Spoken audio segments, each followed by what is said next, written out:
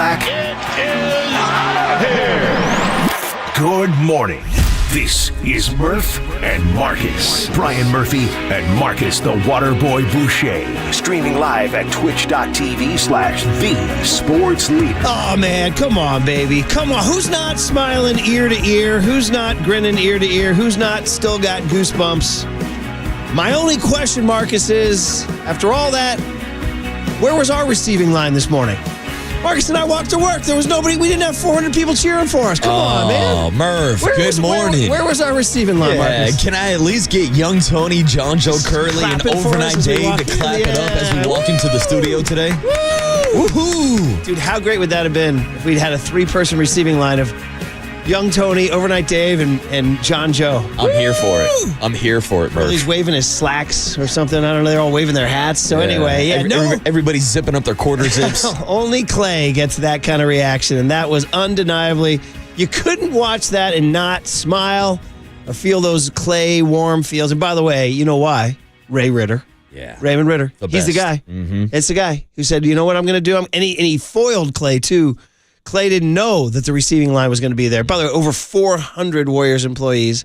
People know what we're talking about, right? Klay Thompson got off the bus in the bowels of the Chase Center, which, by the way, is very unromantic. It's not like they dropped him off at the Golden Gate Bridge. No. It's like this concrete tunnel underground, right? It's like, if you've ever been down there, it's like, yeah, this is definitely not the scenic part of Chase Center. But anyway, they dropped him off in the concrete lower levels, and he didn't know that when he turned the corner towards the Mavs locker room, there would be 410 Warriors employees lining the tunnel with caps, cheering wildly. Dude, it went on, I think it was like a full minute that he had to walk through that. Bro, it kept going and going and going. Like, you showed me the video yesterday at the game, and I was like, damn, how long is this line? Where did Klay Thompson get dropped off? Did he do the Terry Francois two-step before the game started? Like, I thought he got dropped off at Oracle Park with the amount of employees that were out there lined up. I tell you what, though, for another digression, they could have dropped him off at Thrive City. He would have had a good time. Oh, Dude, yeah. I haven't been to Thrive City. That's my first trip this year. Since my last trip last spring to now, bro, that place is popping. Upgrade. You know what? Petco called. They want their popping back. Thrive City is popping. Mm-hmm. So, number one, we've always had the GOTS. You've always had the Dumpling City. You've always had the big screen. You've always had the sort of that plaza, you know, with the steps and all that, kind of that sort of Italian vibe, right? Dude, now you add, there's a Burmese place that was open, had an open bar situation. Keyword bar. Yeah, and then there was, that senior, the Sisig, the Filipino place is going. Delicious. Then I walk up the pathway towards Harmonic to see Tobin and Copes. There's a freaking wine bar going down, like some killer wine bar. That's 2 new bars, Tony. Dude, then we get to Harmonic. Then to my right, I see Che Fico, which is one of the best restaurants in town, opened up a pizza joint with an open bar. That's 3 bars, Tony. Overlooking the entire bay and overlooking the new park they have there, dude. Thrive City. Yo. Dude, and they're not done yet. They're not done yet. I mean, here comes Splash Bar, the new 30,000 square foot sports bar that's going to be put in right in front of Chase Center, too. Like, you're absolutely right. Thrive City is turning into a scene. You know, dude, Thrive City is you. Oh, Murph. How about this guy's decision to A, leave the hour-and-a-half commute from San Jose, B, pick Potrero Hill, and C, be walking distance of all this stuff. So, dude, you're arrow up, buddy. Arrow up. I mean, Murph, I got more bars, I got more basketball, and I got more Klay Thompson to my life last night. I mean, it's so nice having the extra benefit of, like, being at the game for the entire game and then leaving when it ends at 9:50 last night, 9:45. Yeah, late. Because it started late. 7:16 tip, I think. Yeah. But, Murph, I was in bed by 10 p.m. last night. How cool is that? How blanking cool is that? Full disclosure, so I did drag my sorry A into town, which is a big deal for this old head here now, because it by the time I leave my house and get to Chase, it's an hour, and you got to sort of ramp up your energy, whereas those of us who do these morning shows, we sort of we peak at 10 a.m. and then we kind of ramp down as the day goes on. But, you know, I said, come on, man. It's Klay, right? Some listeners saw me and said, 50-50, huh? I said, 51-49. Yeah. So, and then you start seeing everybody, you know, from the Raymond Ritters on down to Jimbo Kincaid talking Padres to all the media friends, your Tony Slaters, your Ann Killians, your Ron Kroichiks, your everybody. So you start chatting, doing the whole media chat, the gossip, Tim Kawakami, Mike Wagman, everybody doing the whole thing. But, dude, I had to see it. I just wanted to see it. And you know what? 100% worth it. Absolutely. 100% worth it. Didn't get to see the walkway, the entry, the receiving line that we just saw it on video, but we were there for the introduction. Mm-hmm. Actually, I was there pregame, and I put this on Twitter. There was a point where the only two guys on the court shooting pregame were Klay and Steph. Klay, Steph, and Brian Murphy. Klay was on one end, Steph was on the other end, and it was like I compared it to like those college baseball national anthems where neither guy leaves. It's a standoff. Who's going to take the last shot? Steph had a quote after the game. He said, "It felt like it felt like the blacktop at recess. I didn't know if I should go over to say anything." Yeah. Hey, what's up, bud? You want to play some pickup? But obviously, we're burying the lead that the game ended in insane fashion with Steph Curry. If you missed it, Steph Curry scored the Warriors' last 12 points in a row, overcame a 7-point deficit, and hit the three when they were up 115 to 114. And hit, but by the way, which I thought was a slightly premature night. It was there was a still little 20 premature. seconds left, and it almost got a little dicey. Luka had a chance to tie the game. But Steph's reaction, let's talk about this. Steph's reaction was top 5 Steph reaction of all time. Maybe number 1 for regular season reaction. Maybe. Like, we've seen him hyped in the playoffs before, obviously NBA Finals, telling the Boston Celtics crowd night-night. Yeah. Like, he's had these moments before.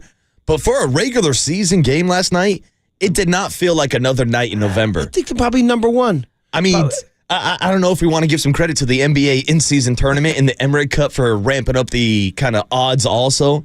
But yesterday felt like a playoff game at Chase Center. And that reaction from Steph, not just with the night-night celebration, running all the way down the court, then turning it around and doubling down and hyping up the crowd, basically going full gladiator, going full Oregon. Are you not entertained? Like, Steph was living in that moment, and you can tell by the effort of not only Steph, but Draymond Green also, that they wanted this win badly. Well, the thing that won't ever get enough credit is Draymond's defensive stops down the stretch, including the clean block on Gafford. That was incredible. A big, strong, gigantic man was going to throw a basketball down, and Draymond Green said, "Not on my watch," and didn't foul him. No. And just somehow was able to cleanly get his paw on the basketball and rip it out of Gafford. I mean, that was in that 10 out of 10, 11 out of 10, 12 out of 10 defensive play. Unbelievable. But, of course, the glory goes to the guy who puts the ball in the basket, not takes it out of the basket. But Draymond does need to be propped up huge. And to your point, he was playing as hard. It all meant so much. It all goes to show how much tension, is that the right word? Or sibling rivalry, or just anytime anybody leaves you just want to beat them, right? Yeah, and it shows the competitive nature that led to 4 NBA titles. Like, these are guys that have gone back and forth in practice before, and we played the sound yesterday from Draymond about how Klay was talking about how the Warriors are now the ops and how he's going to try to take them down. Yeah, Klay came out from the first possession of the game. They put him on the block versus Steph. Like, they were looking for this smoke, and I love it. This is what the NBA needs. It's creating more of a rivalry now between the Dallas Mavericks and the Golden State Warriors. But to see these 2 guys go back and forth, hell, these 3 guys go back and forth. Because there were times where Draymond Green hit a 3-pointer over Klay and let him know about it. Yes, he did. It was insane. Steph was popping the jersey, screamed into the camera like he's never screamed before.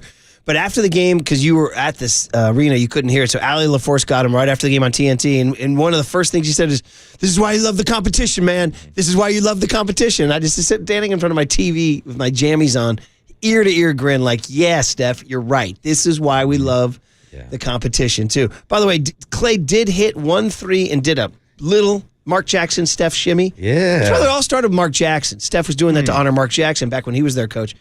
And she asked them at the end, she goes, "What'd you think of that Steph shimmy, or the Klay shimmy?" He goes, "He knows better than that." Yeah. I was like, oh, man, jeez. Yeah. So it was intense. And I Klay, saw the replay, too, of Steph kind of shaking his head. Oh. When Klay did the shimmy, he's like, damn, he's really doing my move. Man, oh, man. But we got to give Klay all the credit in the world, too. He had literally his best three-point shooting game of the season. He made 6 He hasn't made 6 threes all year, It right? was a tough night for the Klay is washed crowd out there. Yeah, he's still effective as a shooter. And I think, honestly, if you're a Warriors fan, this game was scripted perfectly. You had the one-on-one matchups between Klay and Steph. You had the back and forth between Klay and Draymond. You had Klay go out there and put up a great performance when he gets honored, and then you have Steph Curry closing the door down the stretch with 12 straight points. What a scene last night. And just all that. So we got to call it in, man. Bruce Frazier called from the floor with the mania screaming. Silver said, "I can't hear you." He said, "Put it in the book, skinny boy. You got to hear me." Golden State Warriors 120, Dallas Mavericks 117.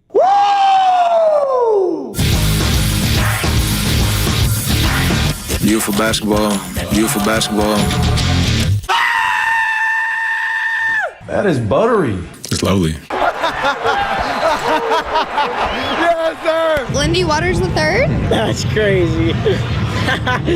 He's the only guy who actually didn't contribute last night. Lindy Waters III. Yeah, so Klay made 6 threes in his opening game when they beat San Antonio, and he made 6 threes last night. That's crazy. To the point where I was actually hawking him. I was so worried about Klay because, you know, I was like Steph. I wanted to win the damn game.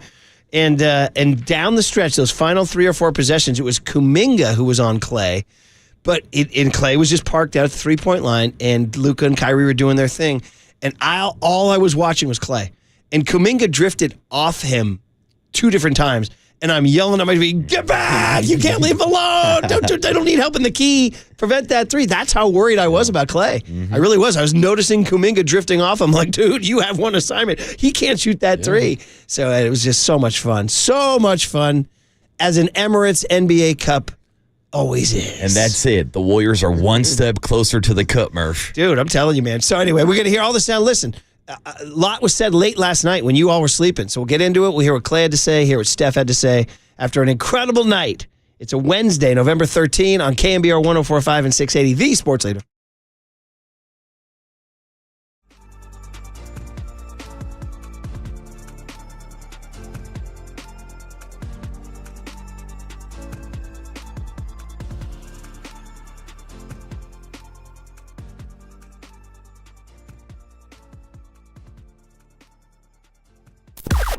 Now, from the O'Donnell Financial Group Sports Desk. Learn more at odfigroup.com. O'Donnell Financial Group, because planning is a process, not a product.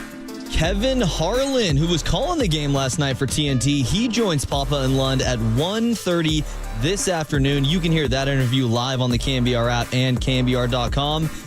Everybody's been waiting for this, the Young Tony and John Joe question of the day. What was your favorite part of last night? Was it the Warriors staff welcoming Klay back, the pregame video tribute, Klay's in-game performance, or was it Klay's post-game comments saying that he's going to cherish this moment forever? You can join the conversation in the YouTube chat now.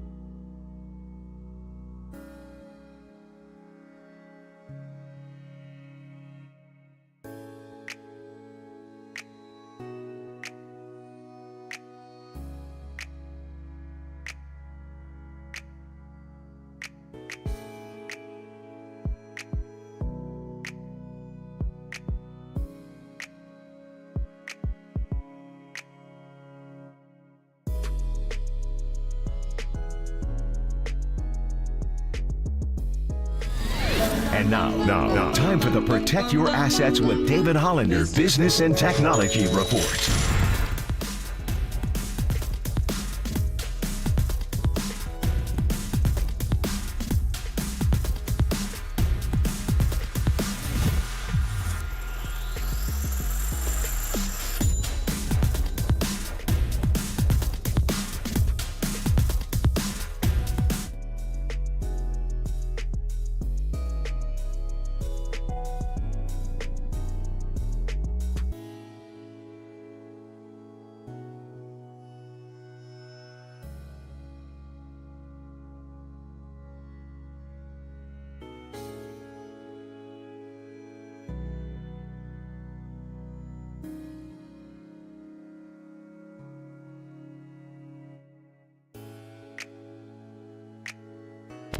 Dub Nation, Murph and Marcus keep rolling on the sports leader and streaming live on YouTube at KNBR 1045. Thompson, three, kaboom! Got a fire, Thompson. Three, card! Big time triple! Doncic will defend Curry. A screen by Green, the switch to Lively. Three, Curry! Oh! Doncic, within time. Doncic pulls up three, no! Rebound, Martin! Golden State won it with an outstanding fourth quarter from Stephen Curry. You'll say that again, Kev Harlan, who, by the way, will join Papa and Lund at 1:30 this afternoon. Just everything plus last night from the welcome train reception that Raymond Ritter organized for Klay Thompson that broke Klay. By the way, you see the Klay's reaction was there was going to be no more salt, no more ice. That was like you could see like when someone has a genuine transformation in their emotions. Like he got off the bus, game face, and then he saw the first thing and he was kind of like, "What is this?" And then you could tell he was like, "I don't want this." And then as it kept going, he's like, "Man, they're still here." And then he's like, "Man, this is kind of nice." And then, "Oh man, these people are really nice." And then like, "All right, man, you guys got me." He was doing the praying hands, the pump fists, the smiles, the points. I think they got him. They got him. Turns out it was Raymond Ritter with the sledgehammer, taking down the wall of feelings and wall of emotions of Klay Thompson. Mr. Ritter, tear down this wall. Yeah, I mean, Klay Thompson put up a wall of emotions. He was extremely guarded. What do you got? Perfect time to say good morning to young Tony. Right away, 6:19. There's no way you know Mr. Ritter, tear down this wall, huh? No chance. Mr. Gorbachev, tear down this wall. I've heard that. Okay, well, that's what I was referring to. That's what Ronald Reagan said. There you go. So, by the way, I was telling Marcus and Derek and Walt, we were all up in the Digital Boys, the Please Don't Destroy Boys. We were all up in the standing room only area up at the club, and I was showing them the video. I said, "What do you give me for this?" And Jack and Rose, final scene of the Titanic, entering, and they get the whole applause up the steps, right? You know, oh, Jack reaching. That was Klay. It was the final scene of the Titanic. Now, do you know that, young Tone? Yeah, of course. Okay, all right. There you go. We actually said last night there's no way he would know we that. were actually discussing at the game if you knew the movie Titanic or not. Iconic. Come on. All right, there you go. All right. Well, how did you process the whole night, kid? It was awesome, man. You know, love Klay. He's just an all-time warrior. I feel like he never gets the love that he deserves because it's Steph Curry's team. When KD was here, it was KD's team, kind of, I guess. But just awesome. Cool to see that he kind of acknowledged things post-game as well. Yeah, you really don't think he got the love he deserved, huh? Well, I mean, it's Steph's team. Steph's the guy, and he's like, you know, the Robin to his Batman. I feel like Klay I feel like Klay, as evidenced by last night's outpouring, that he got love. Yeah, he got a lot of love. Also got some 0 for 10 comments in his Instagrams being spammed year after year after year. Yeah. And look, we've had a few people on the text line as we've been discussing the Klay Thompson return and said, yeah, Klay was a poor sport. He pouted at the end. I'm done with Klay Thompson. Wash my hands. I'm like, let's not let the end of a bad marriage kind of make you forget about all the good memories. Yeah. The 4 titles, everything he's done, not just for San Francisco, but for Oakland, the entire Bay Area. Yeah, this is kind of how humans do it, right? When it gets to a bad end, there's some acrimony, there's some fingers pointed, and then time passes. You said it, time heals all wounds. And this is even a little quick for the time to heal wounds because he left in, July, and this is November. I mean, it's still raw. And then him coming back, and then him seeing the Warriors get off to a good start, too, is all adding up. So this is a pretty quick thaw. So here's what Klay, listen, if I didn't hear this, you guys didn't hear this. This happened after last night's game. He actually wound up talking. Did you hear that he was seen Ann Killian had in her column, he was seen in the Warriors weight room late last night, chopping it up with the boys, wearing the captain's hat. I heard about How that. about that? How great is that? Of course, he put on the captain's great is hat. that? And it was super cool. Although if I'm a Mav, I'm kind of pissed because there's a Warrior logo on that. That is true. That's what are you why, doing, buddy? What are you doing? When we wore these hats yesterday on the stream, I like it. It's a cool captain's hat, but I would have liked it if it had like a little 11 logo in the middle of the Warriors better. cap. Yeah, like maybe. something to like kind of say that this is Klay Thompson's hat, not just a generic Warriors captain's hat. Well, what did he say about the warm tribute cut tee, Tony, Klay Thompson? It was a really cool experience. I appreciate the fans very much. The captain's hat ended up being a great touch. So I'm such a passionate boater, and I saw a lot of familiar faces in the crowd. And, that was a warm-hearted feeling. So it was really cool to see the fans, their gratitude towards myself, and something I will never take for granted. So it was very, very awesome. Yeah, man, very cool. He said a warm-hearted feeling. That's the key phrase. I love that Klay has to explain that he's a passionate boater. Is it because I'm such a passionate boater? Like we don't know about the Nordic knife, Klay. I like a captain's hat because I'm a passionate boater. Yeah. I mean, just that's the Klay you know and love and you Exactly. miss. How about a comment last night that jumped out at me from Draymond Green? I was going through all the pregame, the morning after analysis.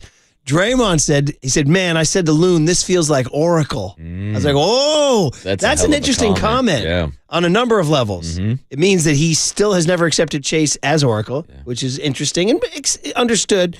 But also, last night, I said to Marcus, because I had those shared season tickets in section 121 with my buddies, and I'd go to any number of weeknight or weekend games, and games start slow at Chase. They start slow.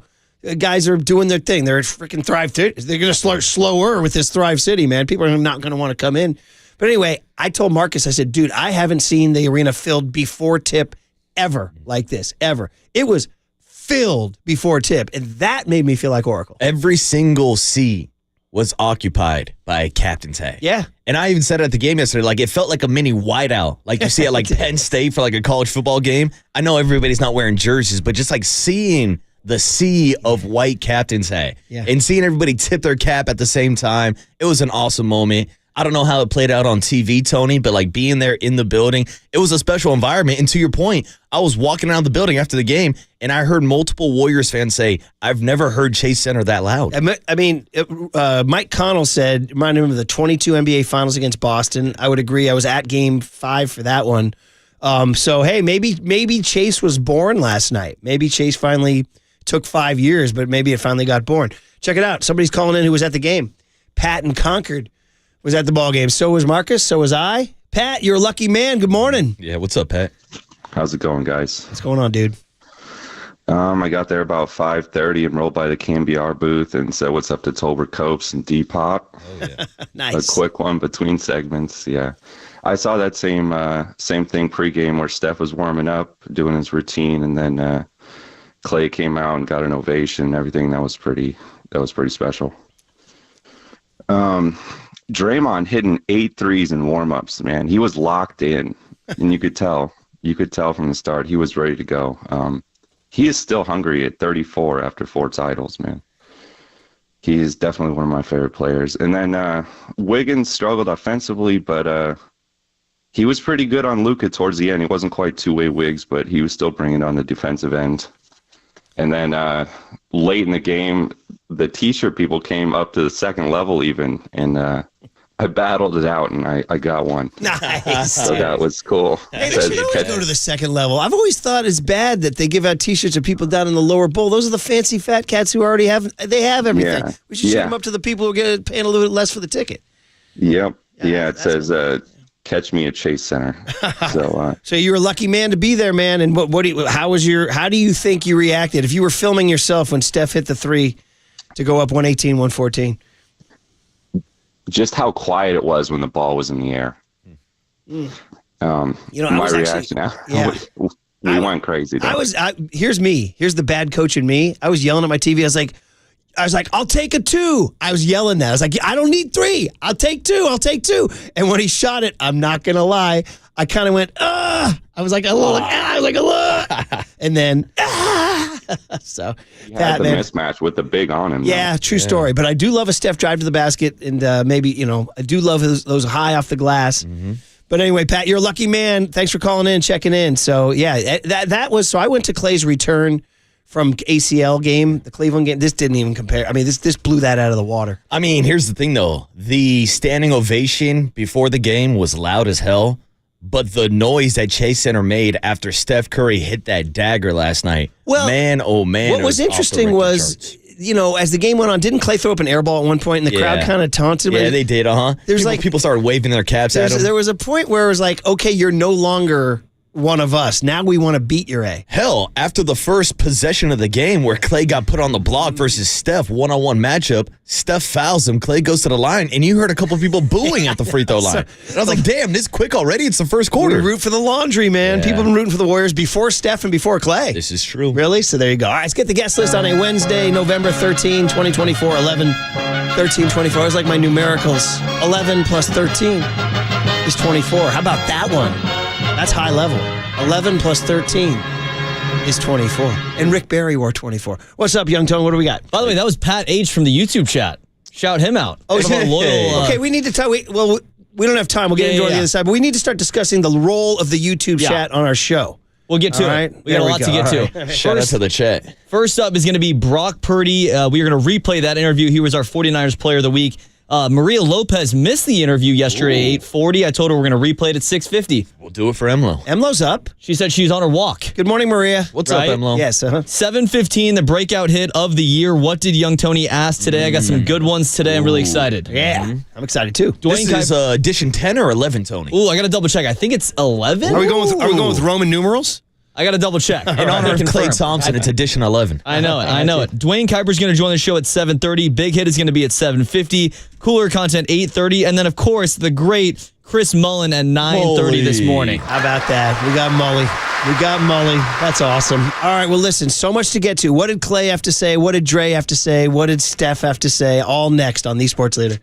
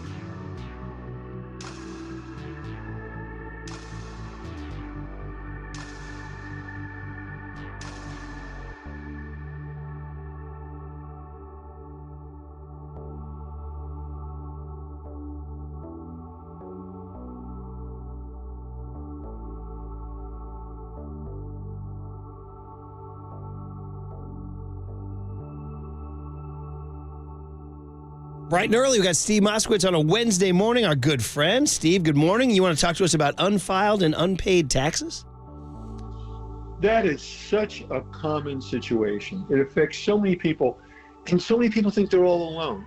So many people say, Steve, have you ever done a case like this before? And I say, yes, literally thousands and thousands of these over the years. And that gives us tremendous experience. Folks, we know what you're going through. It's not just some numbers or papers. These are people's lives we have in our hands. We respect that. We understand that. We want to take care of you and give you back a normal life. If you haven't filed the returns, usually it's because you didn't have the money. That's okay.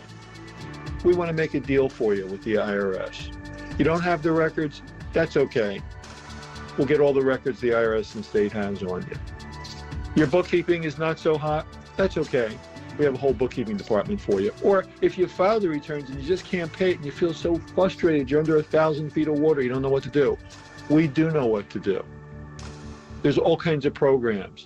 There's all kinds of good things. We'll explain everything to you. And the only thing you have to do is call up for our free consultation and say, hey, Steve, get me out of this mess.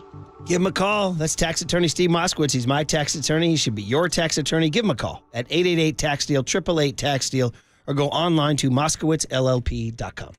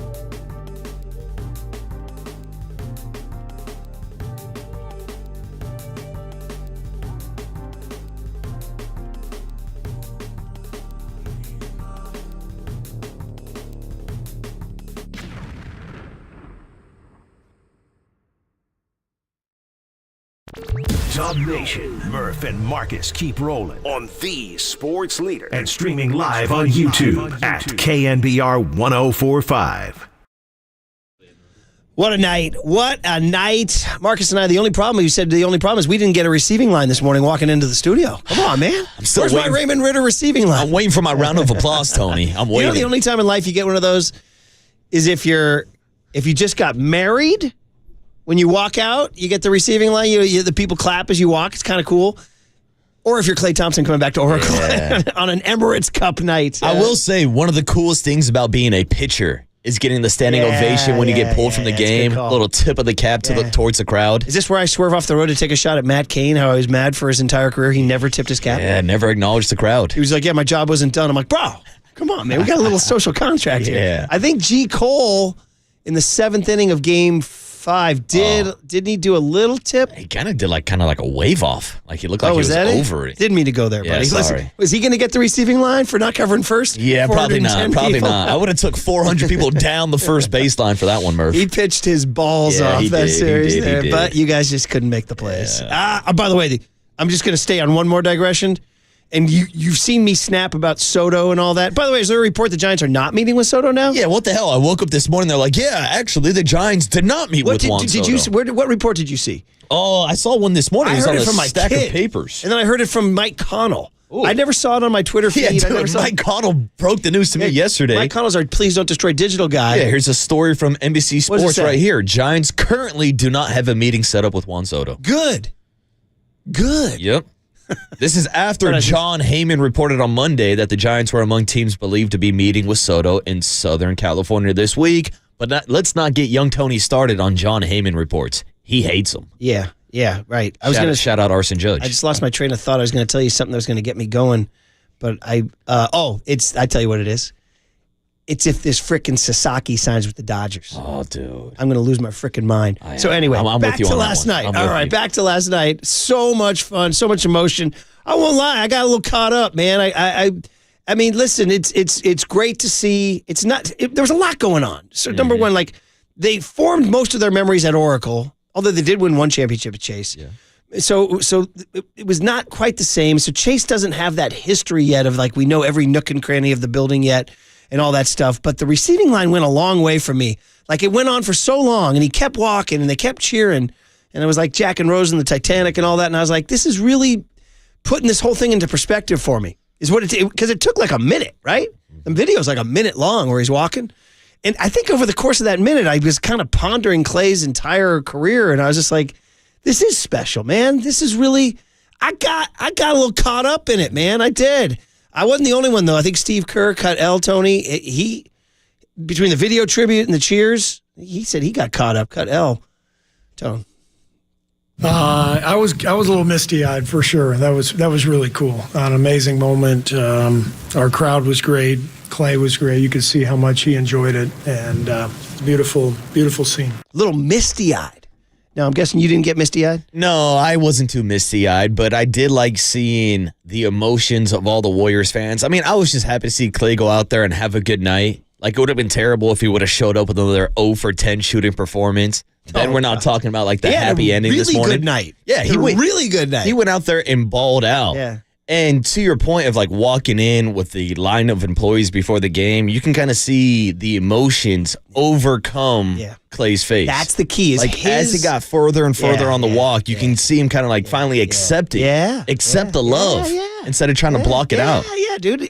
That walk was incredible, dude. Isn't there like a thing in like isn't there a thing in like Native American culture? I think I read about this. I think Nota Begay told me about this when I was doing this book on Stanford. There's like a walk you take when you go into manhood. It's kind of like a bar mitzvah walk or whatever. I think you're right. Yeah, they do like a walk. But I also think it like involves like ayahuasca and peyote. Well, hey, maybe Klay was on that. You know Klay. Maybe you're seeing some things on that walk. He might have been partying. Who knows? Klay's not a stranger. You think he's on that boat not rolling one up, buddy? But anyway, that walk, like you could see his mind changed. And then by the time they introduced him, and by the way, shout out Franco Finn, he nailed it. He's back. He got it. But Klay didn't even bother trying to be cool. He came out from the bench with a big smile on his face. Like at that point, that was cool that he let his guard down, just said, let's go. And he was pointing to the crowd, and the crowd was pointing to him. And It went on. Here's my nitpick. I told Marcus this last night. I think in the East Coast, Boston, Philly, I think they would have gone a couple minutes longer. Dude. I do. Klay Thompson gets a standing ovation. Murph looks at me and goes, what's the time on that? Yeah, I was like, I got about 1:15 on this video. Yeah. He goes, East Coast, they would have got to 2 minutes. I did say I was like, that. damn, Murph. 808 KNBR. Murph coming for the standing ovation. I told you, Paul O'Neill, man, Yeah. what they did at Yankee Stadium, man. It's a true story. They would have gone longer on the East Coast. We're soft on the West Coast. Yeah, but it was cool seeing Klay Thompson on the court soak it all in. From the standing ovation, the tipping of the cap, the pregame video that they played on the Jumbotron. Now, I also thought this was an interesting angle that Draymond Green actually pre-watched the video so that he would not get emotional on the court. He talked about it in his postgame presser, Tony. I don't know if we have the sound or not, but he said he had to kind of like mentally ready himself for this matchup against Klay and didn't want to deal with that emotion. And this comes after we find out about the news that Klay Thompson and Steph Curry actually had a phone call on Monday night or Tuesday night. I guess in today's day and age, they texted. Okay, so they texted, and it led to the cancellation of Steph hopping on the mic. Which was interesting. I wonder what they decided. They said they wanted it to be about the fans and not about them. That's what they said. That's what's so interesting. I mean, I would have liked to have heard from Steph, but, you know, I don't think it was bad blood or something. I would have liked to hear from Klay on the PA. Curly tried to start some on the thread. He's like, there's something behind this. Uh-oh. You need to find this out. Uh-oh. I mean, probably like, hey, man, probably Steph's like, I don't really want to. You know, this is your moment. Why am I grabbing the mic? I mean, it would have been nice if he said so, but it worked out as it was, and Klay completely embraced the moment, which was awesome. So let's get into some of the sound from after the game, what they had to say. One of my thoughts was when Steph did his thing, and he's freaking unbelievable, this guy. He's freaking unbelievable. He did it again, and there was a point, I sent out a tweet in the fourth quarter. Klay has 6 threes to Steph's 3. And from the moment I sent that text, Steph scored 12 in a row. Somebody wrote, you woke the dragon. Yeah. He wound up with 5. So he went 5 for 12. Klay went 6 for 12. So Klay got him 6 for 12 to 5 for 12. But you know what my first thoughts was? Frickin' Klay now knows what it's like to be at the Olympics. Because that's the same thing. And somebody else sent out the tweet of the devil named Curry is hurting us. Klay's thought bubble right now. Yeah. So that was Klay Thompson the entire night whenever he was matched up with Steph. My eyes were locked on that matchup, and just watching Klay Thompson have to trail Steph Curry as he runs around the entire court, just screen after screen after screen. It's like, yeah, Klay, now you're getting a taste of the Warriors' medicine. So cut S, Tony, Klay, about what it's like to be on the other side for the first time in his NBA career. Well, it was fun to match up with Steph. I mean, we guarded each other plenty of times in practice with Team USA camps and All-Star games, so a real competitive NBA game. It was pretty surreal, but after a few minutes, it was just basketball. And then, it hurts to be on the other side of one of his flurries. The guy got hot at the end and made some ridiculous shots. I know I've been on the other end, and it sucks. But like I said before, I think we play them 3 more times, so hopefully we can learn from it and learn their tendencies a little better. But it sucks because this was a big game for the Cup, so something we just got to digest and move forward. There it is, man, Klay. Big game for the Cup. But, yeah, now he knows what it's like to be French or Serbian. Yeah, right? It ain't no fun when the Rabbits got the gun. No, it ain't no very good. fun trying to guard Steph Curry. So Steph hopped on with Allie LaForce on TNT, and this is raw Steph. So he's done screaming, he's done sweating, and he hops right on the mic. Cut F, Tony, about the atmosphere. This is what the NBA is about, like competition. No matter what the sound bites were before the game, leading up to it, we knew there would be a lot of emotions, but both teams wanted to win. Felt like playoff type atmosphere, back and forth, great players making great plays on both sides. So that's why we love the competition. We love being out here. That's so smart. That's why we love the competition. Like, yeah, Steph, yeah. I don't know. I mean, his reaction, which has now been memed into eternity now, screaming into the camera and all that, dude. I was brushing my teeth going, man, really the only guy I can think of is, I go to the all-timers, Tom Brady. I go to Tiger Woods, you know. I guess Michael Jordan, you know. But Jordan late in his career, you go to Jordan. You go to Jordan, Brady, Tiger, like people who have accomplished everything, have all the money in the world, all the championships in the world, and yet still want to win that badly. Dude, 36-year-old Steph Curry. I believe he's the only other player not named LeBron James to have back-to-back 30-plus Michael, games. too. Yeah. It's Michael, LeBron, and 36 Steph. years old. To have back-to-back games of 35 or more at age 36. I mean, it's unbelievable. And you can still see that fire and that competition in the eyes of Steph Curry. I am absolutely looking forward to the 2 next matchups against the Dallas Mavericks and Klay Thompson. And hell, I don't care if Klay Thompson's an all-star or not. How about you run back the 3-point competition this year at Chase Center, Klay Thompson versus Steph Curry. Chase Center, that's right. It's at Chase. Bring me Klay Thompson. You know what? Then people aren't going to be inside watching it because they'll be hanging out in Thrive City. Yeah. All the good stuff. Getting a slice from Che Fico. Here's Steph on it. I mean, this isn't as sexy, but Draymond's defense down the stretch. Cut G, Tony. And this is so Steph of him to point out not just his glory, but Draymond's. Don't let anybody forget what Draymond did on this end of the floor, playing the 5 against their size. As many plays I made down there, he made the same amount on this end, so it was a masterclass. I love it, man. He's like, come on, don't do that. Klay did talk about whether or not he got emotional. Cut X, Tony, about did he get, because Steve Kerr said, I got misty-eyed. Did Klay? It was special, and it was something I'll cherish forever, and very happy I didn't get teary-eyed, so it was really cool, especially to walk in and see all the employees with captain's hats on. That made me happy. That made me happy. It made us happy, Klay. And then the one that was fun, Steph did, when Klay hit one of the threes in the first half, he did the shimmy. Allie LaForce asked Steph about that. What did he think of the shimmy? Cut Y, Tony. We know how much respect you have for Klay, but when he did the shimmy, you were waiting to check in, we're shaking your head. What were you thinking when you saw him pull that off? He knows better than that. Good one, He knows better than that. All right, well, we'll continue to get back to that. We'll have young Tony ask about it. Who knows? Maybe we'll hit that then. It's obviously our big hit today at 7:50.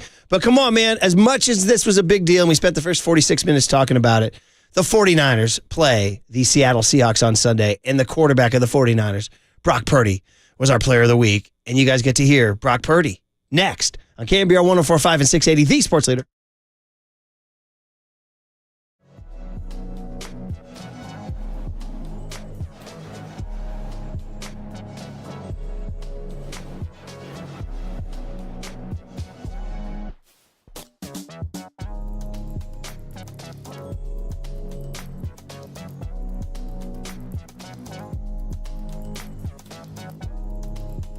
Underdog Fantasy Sports. That's the place to play if you're a sports fan looking to win money while watching sports. Young Tony did yesterday.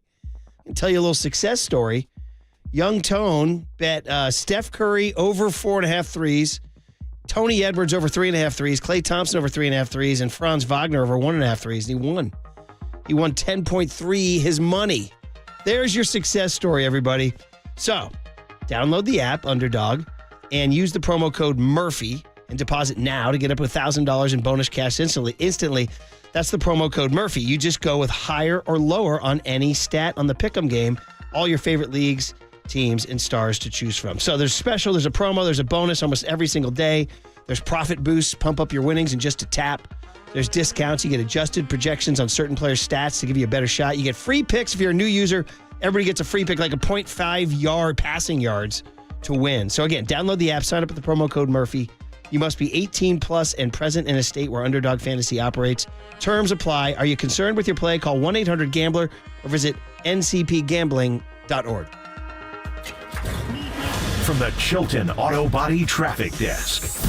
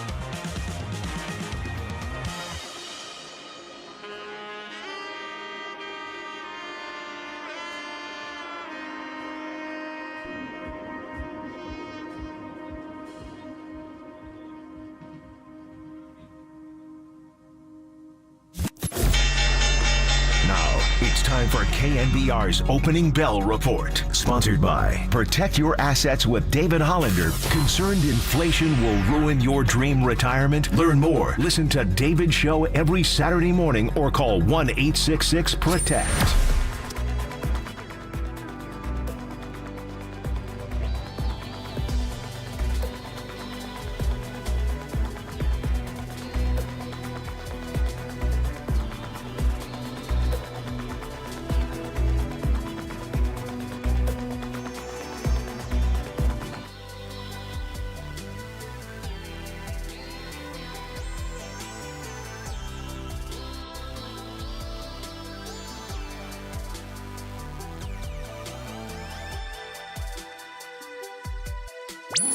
Murph and Marcus continue live from the KNBR Casino Matrix Progressive Jackpot Studios. Casino Matrix. Progressive jackpots are here. Where are you? Just drop in. Please play responsibly. 1-800-GAMBLER. His helmet is off. Here we go, baby. Not his own 3. 1, 2, 3. And his mic is on. That's a sackaroonie, baby. Time for our 49ers Player of the Week with Murph and Marcus. Sorry I told you sackaroonie, buddy. But hey, there'll be more.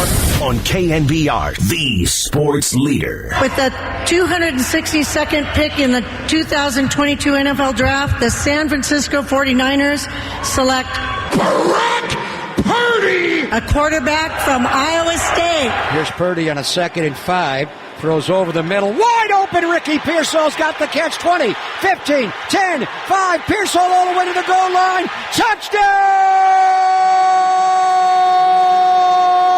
San Francisco! There it is, our 49er Player of the Week. You know him, number 13. It's proudly sponsored by Bigelow Tea. Grab a mug and tea proudly. It's also proudly sponsored by Benjamin Moore Paints. Experience the Benjamin Moore retail difference at our independently owned authorized retailers today or at benjaminmoore.com. All right, connection has been made, my friends. All right, what a pleasure to welcome to the UMA guest line and to the Murph and Marcus Morning Show. Brian Murphy, Marcus Boucher, the quarterback, QB1, Brock Purdy. Brock, it's been a while since we had you on the show. It's great to have you. Good morning. Hey, what's up, Brock?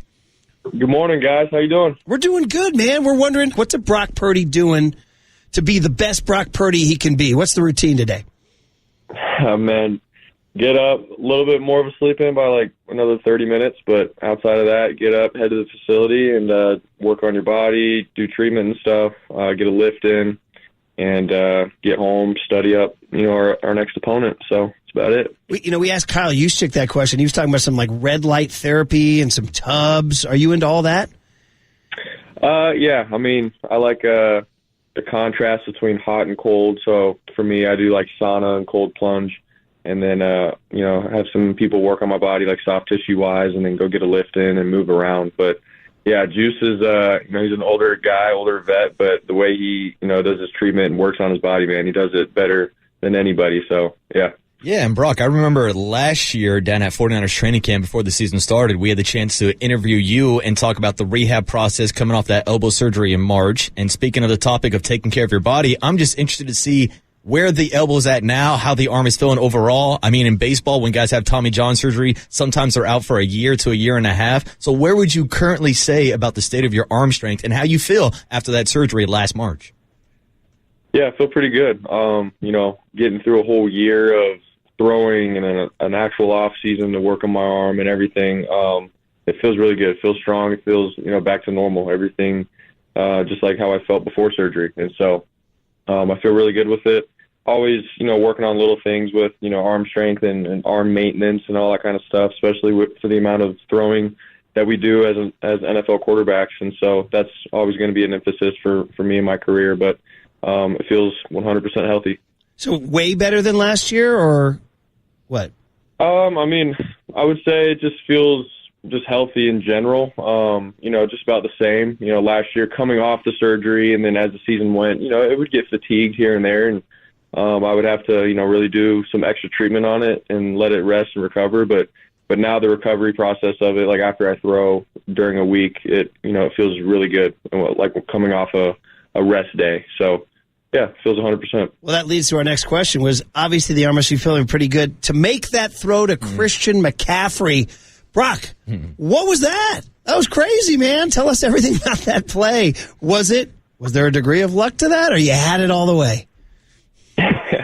No, I mean, that's what we designed it up for, was that man coverage, have that linebacker go one-on-one with Christian when he bumped out there.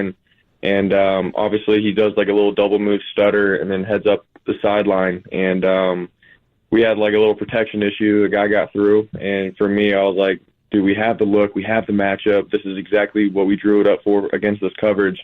And I just got to get this ball out to Christian and give him a chance. And so obviously there's a guy in my face, but for me, it was all about throwing enough air on it for him to make his move and get under it.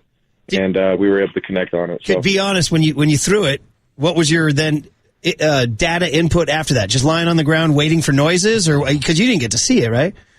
Yeah, no, I threw it in the air, and I'm like, all right, Christian, hopefully you can get under this, or at least be an incompletion and live to see another down.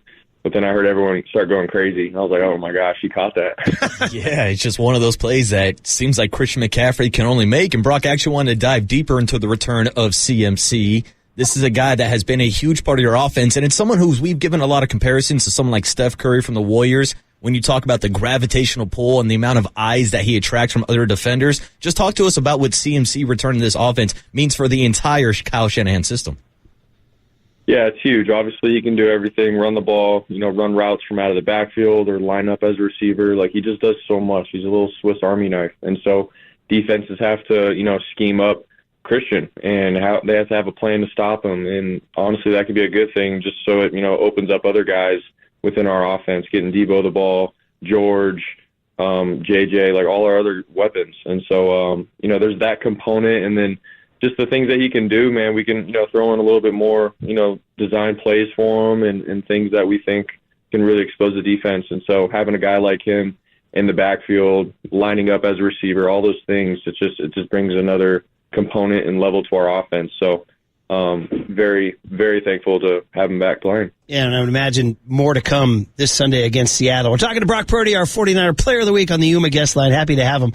So I asked you about the McCaffrey throw. The other big signature play was the Kittle. So, Next Gen Stats had you for 8.62 seconds. I wonder, kind of a multi-part question. A, how long is 8.62 seconds to an NFL quarterback? And then B, how did you and George find each other? And that's just playground Brock and George? You might as well be, we're in like 7th grade middle school lunch, just drawing that up? Yeah, that's what it felt like. I mean, obviously, I was going through my progression and stuff, and George really wasn't in the progression. He was sort of just running off a guy for Christian to open up as my last guy in my read. And then, the Bucs just did a good job of zoning everything off and having guys in the windows. And so at that point, I was like, all right, I still have enough time, like, in the pocket here, and I'm going to just try to get outside the pocket and see who I can hit or try to run. And then, sure enough, when I broke left, I saw George have leverage on the guy that was covering him, and I was like, all right, for right now, I can at least just get him a ball to the sideline, and it could either be him or nobody, and live to see another down. And sure enough, he came down, toe tapped it. But yeah, 8 seconds for me, man. Like, without throwing the ball, it seems like a lifetime. And I'm like, this doesn't seem right. I need to get the ball out of my hand. So yeah. They're like, where's the pass rush? This is the NFL, man. What's going on here? So, by the way, was that based on social media? We get to see people's lives now. And we saw that you guys were all in beautiful Jackson Hole, Wyoming. So are we calling that the Jackson Hole Connection? Is that what it is now? I guess so. We can call it that from here on out. Yeah. We had a good little bye week down there, so that's we golfed together. And beautiful place to be, huh? Gorgeous, man. It was a great little getaway for us to just go and breathe. It was a little colder and stuff, but get away from the season and just recover and be around some nature and mountains, man. It was awesome. I got to imagine vacationing with George is an adventure. Oh, dude, he's hilarious. Like, all he does is just talk really fast and have all these jokes and stuff, and I love being around him, man. It's a good connection that we got. Yeah, and it seems like that chemistry between you and George continues to grow each and every week, but the chemistry overall from this entire team, and I want to talk about the newest member to this kind of chemistry mix, and that's Ricky Pearsall. Obviously, Ricky has had a few hiccups in his NFL journey so far, but this weekend you had the opportunity to throw his first NFL touchdown pass. So just talk to us about the journey that Ricky has and the chemistry that you guys are now building between each other. Man, he's the toughest guy that I know, man. Just from, being drafted first overall, the expectations and the pressures of being a first rounder. My bad, not first overall, but first rounder. to then, coming in, learning our playbook and competing, and then going through a gunshot and, worrying about your life and then getting healthy and getting back. Like, dude, that is so much for a rookie and as a young human.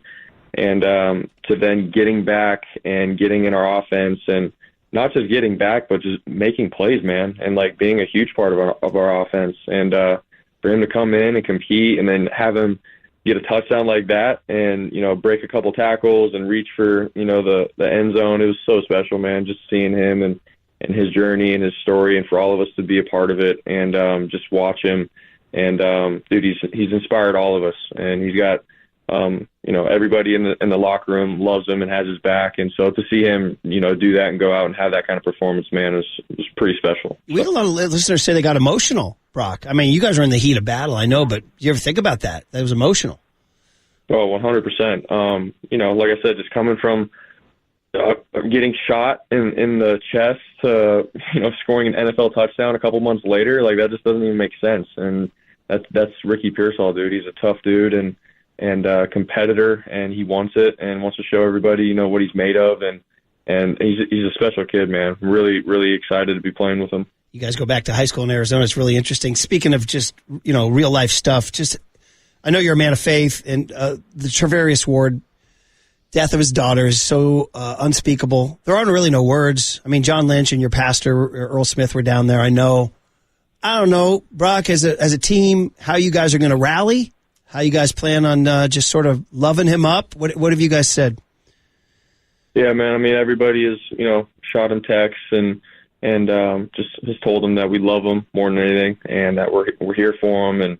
And no one has been through this kind of thing before, and we don't know how to act or react. We can't imagine how he's feeling. And so more than anything, we just want to, tell our brother, man, that we love him and that we're here for him, praying for him, and whatever he needs, that, we're here for him and we'll give him.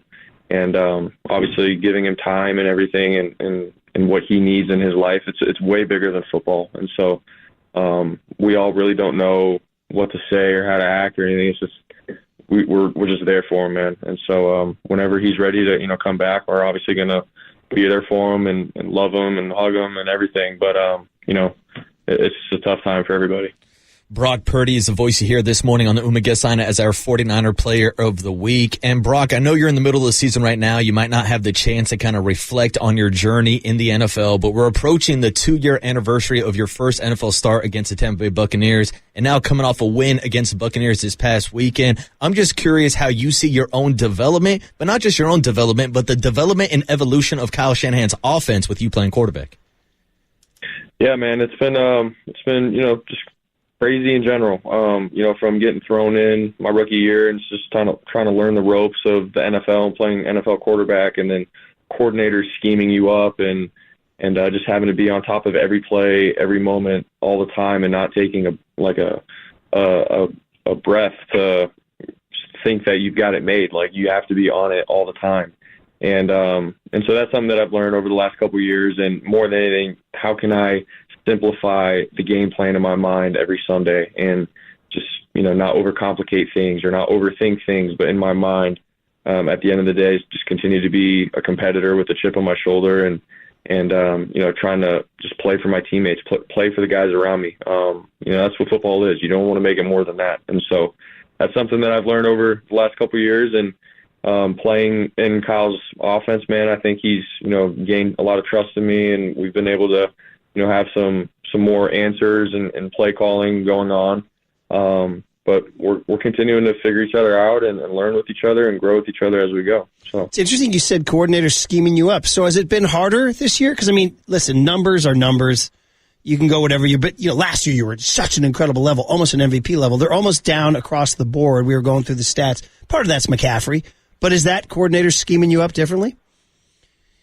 Yeah, there's games, and there's a whole season last year of games where, coordinators can watch and see, what our tendencies are and how I play. And so, yeah, there's always going to be scheming going on. But more than anything, man, I think it's just a mental challenge for myself to, like I said, keep things simple and not overthink things, but just play the game that I've always played and take what the defense gives me and try to find my answer within every play. And so I think that's just the challenge of it, man. The NFL, it's not easy.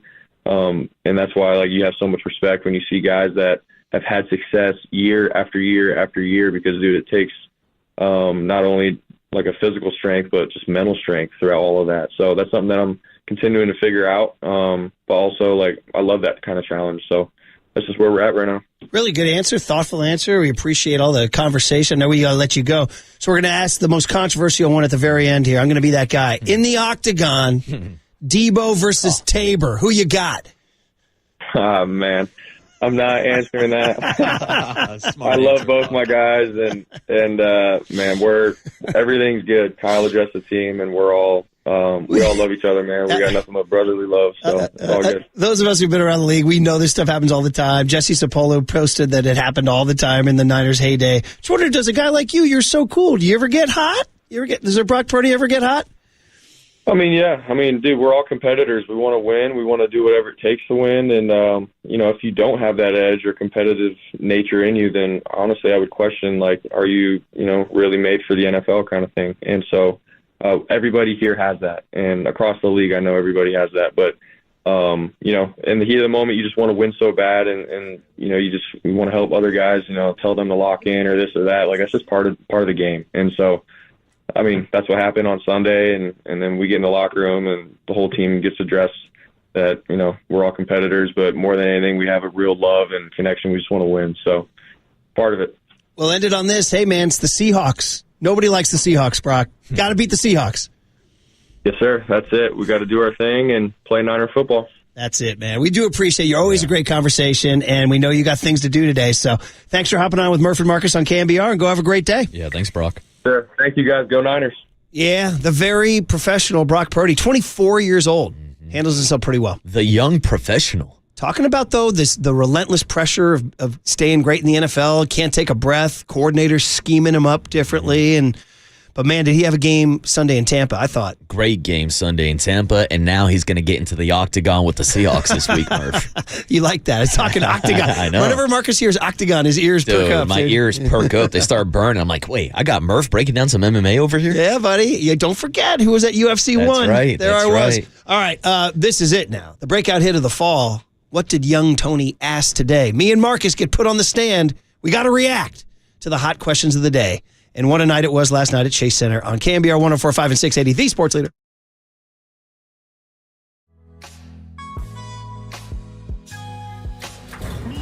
From the Chilton Auto Body Traffic Desk.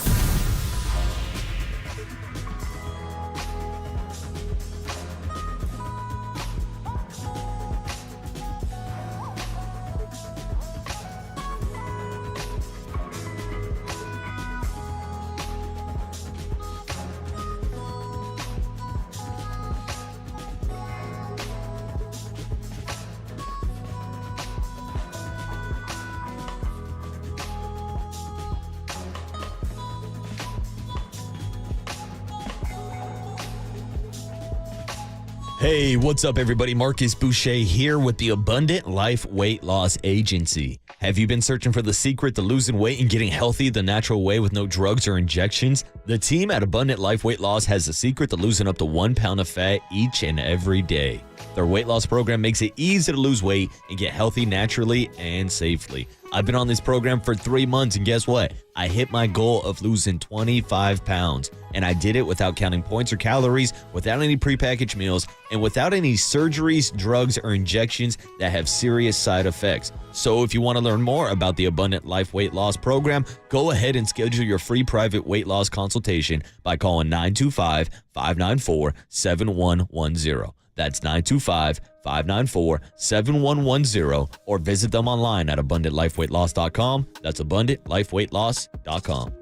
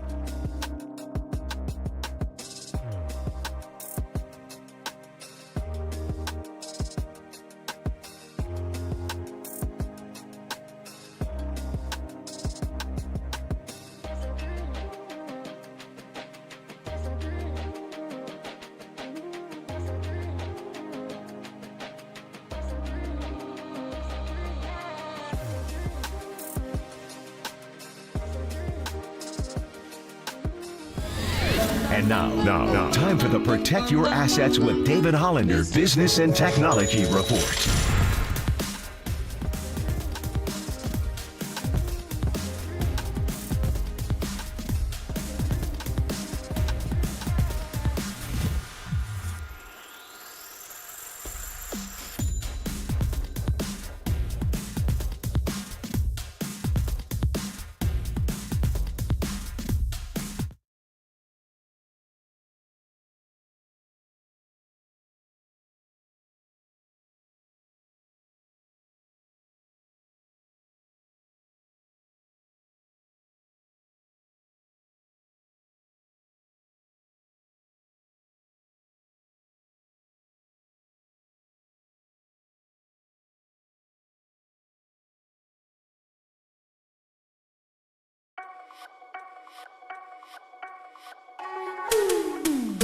Now, it's time for producer Tony Farias to ask Murph and Marcus 3 questions of the day. I saw Murph and young Tony right before the kickoff, and that was awesome. This is What Did Young Tony Ask Today? Well, what's more popular, Klay Thompson's welcome line and boating hats at Chase Center, or what did young Tony ask today? It's a hard choice because they're both burning up the Bay Area.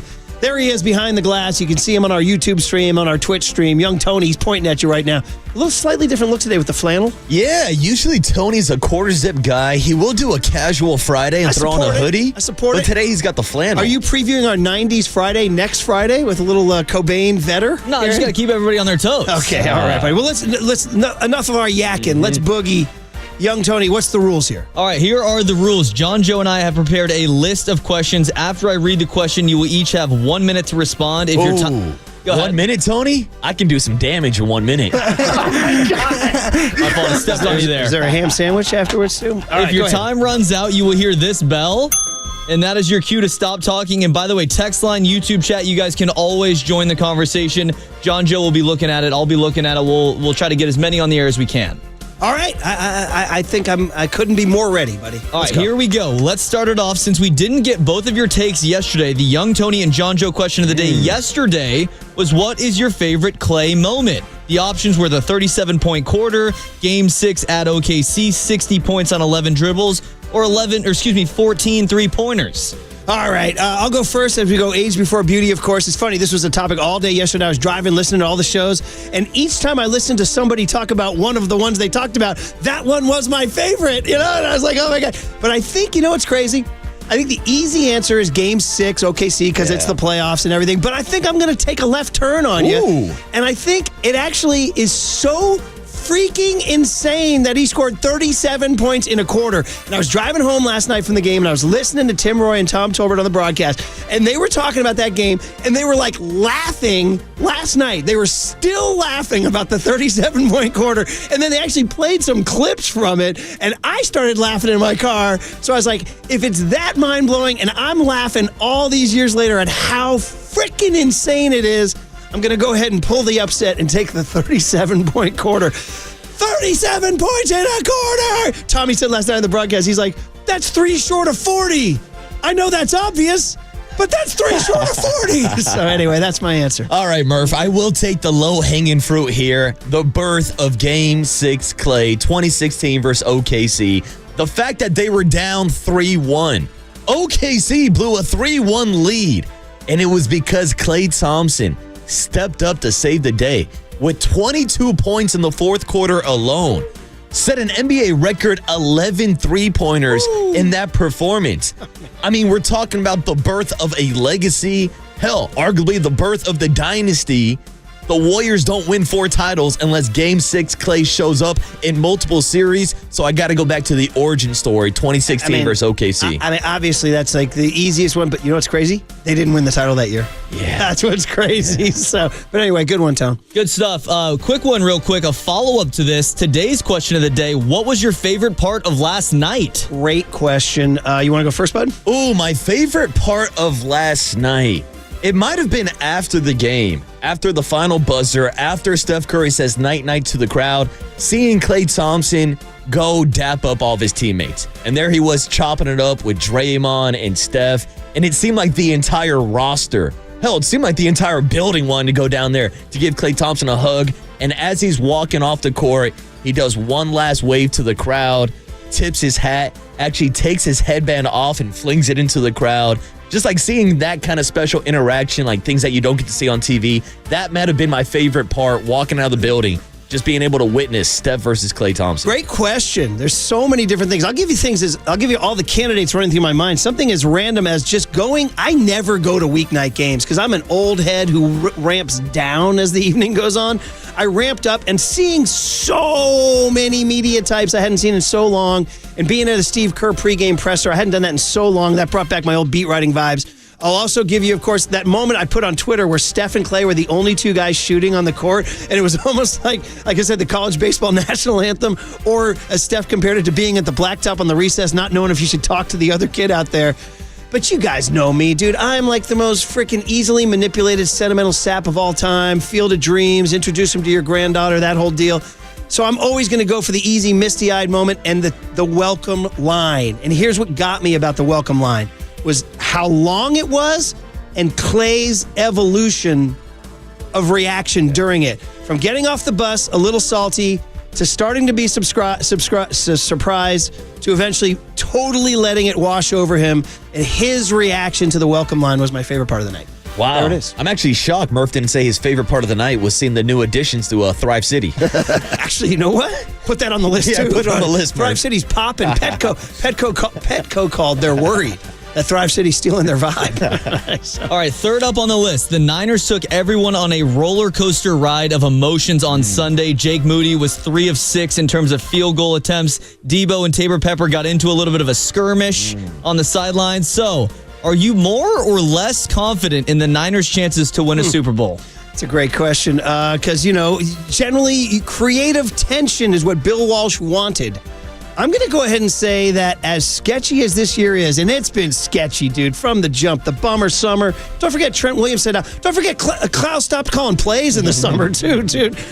We lost McCaffrey forever. The weirdness of some of the losses against the Arizona Cardinals and the Rams. I'm going to go ahead and say that the sparks that flew down in Tampa, as dysfunctional as they may be, give me a little bit of hope that there might be a little bit of 1988 in this team. Now, I still am sticking by my thing that they're going to lose and they're going to make the playoffs and lose their first playoff game. That's my prediction. But the idea that there's a little bit of salty tension is probably maybe 1% in the right direction. 1988, they had a very sketchy year with some bad losses and some finger pointing, and they won it all. Of course, they had Joe Montana and Jerry Rice on that team. This team doesn't have Joe Montana and Jerry Rice. But I'm going to go 1% in the right direction. Well, Murph, I'll follow you in that direction. Okay. And I will say I am feeling better coming off this win against the Tampa Bay Buccaneers, because the last time we were asked this question, the 49ers didn't have Christian McCaffrey. And there was CMC this weekend catching floaters downfield from Brock Purdy, over 100 total yards on the ground and through the air this past weekend.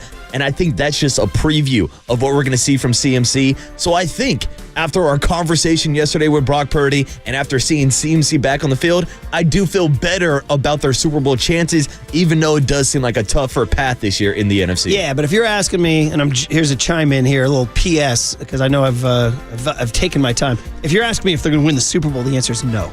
All right. So anyway, go ahead. A lot of football left. All right. A lot of football left. All right. We also had some breaking news yesterday. Fox Sports NFL insider Jordan Schultz reported that the Niners and Deommodore Lenor agreed to a 5-year, $92 million extension. That is huge. So, Demo calls himself the hyena.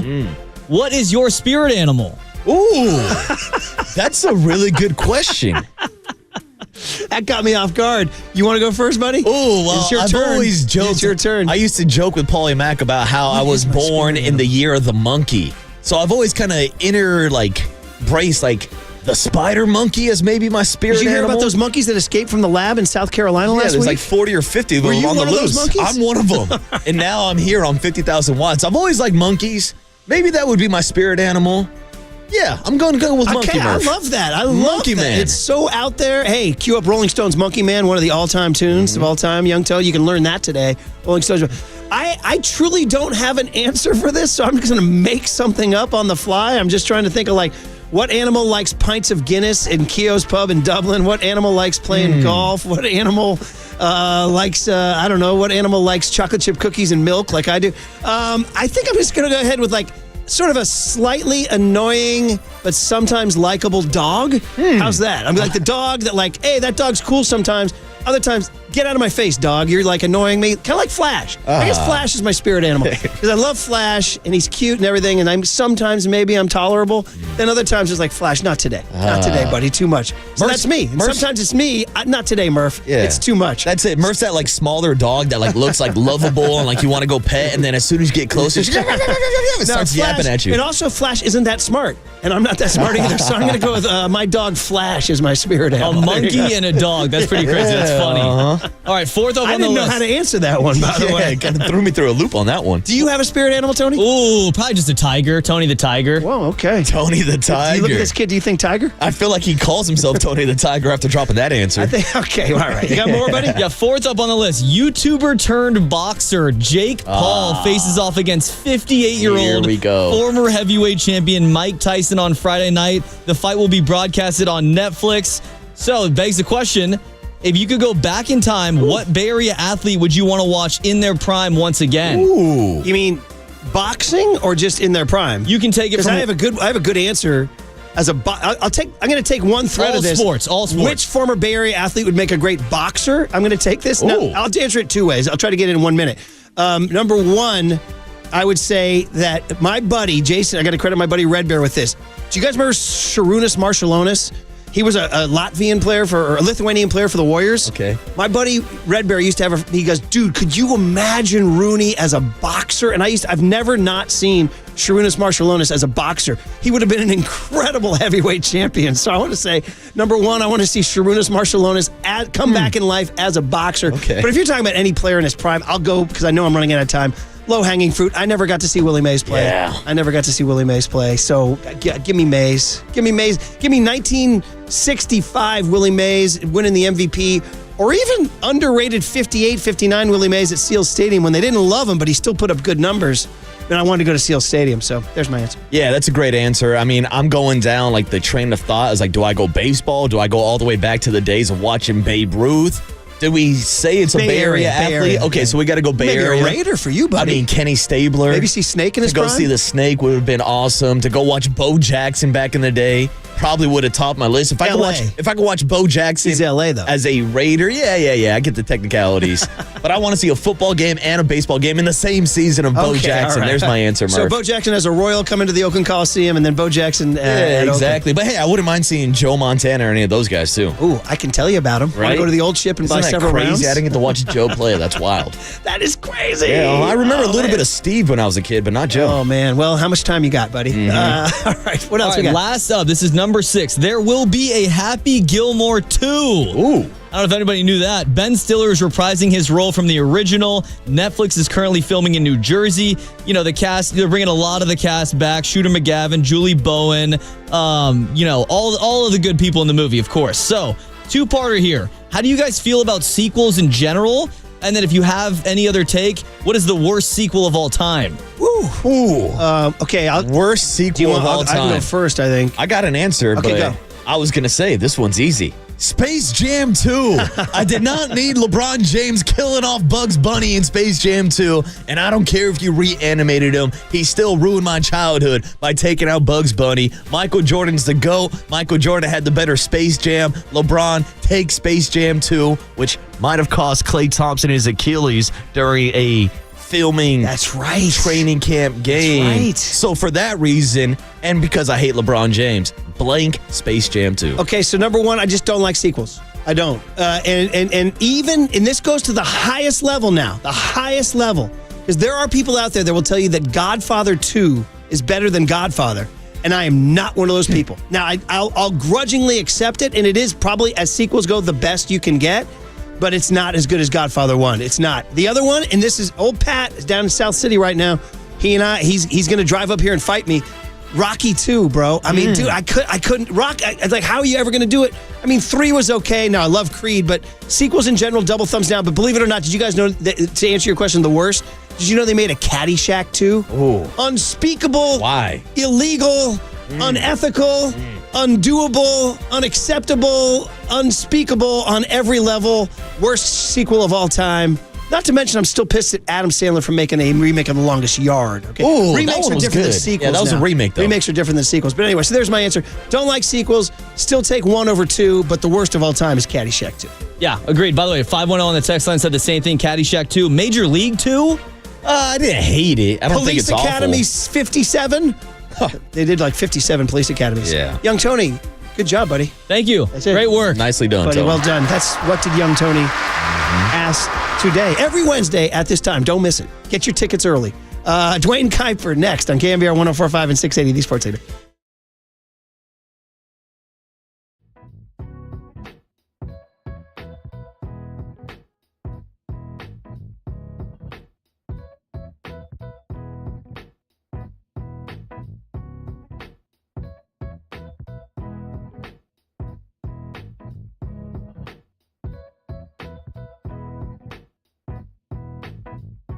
All right, let's talk about River Islands, Northern California's favorite lifestyle community. I've been out there. I hung out at the boathouse.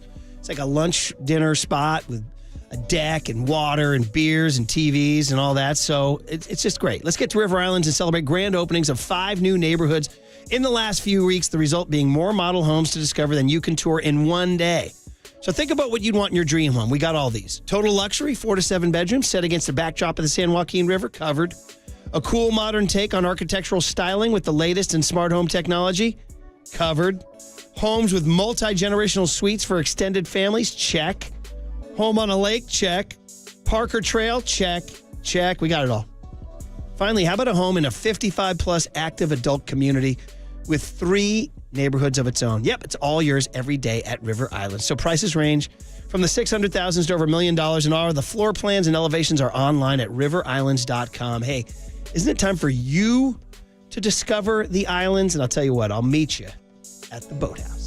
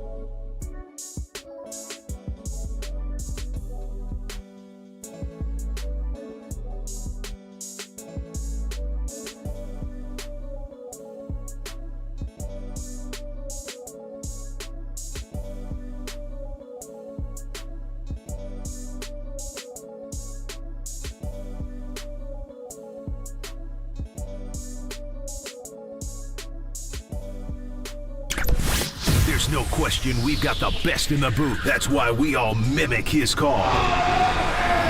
Time for Murph and Marcus to catch up with Kite on KNBR 104.5 FM and 680 AM.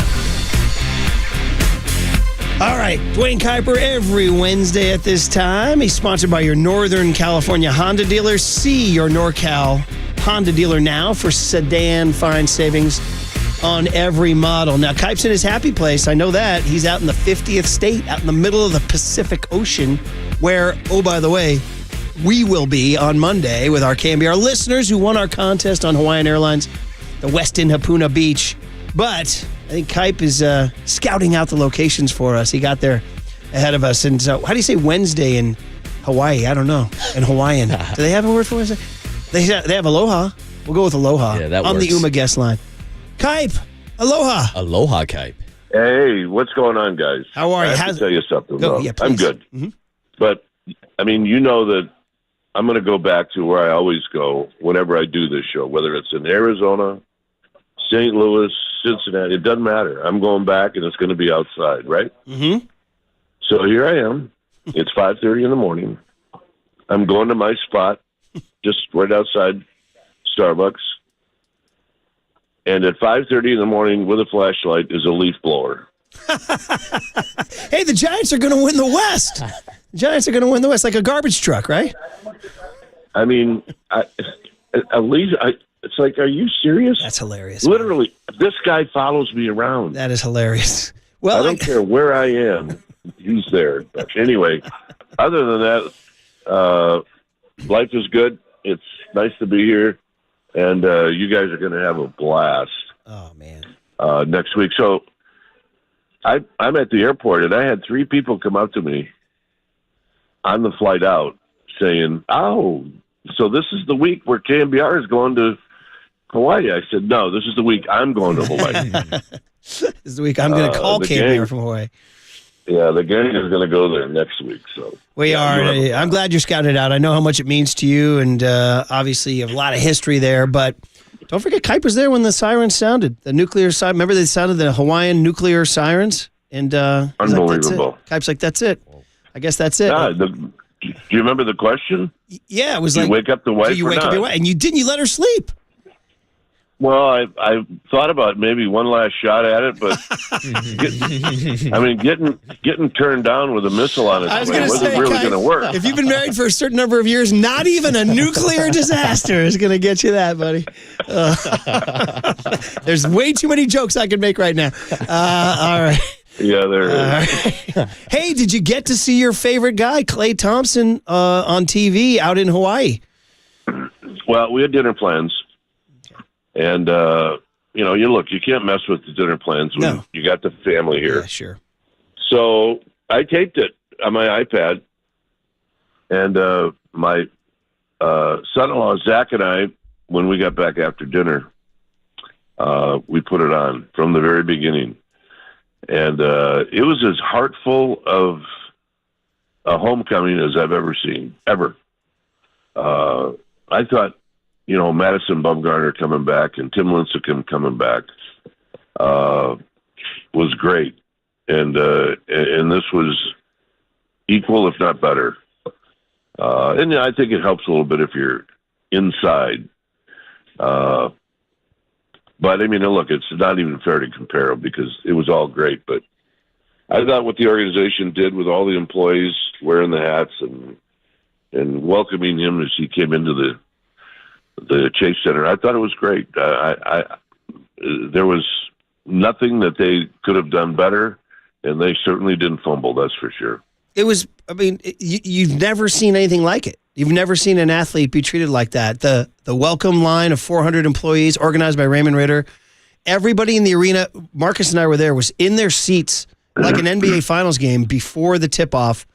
The reaction, the over a minute-long ovation for him when he got introduced. Kuip, this doesn't happen. This is a one-off, I think. Yeah, it says a lot about the fans and what did Buster say about making memories? Yeah. It says a lot about making memories. Yeah. It really does. That's what hit me right away. It's like, well, yeah, if we don't quite understand what Buster's talking about, here's a perfect example. But there's so many different layers to this, Murph. The character of the guy, how the guy performed, the number of games where he put the team on his back. The fact that he got injured twice and came back and won a championship. I don't know if it gets any better than that for a young guy like him in his career. And he's still got a ways to go, but I mean, that was awesome, and I think it's a tribute not just to him, but to the fan base and to the organization. Yeah, to the Warrior organization deserves a lot, and Raymond Ritter deserves a lot. He's kind of makes that stuff happen. Yeah. Mm-hmm. No doubt about it. I mean, I'm sure that once Klay Thompson was going to be on another team, Raymond started to think about what are we going to do to make this a perfect night, and he exceeded that. He did. Yeah, absolutely. No doubt about it. And Kuip, I know you just mentioned some of the reunions and homecomings you've seen at Oracle Park, and it is kind of hard to compare baseball versus basketball, Giants versus Warriors, but how would you break down the comparison, or who do you think wore the captain's hat better, Brandon Belt or Klay Thompson? Well, I mean, Belt won 2 championships. What did Klay win? 4? Yeah. 4, yeah. You know, in some ways different, but in a lot of ways alike. I mean, we found out as years went on that Belt actually had a great sense of humor. I mean, we knew that when we're around him, but I don't think he really ever expressed it 3/4 of the way through his career when he, put the C on his jersey and wore the hat. And, he came out with some stuff that was really, really, really funny. I think Klay is just as dry wit as Belt was. And when you're surrounded, and both those guys were surrounded by great players, and they just blended in perfectly, and they took their spot when they had a shot. But all in all, it's really kind of a fun comparison when you talk about the two, and both look good in those hats. They really did. So it was great last night. It really was. What are the odds of these two? We had 2 guys in the captain's hats in the Bay Area. Well, hey, we're on water, so there you go. But although Belts was not water, it was just him appointing himself the captain, right? So we're talking to Dwayne Kuiper. He's in Hawaii. God bless him with his family. He's in paradise, and he's paving the way for me and Marcus to be over there starting Monday. We'll be talking about 49ers Seahawks Monday morning. Will we be talking about Giants moves? There's the transition, Kuip, because John Heyman of the New York Post reports Monday that the Giants are among the teams that are going to meet with Juan Soto in Southern California. And then Jason Stark comes back from The Athletic and says the Giants do not currently have a meeting set up with Juan Soto. So when you see all that on your phone, Kuip, what's your reaction? Yeah, I don't. You know what, Murph? I wish I had a scoop for you. I don't. In one way, I wouldn't blame the Giants at all to look Juan Soto and his agents in the eye when you ask them, would you come here? Would you? And, and if the answer is yes, then you try. I mean, a lot of times you can see it in a player right away, or if you hear them talk about the situation they're in, whether they want to come to San Francisco or not. But I'll tell you this, personally, I wouldn't waste a whole lot of time on it. I wouldn't, because I think I'm guessing, but I think in 30 minutes of a conversation, I think you can find out whether a guy wants to come to your team or your organization or not. So we'll see what happens, but it wouldn't surprise me one way or the other if they did have a meeting or if they didn't. But I wouldn't waste a whole lot of time on it. Kuip, we haven't had a chance to talk to you since Andrew Baggerly dropped an article last Friday that the Giants front office might be looking to lower the payroll this season. So when it comes to looking at free agents this season, whether it is someone like Juan Soto or Roki Sasaki, do you think the Giants are going to be active in the free agent market, or do you think they're going to go back to relying on the farm system? No, I mean, I think that if a free agent like Adames is there, I think you have to make an attempt to go after him. And, yeah, it's going to cost you not just the dollars and cents, but it's going to cost you in draft picks and, luxury. I mean, it's going to cost you in a lot of different ways. So then you have to decide, yes, this player wants to come here. Yes, do we want to make that move? And I think the Giants would make that move if they could get and talk Adames into it. Well, yeah, the qualifying offer scares me off. I'd rather go for Kim. No qualifying offer attached. You keep your draft picks. It makes perfect sense, Murph. It does. Yeah. By the way, just real quick, did you know they handed out the Silver Sluggers yesterday? One of the an A one. Brent Rooker of the Oakland A's, no longer Oakland A's one, but just quickly around the National League, the DH is Shohei Ohtani, first baseman's Bryce Harper, second baseman is Ketel Marte, shortstop Frankie Lindor, third base Manny Machado, the catcher is Will Contreras, the outfielders are Jackson Merrill of the Padres, a rookie, Jurickson and Profar, who had that hell of a year, and Teoscar Hernandez of the Dodgers. The utility, I didn't know they had a utility, but it's Mookie Betts. I don't know, too many Padres and Dodgers on there, Dwayne. Yeah, they're good. I mean, 3 Padres and 3 Dodgers? Yeah, 3 Padres. Yeah, Padres are Profar, Merrill, and Machado. The Dodgers were Hernandez, Ohtani, and Betts. Yeah. And Freddie Freeman's on the bench. Right. It's like Will Smith is on the bench. Yeah. And, the Contreras kid, did I not see that they're moving him to first base? I believe you're right, Kuip. So, I mean, there's another spot that, somebody else could win that spot, obviously, next year. But that's a pretty good lineup. Lindor's the one that had a super year, and so did Marte. No longer is that from the years that I played, where those shortstops and second basemen were those skinny little guys that didn't have any power, like Mark Belanger, right? Gold gloves, but no power. Well, that's gone. Now every position is filled with people that can hit the ball out of the park and handle their position pretty well. I mean, it was always a agility position, right? Don't get too bulky because we don't want your range to be affected, and that's not even part of the equation anymore. Right. You got to bang, man. The Mark Belangers are no more. All right, but you off to Hawaii? Aloha to you. You get rid of that leaf blower guy. Enjoy your coffee. That Kona coffee that's so good, right? He's still out there. All right. I'm looking at him through the window. He's just staring at like, bro, really? It's 5:46 in the morning there. You know what I mean? This Starbucks that I'm at, and I know people that are listening that have been to this area. This Starbucks is located in Lahaina. Oh. And literally right behind me is the main highway. Ooh. Where Lahaina was, it's gone. Man. And you can't even get on the road to drive through to see what it looks like now. It's just gone. Wow. And Lahaina was just one of those little places you go to kill 2 hours. Yeah, you could walk up and down. Yeah. Yeah, get an ice cream cone. And I was just a laugh when Michelle and I would walk through Lahaina. We'd go into one store, and then we'd leave and go to another store, and it had the same thing as the store we were just in. And then we'd go to another store, and that store had the same thing that the other two, But it was great. I know. So I know the people here are suffering. I'm survived it. This place made it. And the little strip mall behind me that has the Safeway in it, that made it too. But everything behind it to the water, gone. Man, sobering. Unbelievable. Absolutely sobering.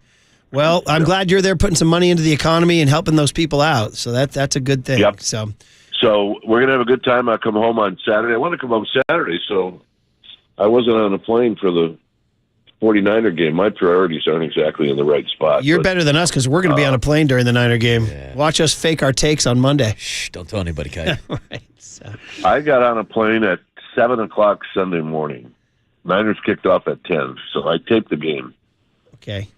Well, so I land, and now for 3 hours, I got to ignore anything on the radio or my iPad because I don't want to know the score. Right. So I came to this Starbucks, and I watched the whole game on my iPad here. It was a weird one, the kicker and the long snapper and the receiver, but hey, they got the win. They got the win. They did. That's all that matters. All right. Aloha. Mahalo. Safe travels, Be and good. we'll talk next week. There he is, Dwayne Kuiper, sponsored by your Northern California Honda dealer. See your NorCal Honda dealer now for sedan. Find savings on every model. That was awesome. I'm glad they're in Lahaina trying to help the rebuild, but man, that's real talk right there. That's sobering. Okay, back to the story of the day nationwide, other than Eric Spoelstra calling a timeout when he didn't have one, is Klay Thompson. So this is your chance, guys. 808 KNBR is a phone number. Let's have a talk about it. How did you ultimately feel about it? What was your favorite part? How did you process your emotions? 808 KNBR, 415-808-5627 is the Golden State Lumber and Building Materials text line. It's the big hit. And Chris Mullen's going to join us at 9:30. How great is that? On KNBR 104.5 and 680, the sports leader. Captain Daddy had to step up right there.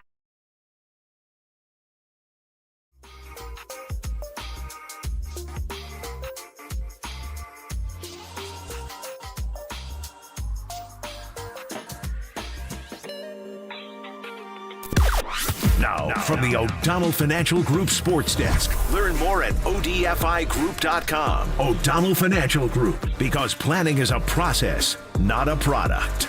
Kevin Harlan joins Papa and Lund at 1:30 this afternoon. He was calling the game last night for TNT. You can hear that interview live on the KNBR app and KNBR.com. Also, here is the Young Tony and John Joe question of the day. What was your favorite part of last night? We're teeing it up for the big hit as well. Was it the Warriors staff welcoming Klay, the pregame video tribute, Klay's in-game performance, he scored 22, or was it the Warriors win? You can join the conversation in the YouTube chat now.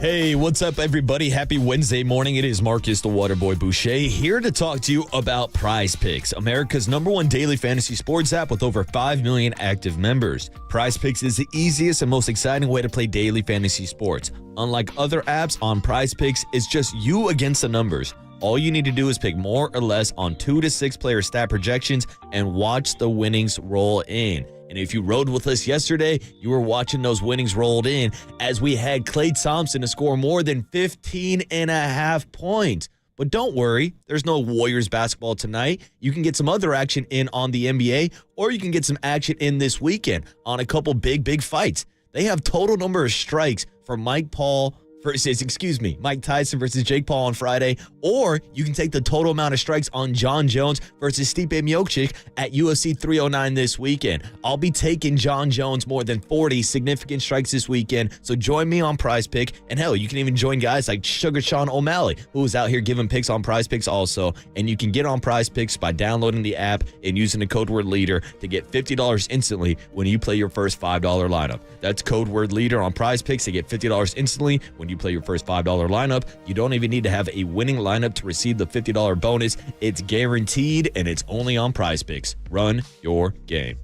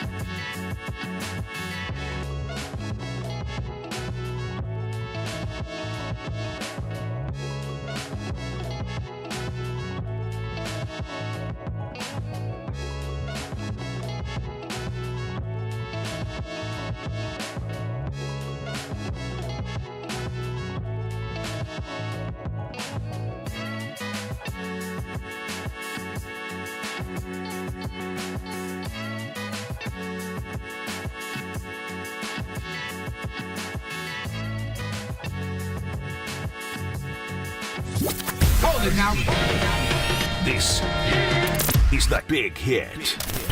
Sponsored by Benjamin Moore Paints. Experience the Benjamin Moore retail difference at their independently owned, authorized retailers today or at benjaminmoore.com. On KNBR 104.5 FM and 680 AM, the sports leader. Thompson, three, kaboom! Got a flying Thompson. Three, card! Big time triple! Doncic will defend Curry. A screen by Green, the switch to Lively. Three, Curry. Oh! Doncic, Wiggins on him. Doncic pulls up three, no. Rebound, Martin. Golden State won it with an outstanding fourth quarter from Stephen Curry. What are you going to say? One of the great nights in Chase Center history. Probably, is it the greatest night in Chase Center history? I mean, they didn't clinch a championship there. They beat the Celtics, though, in some NBA Finals games. But man, oh man, Marcus and I were lucky enough to be out there. We'll tell you all about it. But we first want to say good morning, everybody. It is the Murph and Marcus Show. Brian Murphy, Marcus Boucher. We got young Tony behind the glass right there. We got John Joe behind him, John Joe Curley. Taking your calls at 808 KNBR. Let's hear from you guys who were out there. This is a day to have a community discussion because we all processed a lot of emotions yesterday. You went in, you didn't know what to think. You didn't know that Raymond Ritter was going to arrange a 400-person welcome reception line for Klay Thompson in the underneath parking garage of Chase Center. A move that was a grand slam home run because it actually made Klay Thompson sort of, I don't know what's the word, not relax, let go maybe, let go of the bitterness, kind of shed maybe some of the salt because you really saw him transform in the minute-long walk. Started to feel the love, started to smile, got that Klay look about him. Then he went out. We can talk about the pregame. We can talk about the ovation. Then we can talk about the damn game itself, in which Klay played really well, hit 6 3-pointers, was driving you nuts, getting to the point where you're like, oh, man, no, I'm not liking this guy. And then Steph's performance, and moreover, Marcus, Steph's reaction that showed how much it meant. It meant as much to him as almost anything based on his reaction. Could you even tell what he was yelling? Was it, you don't want this S, or this is my S? Somebody said he was saying, this is my S. That I couldn't tell from being at the arena last night, just seeing him run around, do the night celebration. And then, Murph, it was like he was at like a rock concert. Like he went to the crowd. Like I thought he was going to stage dive at one point. Like he was so hyped up, and it showed how much this game meant. Not just to Klay, but also to Steph, also to Dre. I'm sure it meant a lot to Steve Kerr. Hell, the entire Warriors organization. Going back to how you started that breakdown with the walk of 400 employees. Mr. Ritter, tear down that wall. Because truly, we saw Klay Thompson put up a wall in front of his emotions. He came into this matchup very stoic. We heard the post-game comments on Sunday about how, kudos to the fans. They'll get their little funny sailor hats. Like, he was trying to be, like, emotionally defended against everything that we saw. Distancing himself. Yes, exactly. He had his guard up. But you can tell as soon as he started to walk through that tunnel with all the employees tipping their caps, you can see those emotions kind of fade away. And then he truly embraces it on court with the crowd in front of everybody. And then immediately you got the one-on-one matchups that we were all waiting for. Steph versus Klay. Put him on the block, put him on the free throw line. Next thing you know, Warriors fans start booing Klay Thompson after they just gave him a standing ovation, but that just showed the competitive nature from everybody in the building yesterday.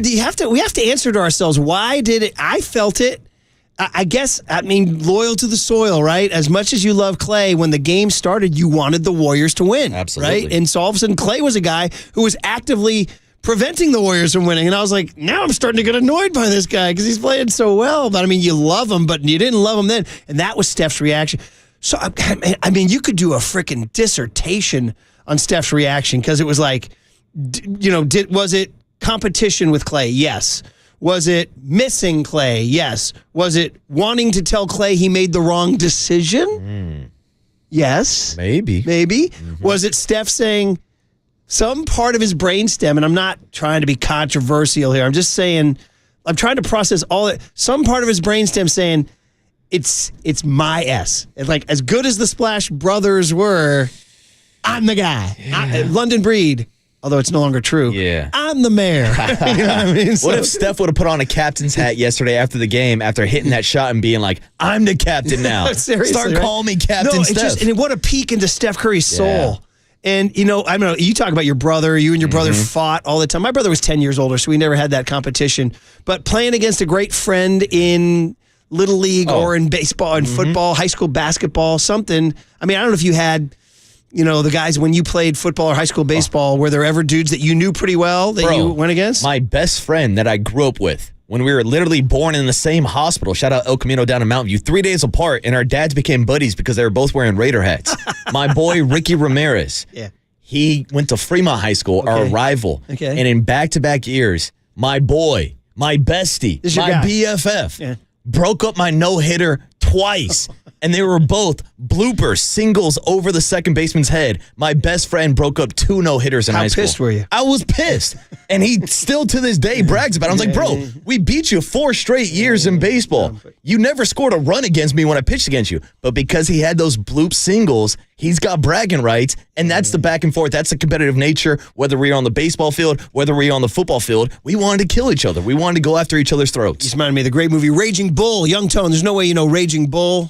Robert De Niro. I've heard of it. You never knock me down, Ray. You never knock me down. That's what he says at the end of Sugar Ray Robinson. All right, we got to get here what they all just say. 808 KNBR. Come on, guys. If you never called the show, call the show because we want to talk to everybody tonight about what you experienced because we saw you all there. And by the way, we dapped up several listeners. We saw you guys there. What was amazing was the attendance last night before tip-off. I told you, Marcus, we were hanging out in the SRO area. I have those season seats. We share them, Section 121. So I've been to any number of regular season games for the last 5 years. Never saw Chase that packed before tip. I mean, maybe I went to the NBA playoffs, some finals game, playoff games. Maybe Mike Connell, our digital guy who's out there all the time, says hasn't heard it that loud since the 22 finals. I'm going to go ahead and say, in a way, was Chase born last night? Like, was that like the first real oracleization of Chase? Draymond Green said, I told Loon it feels like Oracle. You got that? Oh, you have the sound. Here it is. It's crazy. As soon as we walked in, came out, Loon said, man, this felt like Oracle. And it definitely had that feel. Like, I don't know. Maybe it was the court, but it just felt darker in there. And it was intense the whole night. Like, they were into it. It was a great crowd. We need that every night. And that's not a realistic thing to expect every night. But, man, they were amazing. Incredible. Shout out to them. That's a great quote. Yeah. So it was Loon who said this feels like Oracle. I'm not going to lie. I felt that too. So I was down early for the pregame shooting. It was amazing. Klay and Steph are the only 2 guys out there shooting. It was like a freaking, dude, your Clint Eastwood, Good, the Bad, and the Ugly, where they have the soundtrack. Here, I'm going to do it for you. Wah, wah, wah. Cut that. It was like that, dude. It was like, which guy's going to leave first? Which guy's going to make more shots? Who's going to pull it first, Murph? Steph said after the game, he said it felt like he was on the blacktop at recess. He didn't know what to do. So good, man. That's phenomenal. And Murph, I love that comment from Looney. Now, we did have Front Row 40, a.k.a. E40, shout out to our guy Earl, a couple of years ago, dropped the lyric in Bang Bang Niner Gang that Levi Stadium is starting to feel like Candlestick Park. Are we at the point where Chase Center is now turning into the Oracle? I would say maybe pump your brakes a little bit. Yeah. But to your point, I know it might sound like an overreaction, but as far as regular season games go, last night might have been the best regular season game at Chase Center. Because of the reunion for Klay Thompson, because of how the game actually played out, the atmosphere was insane. Like you said, everybody was in their seat from the moment the game tipped off. So for a regular season, I would definitely say it had the highest vibes for me, but there were some great postseason moments, matchups against the Kings, Western Conference Finals, and of course, the 2022 NBA Finals. Man, oh man, so much fun, so intense. And what Steph did at the end, I was buzzing all the way until the time speaking of night-night, you hit your night-night right over there, Marcus did on the YouTube. All the way until I went night-night last night, I was buzzing. Yeah. I kept laughing. I think my bride, the lovely Candy Sue, was not too psyched. She's trying to wind down and read her book. And I just kept walking around the bedroom laughing. Taking you guys inside the boudoir, the Murphy family home. The boudoir. And I was like, I just kept laughing. I was like, this is crazy. I was brushing my teeth like, hey, 36 years old, he cares that much, man. He's that intense. It's like, I was thinking of Tom Brady, Tiger Woods, just the greatest winners you've ever seen. That's what it takes. Some of these people are saying that he was yelling. Well, everybody's guessing what he yelled. Somebody said 631 says he yelled, "You better stay here." Steph 707 said Steph yelled, "You miss it here." 510 says you miss it here. So I thought he was saying this is my S. I don't know. I need a breakdown from John Boy Media. We do. Yeah, they're the lip reading kings. Well, anyway, here's what Klay said about getting the welcome tribute and Raymond Ritter. And by the way, I talked to Raymond about this. He said when Kevin Durant and the Warriors went back to Oklahoma City and all those fans had the cupcake thing going, Raymond said that's a disgrace. He said Oklahoma City should have never let that happen. He was so great for the Thunder. Now, that Raymond being Raymond, he's always going to take the high road. He doesn't understand. The fans were bitter because KD jilted them, right? So I got to defend the OKC fans a little bit. Especially going to the team that you just blew a 3-1 lead to. So I understand. But by Raymond's standards, though, KD's such a good guy, and he is. KD, all our experiences with KD when he was here were very positive. But Raymond's standards is you don't do that to former players. That's what he said. So he's like, he was guaranteed. He's like, I'm going to make sure something like that does not happen here. So he took all those things. He said it was marketing department that came up with the caps, but it was his idea to like make sure. But man, I've never seen it. There's never been a returned athlete who got what he got. Never. I'm going to say ever in sports. Somebody can find something and tell me I'm wrong. I'm willing to be corrected on this, but I can't ever think of some.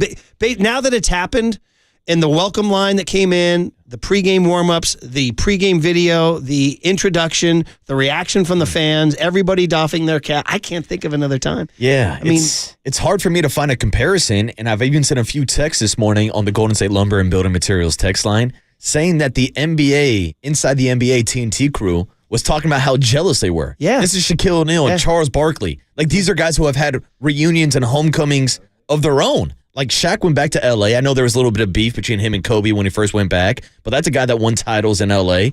But for them to say they've never seen anything like it, I can't think of a comparison, Murph. 808 KNBR is the phone number, so we've got a lot of texts. Let me read you some of these here, too. Why don't we first play Klay's reaction cut T about the tribute? It was a really cool experience. I appreciate the fans very much. The captain's hat ended up being a great touch. So I'm such a passionate boater, and I saw a lot of familiar faces in the crowd. That was a warm-hearted feeling. So it was really cool to see the fans, their gratitude towards myself, and something I will never take for granted. So it was very, very awesome. I mean, I definitely, I got a couple moments where I got in my feels a little bit. The welcome line really got me, watching him melt a little bit. I was like, yeah, Klay, you're coming home here, buddy. You know what got me? Yeah. Was just seeing the one-on-one matchup and seeing Klay versus Steph and Klay wearing number 31 in that Dallas Mavericks uniform. It still just doesn't feel right at all. But seeing those guys square off, I was like, damn, we're kind of getting into a peak of all the practice battles that they've had over the last couple of years. Yeah, I asked Kerr before the game. I said, do you think, whether by matchup or whether by switching, they will wind up on each other. Will your radar go up when that happens? I said, and how often did that happen in practice? And he smiled, and he said, I definitely will. He says, that will definitely be part of the festivities, is what he said. He said, and in terms of practice, they did it all the time. He said they went one-on-one all the time. So that was interesting. But he said, and so then it turned out before the game, he assigned Steph to Klay. And he said he did it very low-key. He was just on the grease board. He just goes, Steph, you have Klay. He said, and then they smiled. Yeah. And then shout out Jason Kidd drawing up the first play of the game to throw down to Klay on the post. And it wasn't a three. It was just a one-on-one. Yeah, put him down on the post. And Steph was like, I'm not letting him score here. I'm not letting him score. Elbow kind of, and he fouled him too. Steph on the emotion of the whole night. Z2, Tony. Here it is. It's my guy. It's my friend. Road dog for 13 years, so there's a lot of history. You're going to have a lot of back and forth. Some of it was competitive. Some of it was fun. And thankfully, we were all able to focus on the game and just hoop and compete. It was an unreal night for sure, all the way around, from the emotions at the pregame of him, being acknowledged, and the crowd during two-line layups going crazy for him, the video tribute, and I'm so surprised they ran a post up for him on the first play. I blacked out on that one. I wasn't gonna let him score, and I fouled him. But it was a pretty special night all the way around. Obviously, we won. It was a great finish, but well done all the way around. So cool. I'm so surprised they ran. That was great by Jason Kidd. I give him a lot of credit. It was an on that. awesome moment in the back and forth. Steph hitting threes in his face, giving him the double guns. Klay hitting the shimmy after hitting a three. How about Steph with the floater with the and one finish too? And then he went on and missed the free throw right after. In the first half when he stared at him? He floated down. Yeah, there's a couple great moments back and forth. Allie LaForce asked him about the shimmy. Cut Y, Tony, on TNT. Klay did the shimmy. We know how much respect you have for Klay, but when he did the shimmy, you were waiting to check in, we're shaking your head. What were you thinking when you saw him pull that off? He knows better than that. And you could see the camera panned over to Steph's face, and he was just shaking his head. I was thinking, did you think Buddy Hield? So it felt like, as the night went on, it felt like anytime Buddy Hield touched the ball, it was like, oh, that's the replacement. Yeah. I felt like there was almost a little bit of pressure on Buddy, and he did not have an awesome shooting night. He went 2 of 8 from 3. He did wind up scoring 14 points, but he was a minus 21. Buddy Hield did not. And, dude, don't forget, we're past the first 10 games. The cycle of Buddy Hield. The cycle of life. We had our 10-game run. I'm just joking on that. Can we trade for Klay? Steve Kerr, some more sound from last night. And one of the things that hit me is that Klay now knows what it's like to be French or Serbian at the Olympics. Being on the other side is not as fun. Cut S, Tony, for Klay. Klay Thompson, cut S. Well, it was fun to match up with Steph. I mean, we guarded each other plenty of times in practice with Team USA camps and All-Star games. So a real competitive NBA game. It was pretty surreal, but after a few minutes, it was just basketball. And then, it hurts to be on the other side of one of his flurries. Guy got hot at the end and made some ridiculous shots. I know I've been on the other end and it sucks. But like I said before, I think we play them 3 more times, so hopefully we can learn from it and learn their tendencies a little better. But it sucks because this was a big game for the Cup, so something we just got to digest and move forward. The big game for the Cup. Don't forget the Emirates NBA Cup. All right, we got more to play for you. What was Steph's reaction to his night? What did Draymond have to say about the whole night, too? What did Draymond do to contribute to all this? 808 KNBR is a phone number if you guys want to chime in. We're here for you. What a night. Unforgettable night. And Chris Mullen will help us put it all in perspective at 9:30. Always special to get Mully. So let's do that. All coming up on KNBR 104.5 and 680, the sports leader. Wah, wah, wah.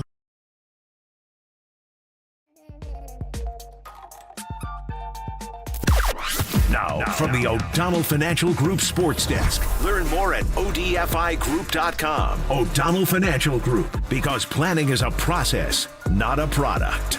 We have a new contest. We are giving away 2 tickets to see My Chemical Romance at Oracle Park on July 19th, 2025. The tickets aren't even on sale yet. This is an exclusive contest. So how do you qualify? You got to stay tuned. We are going to give these tickets away in the 8 a.m. hour this morning. So just rip off the knob, like Waterboy likes to say.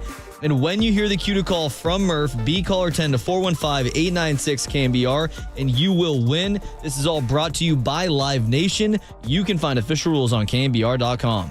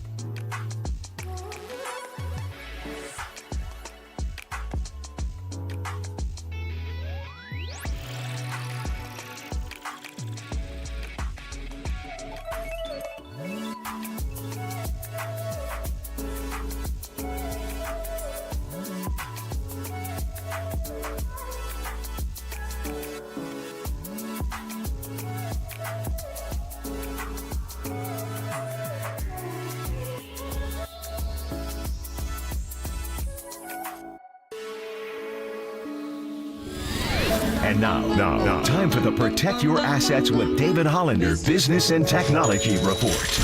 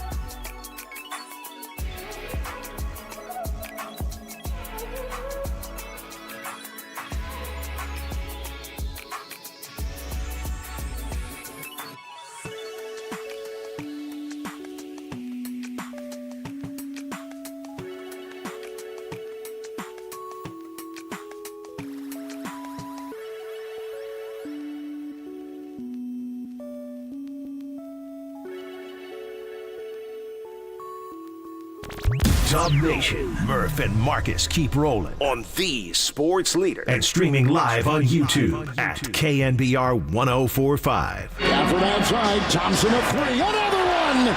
Klay knocks in 2 from deep in a row. 3 threes, 6.5 to go, and 11 points in his return to the Bay Area. This is the most animated I've seen Klay Thompson after making shots. Here's the little Curry shake right here. What a night. I'm watching the replays of it, man. And yes, there it is. Good, bad, and the ugly. I was joking about this with Steph and Klay as the only two guys on the court warming up. And Morioni, the name of the composer, right? I believe the legendary Enrico Morioni, the Italian composer who won like a lifetime Oscar. He did endless good stuff. Didn't he also do The Mission? The Mission, the famous theme to The Mission, Young Tone? You might be onto something, Murph. Sounds familiar. Yeah. I bet your rappers sample this stuff. I'm sure, Murph. I actually want to hear a sample of this, or hell, just a full version this year down at Chase Center for the All-Star Game, where Steph Curry should be facing off against Klay Thompson in a rematch of the three-point competition. You want to talk about shooters having a shootout? Let me get that at the All-Star break this year, Murph. Then I'll go like this again. I'm not going to do it again. Guys, 808 KNBR is phone number.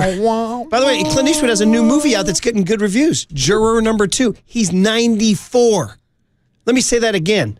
He's 94, and he just dropped a new movie directing his A off. Wow. Juror number 2 is supposed to be good. I thought at 94 he'd be running for president instead. Nice, buddy. There's room. All right, Jessica in Dublin is calling at 808 KNBR to chat us about last night. Incredible night in the Bay.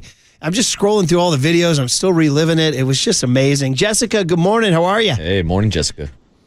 Good morning, guys. How are you? I'm kind of like on a little bit of a high. It was just like so entertaining and dramatic last night, Jessica.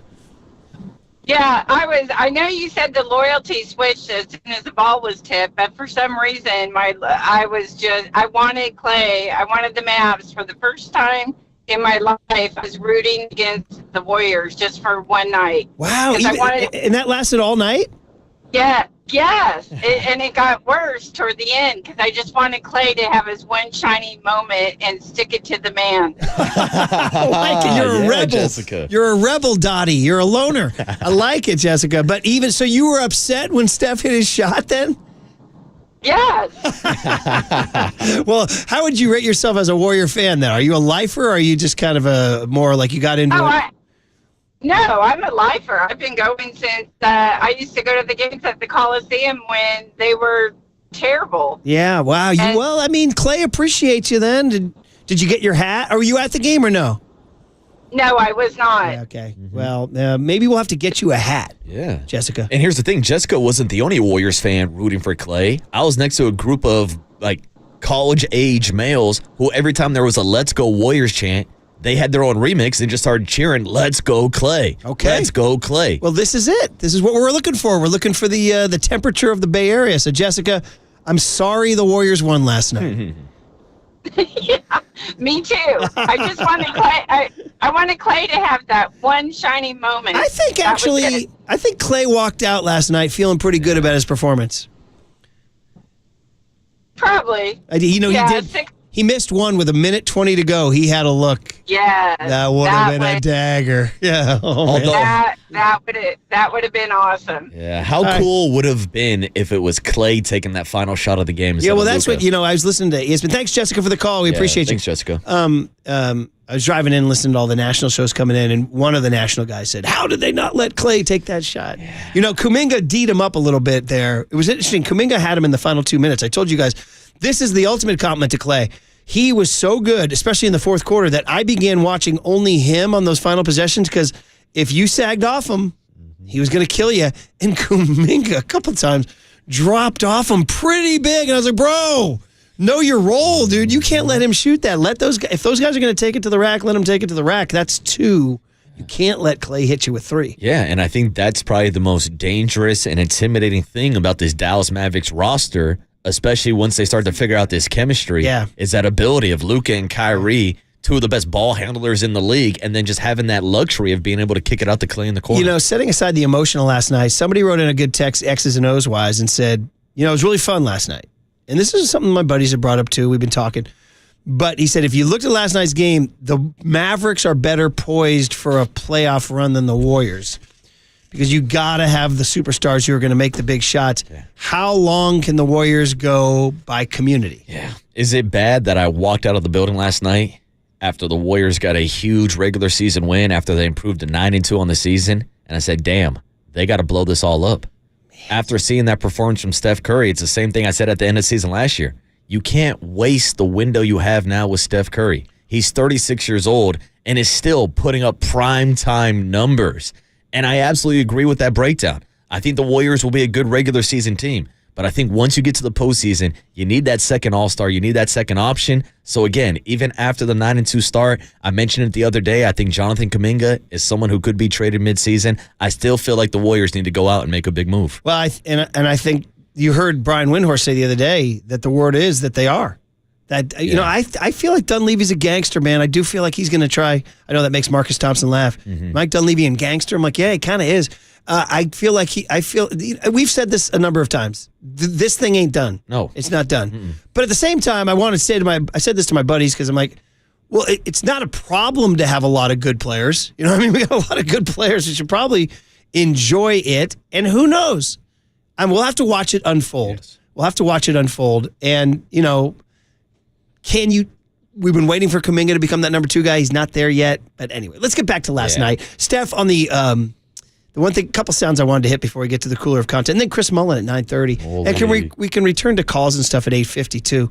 But just more Steph from last night. And the night celebration, when he did it, I yelled at my TV. I said, I think that's premature. Yeah. I actually yelled that. Yeah, it's not bedtime yet, Steph. So he actually addressed that. I almost pulled a Siwoo Kim for all those the references from the President's Cup. Hit the night ad on hole 16. No, but thankfully we were able to finish it. I got a 3 shot in my face by Grimes the next possession. I had to go make those 2 free throws. Wiggs got a great stop, so I think it was. So, yeah, a little premature, but thankfully I'm still undefeated on the night. Still undefeated. By the way, that is a deep pull. The President's Cup is something nobody watched. Steph Curry did. And Siwoo Kim was playing for the international team, and he made a putt that looked like it was going to win the hole, and he hit the night. And I think it was, who was he playing against? Scotty Scheffler. And Scheffler made the putt on top of him, was like, bro, your night didn't work. Yeah. So he tells a deep pull by Steph there. So yeah, sometimes you got to put the kids to bed early, Murph. Right. So, well, yeah, I guess so. Yeah. Uh-huh. Okay, here's the deal. We got the cooler of content, all sorts of sound from last night. And then, of course, we got Chris Mullen at 9:30. What a night last night on KNBR 104.5 and 680, the Sports Leader.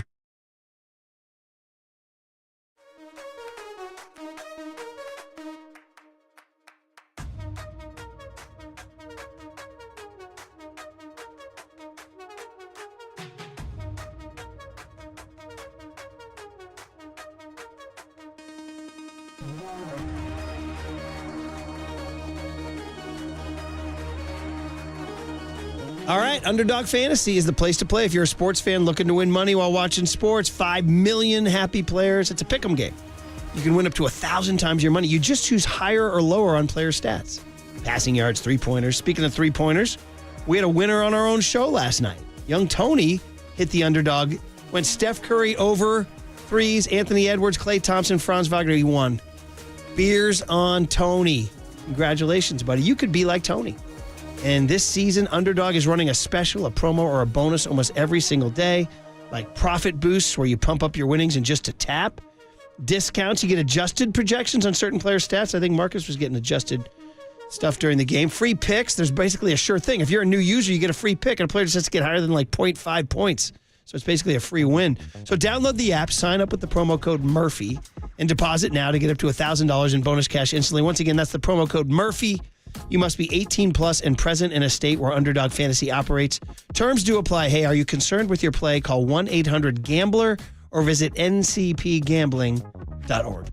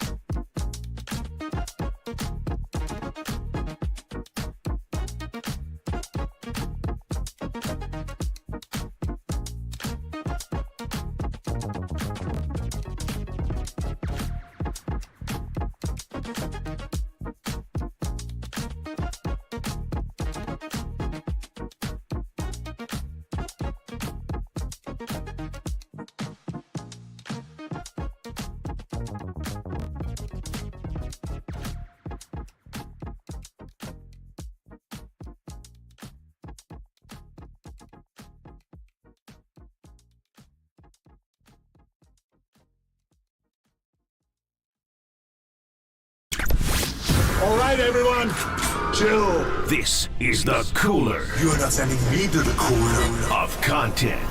Sponsored by Mancini Sleep World. Sleep better, live better. Visit sleepworld.com. And by Marin Health. Marin Health Medical Center and Marin Health Medical Network world-class care. Closer than you think. On the sports leader. All right, cooler of content. Some funny stuff. Marcus making me laugh off air there.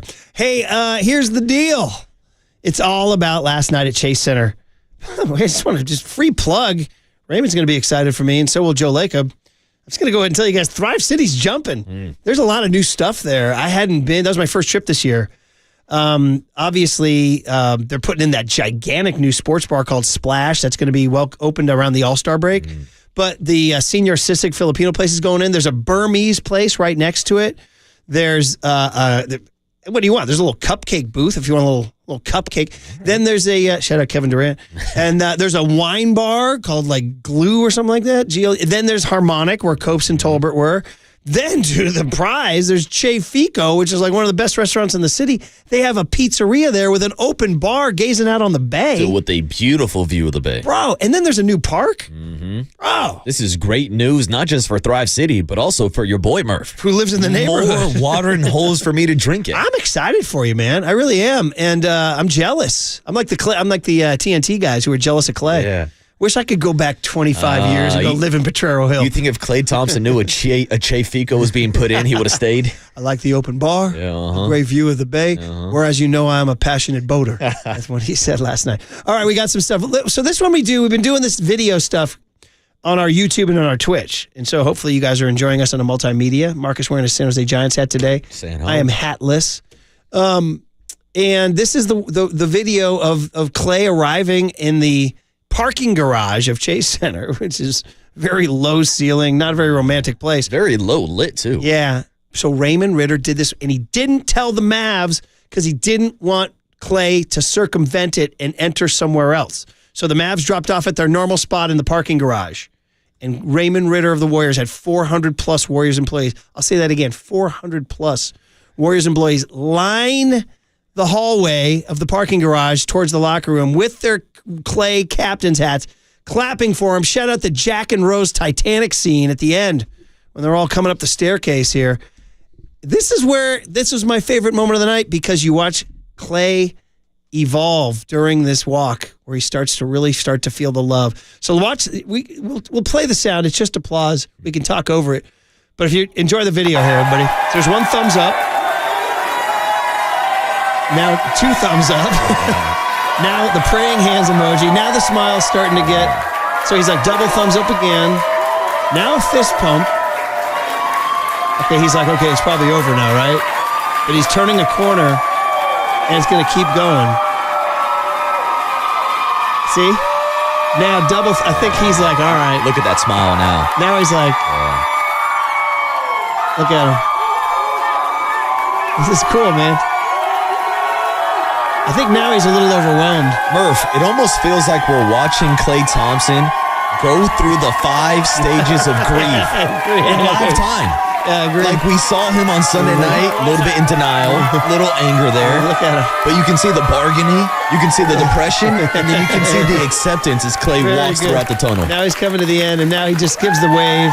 You can tell. That was awesome, man. That was my favorite thing. Yeah, shout out to Raymond Ritter. God, he's so good. Getting the job done. Raymond's so freaking good at what he does. He's the best. Does he want to come run KNBR? Yeah. I'm kidding. We have great leadership. Does he want to come run the country, Murph? Wow, dude, Ritter 2024? He's got my vote. Who wouldn't vote for Ritter? Are you 4 kidding me? more years. Oh my God. I'd give him 8. We'll tear up the 22nd Amendment here.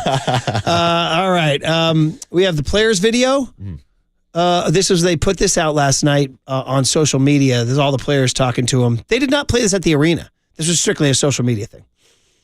Klay, welcome back to the Bay. Welcome back to Warriors ground. Klay, I miss you, dog.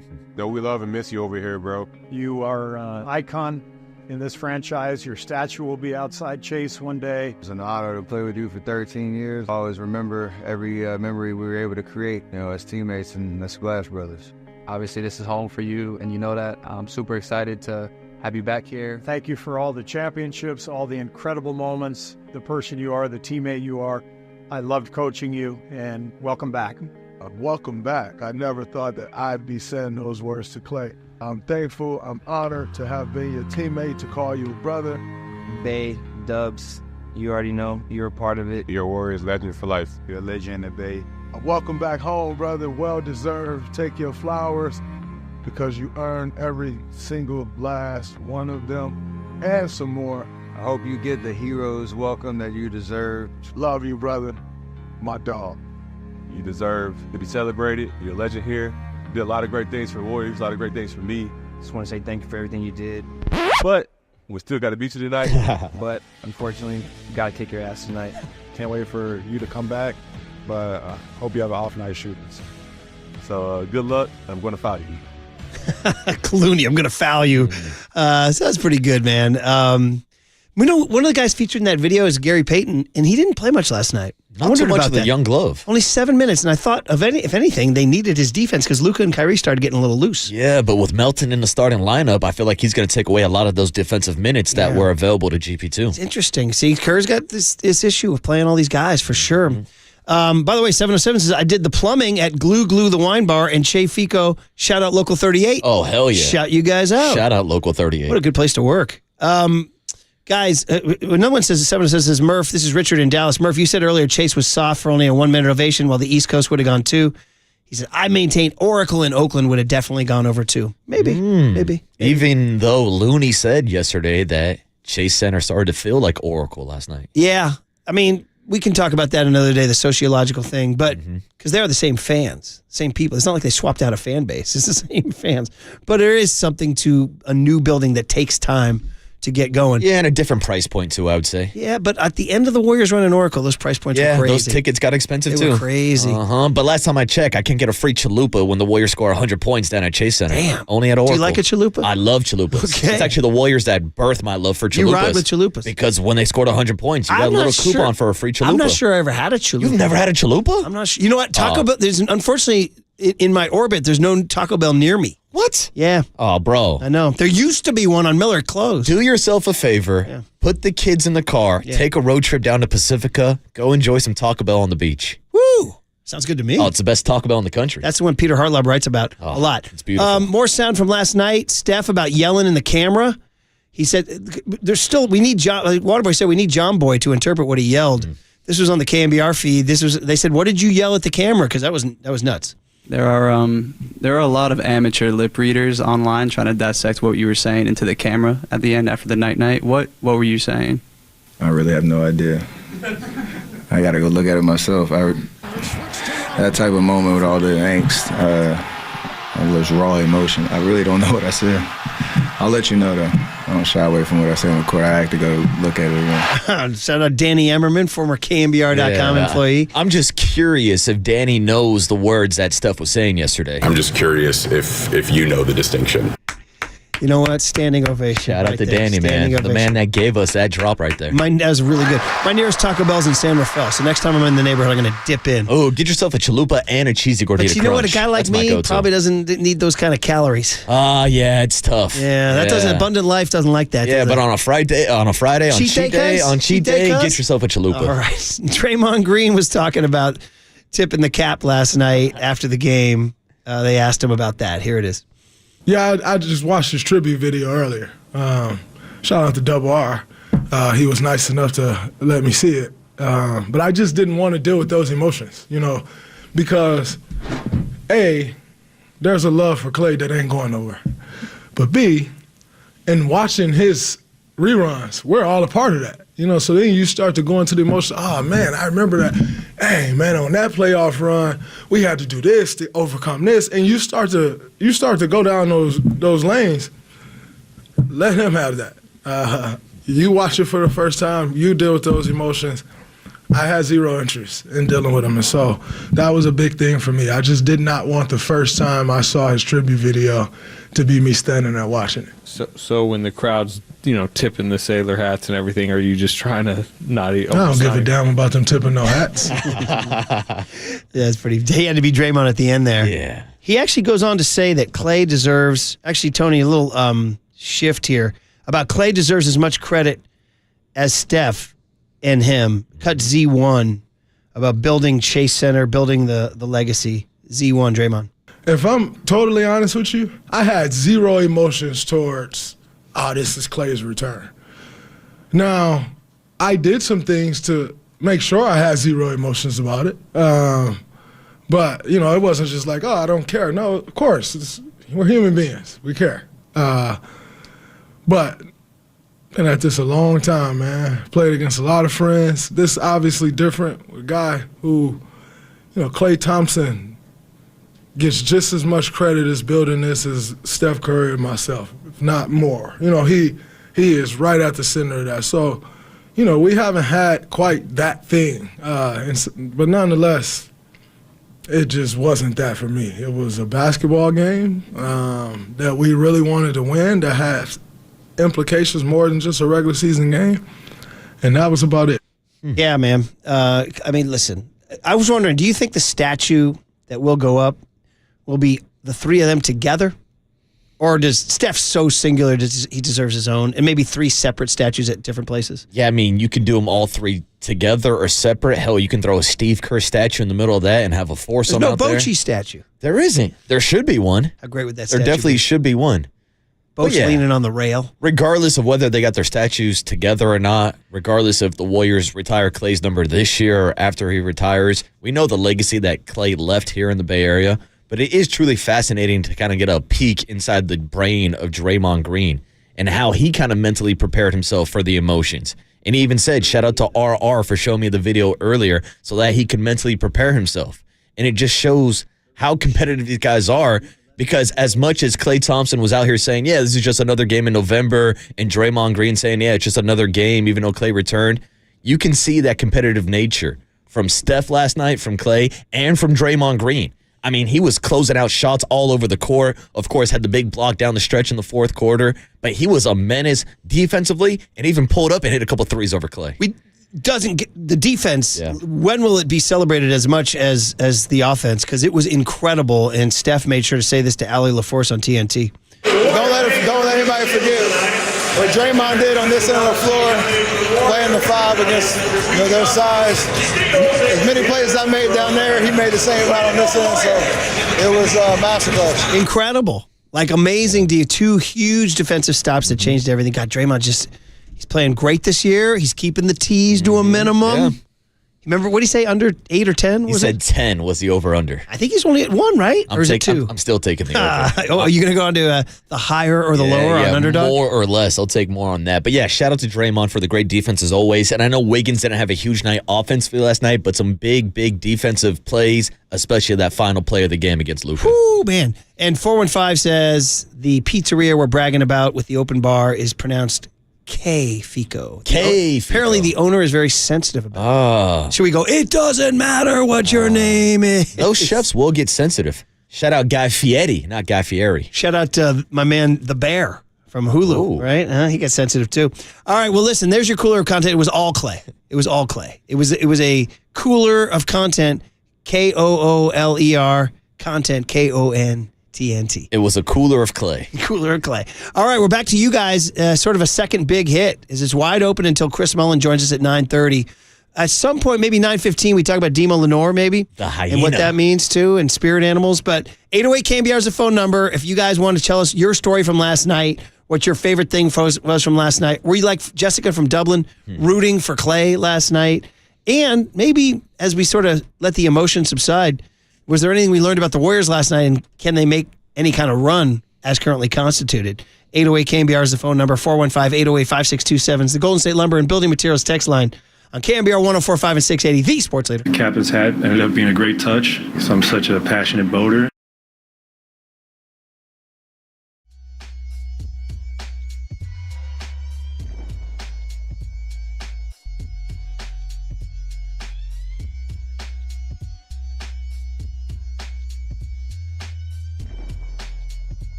From the Chilton Auto Body Traffic Desk.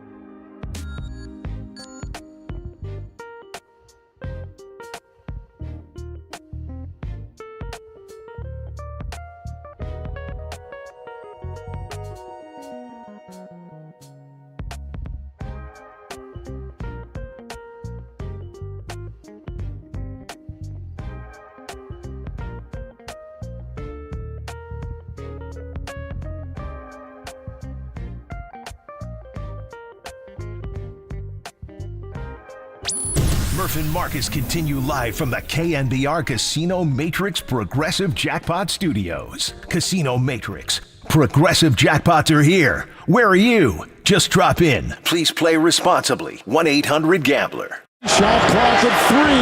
Looney will fire at 2. Rebound by Dallas. Grimes will gallop. Got a flying Thompson. Klay, 3, card! Big time triple. 6 threes. And a timeout taken by the Mavericks. Thompson in his homecoming buries a 3. There it is, man. Kevin Harlan calling that dramatic night last night. But wait, what is this emo music I'm hearing? For all y'all 90s and 00s kids, actually more like 00s, I'd say. Yeah. My Chemical Romance. You emo nation, unite. Emo nation. We're giving away 2 tickets July 19, 2025 to Oracle Park Show. Tickets go on sale Friday at 10 a.m. through livenation.com. Caller number 10. Go get your Chem Romance on. Caller number 10, 415-896-KNBR wins 2 tickets to see them July 19, 2025. Definitely hitting a certain demo here. Definitely.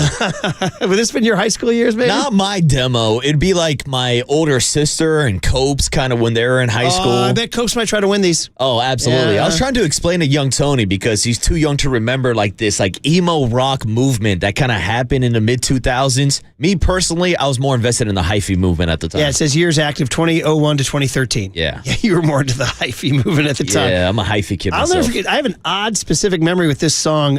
There was a brief, short-lived college football kickoff luncheon we used to do. Shout out Gary Cavalli, who used to run that thing, and they had me MC it.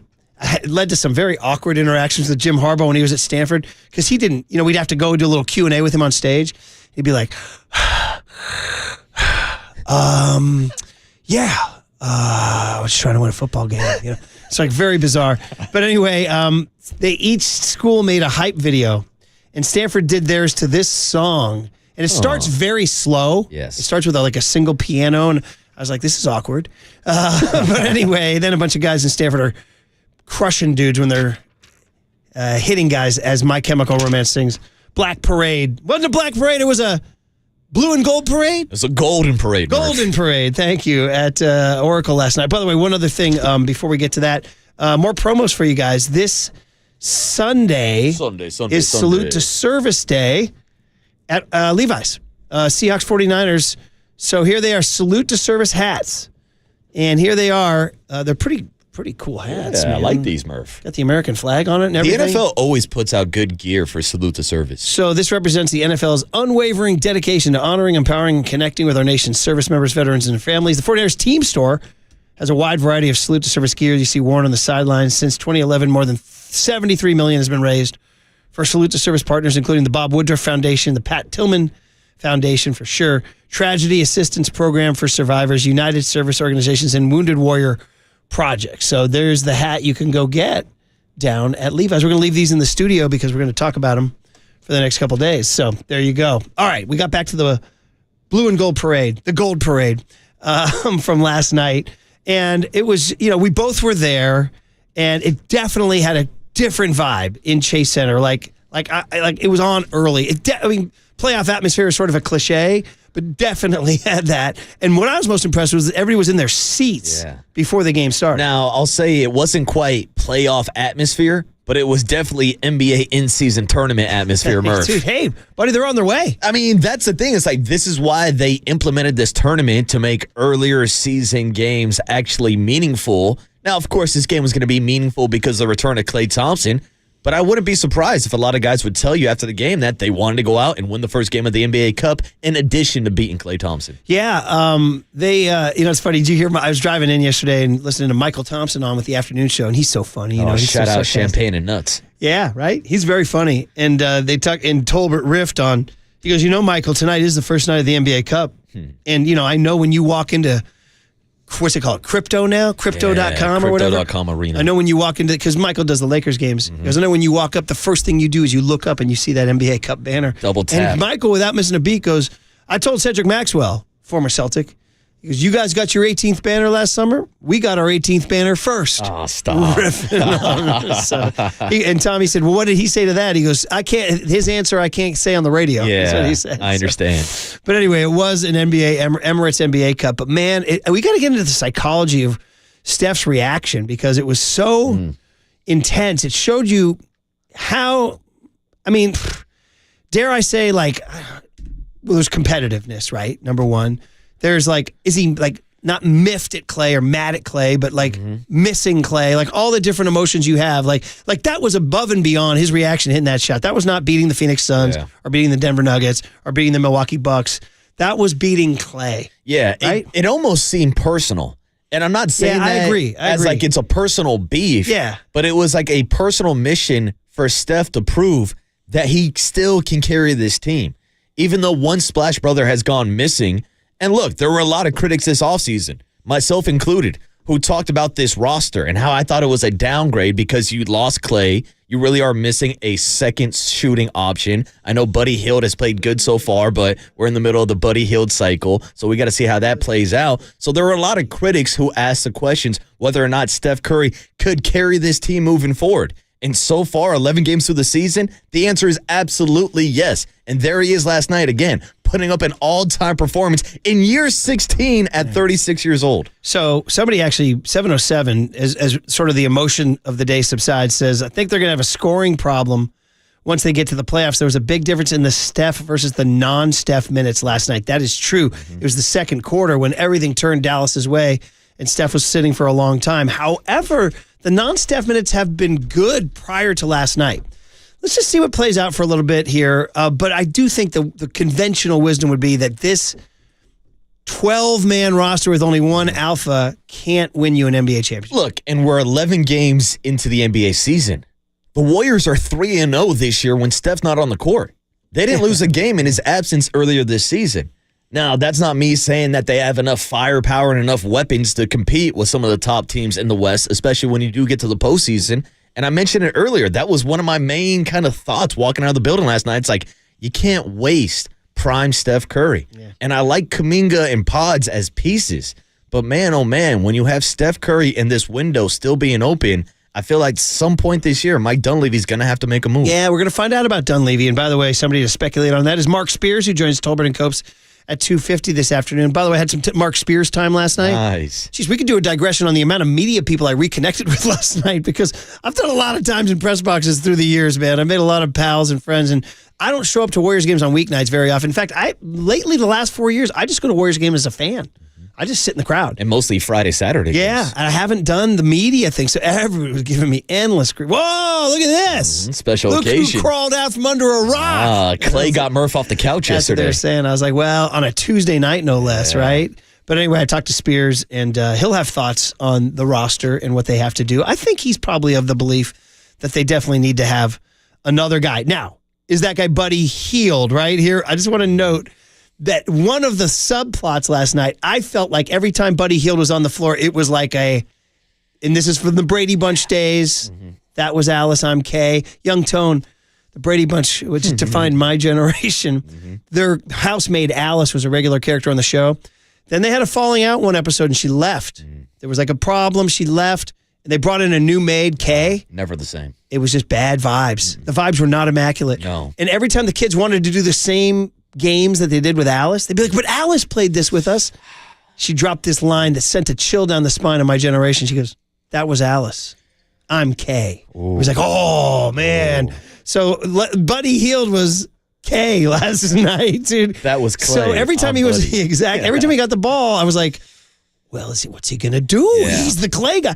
And he only went 2 of 8 from 3 last night. And he did have a couple of buckets in the fourth quarter that were drives to the rim. Yeah, had a nice little Euro step versus Klay in transition. Yeah. Now, 559 with the text of the day. He says, Buddy Hield going 2 of 8 from 3. Who does this guy think he is? Jake Moody? No. 559. Damn. Very good. Now, Buddy Hield, we do have some comments from him last night. So what's going to happen? We're going to get Jake and Buddy by the bay? Well, pretty much, dude. Pretty the apartment's much. open. Yeah, Jake was suggested as moving into the apartment. Buddy Hield cut Q about Klay and the tribute and everything. So it was Buddy Hield's view as the new girlfriend, right? What did he say? He came and do his thing. He shot the ball, and as Klay Thompson do, he leave his imprint in the game, and he's a pretty jump shot. And I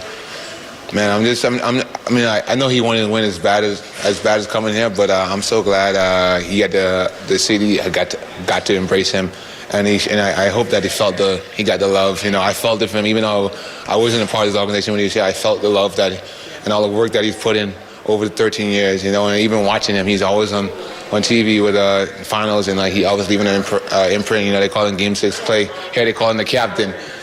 So we salute him and all the work he's put into this franchise and in the city. Classy Buddy Hield doing his thing. He did not have an awesome. And by the way, just a joke now.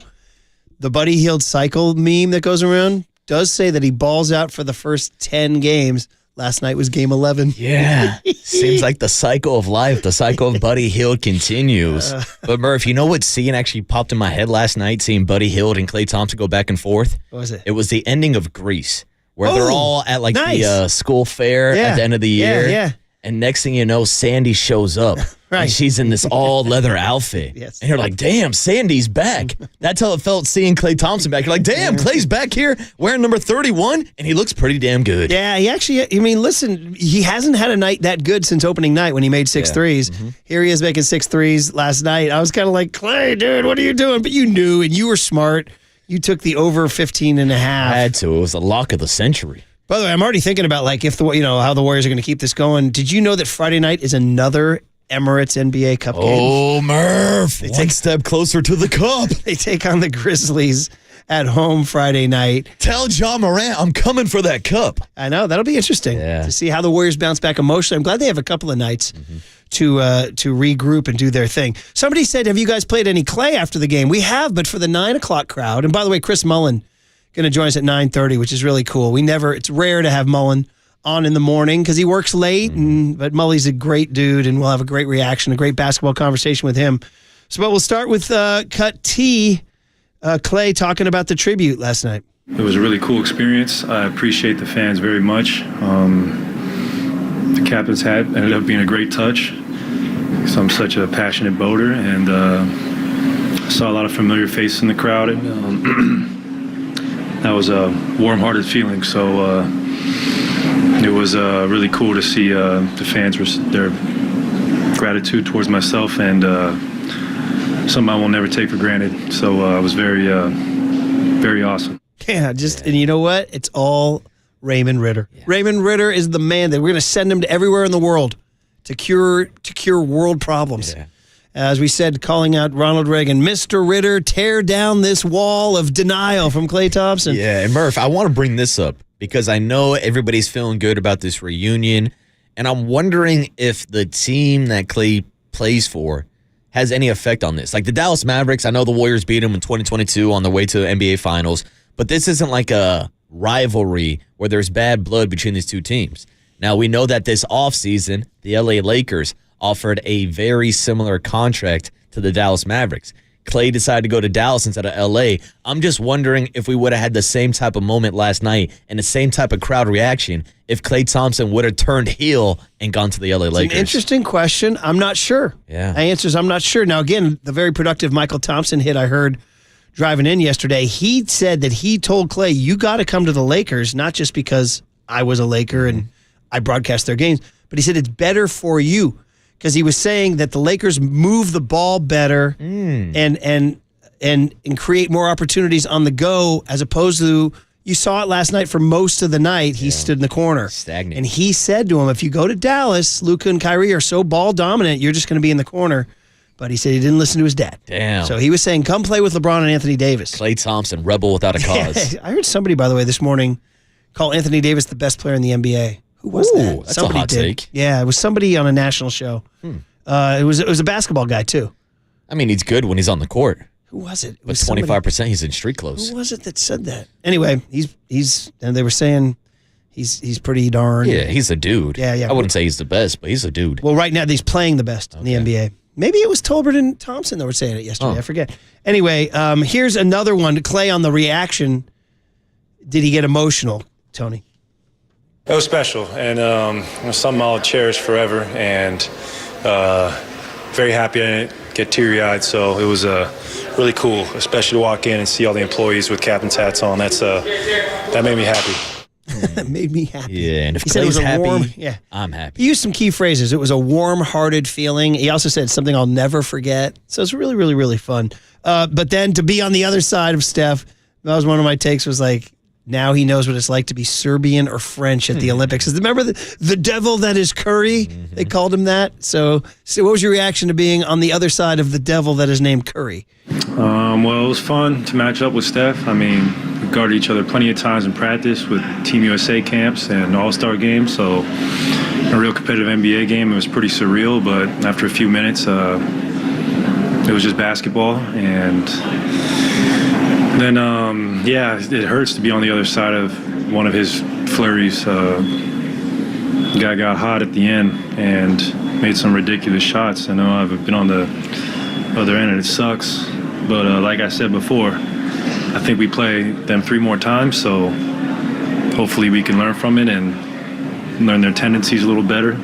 But it sucks because this was a big game for the Cup, so something we just got to digest and move forward. On the other end of the flurries, by the way, still keeping his eye on the Emirates NBA Cup.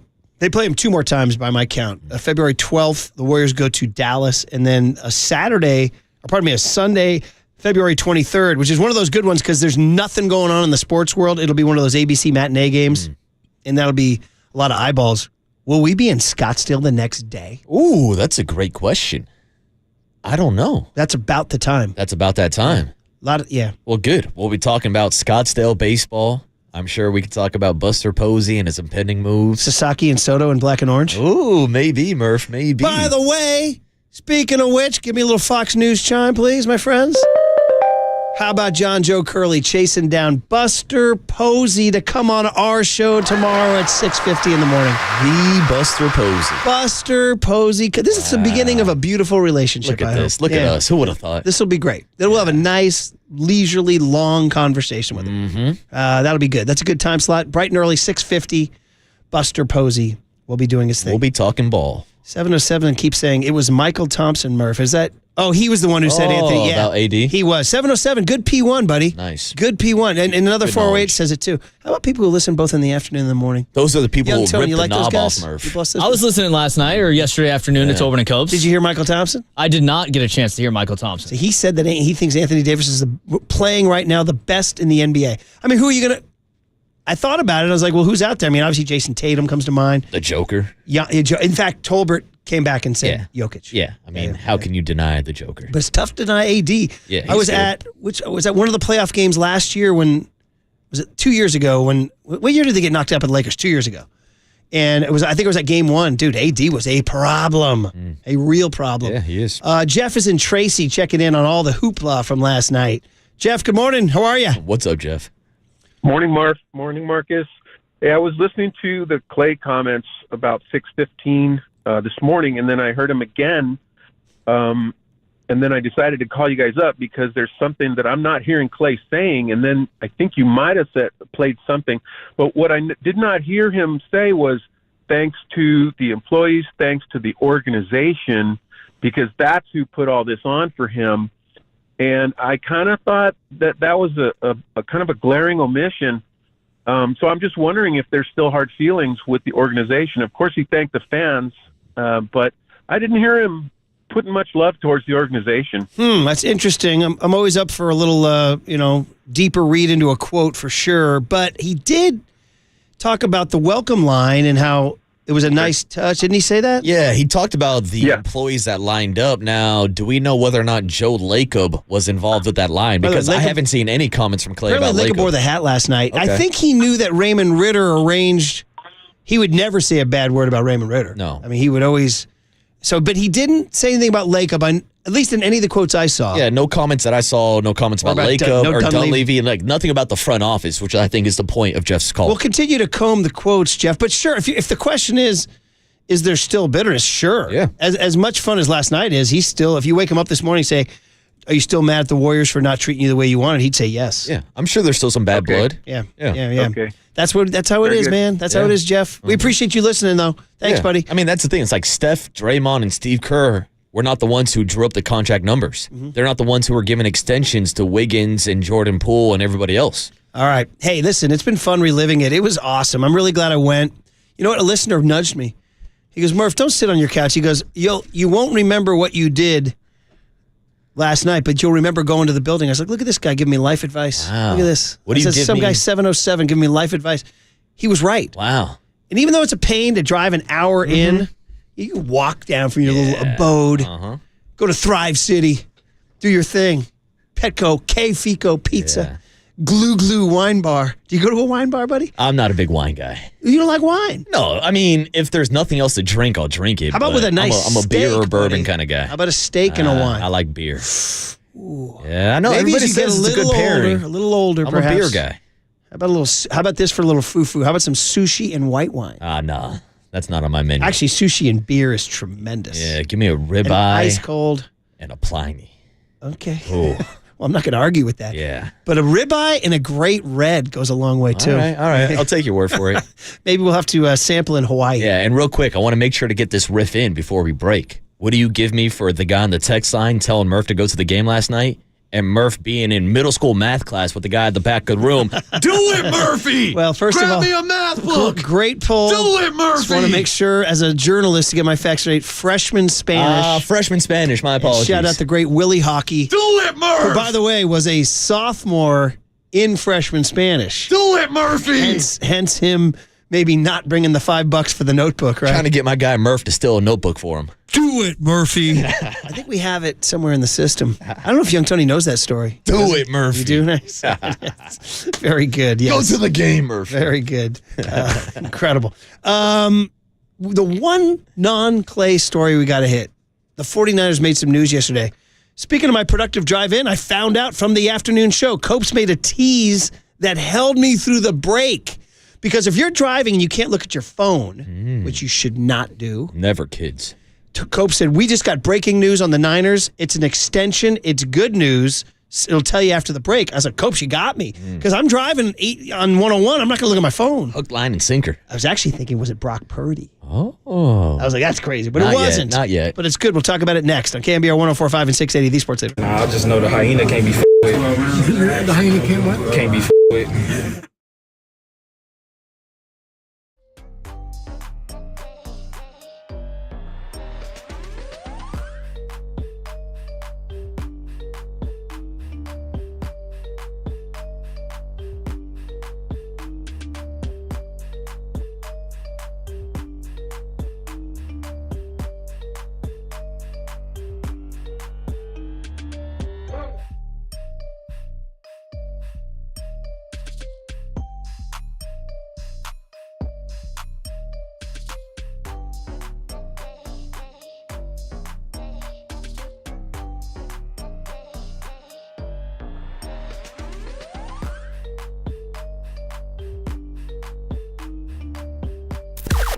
Now, from the O'Donnell Financial Group Sports Desk. Learn more at odfigroup.com. O'Donnell Financial Group, because planning is a process, not a product. Kevin Harlan.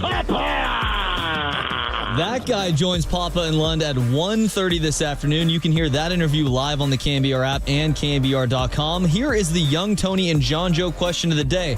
What was your favorite part of last night? Was it the Warriors staff welcoming Klay back, the pregame video tribute, Klay's in-game performance, he had 22 points, or was it the Warriors win? You can join the conversation in the YouTube chat now.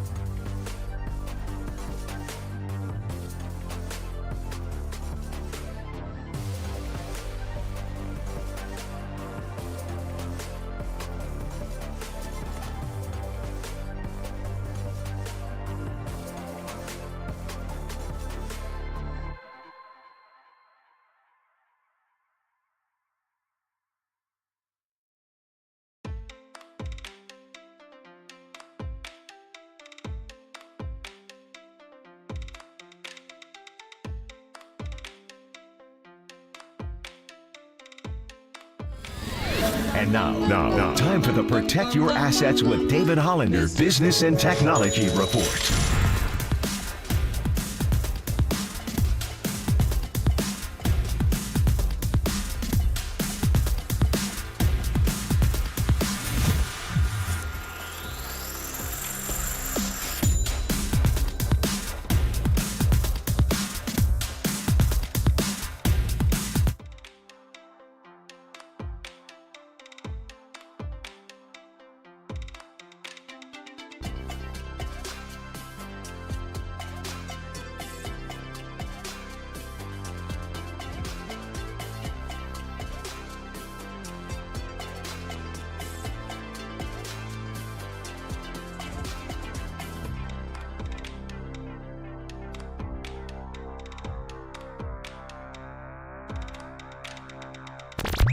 Faithful Murph and Marcus keep your morning moving. Streaming live at twitch.tv/thesportsleader. Mahomes deep drop. Get a throw. Falling down. Worthy. Intercepted by Deommodore Lenor.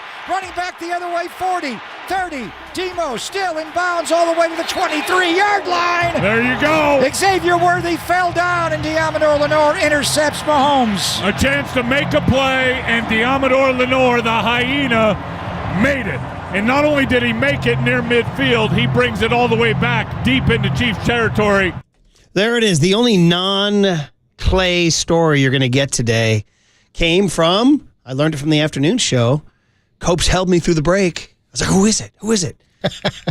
Deommodore Lenor gets a 5-year extension shortly before his unrestricted free agency winter. So the Niners lock up one of the most promising young players on the team, who, by the way, Marcus is only 25 years old. And talk about progression. 5th rounder in 2021, spent most of his first year, I don't want to say in the doghouse, but not necessarily as the most favored nation status, you know?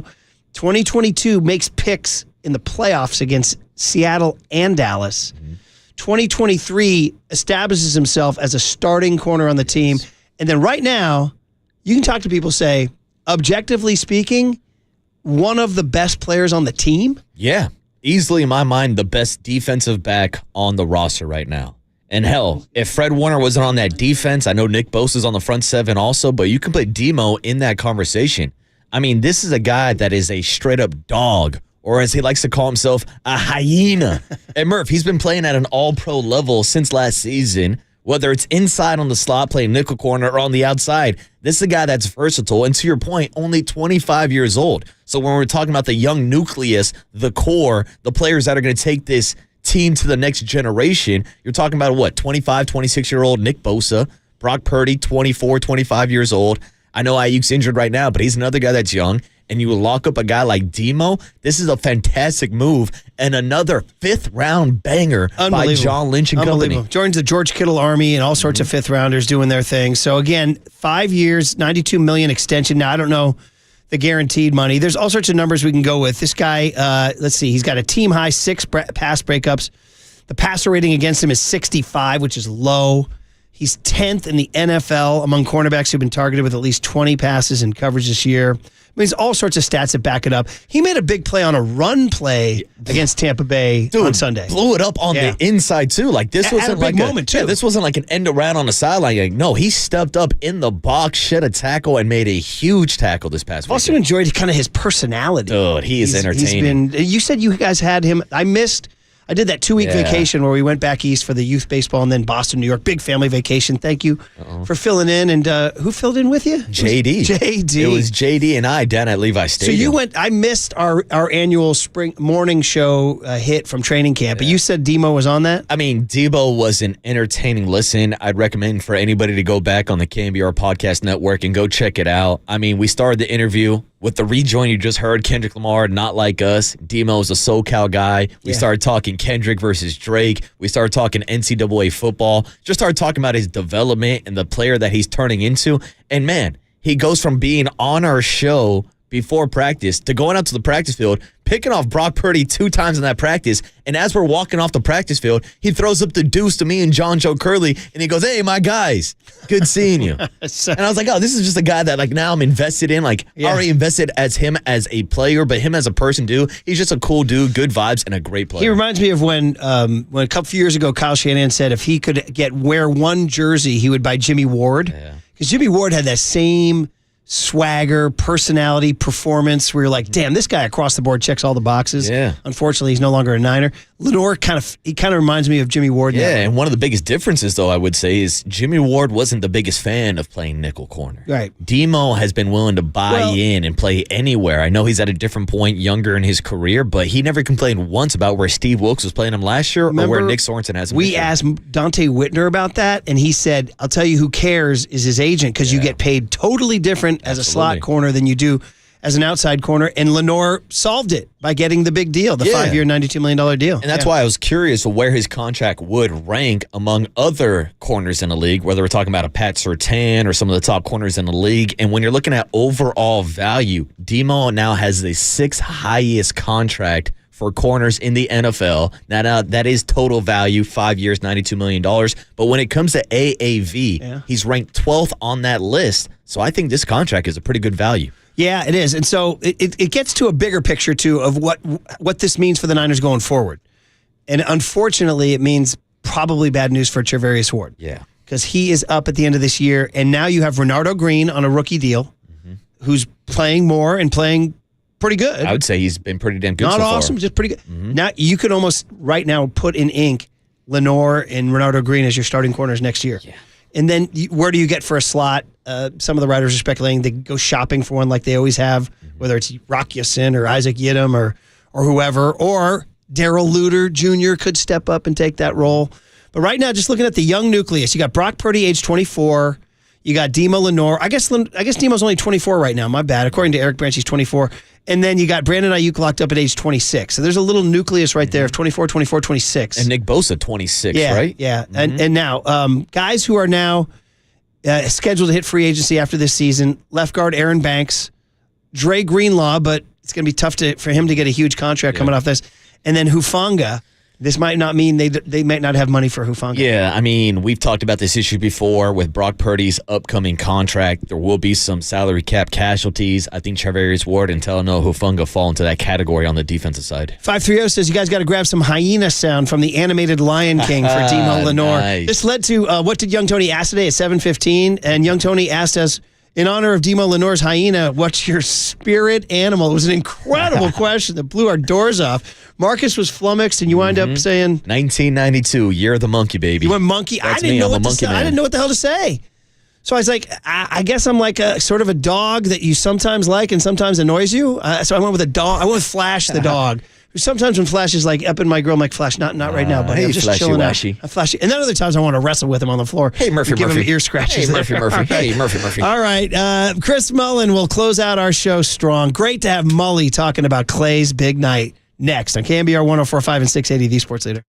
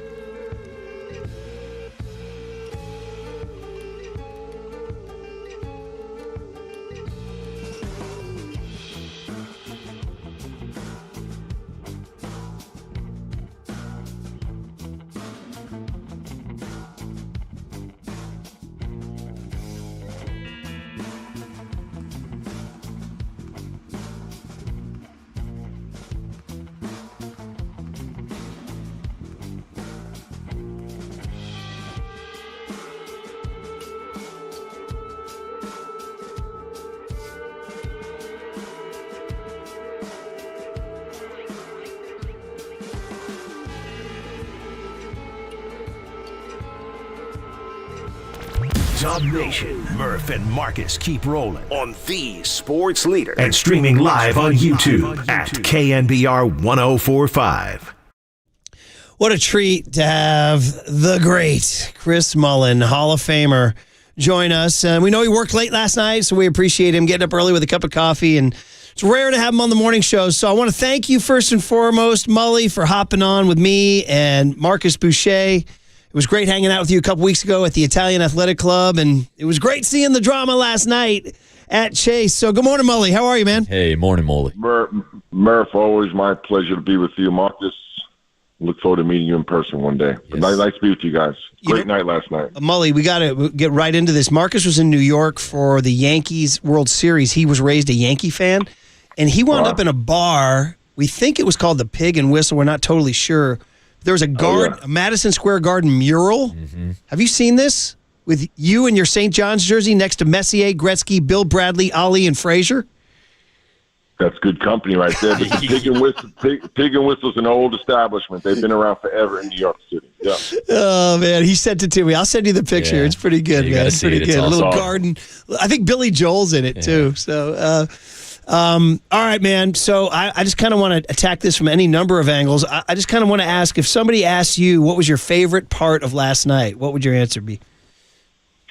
Well, Murphy, Marcus, to begin with, Bonte, Festus, and I went down to watch introductions because it was such a special evening, and that did not disappoint. That was just incredible. The Warrior fans just showed incredible love and respect and admiration to Klay, well-deserved.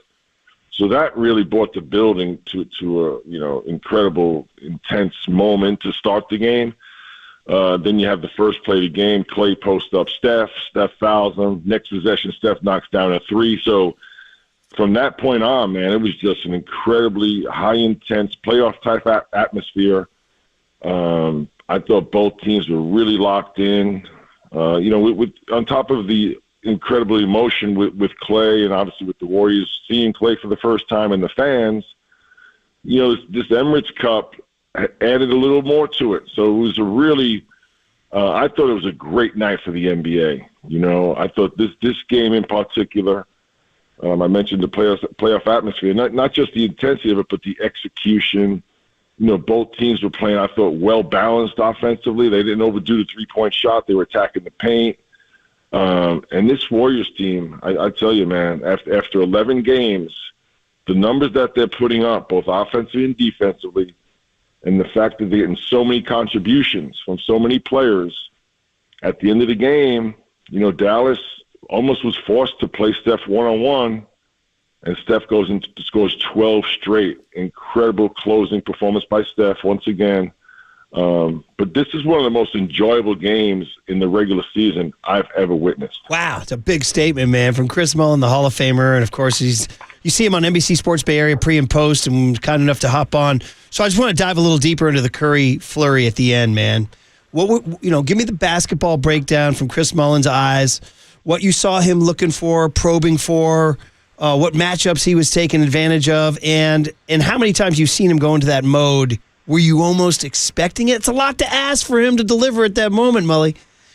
Yeah, well, after 10 games, they're 8-2, right? And Steph missed 3 games. He tweaked his ankle, so he missed a few games. He's played really well this season. He came in averaging about 22 per game.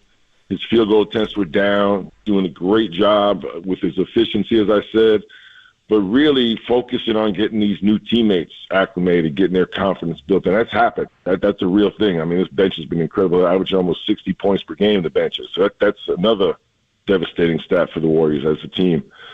But last game, Steph in Oklahoma City got his 23 field goal attempts. I think he went for 36, I think it was, at a big night. And then last night, like I said, Steph, I think, was ultra-focused, as he always is. But if he doesn't have that 12-0 individual run, and Murphy said flurry, I said it was more like a storm. Because this was a huge performance. If he doesn't do that, they don't win the game, put it that way. But again, the decision-making, a few times he got switches. He was kind of hunting out the switch, whether it be Luka or Lively. And quite frankly, he was so hot it didn't matter. But we saw a few nice three-point shots over the top of Lively, a few nice finishes in the paint. So he had it all going last night. And in the biggest moment, he stepped up and basically put on an individual show for the fans.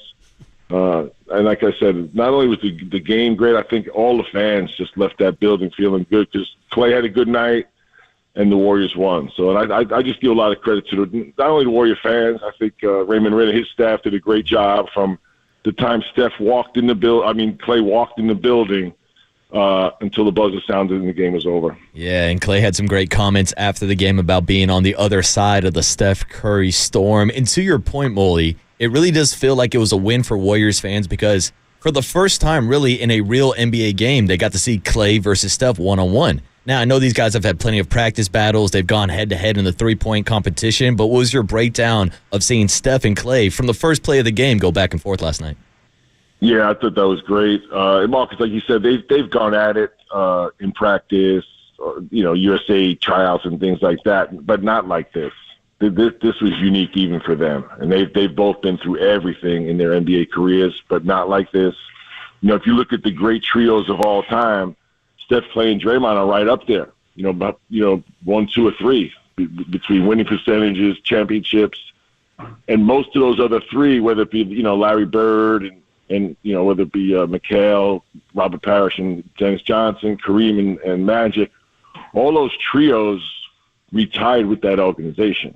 So this was unique. This was not just made-up intensity, made-up emotion. This was unique because of the impact they've had, obviously here in the Bay Area, but historically within the NBA, Steph, Klay, and Draymond are going to go down as three of the best players that have played together, and winning percentage and all that. And with Klay, Steph, and Draymond, it goes beyond that to me because you felt a different level of love and appreciation because the way he did it. And we all know he's had incredible performances, whether it be his 60 points against Indiana on 11 dribbles in 3 quarters, his 37-point quarter against Sacramento, which even Wilt did not do in his 100-point game.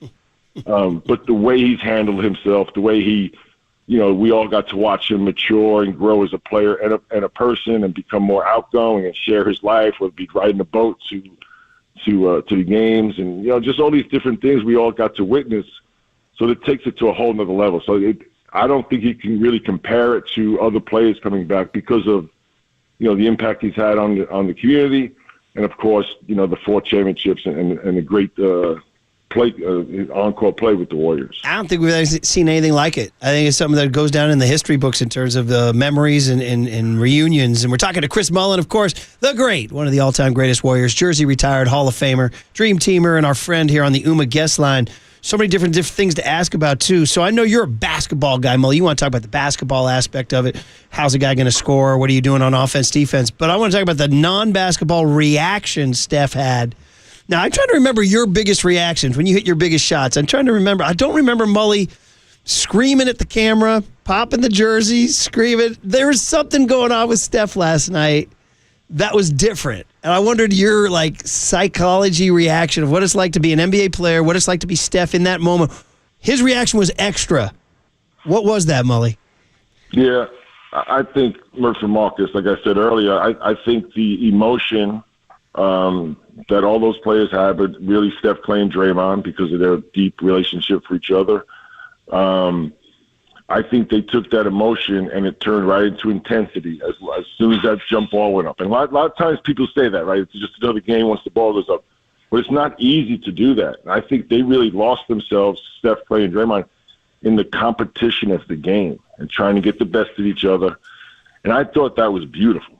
A lot of times during the regular season, you'll see games just kind of get a little bit flatlined and especially now, your teams can go out and maybe shoot 53s each and, come back shooting 20%. It's a hard watch. Last night was not that. Last night was, I thought they were attacking the paint. There was great defense on both sides. They were playing physical. I thought the execution was good. So I thought they took that incredible emotion and immediately turned it into intense basketball play. Yeah. And we definitely saw some of that intensity from Draymond Green, and it seemed like he came into that game with his mindset. He got Raymond Ritter to show him the Klay Thompson tribute video before the game even started so that he didn't have to go through those emotions on the court. And Mully, you know what it's like to face off against a former teammate. So what did you think about that approach from Draymond Green yesterday? Yeah, I thought Draymond's playing great basketball, first off. He's averaging 8 points, 5 rebounds, 5 assists. His efficiency numbers are really good. He's like 48 from the field, 45 from three. Much like the entire Warrior team, and Draymond's a big part of it. He starts a lot of it. I think it's great balance on the offensive attack. They're efficient. They're number 2 rated offensive team in the league and number 2 rated defensive team in the league. That's incredible, balanced basketball. Draymond has a lot to do with everything that goes on, both offensively and defensively. And I mentioned I sat down on the first court. I watched down by the court, and I just noticed right away Steph and Draymond, they were moving so fast and efficiently. Not that they don't always, but I thought that Cleveland game as a team, they looked a little, half a step slow, being on the road and things. But last night, as soon as that ball went, man, they were flying around the court, and it showed in their execution. Like I said, I just was like really impressed that they could take that incredible emotion and then transfer it. Because sometimes that gets the best of you, and you play sloppy, and you just almost try too hard. I thought both teams did a good job of channeling that in the proper way. Last couple questions, Mullen. You've been so generous with your time. It's great to talk to you. It's great catching up with Chris Mullen here. You, of course, see him on NBC Bay Area Sports pre and post, and we're snagging him here after that big night last night. Just a thought on Klay in Dallas, the fit offensively. Now, it's only 11 games, so a long way to go, but it seems like they kind of just put him in the corner, shout out Dirty Dancing, putting baby in a corner, and just let Kyrie and Luka create and kick out to him. I don't know. What are you seeing? How would you analyze the fit right now for Klay in Dallas? Yeah, I think, Murph, when you see that, that's what's going to hold Dallas from getting back to a deep playoff run. That's what you don't want. When Dallas is at its best, of course, Luka and Kyrie are controlling the offensive side of the floor. But to me, that's when you're seeing Lively and Gafford catching lob dunks. You see Luka off the basketball a little bit screening for Klay, causing havoc without the basketball. You see Luka in the post and cutting things, much like the way the Warriors play. I think they have to play that way because those guys are so good. The trap is letting them do too much. And last night they both had good. All three of those guys had good games last night. But the Warriors' defense, which is real, by the way, Kyrie had 5 turnovers and Luka had 5 turnovers. So 10 of their 18 turnovers came from their star players.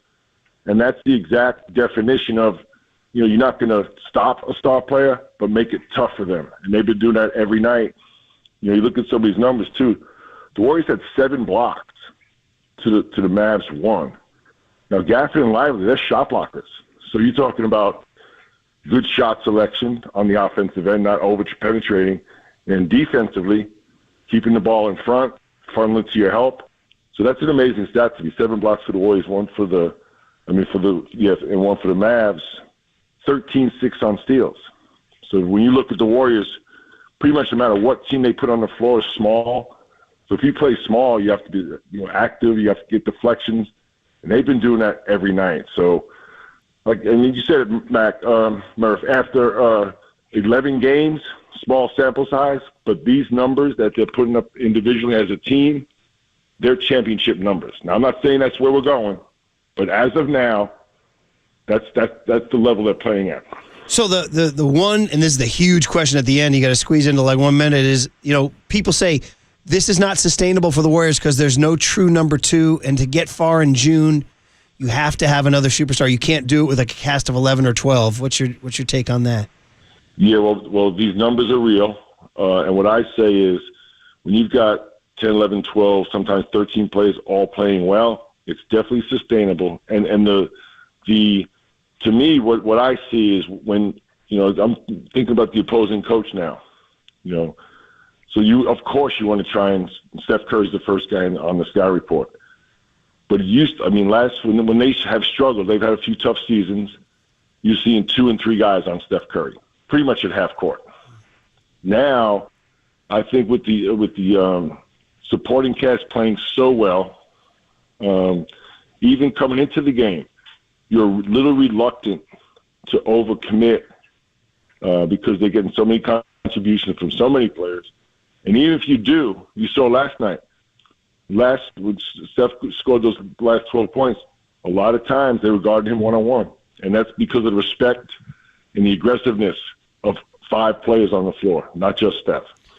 Great stuff, Mully. It's great hearing your voice. Great having you on the show. We appreciate you, man, and we will let you go. Enjoy the rest of your week, and we'll chase you down sometime later in the season, bud. Yeah, thanks a lot. My pleasure, Murph and Marcus. Have a great day. That's Chris Mullen, the all-time man. This guy, you don't even know. This guy's one of my all-time favorites. Man. Some guy said he could listen to him say your name all day. Dude, so could I. I might need to clip that, Murph.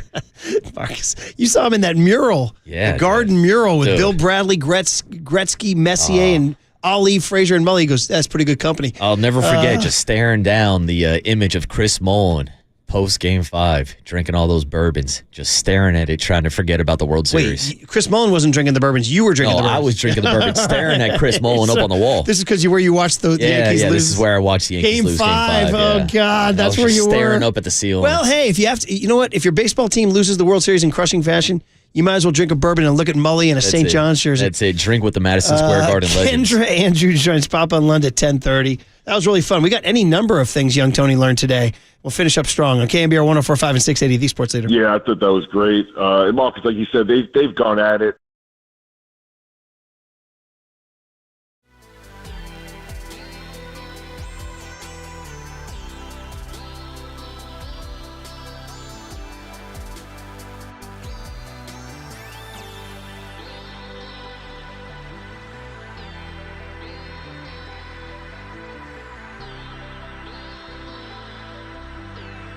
Bigelow Tea time, because Bigelow Tea is the #1 tea in the Bay Area.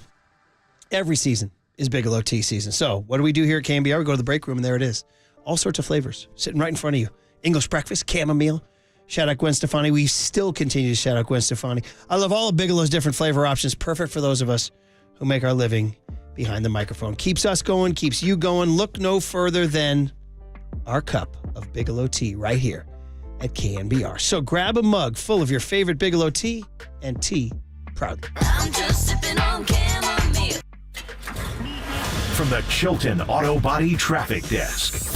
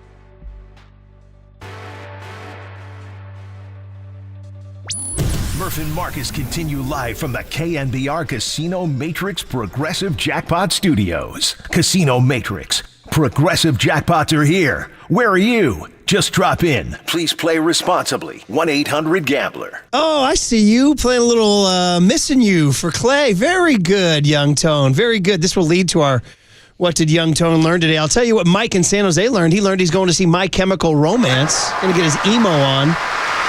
And what we learned are two Giants-related incidents we want to hit you with. One is that Kerry Crowley debuts the first Giants Hot Stove League show of the year tonight. So those are good, man.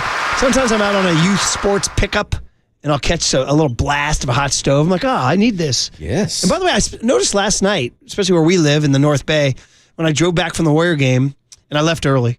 Man, my old man left early.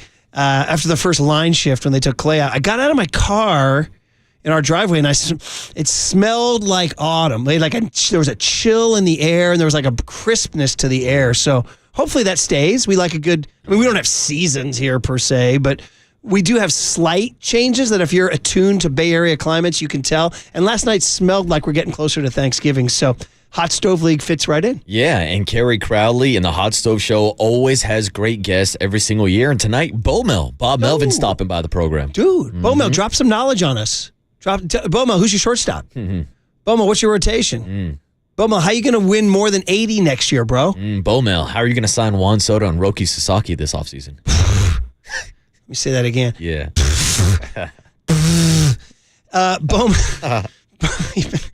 Bomel, what should we ask Buster Posey tomorrow at 6:50? Because that's the other announcement we have, is that Buster Posey's joining us at 6:50. We're going from Chris Mullen to Buster Posey? Dude, back to back. How about we go Brock Purdy, Chris Mullen, Brock Purdy, back-to-back day. What do you want? For absolutely nothing. What do you want? This is all free radio. You want a refund? Mm-hmm. You can also look at us, too. Yeah. All right, look at me. I'm the captain now. All right. Klay Thompson's the captain now. I think that rejoin of the Rolling Stones Missing You might lead to our What Did Young Tony Learn Today?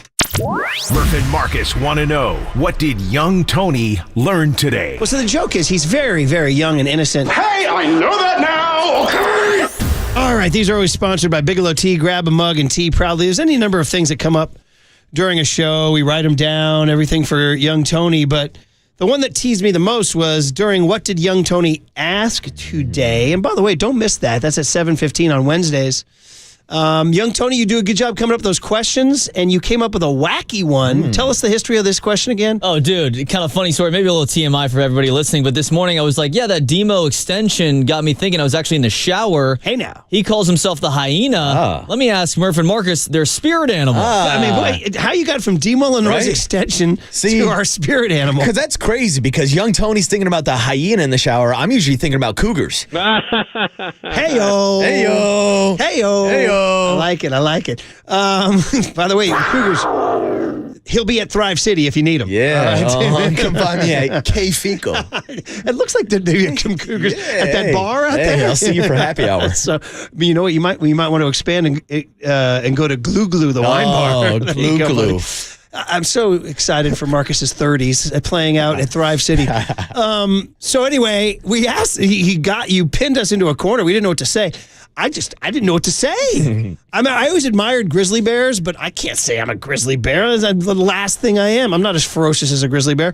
But I was like, what am I really? I'm like Flash, my dog. In that, like, some days it's cool and all, and some days Flash is just all up in my face. I'm like, Flash, I'm just reading the paper here, buddy. You got to go away. That's me. So I was like, and also Flash is really dumb. That's and it. I'm really dumb too. Yeah. So Marcus then says, what'd you say? 1992 was the year I was born, Murph. It's the year of the monkey, so you can call me Monkey Man. So he said monkey. I said young Tone. The best part about him saying that is it makes me think of one of arguably my favorite Rolling Stones song of all time. It's This or Honky Tonk Women. Dude, you want to put one on your playlist, bro. You want to talk about drinking music? Friday night, pour your bourbon. Let this play, baby. Yeah. Rolling Stones, Monkey Man. And that's when my spirit animal really comes out, when I get the bourbon in me, Tony. Listen how dirty Keith Richards' licks are here. Charlie Watts keeping it going here. Listen to Keith.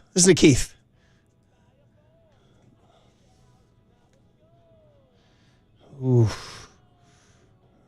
I mean, nothing I'm going to say is better than Mick and the boys singing Monkey Man. So thank you for that. You learned it. Add it to your playlist.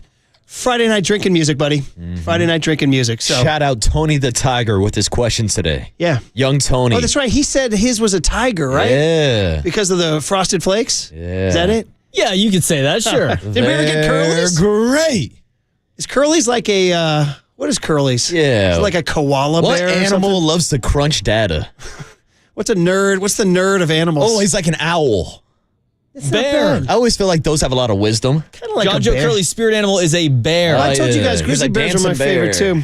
All right, guys. Well, it was really fun recreating the night from last night. Warriors beat the Mavs 120-117. Deommodore Lenor gets an extension. We all got our hats, and now we kind of take our breath, focus on the 49ers and the Seahawks, and we have Buster Posey tomorrow at 6:50. All right, it is time for a change, and that's sponsored by Speedy Oil Change and Auto Service, full service, total trust. You're listening to KNBR AM and KNBR FM San Francisco, the sports leader, a Cumulus media station. The captain's hat ended up being a great touch because I'm such a passionate boater. I don't give a damn about them tipping no hats. I don't give a damn about no damn Drake night.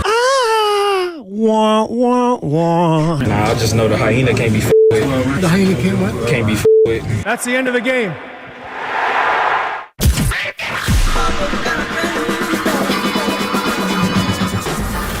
Ladies and gentlemen, prepare yourselves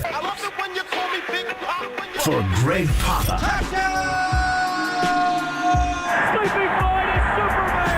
San Francisco. and John Lund. It's 10 o'clock. Let's hit it. This is Papa and Lund That's right. We're getting it going. on KNBR 104.5 and 680. The sports leader. Nation, let's extend our captain hats to the four-time Warriors champion. He's back! Playing his 12th season out of Washington State University, number 31, Klay Thompson. Kaminga coming off a 20-point game. Driving on Gafford. Gafford knocked it away. Nice rejection inside by Daniel Gafford. Thompson back in. Triple good. Klay Thompson makes it a 3-point game. Still don't need to foul here. Trust your defense if you're Dallas. Here's the switch you want there. Clear out. Doncic will defend Curry. A screen by Green. The switch to Lively. 3. Curry.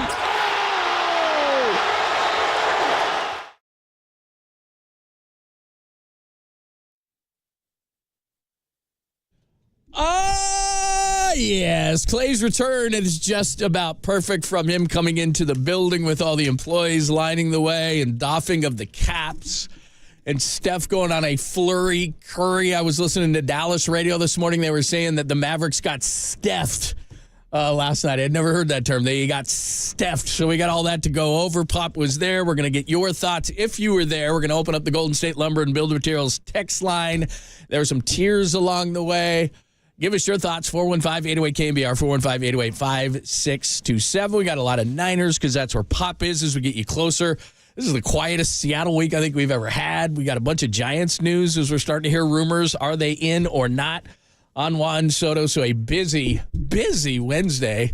Good morning, my friend. How are you, Jen? I thought maybe you joined me in Santa Clara today, so I brought you a Captain Clay's hat. I will be there tomorrow. Murph may have one in his bag. He was there with his dad last night, and what a There night. used to be ones here yesterday, but they're all gone. Yeah, and Kevin Harlan on the call. Kevin has a flight delay. Yeah. Shocker leaving SFO. Usually it's the flight delays going into SFO in the morning with the fog.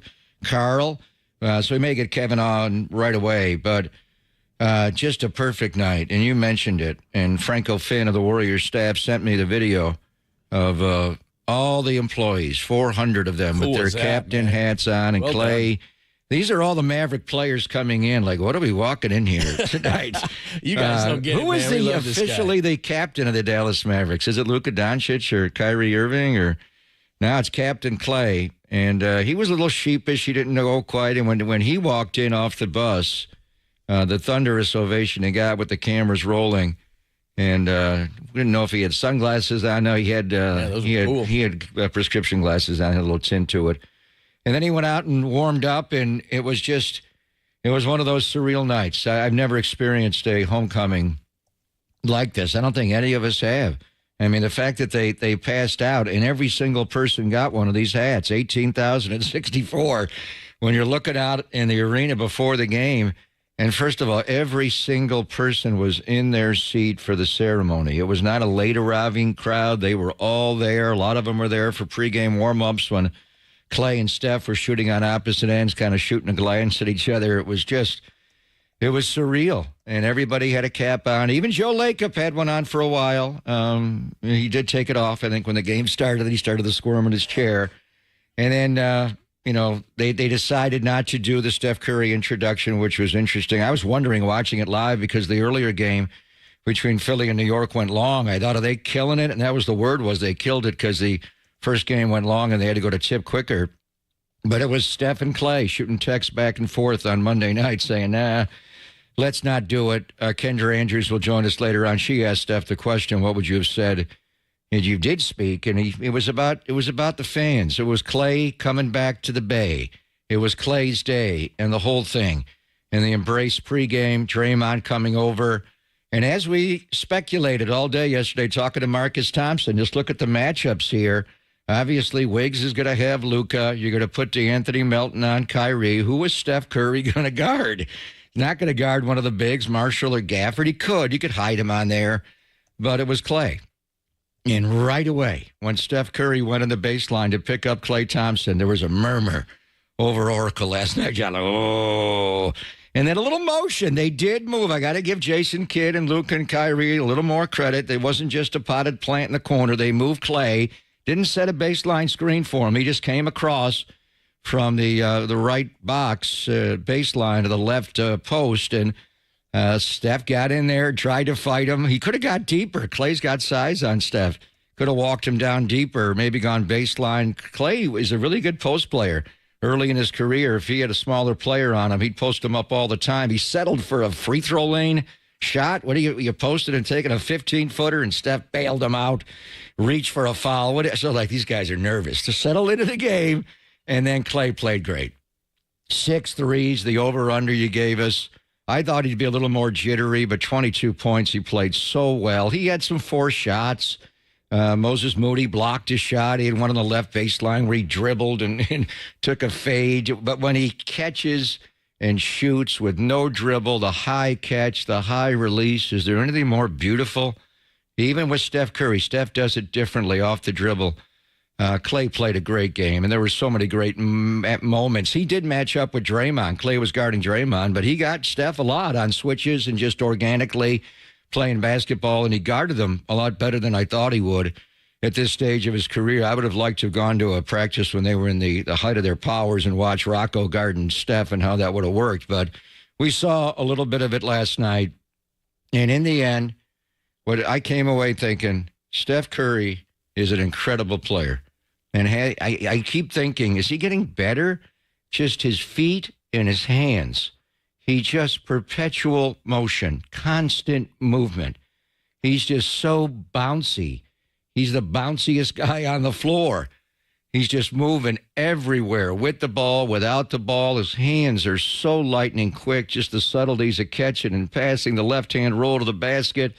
I don't know how you guard him. Derek Lively's one of the better bigs jumping out on a guard. He just can't get to that shot when he creates, a mismatch. And then they picked on Luka, obviously. Klay had 1 3 he would have really wanted back.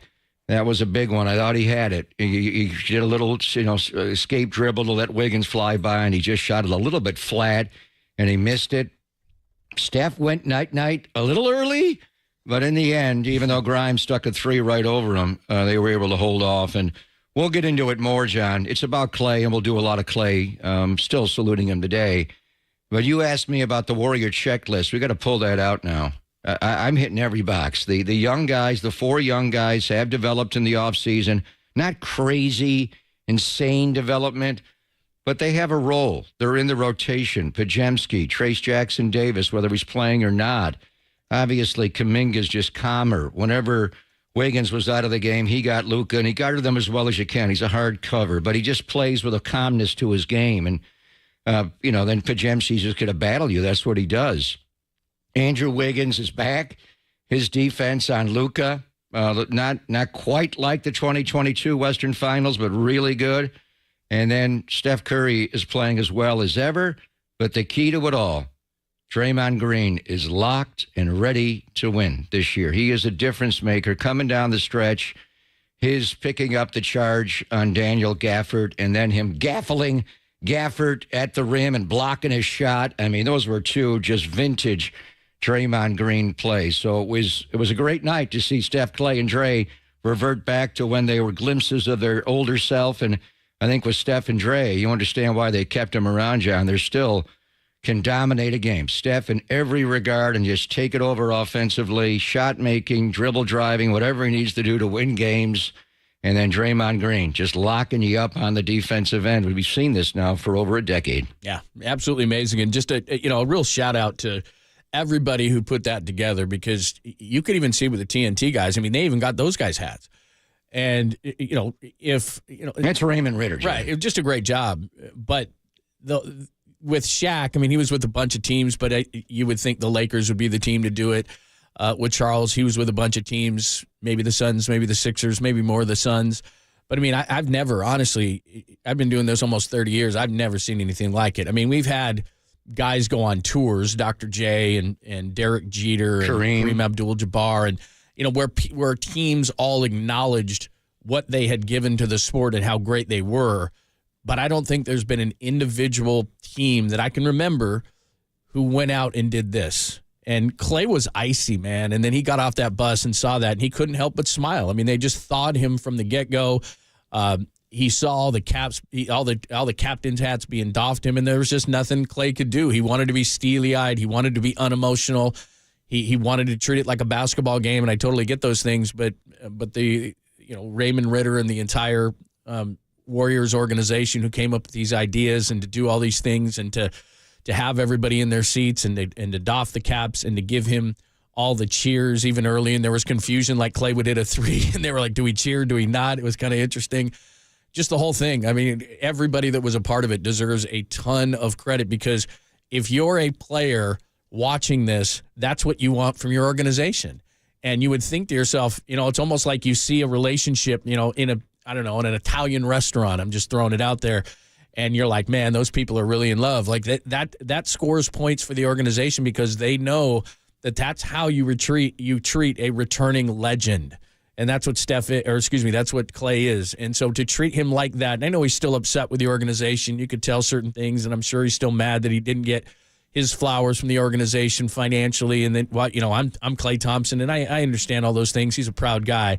But for a night in the best way that they could do it, I just don't know how you could have done it better. They did it as well as you could. I've never seen anything like it. I've been watching sports my whole damn life, and I'm 62, and I've been working and professionally for 40 years now.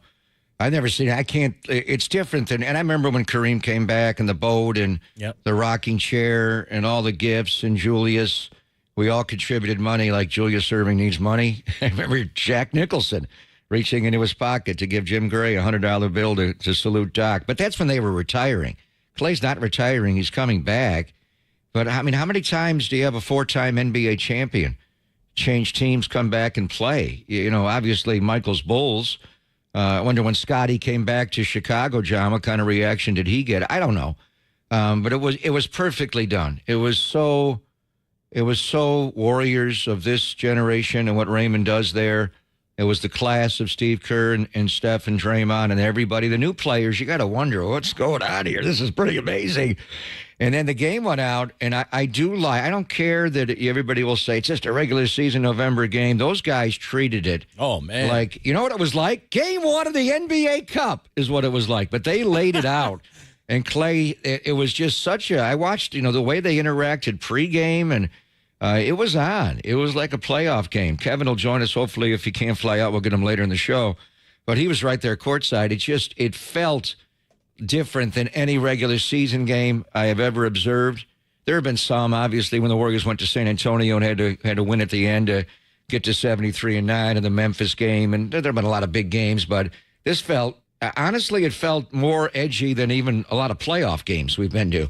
After the Warriors started winning championships way after we believe, and everybody got complacent and expectant on them just winning. But it was an amazing moment. I mean, it could not have been any more perfect. Klay played beautifully. Steph and Draymond played beautifully. They all played well, really. And in the end, the Warriors won, and it came right down to the very end as Dallas had a 7-point lead with 4.5 to play. I thought they're going to get them. Yeah. And then Steph took over, scoring 12 in a row. But Draymond Green, let's put him back into the Defensive Player of the Year conversation and not just give it to Rudy every single year. How about the block and the save, and then Melton gets the layup on the other end? His defense, his ability, what he did to Gafford at the end of the game, and his ability to switch and roam. And, he's playing more 5. They wanted them to keep him at 4 with Trayce Jackson-Davis and Kavan. But in essence, he is playing. The last week or so, when they got to Oklahoma City, they're going to a smaller lineup. They're bringing Gary Payton II in immediately and subbing out Trayce Jackson-Davis. They're going small right away. I kind of thought they didn't want to do that. But with certain matchups, you can do it. And obviously, Draymond Green's ability as a rover at 4 and then just the undersized 5. He had an unbelievable defensive game last night. All right, give us your thoughts on last night, from anything from Klay Thompson's return to how cool that was, to the Warriors treating the players exactly the right way. The Curry flurry at the end in Dallas, they're saying they got Stephed. Anything about last night? What do you think? And we can big picture this thing. We know now it's 11 games in. They're 9-2. But how you feeling about these Warriors? And like you said, we got to go through the checklist that we had at the beginning of the season, and I think you can check all the boxes. We'll get into that as well. It's Papa and Lund. Thanks for joining us on a hump day, only here on the Sports Leader.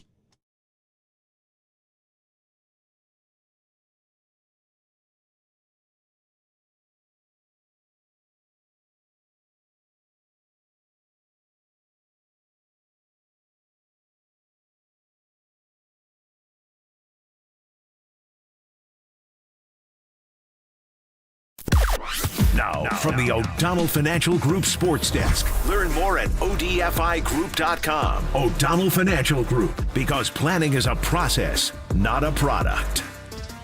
Dwayne Kuiper joined Murph and Marcus this morning, said the Giants should definitely be in the mix for some of the top free agents on the market. Check out that podcast and more on the KNBR app, YouTube, KNBR socials.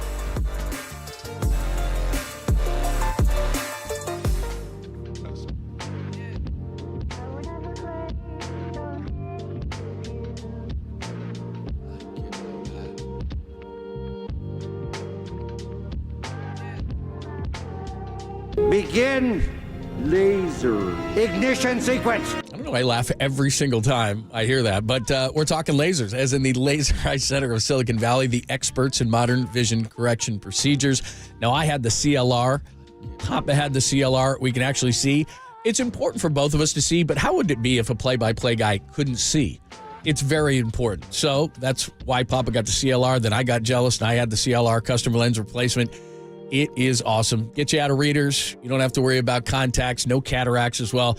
That is the procedure that we had at the Laser Eye Center of Silicon Valley. Now, here's something cool that's coming up on Friday, because you hear me talk about this all the time, and it was life-changing and is life-changing for me when you can see. But they have a great thing going on, so you can get all the answers to all the questions you have, so you can see as well as we can now.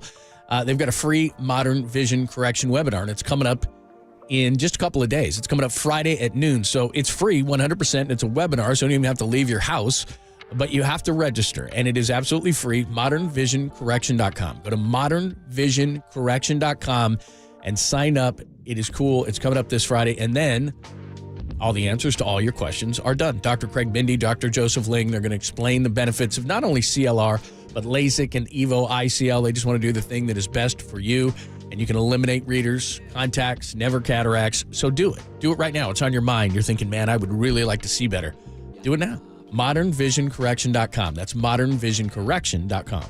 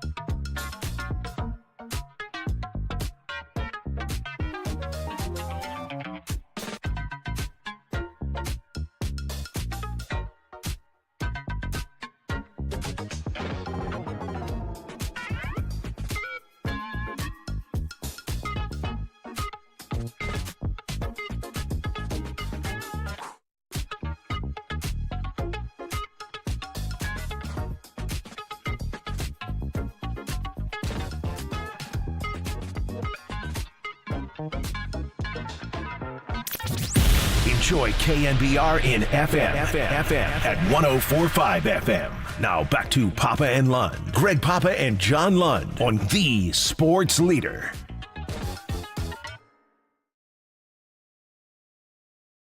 Hello, friends. Thanks for hanging on a Wednesday. We appreciate it. Love to get your feedback on last night, whether you watched on TV or through some sort of device, whether you were there at Chase. Love to hear from you. 415-808-KNBR, 415-808-5627, the way that the Warriors treated Klay Thompson last night. I think it's got to help others around the league had to be jealous.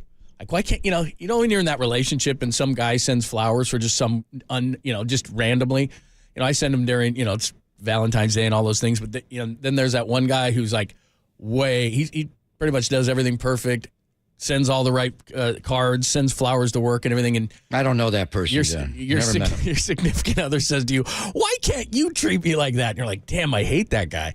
That's what the Warriors just did last night. They just absolutely go marry that guy. Yeah, exactly. Good luck. Do that. But I mean, you were there. What was the vibe? Never experienced anything like it. It was just so cool. It was so respectful. But it was a competition. I think they straddled the balance line beautifully, and it was like the old days. Tom invited me up to the Warrior box 44. I was up there so many nights with Saintly and Mully, and even going back to Oracle, and not the same box, but the same people in the box and the same feel. Just watched so many home games there during the Klay run, and it was weird to see him on the other side. I think his expression on his face, a little awkward, just how to deal with everything, but the fan base loves him. He is just adored in a different way. I wonder what Draymond's reception will be back, and if he ever does, come back with another team, or even Steph. Steph would be, the all-timer, and hopefully that'll never happen, but he's just adored. We watched him grow up here. They drafted him in 2011, number 11 in 2011, wearing number 11. He made it all work, and the fans were not happy when Monte Ellis was traded. But it had three dominoes that fell. Monte gets traded. Klay Thompson becomes a starter. Klay Thompson becomes a starter next to Steph Curry and allows Steph Curry to be Steph Curry. He was the perfect two-guard to Steph's point guard, but they were interchangeable when you had people like Andre or Sean Livingston or Draymond run the team. And his size at 6'7" to be able to guard, and people like, Doc Rivers with Chris Paul, we ask our point guard to guard point guards. Well, good for you. We're going to cross-match you, and we're going to put Klay on him or on J.J. Redick, and we're going to take you out. And whether it's Harden, whether it's Westbrook, any ball-dominant player you want to come at us with, Klay's got that guy. He's Rocco. Steph will roam. You'll try to switch on to Steph. It just made it all work. So, and then you got Andrew Bogut along the way. When you traded Monte Ellis, we got Bogut.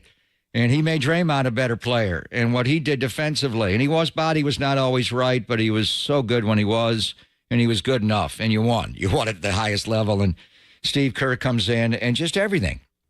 And at times like this, to me, it's a celebration of what we have watched. And we're into the 10-year anniversary of that first championship team, 14-15, now in 24-25.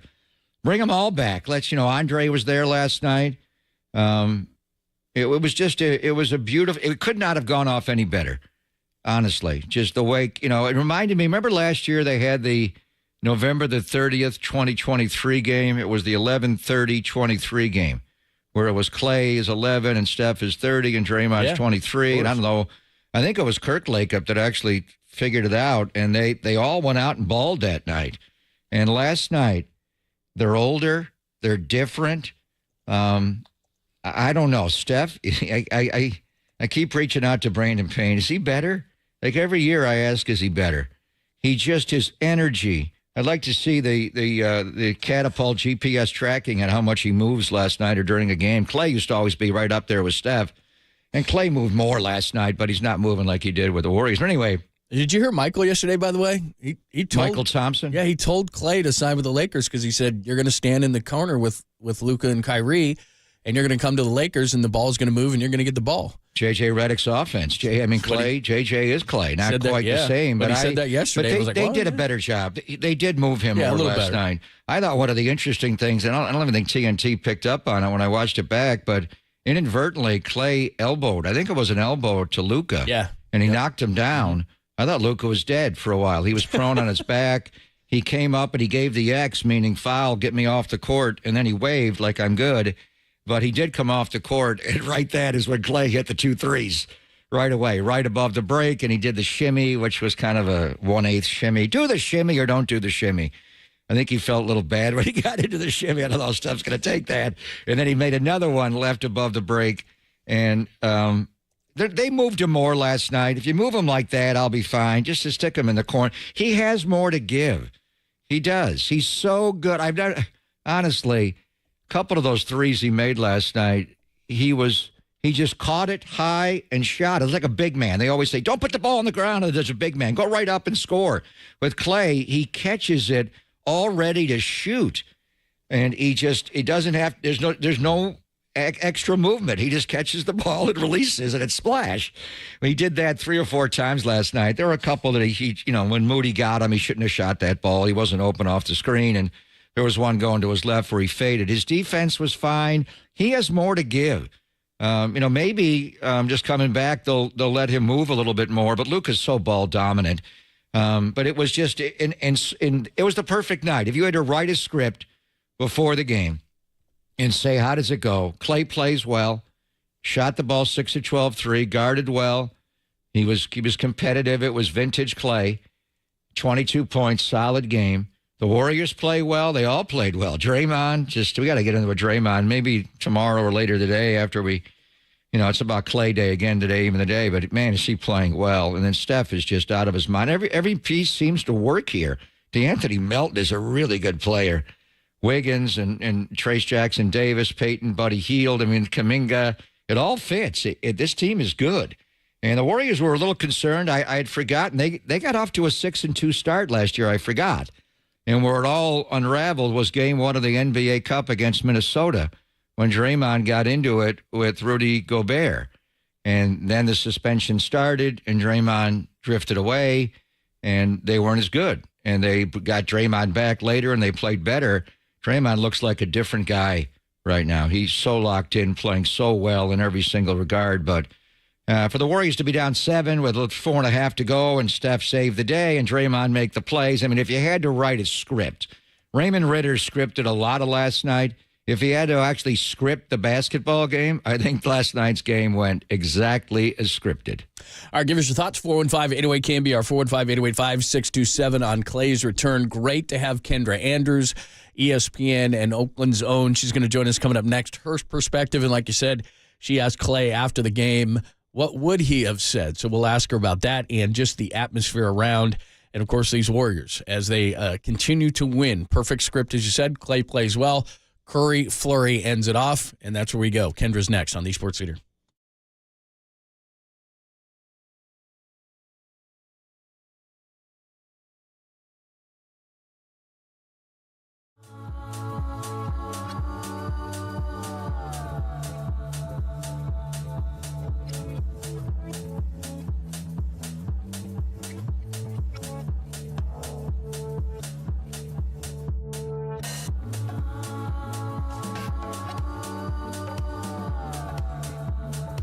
Hey, it's Greg Papa here.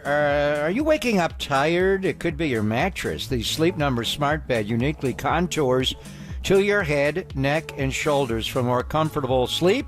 94% of Sleep Number's smart sleepers report better sleep quality versus non-smart bed. Do you have a Sleep Number bed? I've had one for years, and now you can pick one up during Sleep Number's Black Friday sale. You can save 50% on the Sleep Number limited edition smart bed. Plus, you get up to $500 off when you add an adjustable base. So the sale will end this Sunday, November the 17th. It's available to you only at Sleep Number store or at sleepnumber.com. Sleep Number, official sleep and wellness partner of the NFL. See store for details.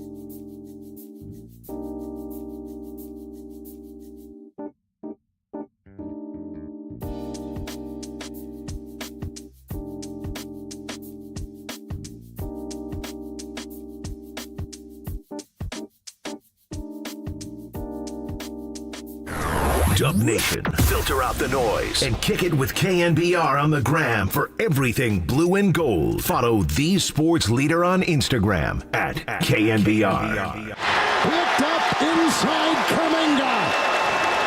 Still don't need to foul here. Trust your defense if you're Dallas. Here's the switch you want there. Clear out. Doncic will defend Curry. A screen by Green. The switch to Lively. Three. Curry. Oh! Kevin Harlan, our pal, along with Reggie Miller over at Chase. It was crazy. From the employees lining the halls when Klay walked in to doffing all the caps, the captain hats. And then it got going, and right away, Curry was on Klay. He gets to the free throw line after a post-up, man, and it just went crazy from there. Ended with a Curry flurry and the Warriors win. But Klay's return. Give it up to all the Warriors and Raymond Ritter and all that, because that was as good as it gets as far as welcoming back a former great. And let's get the insight from Kendra Andrews, who does a tremendous job covering the NBA and the Warriors for ESPN at Kendra_Andrews. And Kendra joins us courtesy of the Uma Guest Line. How are you? I'm doing good. How are you? Yeah, we're doing good. It's always great to talk to you. So give us your perspective on last night. What was it like? Oh, man. It was incredible, right? Like, I think that's what every player kind of wants when he or she gets welcomed back to their old team. And just from a reporter standpoint, from an attendee, a person who also grew up in the Bay Area and watched pretty much all of Klay's career with the Warriors, it was truly special. From watching, like you mentioned, like seeing the employees line the hall and 400 of them welcome him back as he walked in.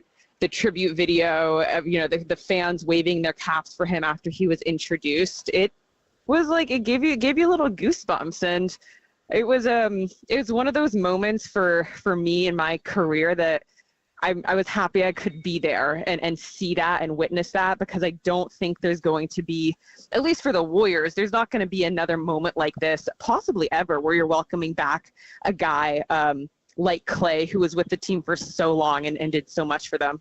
Well, we've never seen one quite like it ever. So, I mean, did we expect another one in our lifetimes? Maybe, but it'd be later on. Right.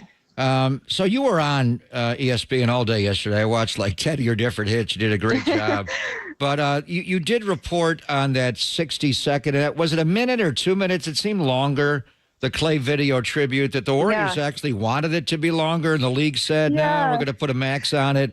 And it was done. It was different than I thought. I thought it would be more just Klay, and more. It was about Klay and his teammates, and really Klay was the center of it. Kendra, I don't know how much you watched of it, but it was everybody. It was the brotherhood of that locker room and the embrace and just everything. But what did you think of the video when you saw it? And the league, the Warriors wanted to go longer.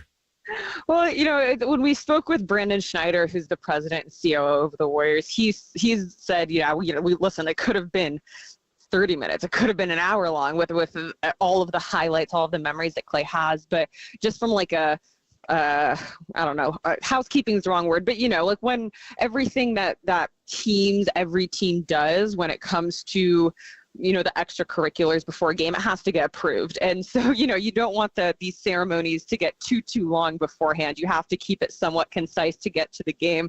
And so that's what I was talking about on SportsCenter, of keeping that video within, about a minute in length. But I also think just knowing Klay and hearing how Klay was approaching this game, he probably didn't want it to be much longer, because he was very much wanting to get focused to the game. But the video itself, as you said, was nice, and it did incorporate everyone. It was funny, after the game, Draymond Green said he actually got the video from Raymond Ritter before the ceremony, because he didn't want the first time he saw it to be in that moment, because of exactly what you said. It was a walk down memory lane for everyone.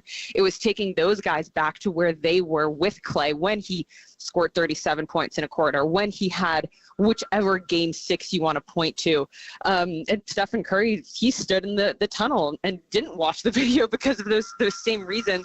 So it was very much, about Klay, but it was also about the team and what they were able to accomplish over his 13 years.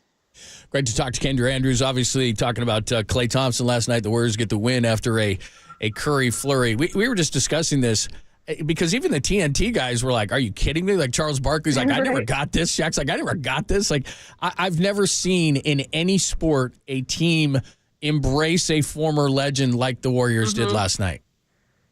I mean, yeah, I agree. It's hard to think of. When you go down the list of players who, have spent time with their team and then left, there's a lot of guys who switch around, but again, it's over a decade, and what he accomplished within that decade, I think, is what makes it that special. And I also just do think it speaks to the Warriors as an organization, and, they always try and make everyone feel as loved as possible, and do everything to the best of their ability. And so I think that's a lot of what we saw last night. Raymond Ritter was at his best last night. Just incredible. It was the Raymond Ritter Super Bowl. It was. He did a great job, and everybody had to execute it. And Raymond sent me a text earlier in the week that he wanted this ceremony to rival MJ's return to Chicago, Brady's return to New England, and Gretzky's return to Edmonton. Right. And we would have to get. I remember, Michael going back and TB12, but we'll have to get the video on YouTube or something. Of Gretzky, the great one, going back to Edmonton because he, what he did there was amazing. So you grew up in the Bay Area watching Steph and Klay and Draymond, and then you joined us at NBC Sports Bay Area. You worked with us initially, and then you were so good on TV, you made the jump to national TV. But the Klay experience for you, because I've seen him change in many ways. I'm talking off the floor, not as a player. Right. Just very shy. I mean, painfully shy when he first got here, to a little more comfortable in his own skin. Obviously, headband Klay, Captain Klay, paper airplane Klay, that guy, the goofy side of him we got to see. And then he got, Steve said he wasn't happy here last year, and it was hard to watch, and it was time to move on. So just in your experience, the Klay personality, how would you describe it through the years, Kendra? Well, I think I have an interesting point of view because for the first 10 years of my interactions with Klay, we'll call it, I didn't know him, right? I was watching him through TV. So I've only really known him as a person since 2021, we'll say 3 years. This was post injuries, right? This was him coming back from that. It was, my first season covering the team. He was still out. I was with the team was covering the team for a year before he returned. And so my first personal interactions with Klay was on that lead up to that return from those injuries. And so I don't know. I think it just puts it in an interesting perspective, we'll say, to only really know this version of Klay I actually can talk with him and have conversations with him. Kendra Andrews joining us. Of course, we're talking about Klay Thompson's return last night for the Warriors as the Warriors get the win over Dallas late. Just in terms of the game itself, when Klay posts up on the first play and just the intensity of it. What did it feel like to you? Was it like a playoff atmosphere, or how would you describe it? I mean, yeah, it was more intense than any regular season game I can remember at Chase Center, I think. I don't know. And it was funny. I was talking to some of the guys after the game. I don't know if it was the in-season cup or the NBA Cup or Klay's return or what it was, but it definitely had a level of angst and energy that you don't typically get. Draymond said, he's like, I don't know if it's because the court was darker. I don't know what it is. Kevon Looney said, and he's like, this feels like Oracle Arena, just the amount of energy. But I do think people were riled up to welcome Klay back. And then I also think they really wanted to beat the Mavericks as well. The Warriors fans love to poo-poo on Kyrie and Luka and the Mavericks. And so I think that was part of it as well. So we got the word that Steph actually walked into the Mavericks locker room pre-tip-off and told, lace him up, Klay. It's going to be an all-night sucker. Just the interaction. We saw, what they did on the court and hugging it out when the game was over, Kendra. But just, going into the Bill King interview room and the locker rooms on both sides, how much interaction was there between Klay and his former teammates, or Klay and I wonder if he ran into Joe Lacob in the bowels of the arena last night and had a moment. Did you witness any of those relationships up close after the game was over? Yeah. After the game, Klay he went into the Warriors locker room, and I saw him walking around their weight room, and, he had his Captain Klay hat on. He was hugging, all the trainers and team personnel that he saw. I think there's a lot of love there, right? No matter how the relationship ended, there's a lot of love for the people that he worked with there. I don't know if he ran into Joe Lacob, but he was definitely around the team after the game. In regards to just Steph at the end, because it looked like the storybook ending was because we got hey, Klay's playing really well, but you want the Warriors to win, so the fans are cheering, but they obviously want them to win, and then Steph just does Steph things. Right. It's exactly it. He just does Steph things, I think that's pretty much all there is to it, right? Do you ever think to yourself, though, this guy's playing in his age 37 season? Like, is this? I'm not saying is this going to end, but it's like he just never. Maybe he's getting better. He's certainly at least staying the same. He's not getting worse. I mean, it's amazing, isn't it? For Steph? Yeah. Yeah, I mean, I think a lot has always been made of how he takes care of his body, right? I think that that's still very much the case here. And, the way that he plays, so much has been made of the way he plays the game to helps preserve his body, but also he just takes care of himself. So we'll see how that, transforms himself throughout the rest of his career. But for the time being, you just let it keep going. Where are you, Kendra? Are you in the arena now? You guys, I'm busy. I just got to Sacramento. I'm gonna put the phone down for 2 seconds so I can walk through a security scanner. You're in Sacramento? Yeah, hold on. Give me 30 seconds. No problem. Give the phone to the security guard. We'll charm him there. Yeah, geez, come on, man. Who won that play-in game last year? I forget. There we go. There we go. No days off. I love it, man. You're on the run. What'd you do? Put the phone in the little plastic hopper on the side? Is that what you did? The guy's looking at you like, sorry, man. You gotta go. You gotta. What's in Sacramento tonight, Kendra? We got a Kings Phoenix game. I know. KD's hurt. Just one thing about Steph is Steph. I mean, come on. He as long as he doesn't get hurt and he keeps his ankles clean, he's going to ball out. He's just such a constant. The guy that is really playing well is Draymond Green. In every respect, he is killing that corner three. He is guarding. They are going small. They wanted to play him at 4 more, but they're downsizing. First sub in the game is GP2. They're going small. Draymond, if he's playing 4 or 5. The plays he made against Gafford at the end of the game, to me, he's the X factor. And the Warrior people remind, I'd forgotten, Kendra, you'll remember, they got off to a 6-2 start last year. They played game 1 of the NBA Cup against Minnesota, and he got into it with Gobert, and he got suspended, and that just started all the unraveling. But what do you see from Draymond Green this early year, Kendra?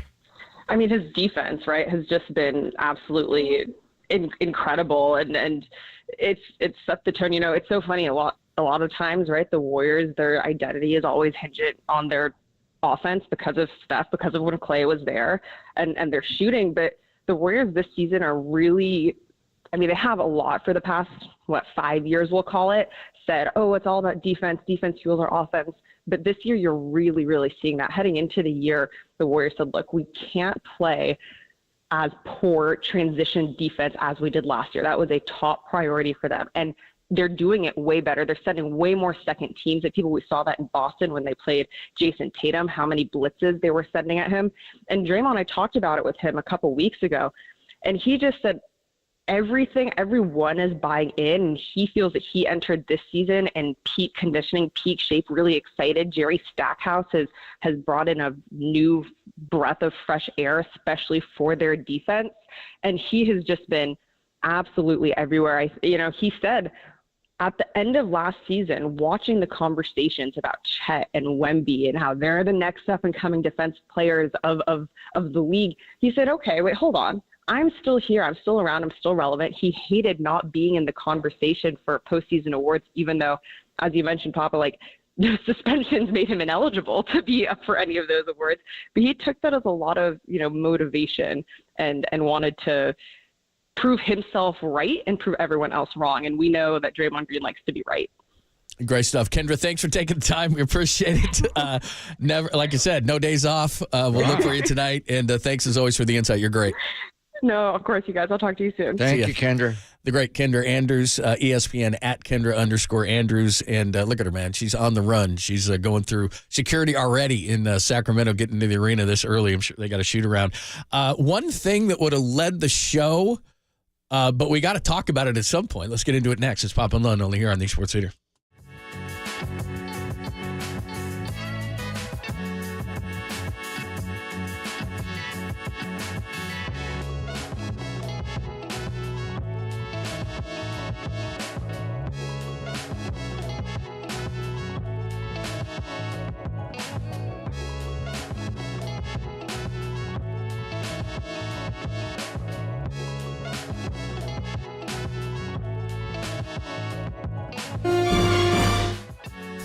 Oh, you know it's coming.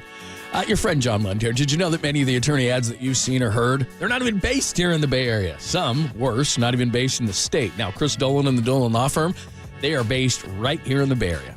They've been that way for more than 30 years. That's right, award-winning personal injury and employment attorneys, and they're fighting for you where you live. So if you've been discriminated against at work, wrongfully terminated, or sexually harassed, your rights matter. Go to DolanLawFirm.com and learn more about your rights. And unfortunately, over the past year, Chris and his team, they saw a sharp increase in no-fault injury accidents. Now remember, motorcyclists, pedestrians, cyclists, children playing, they're all around us. So please be careful. Let's work together in making sure that the Bay is a safer place and feel confident that you're in amazing hands with the award-winning California Lawyer of the Year. That's the Dolan Law Firm. And get this, they've secured more than a billion. Ah, yes, $1 billion with a B in verdicts and settlements on behalf of their clients. But somehow, with that billion, you pay nothing upfront. No hourly rates, no upfront fees. They don't get paid until you get paid. They live here. They work here. They win here. DolanLawFirm.com. Check the mic and make sure it sound right, boys.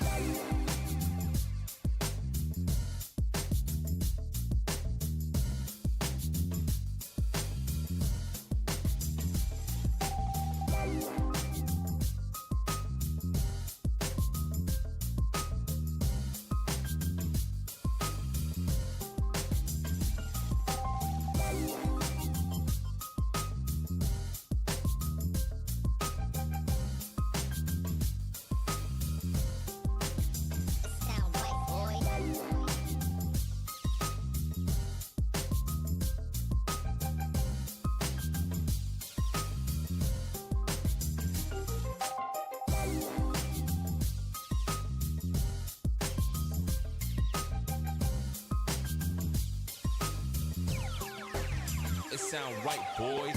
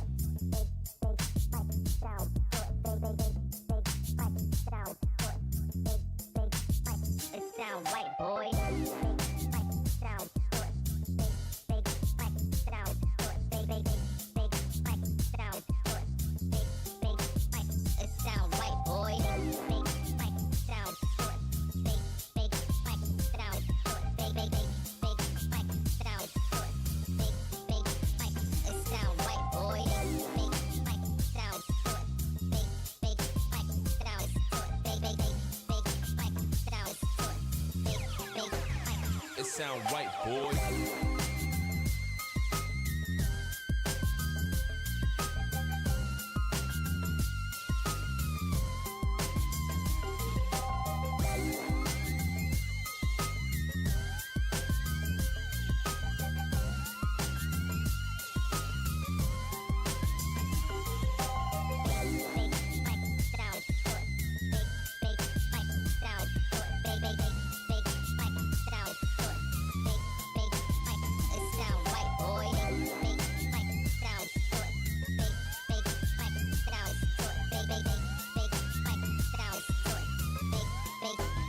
It sound right, boy.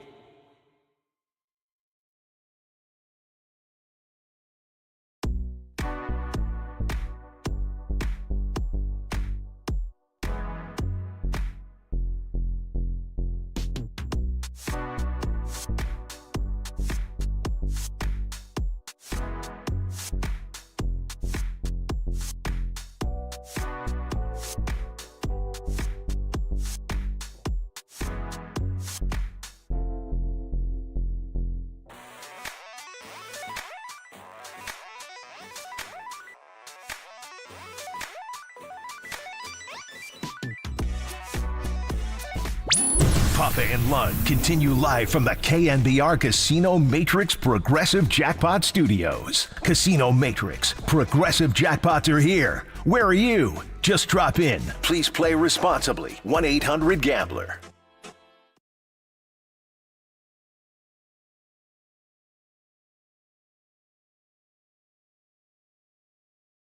What's happening? Thanks for joining us. Pop and Lund. Pop is down at 49ers HQ today, and we will get back to all Klay all the time. We'd love to get your thoughts.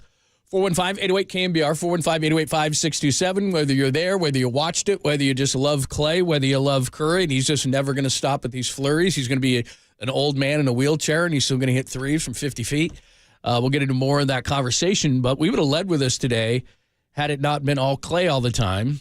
Deommodore Lenor has reached a 5-year, $92 million extension with your San Francisco 49ers. Yeah, That's and it's an average massive. of 18.4, and he's into a contract year. Obviously, his fourth year in the NFL, being not a first-round pick, not a second-round pick, or a third, or he was a fifth-round pick, number 172 overall. So you didn't want to play tag with him in the offseason. I think you've seen enough.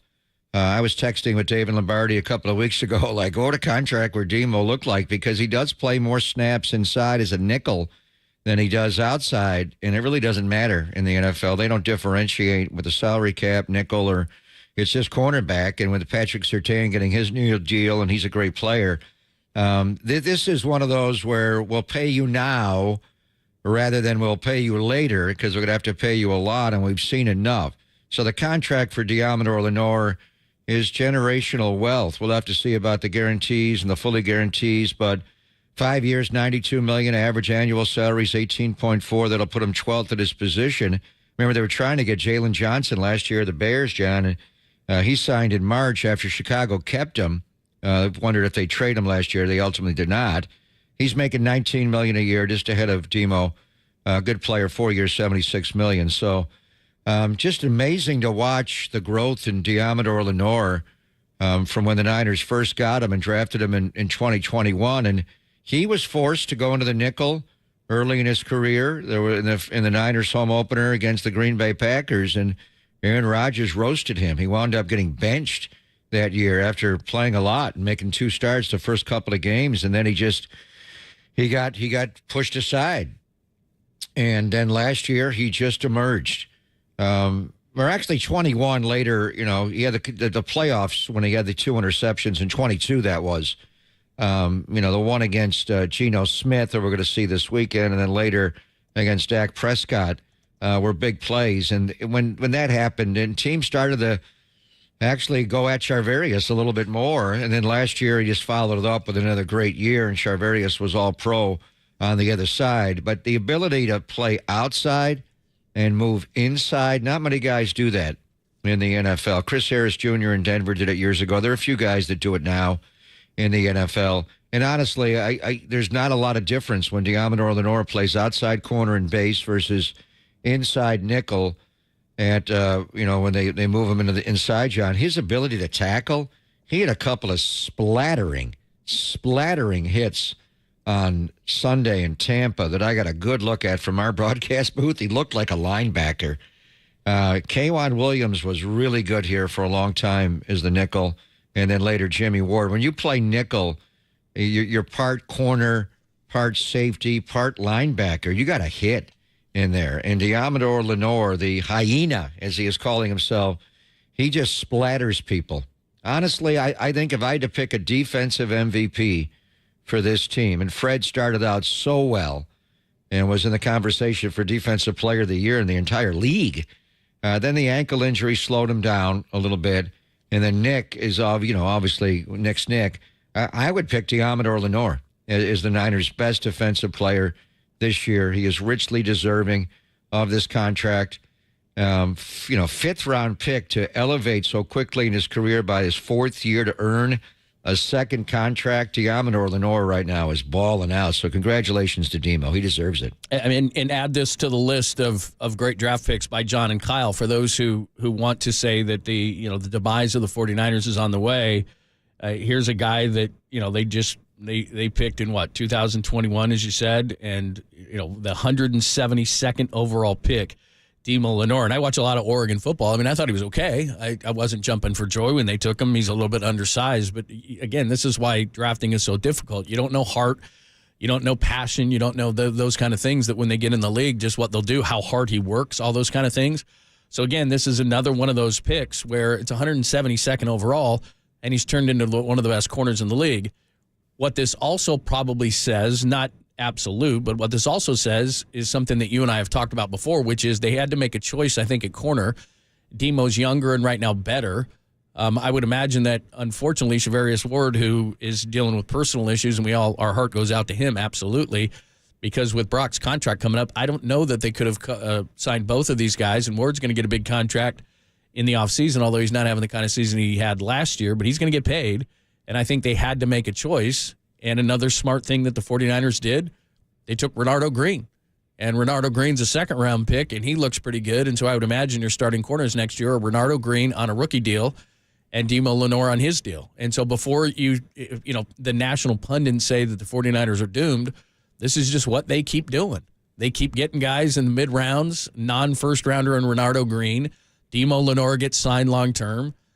We just talked about how great the Warriors organization is. It shows you what a great organization they are by the way that they treated Klay last night, first class. The Niners keep doing this, man. So before you say that their window is closing, they keep doing this. In the NFL, you need not just 2 corners, you need 3. Teams are playing 11 personnel a lot, and we know what that lack of a third corner did last year. Remember, the Niners tried Ambry Thomas at outside corner and Demo inside, and then they put Logan Ryan, who's a safety hybrid all over his career in New England and other spots. He ultimately went inside and played the nickel. So we'll see what they do with Charvarius. He does fit here. Right now, he's just trying to get back, and we'll talk to we'll hear from Kyle at 12:40 when he addresses the media, and here at Levi's, it's installation day, and it's on to Seattle. Will he be able to be back with his teammates? Is Charvarius Ward back in the building after eulogizing his baby girl? I can't imagine the pain of having to get through something like that, how you even have words. So he's strong. Will he be able to play in this game? I remember going to Seattle on that Thursday night game, October the 10th, and Charvarius tried really hard to play in that game with a knee injury, and he just couldn't do it. His pregame warm-up, he wasn't strong enough. He couldn't play, and I thought, oh, boy. And then Renardo Green went out and balled out, intercepted DK Metcalf on the undercut, which is probably the biggest play of the game after the Niners blew a lot of the 23-3 lead. He stabilized things, and they got a touchdown from George again and were able to pull away. But Renardo Green's a player. There's no doubt. Deommodore Lenor, and they've been training Renardo so he can go inside. Did a little bit early in his career at Florida State, but mainly an outside guy. And Demo obviously can play, and Demo likes it. I've asked him many times, which do you prefer, which are you better at? He said, my identity is, he kind of thrives off the ability of doing both. And they're hard. The techniques are different, the vantage point, the vision. It's just, he's different. So, and then we'll see, if Charvarius does get a deal somewhere else and they have to move on. That's why, right before, literally one segment before we found out his daughter passed away, you and I were talking about trading Charvarius Ward. I felt so terrible about it, but that's professional sports. It's life. It's just, we didn't know about it.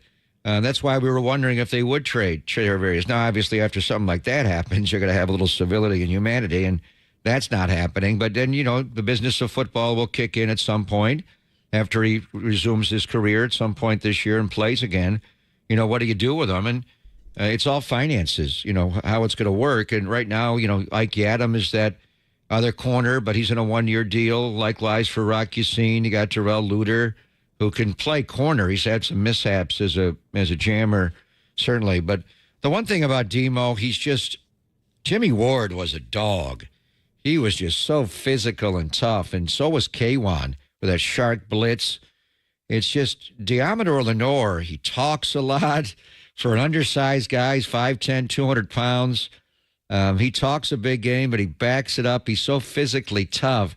And I just love his attitude. When Rashad White at Tampa Bay scored Tampa's first touchdown on Sunday, John, the ball hit the ground. Deommodore Lenor came over and, kicked the ball. You're not getting in our end zone again. He was genuinely pissed off.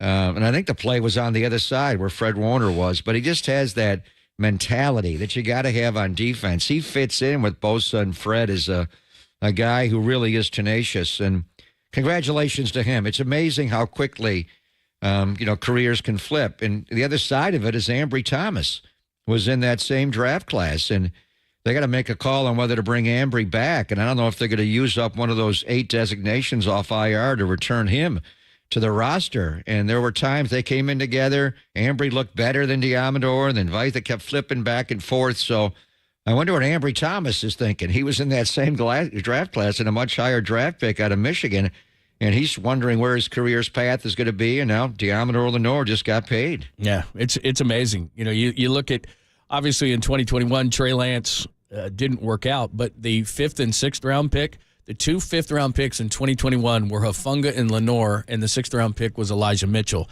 It doesn't make up for trading up to number 3, and I'm not suggesting that, but in every draft class they've had, even if it was a really bad, like Purdy's draft class wasn't great, but he was taken in the 7th round. So non-first-round picks under John and Kyle. 2nd round, Renardo Green, Debo, and Banks. 3rd round, Pooney, Jair Brown, and Fred Warner. 4th round, Mustafa and Wisnowski. 5th round is the round where they just absolutely crush it. Never trade a 5th-round pick. Huff, Demo, Greenlaw, DJ Reed, who's been a great corner around the league. They let him go early. Kittle in the 5th round. 6th round, Mitchell and DJ Jones. 7th round, Purdy and Juwan Jennings. Has anyone had better draft picks after the 1st round than the 49ers since John and Kyle came aboard in 2017? There's no way. You are good drinking a 5th. They are good drafting. The 5th round. Just trade every pick. Trade 1st-rounders for 5th-rounders. Like, I'll give you our first for 5 5th-round picks. Did they have a 5th-round pick this year? Let me double check. I don't believe they think did. so either. They had a few 4th-round picks, Garendo and Mustafa. I don't think they had a 5th. They had 3 4s. Right. In which that was Mustafa, Garendo, and Cowing. But again, and I put a couple that I like Pooney, I think is going to be really, really good. So Pearsall Green, Pooney, Mustafa, Garendo, Cowing, Kingston, and Bethune. Not a 5th pick among them. Not a 5th. But by the way, Ricky last night at the game with Debo, front row, and they got a picture with Steph afterwards. But I mean, that's impressive. I mean, if you start looking at, like Warner's going to the Hall of Fame, Kittle's going to the Hall of Fame. If Greenlaw comes back, he could save the defense this year. DJ Jones is a guy that, if Denver wasn't playing so well this year, everybody wanted back, and Brock Purdy's going to be your, as a 7th-round pick, is going to be your franchise quarterback, and Juwan Jennings all of a sudden is your starting X and playing out of his mind. I mean, these are, man, that's a hell of a job getting the Debo deal done, because everybody's so focused on Brock, and they should be, that they secured a young, great corner. He's I don't know if I'd call him a top 10 corner, but probably. I mean, he's playing that way. Tell me who plays inside and outside as well. That's a great point. It's a great point. That is great value. And I was wondering, did you pay him less because he's a nickelback? I mean, nickelbacks just don't make as much money. That's why Logan Ryan was upset when Belichick moved him from outside corner to nickel when he went to Tennessee. He insisted that he play safety because safeties were getting paid. That was the year they gave Jamal Adams the big money, and nickels typically don't get paid a lot. I don't know why. It's kind of like tight ends and running backs. They just the market value. But when you have a guy that can do both, Deommodore Lenor can play outside and play inside. That is a special talent. Plus, when you look at it too, and I'm sure this is how they look at it from their standpoint, is it's what you're going to pay him moving ahead. But if now you look at his entire career and you paid him as a 5th-rounder for the first 4 years of his career, and now you're going to pay him X, if you average that out, you're just getting such great value of the number of years that you had this guy, and he's played at a high level almost the entire time. And remember, they took Ambry Thomas in the 3rd round that year. I remember. So, I mean, they get guys. This happens often for them. Is they'll take a guy, in the 3rd round, and let's take Fred out of the equation. They've done that with a couple of running backs, and then Elijah Mitchell will outplay a Trey Sermon. I mean, it's just. They do a hell of a job with this whole thing. Once you get drafted, it don't matter. Yeah. And I think the bottom line, and Ambry's had some setbacks. He opted out of the COVID year at Michigan, and he just didn't have the right mindset coming in. He doesn't have the instincts. I just don't think he has and the other part of it is it's the toughness factor. Deommodore Lenor is just tough. He is a tremendous tackler. And Ambry's had some problems. Remember, he had the hand injury and playing with a broken hand, and I was worried about the cast, and it wound up ultimately being an issue with his tackling ability. I mean, Deommodore Lenor, does he have a weakness as a corner? And then he's so smart. The interception he had against Dak Prescott on the Sunday night game earlier this year, when he fell off his man, Dak thought he wasn't going to rotate back, and he did jump back onto. He wasn't guarding CeeDee Lamb on that play, but he came off of his man and just had instinct. So he plays the position outside, inside. He tackles like a safety. And then he has instincts also to make plays. He intercepts the ball. He goes up and high points it. He takes the ball away. I mean, there really is not a weakness to his game. So that's the kind of guy you want to reward, obviously, is a guy like Deommodore Lenor. And just the way he goes about it, and he's so serious about everything he does. He is so locked in.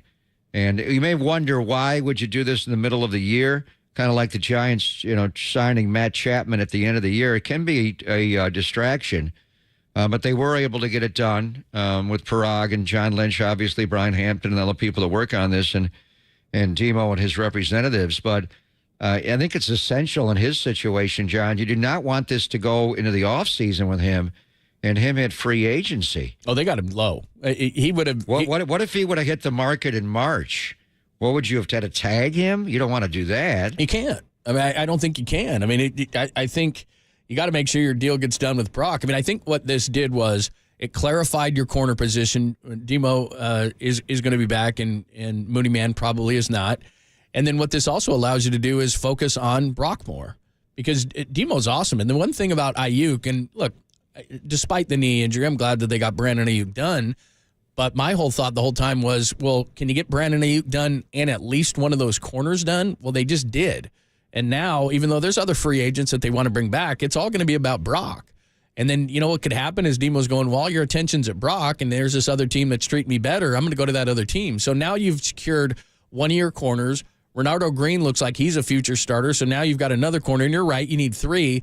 But at least you can, competently go out there and say, okay, we shouldn't have a drop-off here. Ronaldo looks really good. Demo's secured for the future. Now you can focus on Brock. It's brilliant. The future's now. Yeah. Ronaldo's starting now. He's not a future starter. Right. He's a now starter. Yeah, absolutely. By the way, they brought in a punter today. His name is Pat O'Donnell. And when I first saw it, I thought they were bringing Jimmy back. My God, the guy looks like Jimmy Garoppolo. He's a good-looking guy. He's a good-looking guy. He's not Jimmy good-looking. I don't know. He's got a pretty good jawline there. What are you, speaking Italian? He's not Jimmy. What foot does he punt with? I don't know, but I mean, we are facing a right-footed punter in Michael Dixon this week. When we faced a lefty a few weeks ago, they had 2 different left-footed punters.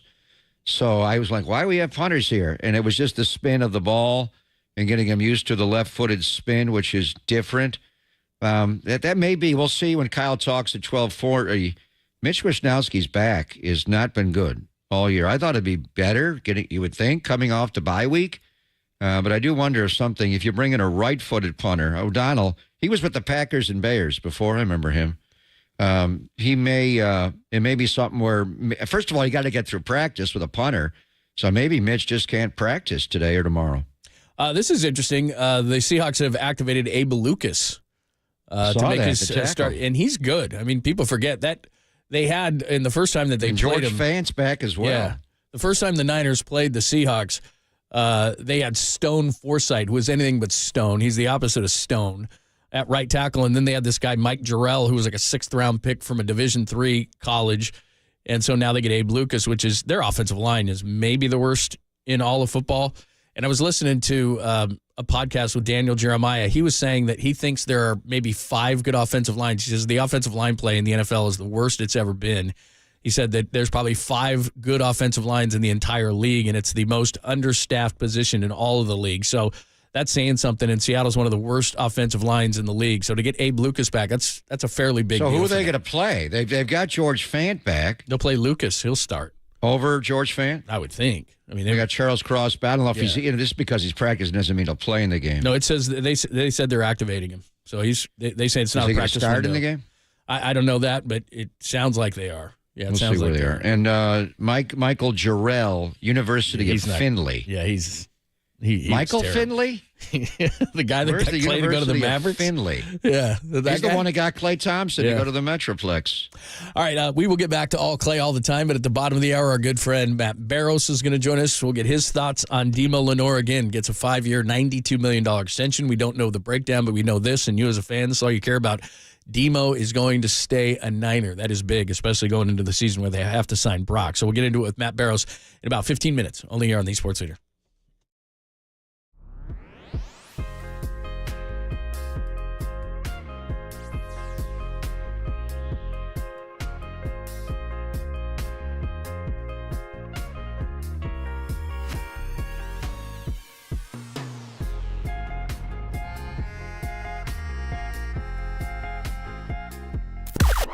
Now, from the O'Donnell Financial Group Sports Desk. Learn more at odfigroup.com. O'Donnell Financial Group, because planning is a process, not a product.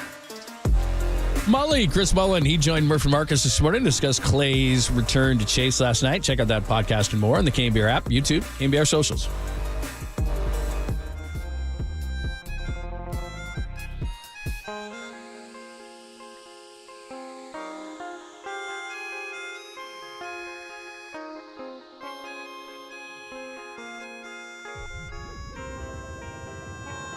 Hey, it's Greg Papa here to the Laser Eye Center of Silicon Valley. They are the experts in modern vision correction procedures such as LASIK, which I had, EVO, ICL to get you out of glasses and contacts as well. But as you age, you may need CLR, which is what I had, custom lens replacement. John Lund also had it, and we're out of readers, never have to worry about getting cataracts deep into our life. So join Laser Eye Center's free modern vision correction webinar this Friday at noon. Dr. Craig Bindi and Dr. Joseph Lin will explain the benefits of LASIK and EVO ICL and show you how CLR can eliminate the need for readers, glasses, and contacts, plus why you'll never develop a cataract after having CLR. Laser Eye Center is vision correction procedures for every stage of life. Find out about all these procedures at their free modern vision correction webinar. It's this Friday at noon. Register for it now at modernvisioncorrection.com. Laser Eye Center in Pleasanton and San Jose. modernvisioncorrection.com.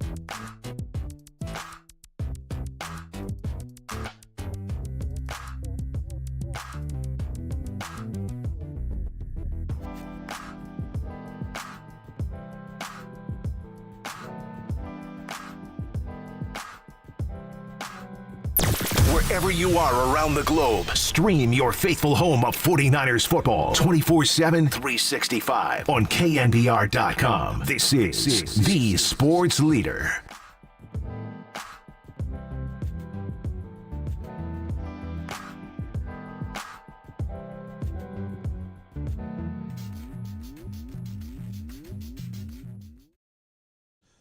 Hello, friends. Talking all about Klay, putting some Niners in there. Deommodore Lenor gets a 5-year, $92 million deal, so we all talk about Brock, but glad Demo's going to be staying around. Renardo Green, some of the young guys, so the demise of the Niners may be greatly exaggerated because they keep pulling guys like Demo around. Matt Barrows is going to talk to us about it in about 10 minutes, so we'll get more into the Niners talk. And this is probably the quietest Seahawks week we've ever had. I mean, here we are on Wednesday, and because of Klay's situation, and obviously it warranted all of this talk, but they're playing the Seahawks. And although a lot of our conversation is centered around the division, the Cardinals and how well they're playing at 6-4, and the Rams who were coming on, but then they lost to the Dolphins. We haven't talked a lot about the Seahawks, but the Seahawks are still in the divisional race. One thing I heard about the Seahawks that they did at the break, first of all, they released their leading tackler, and he was picked up by Miami, Tyrell Dodson, who they picked up on a one-year deal from Buffalo. I've never heard of that in the middle of the season. But I was talking to some friends there, and they were saying that Mike McDonald, before all the players could leave, had what are essentially end-of-the-year meetings, but they were in the middle of the year to basically tell every player where they stood, where they could get better. So they had end-of-the-year meetings in the middle of the season before the bye week, before players could leave for the bye week. Yeah, I mean, that's not that unusual just to let them go on a bye week note because the bye week you're reevaluating. And Mike's new to this team. So they did change their linebacking core dramatically in the offseason, which was really interesting to all of us. And, you know, Bobby Wagner being the headliner, but they got rid of just about all their linebackers from last year, and they signed as free agents two guys that they have now removed from the roster. Jerome Baker was traded. They brought Ernest Jones, the fourth back to the NFC West. He's a former Ram. They made a deal with Rand Carthon to get him. And then Tyrell Dodson, who I know the Niners had interest in, you know, where Kendricks was here for very briefly, but really there was no agreement with Kendricks. And he was well within his rights to leave and go to Dallas and join Mike Zimmer. And then you got Devondre Campbell. But Dodson was also in the mix. That's why I was wondering about could the Niners get him. But Miami has picked him up. And they know him from the AFC East. He's fast. Dodson, a 4.62. Jerome Baker's even faster, and he is a Dolphin, 4.53 speed. But they completely, Darrell Taylor, Jordan Brooks, Bobby Wagner, they just wiped out the whole linebacker level. So John Schneider is still there after all those years, a decade and a half with Pete Carroll. He's there with Mike McDonald, John, but it's quite obvious the new head coach is assessing his roster. And a lot of these guys, they handpicked to bring in as free agents. The two we mentioned, Dodson and Baker. And Baker got traded and Dodson off the roster right now. Tyrese Knight, a young round 4 pick out of UTEP who has big-time speed, will factor in and play more now. And obviously getting Ernest Jones the fourth, the former Ram, and he'll solidify as a pure Mike linebacker. But with Dodson, it's interesting that you trade your Mike. Now, Ernest Jones the fourth can play that position, but how often do you trade your signal caller on defense in the middle of a year? But that's where they're at this year. The new coach, especially with defense, is going to assess it all. And they got off to a 3-0 start, Seattle. And they have not been playing as well. Their last game before the break, the quarterback threw the ball away twice in the low red zone. And once Cam Kitchens of the Rams took it back 103 yards for a touchdown. So, he was kind of keeping him upright early in the year, John, when they got off to that 3-0 start. And the last time we talked about Geno was going into that Thursday night game against the Niners. He did not play well in that game at all. And, the strength of their team of those 3 wide receivers, and DK did not play well in that game at all. So right now, what is the identity of the Seattle Seahawks with the new head coach? Well, let's see. They can't run the ball. Under Pete Carroll, that's what they tried to do. I know they want to run the ball, but they can't run the ball. So they throw the ball an inordinate amount of times. Geno Smith is an okay quarterback. I think he's okay. He had a really good first year in Seattle, but I don't think he's great. DK Metcalf will come back for this team. So their strength, obviously, as we know, lies in their wide receivers. And then defensively, this is where I think the confusion comes in. Mike McDonald wants to run that Ravens-style defense, and he wants to be a multi-look and all these different things, but he just doesn't have the personnel to do it. He doesn't have he has a lot of young guys and a lot of guys who I think have potential, but I think what he's running into is he's trying to run a system that he can't, so they're keeping it basic, and they can't really expand from what they want to do because they don't even have the basics down. So to me, they started out the year against some really bad teams and bad quarterbacks, and I think that it fooled people into thinking they had a pretty good defense, but anytime they've played even a half-decent team, they've absolutely railed that defense. Yeah, they got off to a 3-0 start, 3-0, but I hear you. And I just, from going up there for the Thursday night game, my main takeaway is that their coaching staff is really young. They've just got college guys. I mean, Ryan Grubb, he's the offensive coordinator at UW, runs the offense. There are times during the game where their wide receivers are all looking over to the sideline like it's college. What do you want, a picture of Farrah Fawcett to tell you what route to run? This is not college football. This is the NFL. You look at the guy covering you across from you and seeing what the leverage is. It's just, that was weird to me. And, some of the things they do offensively is college. Mike McDonald's a great defensive coordinator, and he was at Michigan with Jim, and then went back to Baltimore with John. Their defense is well coordinated. Now, do they have the people at different levels? And as we say, they kind of gutted the linebacker level. They got a good front. They got good corners, obviously. The safety play, they didn't play as well against the Niners. Julian Love had a hamstring injury in that game, but they've got safeties. They just got to figure out how to piece it together. And then on special teams, Jim Harbaugh's son, Jay Harbaugh, is the coordinator there, and it's just the rules. And college football rules are so dramatically different than pro football rules, but the way they run special teams in college football is completely different than the way you run special teams in the NFL. I mean, in college, you see the punter like rolling out to his right. And what they do there, because they don't get the hang time, if you delay the punt a second or so to roll the punter, then you get an extra second of hang time. It's just a weird concept. So I think my main takeaway, their coaching staff is just too young.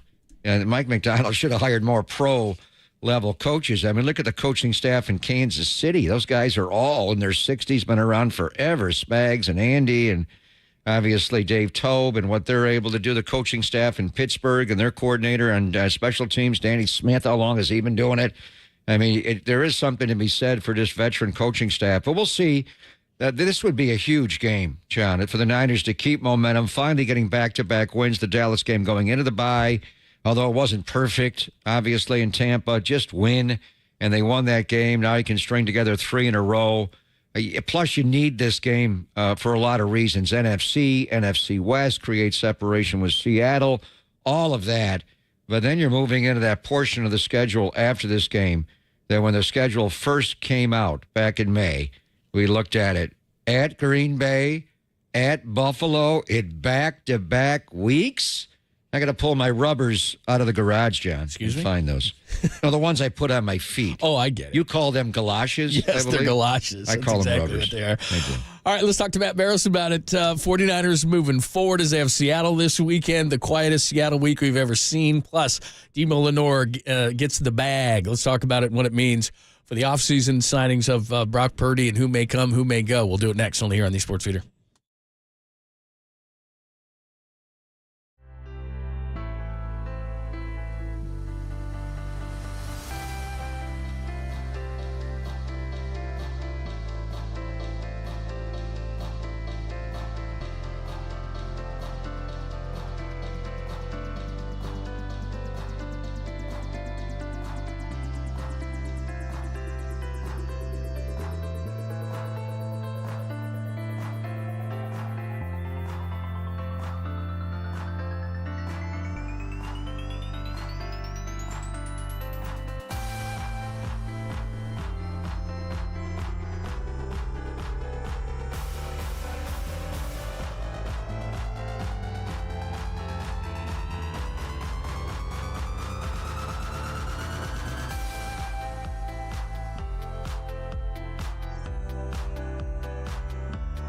Hey, it's Greg Pop here. I got a question for you. What if you could be debt-free by this January? I'm talking about all that high-interest debt, pay off all your credit cards, your car loans, consolidate everything into one lower payment.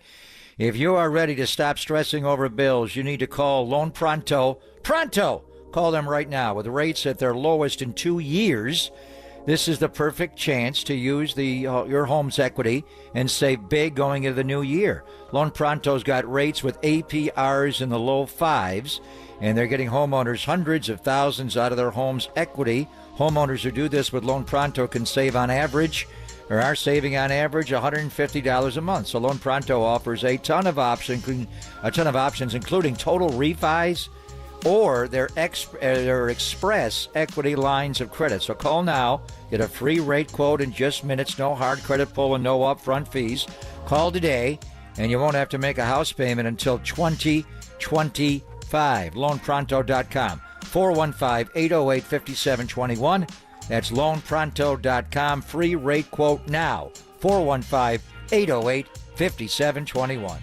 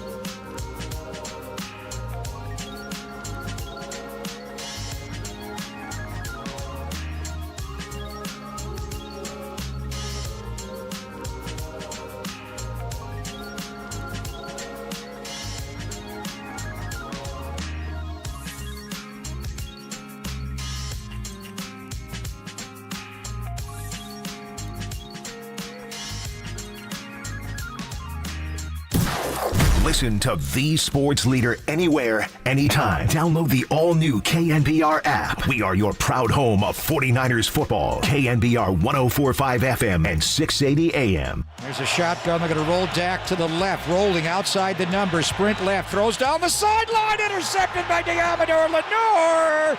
Was he in bounds? Yes, he was. Lenor gets Dak again. We've seen this movie before with Deommodore Lenor on the Dallas Cowboys sideline. What a play by him. 49ers strike again. They sign a fifth rounder. They've done pretty well in the fifth round. Huff, Demo, Greenlaw, DJ Reed, George Kittle. The latest, Demo Lenor gets a 5-year extension worth $92 million. I've not seen the breakdown yet of it, but in the summer of Purdy, they get one deal done. So let's talk to Matt Barrows about everything. And, of course, the Seahawks coming up this weekend, the great Matt Barrows.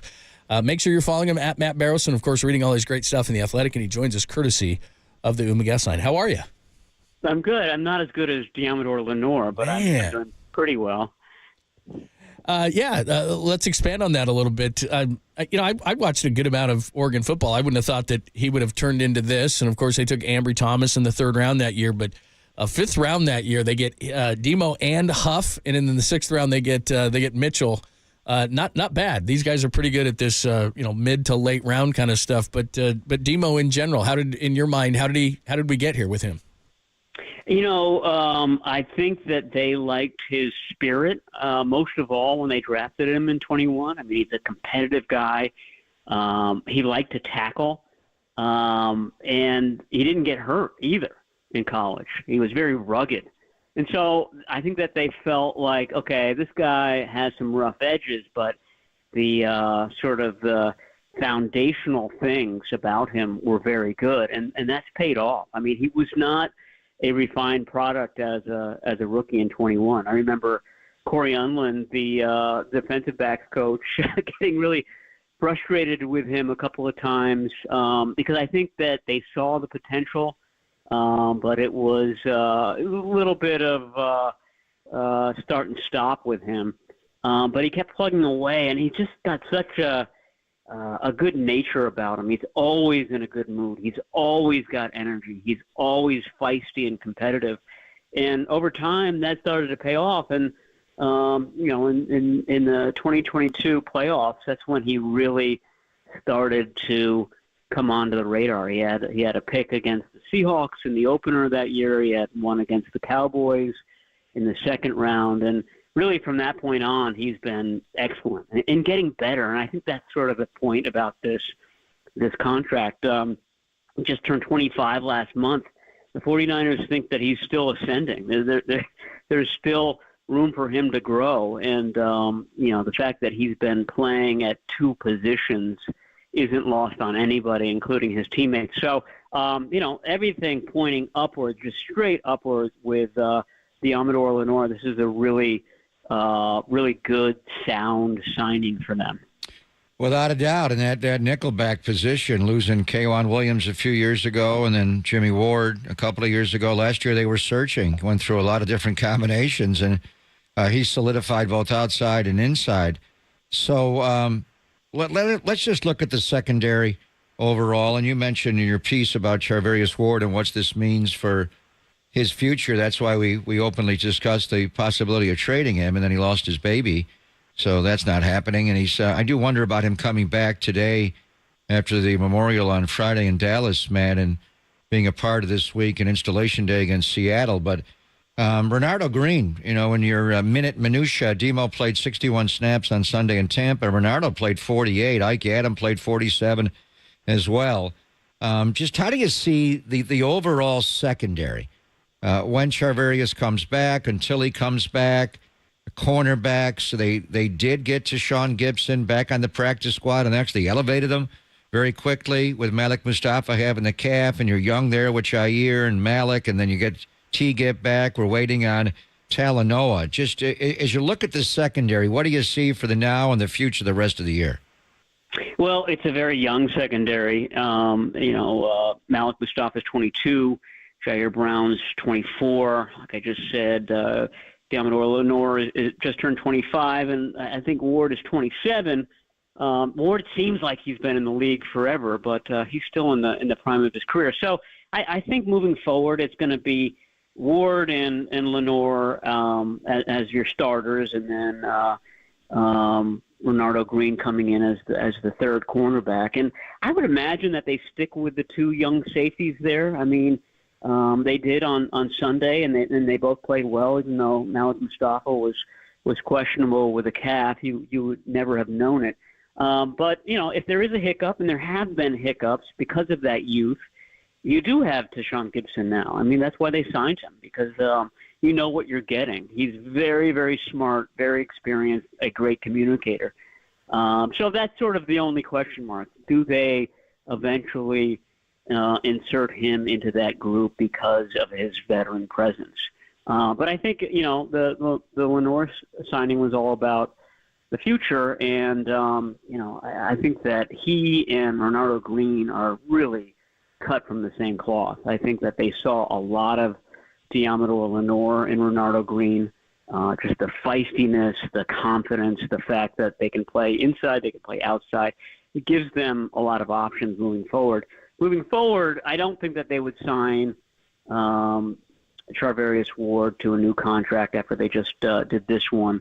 And so that's sort of the question. Who is your third cornerback going forward? I think that they feel pretty confident about their ability to draft that position.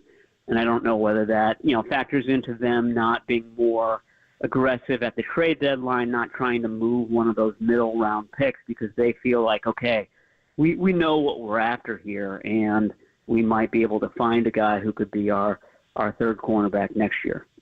If I was the 49ers, I would never move a middle round pick ever in the history of my life. I was just looking at the fifth round. Huff and Demo came in the fifth round in the same year, but Greenlaw, DJ Reed, Kittle, A 6th round, you're looking at Mitchell and DJ Jones. 7th round, Purdy and Jawan Jennings. 3rd round, Pooney, Jair Brown, Fred Warner. I mean, no. Like, I'll trade you a 1st round pick. I will not trade you anything after the 2nd round or later. My God.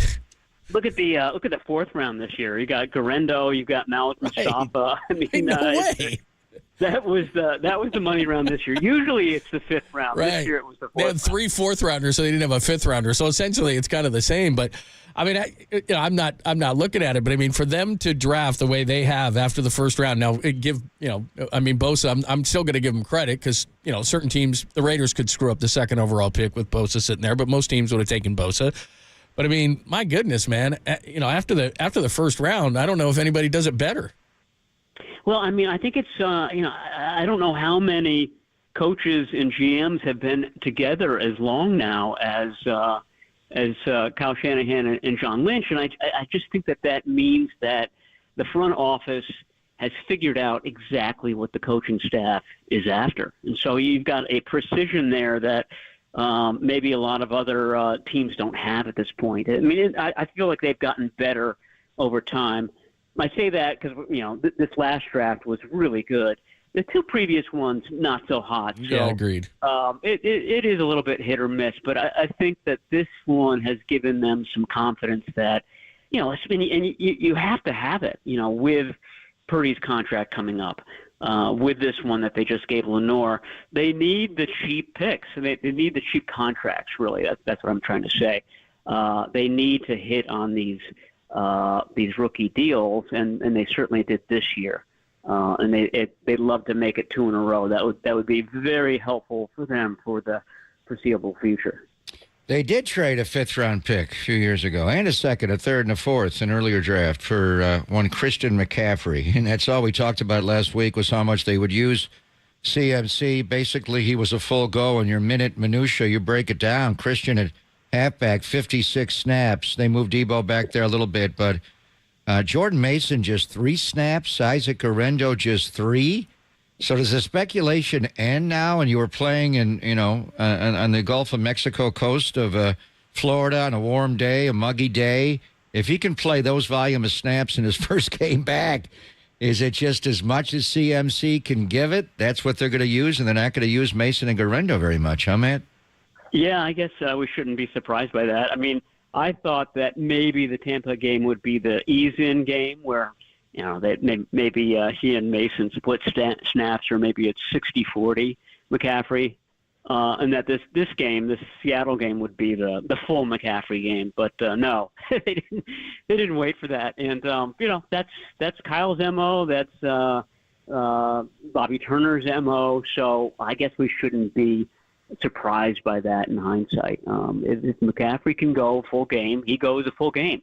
That was what they did all of last year.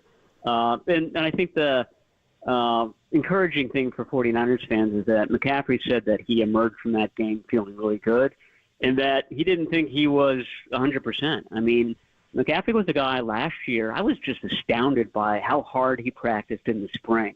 You rarely see that level from a veteran, much less, someone who's reached the level that he did. But he was practicing, he was going 100 miles an hour back in May and June last year. And my point is that he really practiced a lot, and he hit the ground running in that game in Pittsburgh. And he just didn't have that this year. So he doesn't feel like he's 100% himself yet. I don't think it's going to take him very long to get there. But point being that there's still meat on that bone, to borrow a Christian McCaffrey phrase he used a lot last year, as far as him and how he's going to perform in this offense. Matt Barrows is joining us. I've never seen anyone who looked as much like Jimmy Garoppolo than the new punter, Pat O'Donnell. Have you seen a picture of Pat O'Donnell?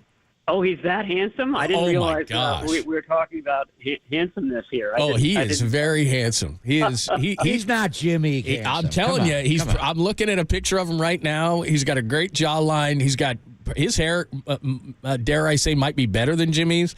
He can grow a beard in about 35 seconds. I hate those kind of guys. Hey, good-looking man. I'm just telling you. Be prepared when you This is walk. borderline creepy, I'm just Matt. telling This is you. John on his when you own walk in there, just be prepared. Why is he here? Is Mitch's back? Normally, if he was a left-footed punter and we were facing a right-footed team, I would wonder. And obviously, Dixon's a right-footed punter in Seattle. You want a righty. Is the back? It's been kind of there all year. Good-looking man, John. Good-looking man. He's no Jimmy. Look at that. Well, why do you think he's here? Because Mitch's back is just not healthy, Matt? Yeah, I think Mitch has been dealing with this and that all season, and the latest is a back issue, and it sounds like he came out of the game with it really being problematic. I mean, to the point where Shanahan mentioned it on Monday. So, I mean, I imagine the 49ers signing John's boyfriend Pat O'Donnell means that he'll be elevated for this game. And I don't know if it's strategic or not, but O'Donnell's last full year as a punter was 2022 as the Packers punter. The 49ers have a game coming up in Green Bay. The weather there, as we all know, can be tricky. So probably good to have a guy who's well-versed in that. I mean, I thought that Presley Harvin, the guy who was here in the summer, looked great. I mean, remember how good he looked? God, he's great. Anybody pick him up at all? No, I don't know where he is right now. That's a good question. But I always assume that if Wisnowski had a hiccup during the year, that Harvin would be the guy that they signed. Have we heard anything, or are there any updates on Dre Greenlaw? I know you guys ask all the time, but are we hearing anything?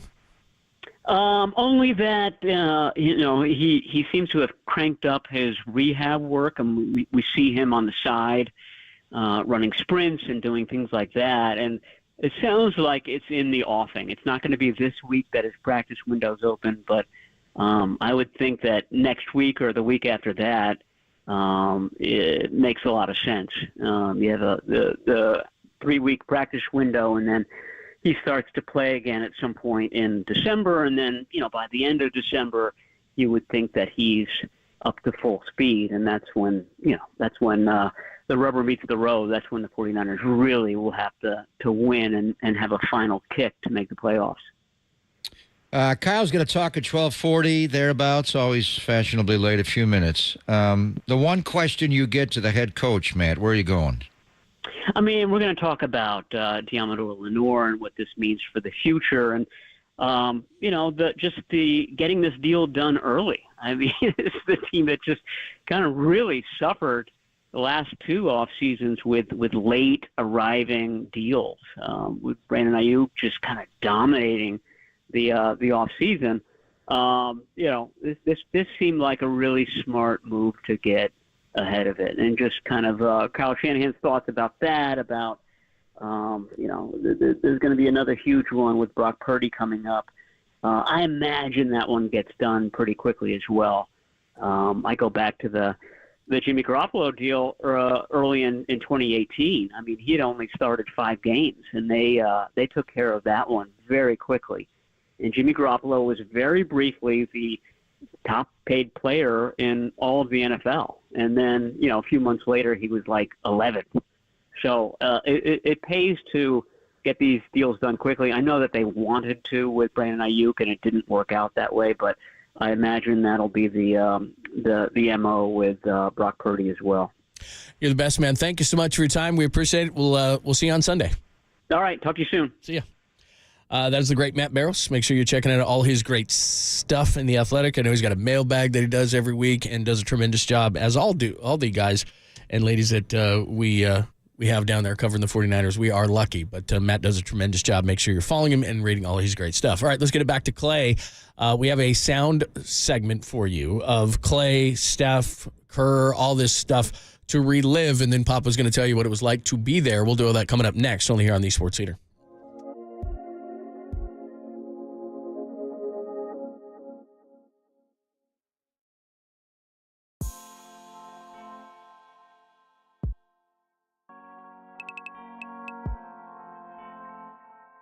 Greg Papa here. In a world where justice is paramount and community matters most, there's one name you can trust, and that is Habas Law, founded by Omar Habas a proud resident and legal luminary, Habas Law has been at the forefront of fighting for our community for over 35 years. And now Omar's son, Tarek Habas, joins him, adding new energy and dedication to the cause. Habas Law is not just a firm, it's a beacon of hope for those who have been injured through negligence. From minor mishaps to a life-altering tragedy, Habas Law has the experience and resources to handle it all. Habas Law helps clients recover from their injuries to the fullest extent possible to achieve the best possible recovery and outcomes. Some of the Habas Law team come directly from major corporations, so they have insider expertise and resources to handle tough cases and take on the corporate giants. Habas Law has a track record of winning thousands upon thousands of cases. But it's not just about the cases, it's about the people.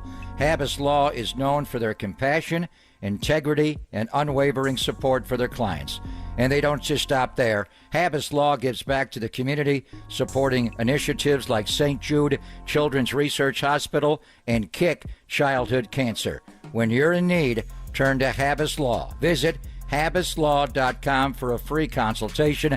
That's habaslaw.com. Habas Law, they'll fight to make it right.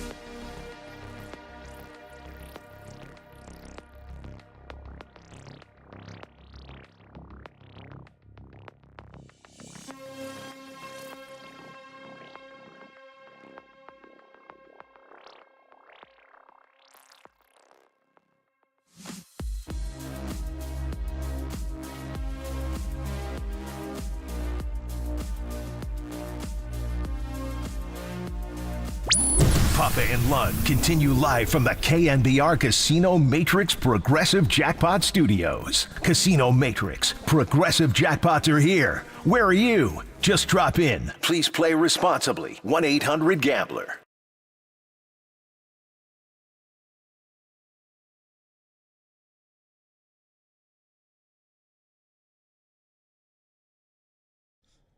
You know, I used to sing this in a commercial. I don't know why they didn't want me to sing it anymore. Remember, it's like that cruise company. Love, exciting and new. Come aboard. We're expecting you. You are. I'm a crooner. You're Jack Jones. Yeah, That's I who am. you are. I'm a crooner. You know the great Jack Jones just passed away? He did? By the way? I didn't know that. Love Jack Jones. I don't know why they. I don't know. Beautiful New Yorker. They just started doing the spot with the big voice guy, and they booted me out of it. I don't understand it. I mean, that was pretty good, right? It was great. It was just John. impromptu. I didn't even warm up. You are a cunning linguist, great vocalist, and your speaking voice is just so beautiful. Oh yeah, it's wonderful. So you put up the picture yesterday of me next to Alan Hale, the captain from Gilligan's Island. Do you want me to find it? I countered with Captain Stubing, yeah, the Meryl great Stubing. Gavin McLeod from Your Love Boat. Yeah, I remember him mainly as Murray Slaughter from the Mary Tyler Moore Show, just genius. But I mean, why couldn't they combine the two, where it was a love boat on a love island? There you are with Ginger and Mary Ann. That would be the ultimate captain. I would sign up for that. I don't want to be stuck with the 5 castaways. Well, Ginger and Mary Ann. But if you could do it where they're two of them, they're transferred to the Love Boat. Right. Then Ginger and Mary Ann with Captain Stubing. Now we're talking about something. Yeah, that would be something. That would be. Yeah. And I'm By not the way, sure that's ready for prime time. That I know you're wearing it again today. I brought you one. But very popular. The one that you did yesterday that had the giant Warriors I like logo mine on better. it. The logo's bigger. I mean, that was well have done. that one. That was well done. I brought one in for you. Yeah, Got I'm it coming for you. down tomorrow for sure. I should have came down today because I just realized, because normally I come down there, the traffic's just as bad coming into the studio. So I'll probably start coming back down there and seeing you. All right, let's give you a little bit of a flavor of last night, and then Pop's going to tell us what it was like to be there last night if you weren't fortunate enough to be there. But here is Klay. Grateful for that warm reception, which, of course, started in the hallways with all the employees lining the way, and you could just see him defrost in real time. He was trying to be serious. He put on the sunglasses, then all of a sudden he saw all the people on either side, and Klay started giving the thumbs up and really starting getting into this thing. But here's Klay, grateful for all of it. It was a really cool experience. I appreciate the fans very much. The captain's hat ended up being a great touch. So I'm such a passionate boater, and I saw a lot of familiar faces in the crowd. That was a warm-hearted feeling. So it was really cool to see the fans, their gratitude towards myself, and something I will never take for granted. So it was very, very awesome. Was that a typical Klay response or what? You know, because I'm such a passionate boater. It's a great line. He Who's felt ever like he referred had to themselves as explain it. What does he have? A 37-foot Axopar? How do you say that? I don't even know. Yeah. Cabin? Yeah, And what does he cabin what does cruiser. he call his 37-footer? Nordic Knife and Splash Express. Well, Splash Express is the one I like. I remember That is a good one. Yeah, Splash He's got Express. a 37-footer. Yeah. He did say, and I was telling you this, that there's a bunch of lakes there in Dallas, but there's nothing you can put a boat on, especially a 37-foot. I mean, there is Lake Louisville. There's, small. White Rock Lake. Are you familiar with that? No, I did not know. So he must live closer to Dallas than I did. But he says, yeah, if he wants something that chills him out, he walks over to the lake and hangs out. And Rocco, very much alive. So Rocco's got some years on him. He does. It's been quite a long time. But so there's get a Rocco 2 ready. Yeah. That's all I would say. Oh boy, I know. Kind of like what George has to do with the Bulldog Ugga, like Ugga 2, 3, 4. I think they're up to like in the 20s or something. Here is Steph. This was pretty funny. First play of the game. Jason Kidd has Klay post up on Steph. Here's Steph's how Steph saw that. No, I didn't ask for it. It was pretty straightforward based on their lineup matchups. put Wiggs on Luka. That's his guy. Been, ever since Wiggs been with us, Melton the starting lineup on Kyrie. I got Klay, and then Draymond on Marshall can kind of roam a little bit. But like I said, I wasn't expecting the first play where they put Klay on the block. I literally blacked out. I thought I was in training camp again, where I was trying to get a stop. Draymond was actually calling me off for we call it a bump, where you don't want me guarding the post-up guy, and I go to the weak side. And I heard him, but I didn't hear him at the same time, and it was a dumb foul. It was a weird way to start the game. He blacked out. That's awesome. Well, he's guarded them a lot in practice, but we haven't seen it. And, Team USA and such. But it was, we talked about it throughout the day yesterday when Marcus was on. I did exactly what they're doing in their matchups. I mean, Wiggs is going to get Luka. DeAnthony Melton's going to get Kyrie. Who's Steph guarding? It's got to be Klay. I mean, he could put him on a big, but only Nelly would do that. So they put him on. And when the opening tip went and Dallas won the tip and Steph went to pick up Klay in the baseline, the whole crowd began to murmur. Like, oh, boy. The Splash Brothers are really dueling. They're guarding each other here. And then, I don't know if it was a set play or whatever it was. They didn't give him a screen, but Klay just came across the right baseline, went over to the left block, and took the ball. I think they both weren't prepared for it. You heard Steph saying he blacked out. I mean, Klay wound up moving to the free throw line, took a 15-footer. The reason you want that matchup is 6'7" against 6'3". Right. Walk him down, crab dribble him, bring him down, see if they double Klay and kick it back out to Luka. Would that be a surprise? But he's got to get deeper there on the catch and just, go in and score. And Klay was a good post guy. When he had matchups throughout his career, they didn't do it a lot, but you put a small guard on him, he'd go right up and score. C.J. McCollum or Damian Lillard, he'd take advantage of those guys. And then, so he took a way too long, middle turn at the free throw line. You're not using your size advantage at 15 feet. Use it at 15 inches. And then Steph reached across and fouled him. I'm like, settle in, guys. Settle in. That was not a great play by either guy. No, but like you said, you and I discussed it yesterday. It was like, well, they're going to see each other, but a post on the first play, like I didn't think that. And so I was like, man, this is like right away when everybody's kind of just settling in. So pretty cool. Here's a little bit more on Klay. So that was Steph guarding Klay. Here is Klay being on the other side of a Curry flurry. Well, it was fun to match up with Steph. I mean, we guarded each other plenty of times in practice with Team USA camps and All-Star games. So a real competitive NBA game. It was pretty surreal, but after a few minutes, it was just basketball. And then, it hurts to be on the other side of one of his flurries. The guy got hot at the end and made some ridiculous shots. I know I've been on the other end and it sucks.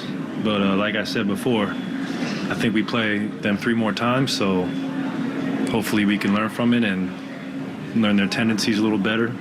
But it sucks because this was a big game for the Cup, so something we just got to digest and move forward. He said that just for you, John. Yeah. I love that. Big game for the Cup. Big game You for think the Lord Cup. Stanley's Cup is God, big? this thing. The NBA Cup is way bigger. Remember that. Much They're all bigger. saying it, John. Get on board. Get on board.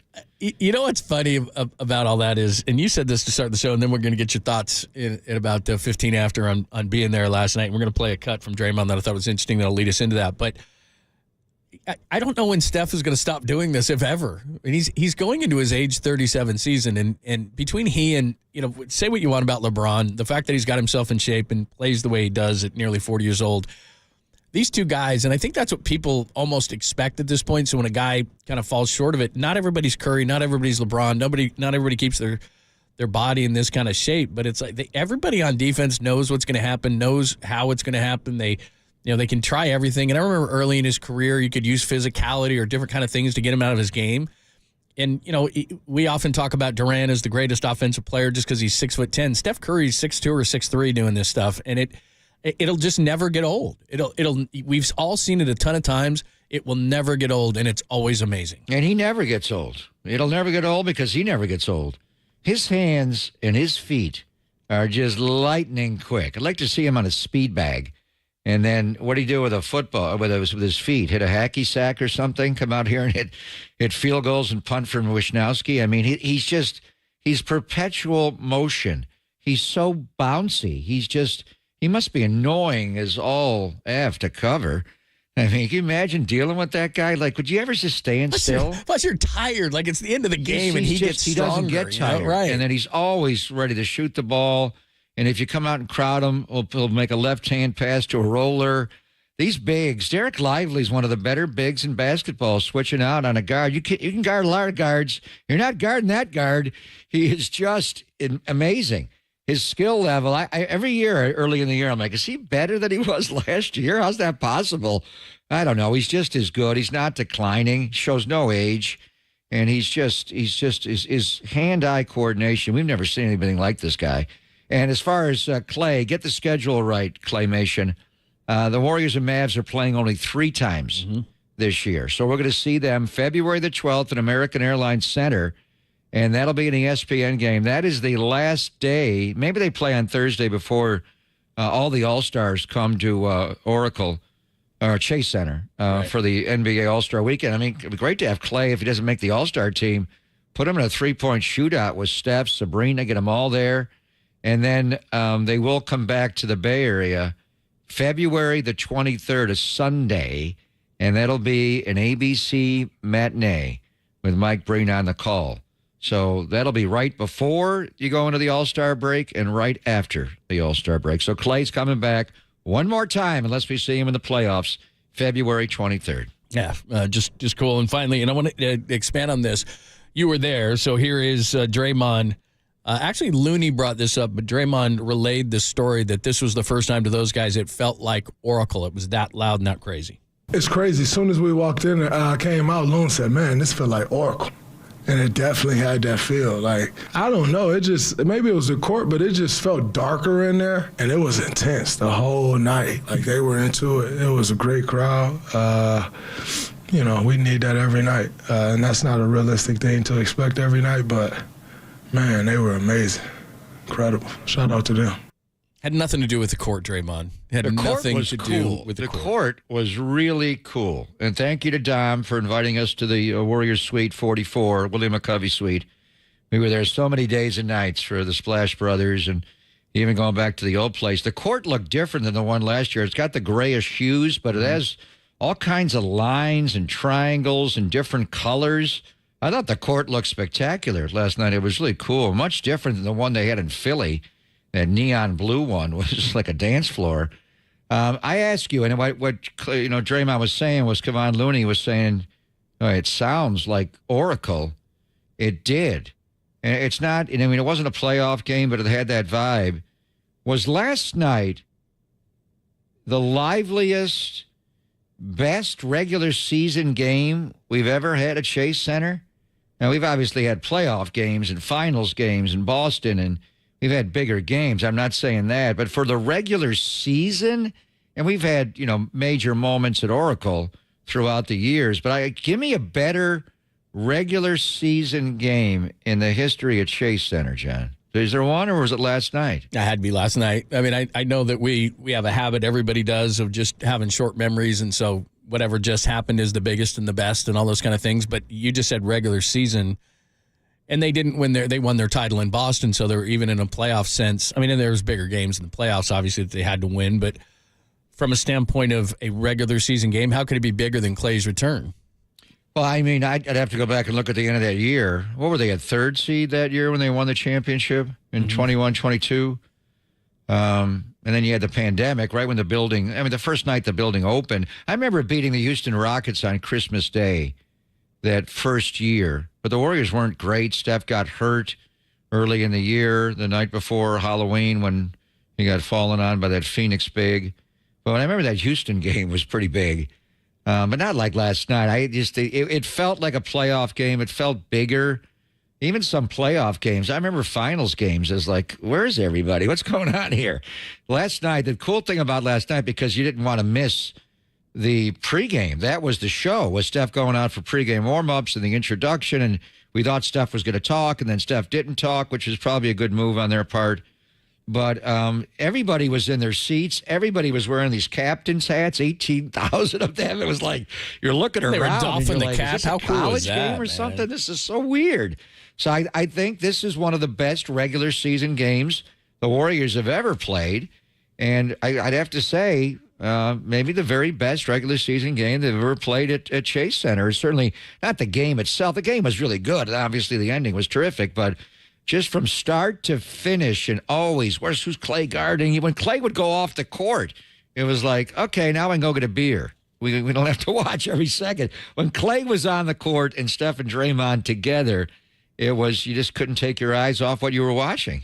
That was the whole night, and you were there, and so we want to get into that coming up next. But just from my couch, I mean, from all the pregame stuff to every play of the game to all of the postgame, I watched all of it because I wanted to consume as much as I could, and then like you said, right from the get-go of the actual game, to have Klay post up Steph was like, oh my God, it's already here, and then just you were hanging, at least I was, on every Klay shot, and I want him to go in, and it felt like early in the game, fans were confused. We talked about it because they wanted Klay to do well, but as the game got closer, he airballed one, and they all started to go airball, and it's like, you're airballing Klay, man. So it's just, the whole thing was just wild. It was exactly what I think we described how it would be yesterday.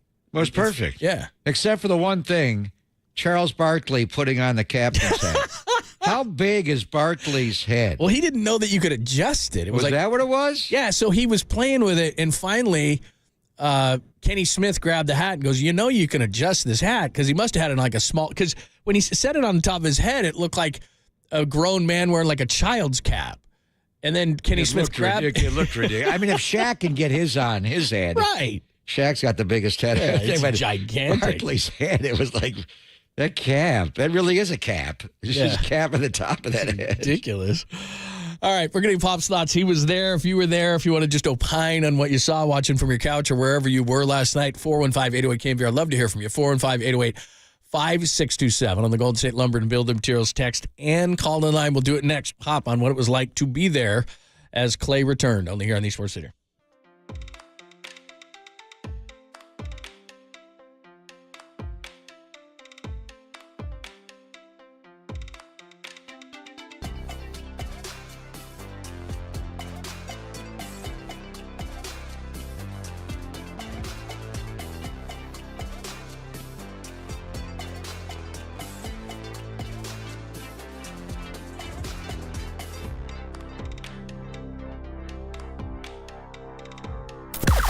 Now, from the O'Donnell Financial Group Sports Desk. Learn more at ODFIGroup.com. O'Donnell Financial Group, because planning is a process, not a product. The great Dante Whitner joined our show yesterday, said he can understand Debo's frustration with special teams. Check out that podcast and more in the KNBR app, YouTube, KNBR socials.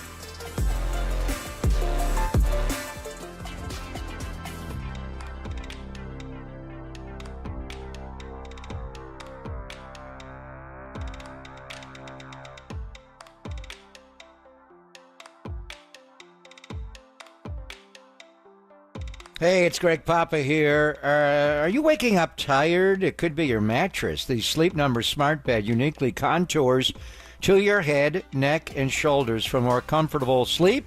94% of Sleep Number's smart sleepers report better sleep quality versus non-smart bed. Do you have a Sleep Number bed? I've had one for years, and now you can pick one up during Sleep Number's Black Friday sale. You can save 50% on the Sleep Number limited edition smart bed, plus you get up to $500 off when you add an adjustable base. So the sale will end this Sunday, November the 17th. It's available to you only at Sleep Number store or at sleepnumber.com. Sleep Number, official sleep and wellness partner of the NFL. See store for details.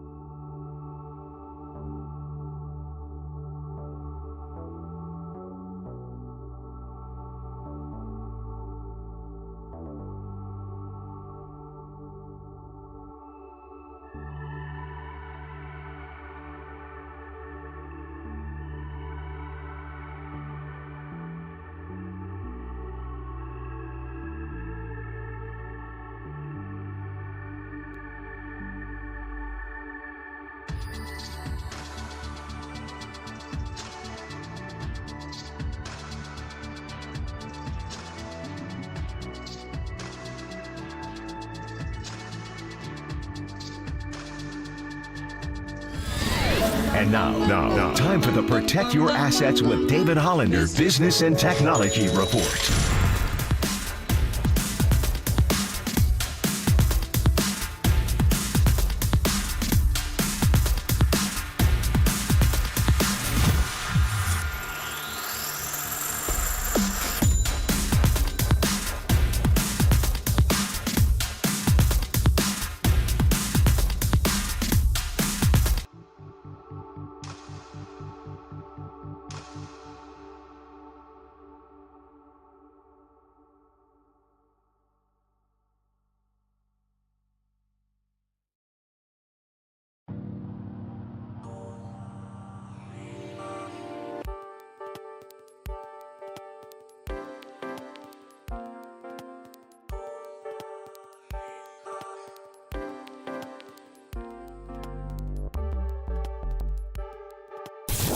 Follow KNBR on Facebook. This is Papa and Lund on KNBR 104.5 and 680. The Sports Leader.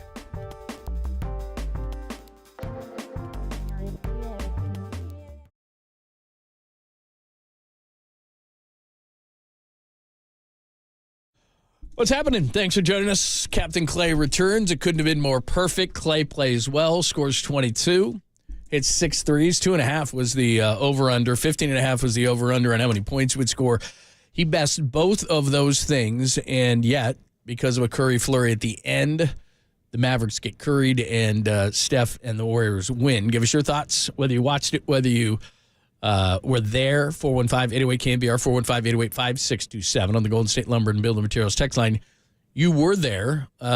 Would you agree, first of all, that as Loon said and Draymond Green reiterated to us just minutes ago as we played that for you, was it Oracle-ish in the place? Without a doubt. I even, is Oracle, we remember Oracle is Roracle and We Believe, and, the dunk by Baron Davis and the first championship. And even then, once you win the first championship, the fans become a little different, expectant, the client base changes, and it wasn't as loud in the later years. But still, that building had a din to it. This building, and I remember the first ever game in the preseason when Anthony Davis and the Lakers came in and they were doing chin-ups on the rim. You're like, what's going on here? And then the building, I don't want to say it was cursed, but, Steph gets hurt. There's a global pandemic. You shut it down. It was just weird. So it had to build its own identity, a lot like Levi's. You had to win big games there. And that 2022 run to the playoffs, it got loud, early on against Ja Morant in Memphis, and we're going to see Ja come in on Friday night. It's just there's so many moments along the way to get there. I think the beating Dallas, obviously, or beating Denver, and then the Boston finals against Jason Tatum. That's why what we've seen in the last week, and a lot of it's about Klay, but this team is good. This team is really good. And I heard, Draymond come on the postgame last night with Tim and Tom. And first of all, there was a hilarious F-bomb. Draymond didn't know he was on initially. He's yelling at Raven Ritter, dropping F-bombs. But Tom asked him about the defense being as good as that 2022, the best since. Man, I would take it a step further. This could be the best defensive team Steve Kerr's ever had. There's just no bullseyes. There's no go-through guys. There's no posers on this defense. They can all lock you up. They come at you in waves defensively. DeAnthony Melton, the way he guarded Kyrie, and Kyrie made some really hard shots. He is an impossible cover. All the way down, Gary Payton the second, obviously. And Kyle Anderson didn't even play last night. We noticed that. That was interesting. And then Moses Moody didn't play a whole lot. Anyway, so Steve is paring it down. But I think the key is Wiggins. And the defense, when they won the championship in 2022, he had Tatum in the finals, obviously. And Tatum was a volume scorer, turned the ball over too much. What did we just see? Last Wednesday night, they were in Boston. Steve going back there, getting booed and all that. It was Andrew Wiggins' defense. Tatum had a great game, but he guards him. And then to watch him guard Luka again, the way he did in the Western Conference Finals that spring of 2022, and Kevon guarded them great, but Wiggins is back. And did you see Luka's line in the fourth quarter? He played all but 16 seconds in the fourth quarter. And I don't think he's right. He's got ice bags all over the place. And by the way, Draymond's sitting on the bench. The ice packs that he wears, they look like goalie pads. I don't know what Eric Hausen and Drew Yoder are giving him, but whoa, huge ice wraps. I mean, they're literally as big as goalie pads. Anyway, Luka's been hobbling. He didn't have training camp. He does not look like he's in great shape, but he's the guy. I mean, he's just such a different player. He was 0 for 3 in the fourth quarter, missed both of his free throws. Probably most importantly, did not shoot a single free throw. He did not score a point in the fourth quarter. Kyrie had 9 and Klay had 8. They didn't have enough. But this team, it feels like the early days of Oracle when they were first winning a championship in the 14-15 team.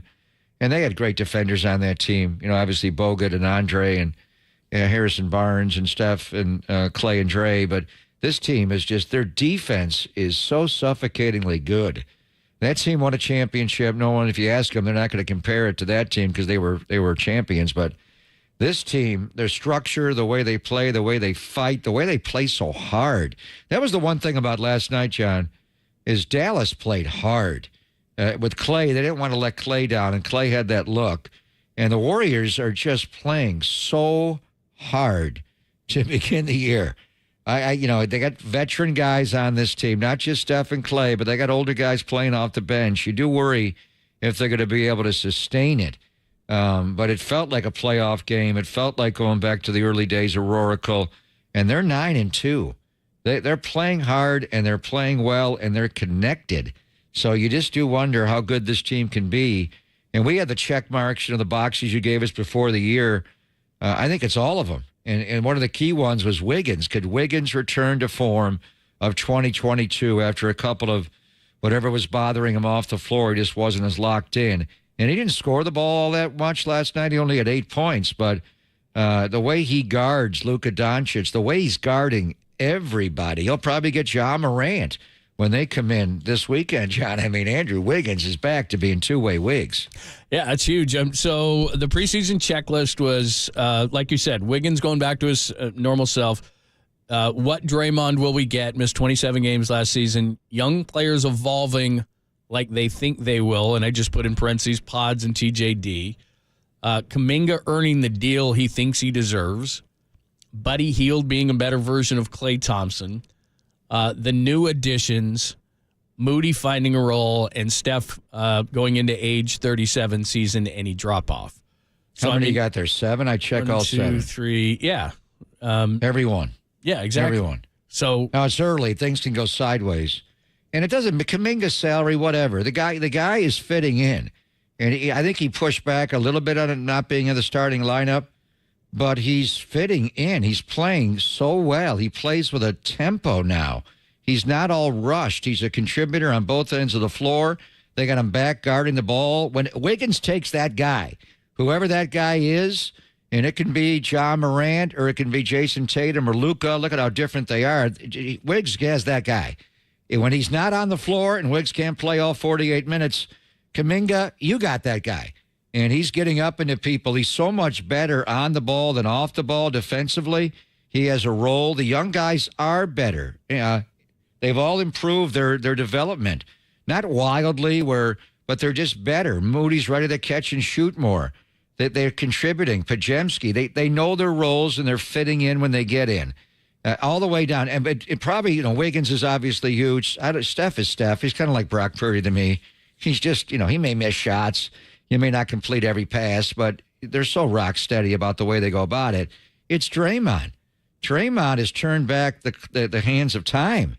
And, last year at this time, he began to blow up, and it was his personality. We were talking about suspending him, and the league did. And, that's where the year got sabotaged. And I think why did they pick Draymond, the 4-year, $100 million deal, and Klay got half of that as an offer, reportedly? Klay got hurt. Badly hurt, terribly hurt. He's not the same player. He can still be effective in a role or, even, evolving. Draymond is just as good in a lot of respects in his early and mid-30s as he was when he was in his 20s. And now he's got, the institutional knowledge of a champion. He's just so smart. Man, did he play well on both ends of the floor. So all 7 of those boxes that were question marks before the year, it's early in the year. We just started this thing. They're 9-2. We're 11 games into 82. But every single box, you can, like Trent Baalke would say, you can check those boxes, John. Well, and and again, we're 11 games in, they're 9-2, but two-way Wiggs, he doesn't have to score really to be effective, although you'd like him to be, but defensively he's back. Dre being Dre, missing the 27 games. It's the things that the reason why I think something like Draymond Green can continue is if you notice Luka Doncic, for example, every play is going over to the officials. And Draymond Green isn't doing that nearly as much, and it doesn't seem like he's doing it with the same energy that he did it before, and I mean that in a positive way. That I think that Luka Doncic gets distracted. You know, there's times where Luka Doncic is stopping to talk to an official and the other team's going down the floor. And it just gets to a point where it's like, you got to stop. You know, you can talk to him during a break, whatever the case may be. I mean, Draymond, I think, got overly obsessed with officials. And that this year, I think it's really affecting him in a positive way where he's just, he's going to go over to him. Yeah, he might occasionally be demonstrative, but it's not obsession. And with Luka Doncic last night, I'm watching him, he's obsessed with the officials. And that can really affect your game. And the lead official last night was Scott Foster. Right, absolutely. I salute my cap to Scott Foster, the captain of the officials. He didn't make it about him. He was not about him. I thought maybe he'd throw out Klay right after the opening tip. Thompson, I've had enough of you. You're out of here. Oh, my God. Can you imagine if he'd done that? Billy Crystal did it, then forget about Paris. He threw Kareem out. You mentioned Kuminga. Buddy Hield. You know what was interesting about Buddy last night? Because I don't know why, maybe it was just me in my mind. Every time he shot, I thought, it's obviously he has nothing to do with this whole thing, but he is the one that replaced Klay. So I don't know if he felt an extra pressure in last night, but I mean, he didn't really replace Klay, but he does. I mean, that's the role they want him to play. He's not ever going to be the defender, but neither is Klay anymore. So from an offensive standpoint, he's the one that, he's the splash buddy. So I was wondering, like, was he feeling additional pressure because he had to hit a bunch of threes? I don't know. He was okay last night. He wasn't great. I don't think he cares. Yeah. They're all Bahamians, those guys from the Bahamas. He was a minus 21 last night, buddy. Right. The one thing was they did not play well in the second quarter. They did not play well early in the fourth quarter. They were down 7. So the whole strength in numbers thing, and the minutes did get paired last night. Peyton only played 7.5. Looney and Trace Jackson Davis combined, they're playing about half the game. So they're starting big, but they're going small like they used to. Moody's minutes under 12. Kyle Anderson, slow-mo, did not even play last night. TNP. Yeah, he's tough to watch. I'm not down on him or anything. It's just that shot in the corner. Kyle Anderson is a good player. So weird. Not only did he have a DNP CD, he had a DND, which is did not dress. Yeah. When he was sitting on the bench, I'm like, is he wearing, what's that shirt he's wearing? Was he hurt going into the game? Why didn't he even get in uniform? What was that about? Good question. All right, that is the Warriors side of things. That is the Klay comeback. Give us your thoughts as well. Plus, got into a little bit of the Warriors through 11 games. Thoughts at 415-808-KNBR, 415-808-5627. All right, we'll get you prepped for Kyle. He's going to speak. You know how it is. He casually arrives, so 12:40, 12:45, probably a little after that, but we'll get you prepared for that next, only here on the Sports Leader.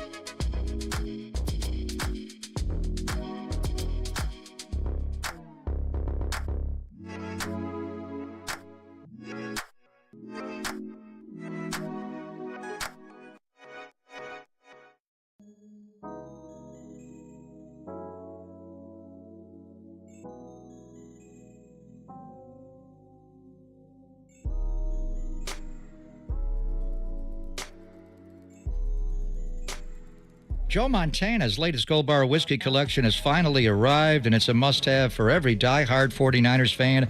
This exclusive collector's set includes 2 award-winning whiskeys and 2 stunning engraved whiskey glasses, perfect for sipping on the rocks or in your favorite cocktail. Each set also comes with a limited edition collector's patch that you can iron onto your favorite jersey, hat, or jacket. Plus, tap the patch with your smartphone for a chance to win exclusive meet and greet with Joe Montana at the Gold Bar Whiskey Distillery on Treasure Island. Speaking of which, have you been there? I've been there many times, and get over there and taste the Joe Montana collection at the distillery. Head to the Gold Bar Whiskey Distillery and tasting room where you can enjoy tasting flights, extensive cocktail menu, a curated selection of snacks and bites. And don't forget, the distillery has the best views of San Francisco and breathtaking sunsets. So I encourage you to visit your local retailer to pick up your Joe Montana season kickoff collection, or go to goldbarwhiskey.com to learn more and to find out when you can enjoy live jazz, sunset, DJ nights, and other special events like watching 49er games on Treasure Island. Gold Bar Whiskey, the official whiskey of the San Francisco 49ers.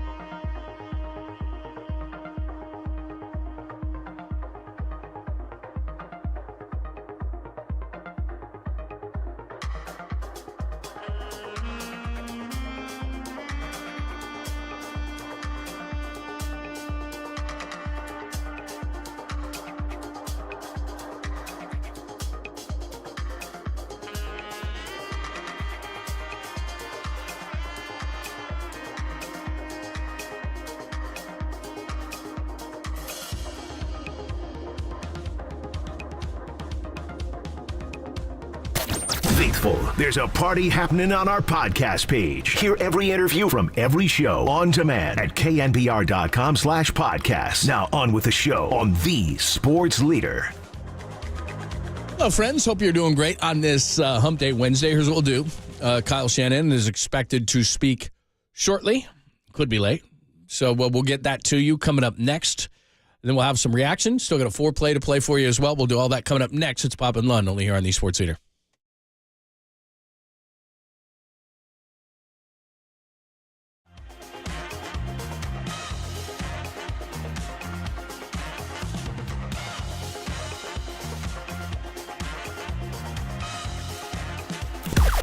Now, from the O'Donnell Financial Group Sports Desk. Learn more at odfigroup.com. O'Donnell Financial Group, because planning is a process, not a product.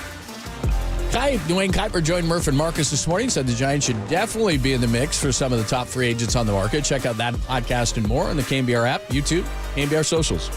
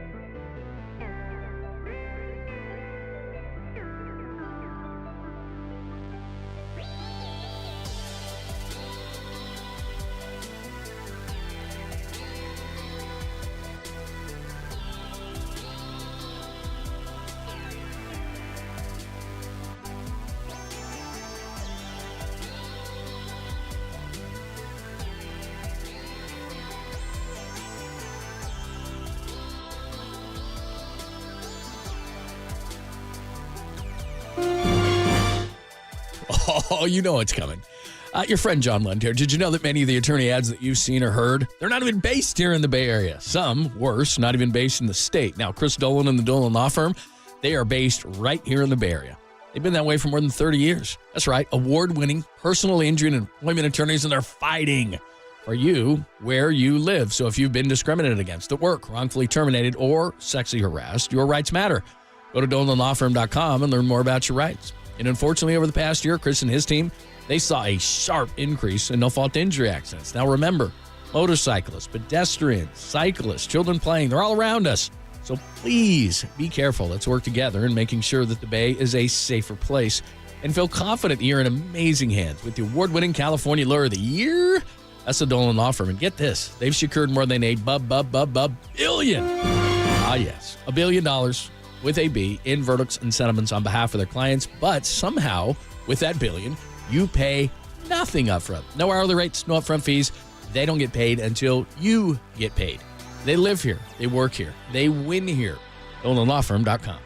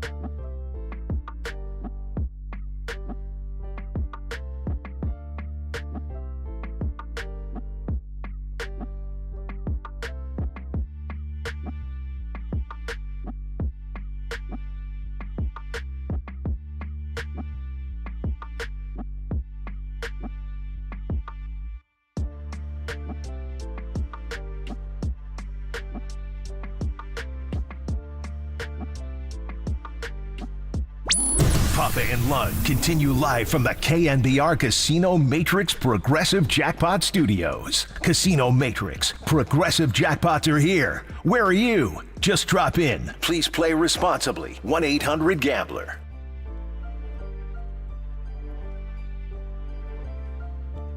What's happening? Happy Hump Day. It is Papa and Lund. Talking a lot about Klay's return. But Kyle Shanahan is scheduled to speak shortly, so we'll let you hear that. We'll do a foreplay as well. I don't know that we'll get into Giants today, but there is a lot of buzz. Not a lot of action, but there is a lot of buzz around baseball, including whether the Giants have a meeting or don't. There was a report that they did have a meeting with Juan Soto and Scott Boras. Then Jason Stark said yesterday they didn't, so I have no idea. But anyway, it's buzzing. I wouldn't say it's boiling, heating, anything like that. I do know that Kerry Crowley has a hot stove show tonight, which is the first hot stove show of the year. So, it's percolating a little. It's going to be hot. But it'll get warm. Bob Melvin's on the show tonight. Is that right? I did not know that. Yeah. Yeah, so, it's warming up. So we are waiting for Kyle. Quickly on the Giants, Andrew Bagley had a piece last week in The Athletic that they're going to slash payroll, which is really interesting. So how could you be in with Juan Soto? You could sign Soto and nobody else. They do have a little bit of money, but it's a little bit of it. Defer? Are they going to defer? Do a Soto defer? Well, yeah, but I mean, you're going to have to pay him. He's not going to defer as much as what Shohei did. And that'll be how much Boras wants, is you want to break the $700 million mark and defer. When you look at, present day value, Shohei's is like $450 or something. It's because he deferred so much. But it would seem a little inconsistent for them to slash payroll and still try to be in Soto. But you got to be in the meeting room. I know a lot of people in Murph is saying don't even take the meeting. You may wind up trading for him. You can gauge if Boras is using you. And you've got a bunch of Boros clients anyway that you may be, if you don't get, Soto, it could be Hassan Kim and, what's up with Blake Snell. He's got so many guys now. Even Corbin Burns, who was a CAA guy who represented Buster for a long time during Buster's career, he switched to Boros from CAA. So you got to show Boros respect. And Soto's, certainly the prime free agent. There are others that are out there as well. But we'll see if they're really going to be a player for Soto or not, because there is inconsistencies with them slashing payroll. How would that work? So as we're waiting for Kyle, and the media's all in the interview room, so he'll be walking any minute here. It is installation day. It's a totally different day today, getting ready for Seattle. First time we played them was on October the 10th. It was a Thursday night game, and it was just all truncated. This is a normal week, obviously, getting back from Tampa. And do want to see about the injuries, what's going on with George Kittle, what's going on with Mitch Wishnowsky, obviously, with the back, and they brought in Patrick O'Donnell, the very good-looking punter. Is it just to get through the practice week, or is there concern that Mitch would not be able to punt? And I know, overall special teams have not been special this year. His numbers are not as good as far as returning. He had a great punt early in the game that Ronnie Bell downed inside the 5-yard line as the gunner. But, you would like to have Mitch available. And they got Michael Dixon on their side, and his rookie year in the NFL, I think, was a big impetus with the driving force with the Niners going out and drafting Mitch Wishnowsky, the Australian-born Wishnowsky, and Dixon's from Sydney, Australia. So you always like that matchup with the two Aussie punters. And then, obviously, Charvarius Ward. Is Ward going to be, is he back in the building? I'm here today, and I don't know if he's here or not, but this is installation day. He could show up later in the week. Where's he at? I mean, that would be a huge story for Charvarius after the passing of his baby girl a couple of weeks ago, yesterday, to come back and play. I don't know where his mind's at to be able to do that. And then obviously, we've talked to Kyle a lot this year about Deommodore Lenor, and he told me flat out, I love that guy, and we want to build it around him. And the Niners did prove it today, yesterday. We'll see with the formal announcement extending him.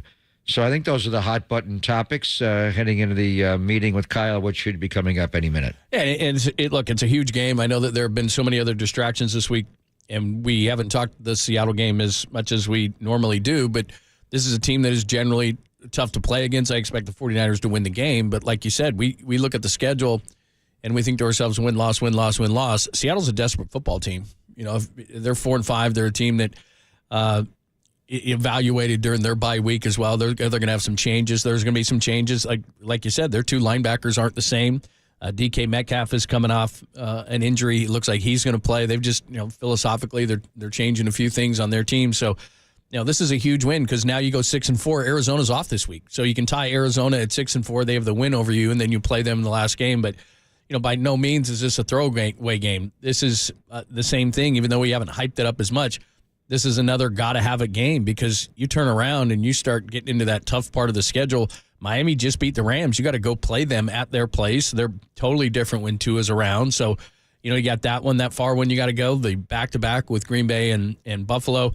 The schedule is very, very tough. So this is a team that you usually handle at home. You can't look past or something weird against Seattle just because they haven't been successful lately because they're playing for their lives. Because I think if Seattle loses this game and I expect them to do it, I think they're done for the season. Because when you cut your leading tackler, what that tells me is he's not going to be a long-term solution on your team. They're probably better with Tyrell Dodson in the short term, but they're, like you said, they've got this kid that they took out of UTEP in the 4th round.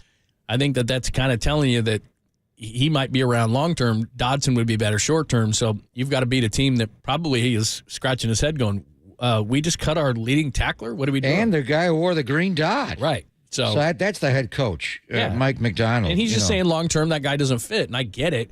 But they signed those two guys, Baker and Dodson, in the offseason to be their linebackers, and yet they bring in Ernest Jones, who I really, really like, and now they're going to start a rookie next to him. I mean, that's telling me that they're probably not too confident in what they're going to be the rest of the year, so you got to take advantage of that. Without a doubt. But Ernest Jones is a good player, and the guy that you're talking about is Tyrese Knight, rookie round 4 out of UTEP, and he is fast as hell. That guy showed up. He wasn't playing a lot of snaps when we went into the last game with him, but he wears number 48, and he does show up big time. So as we're waiting for Kyle, I think the key thing, thank you, Walter, is the signing of Deommodore Lenor, who can play outside and inside. We are expecting DK Metcalf to come back in this game, John. So they have the 3 great wide receivers, Lockett, DK, and Jackson Smith and Jigba, who that guy... it is quite obvious to me, and DK's just a physical beast. Tyler Lockett is still, at age 32, in his 10th year, effective. But the most dangerous wide receiver to me is Jackson Smith and Jigba. He actually bobbled when I was watching the Ram game back the last time they played last night. And he dropped a ball, and it got intercepted. It's like, whoa. But his ability to run routes, how smart he is... just a second-year player out of Ohio State. Jackson Smith and a good Juba. Yeah, that's don't do that, Russo. You're gonna throw me off. It's Jackson Smith and Jigba. Call him JSN. Yeah, just make it easy on yourself. With Deommodore Lenor getting paid the way he just got, that's why you pay a guy and JSN will line up in the slot, outside, either side. He is just such a clever route runner. He is so smart. I mean, that guy is a future star. I would say right now, he's the best player on the Seahawks team.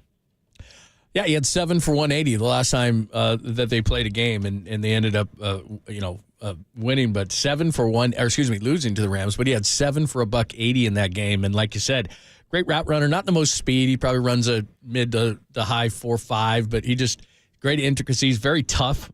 Used him a lot different than they did last year. Last year was a lot of short stuff.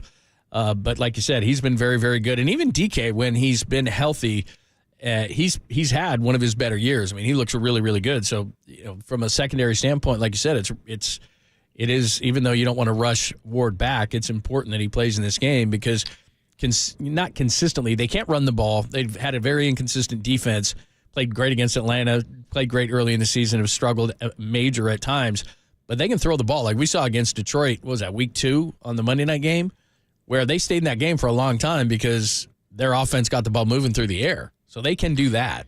Yeah, DK's a beast. He does not know how to run routes. He just is not he's gotten better. Sanjay Lal was coaching him there for years, and he's gotten better. But JSN, Jackson Smith, and Jigba, Russo, is a unbelievable route runner. He's just so smart. He does things on tape that like 10, 12-year veterans can't do. I mean, some of them. He's like Lockett was that guy for a long time.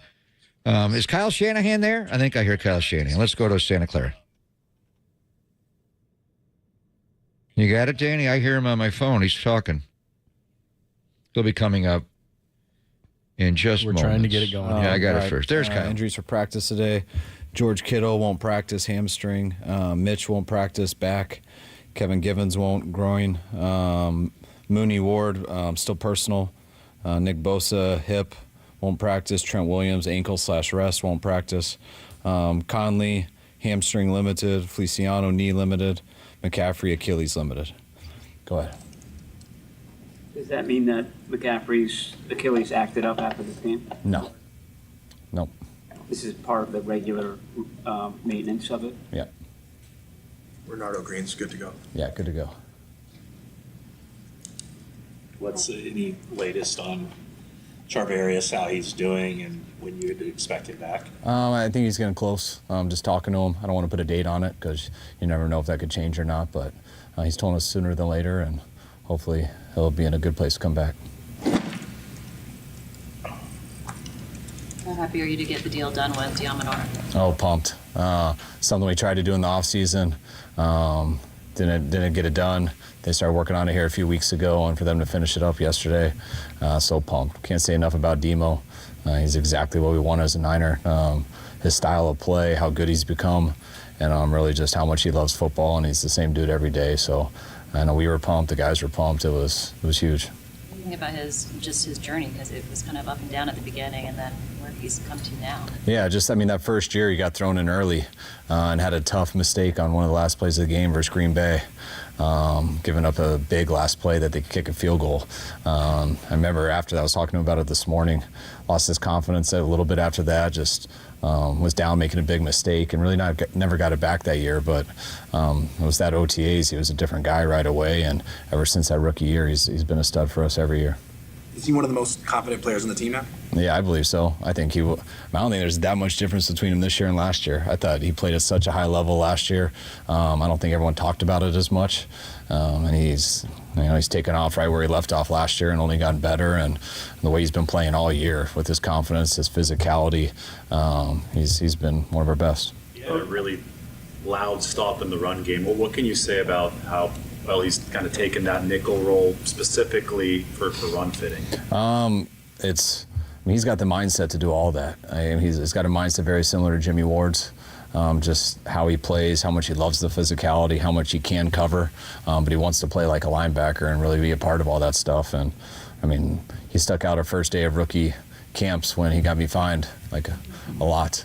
Because he jammed people too hard and then put it on the internet. So that was the first time I ever got mad at him, but I was really excited about it, despite what it took away my kids' college tuition.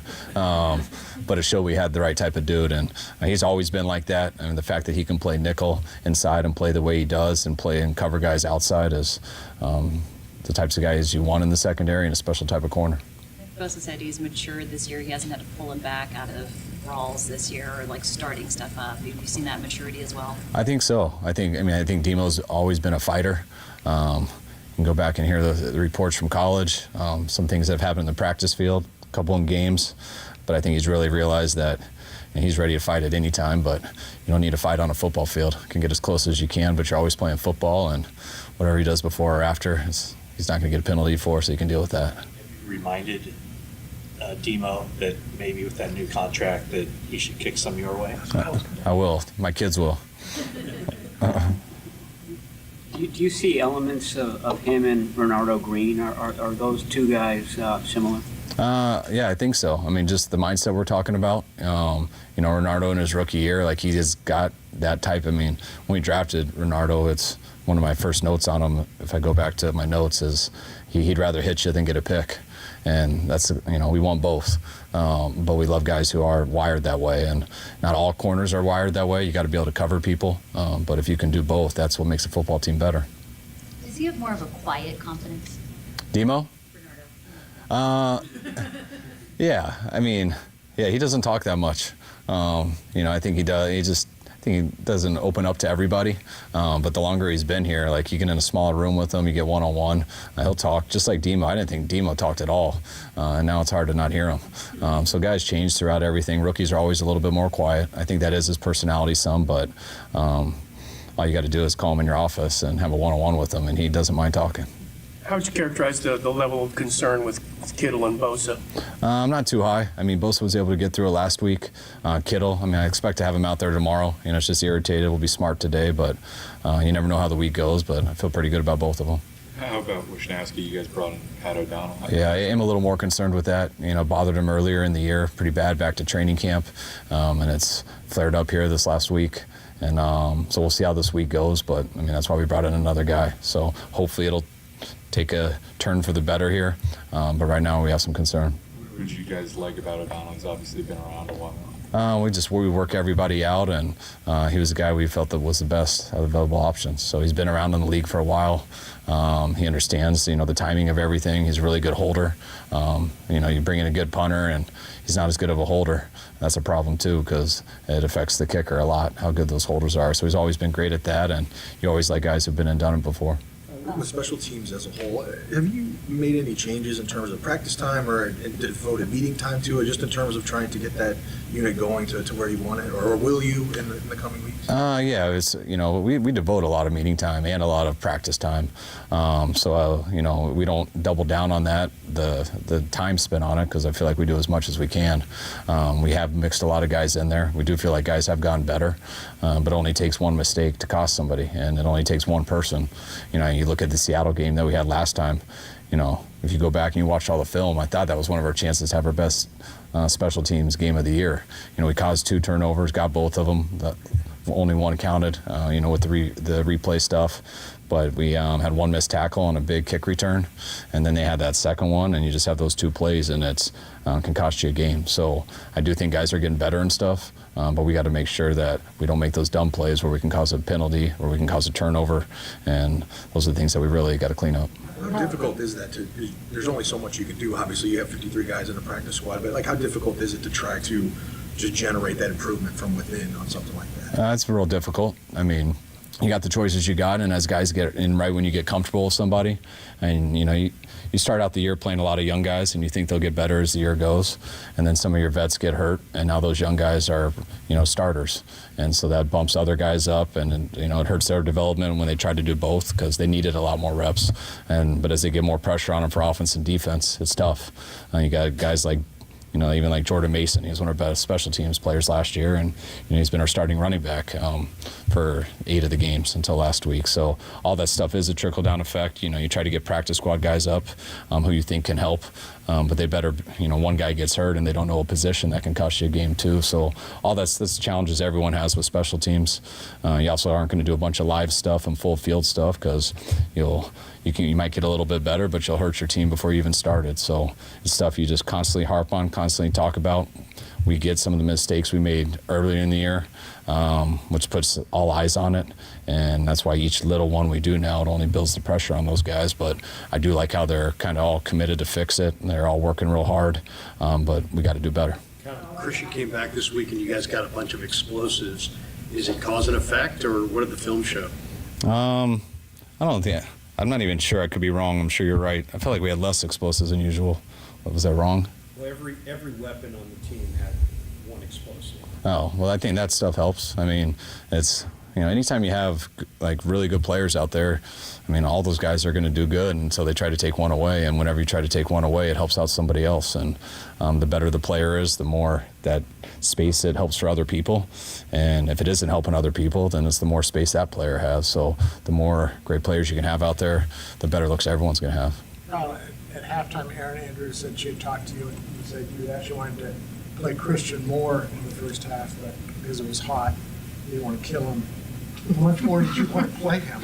I didn't exactly know the numbers. I think whatever the 4 plays he wasn't in. No.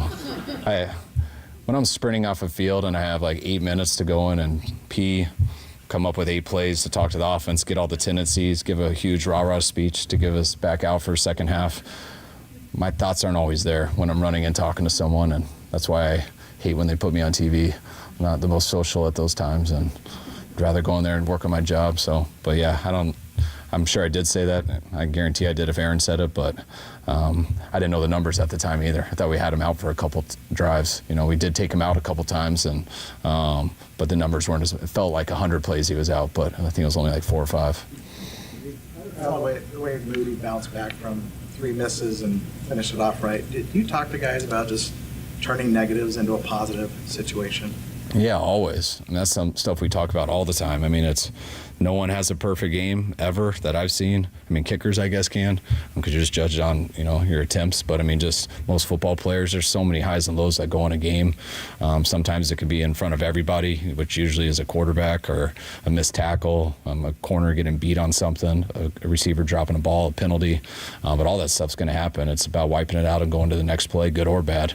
I've had so many guys have such a I've been around guys who it's the opposite too. You're unbelievable for 3 quarters. You do all this good stuff. You're feeling good, great about yourself, and then you don't look the ball in and you drop it on a crucial play in the 4th, and that's all anyone remembers, and that's all the team remembers, because that's the one that looks like it cost the game. So everything is about not being too high or too low, and just staying even keel and worrying about whatever happened once you get in the locker room and watch the tape. I tragically missed the Monday conference call, but I had a follow-up for you.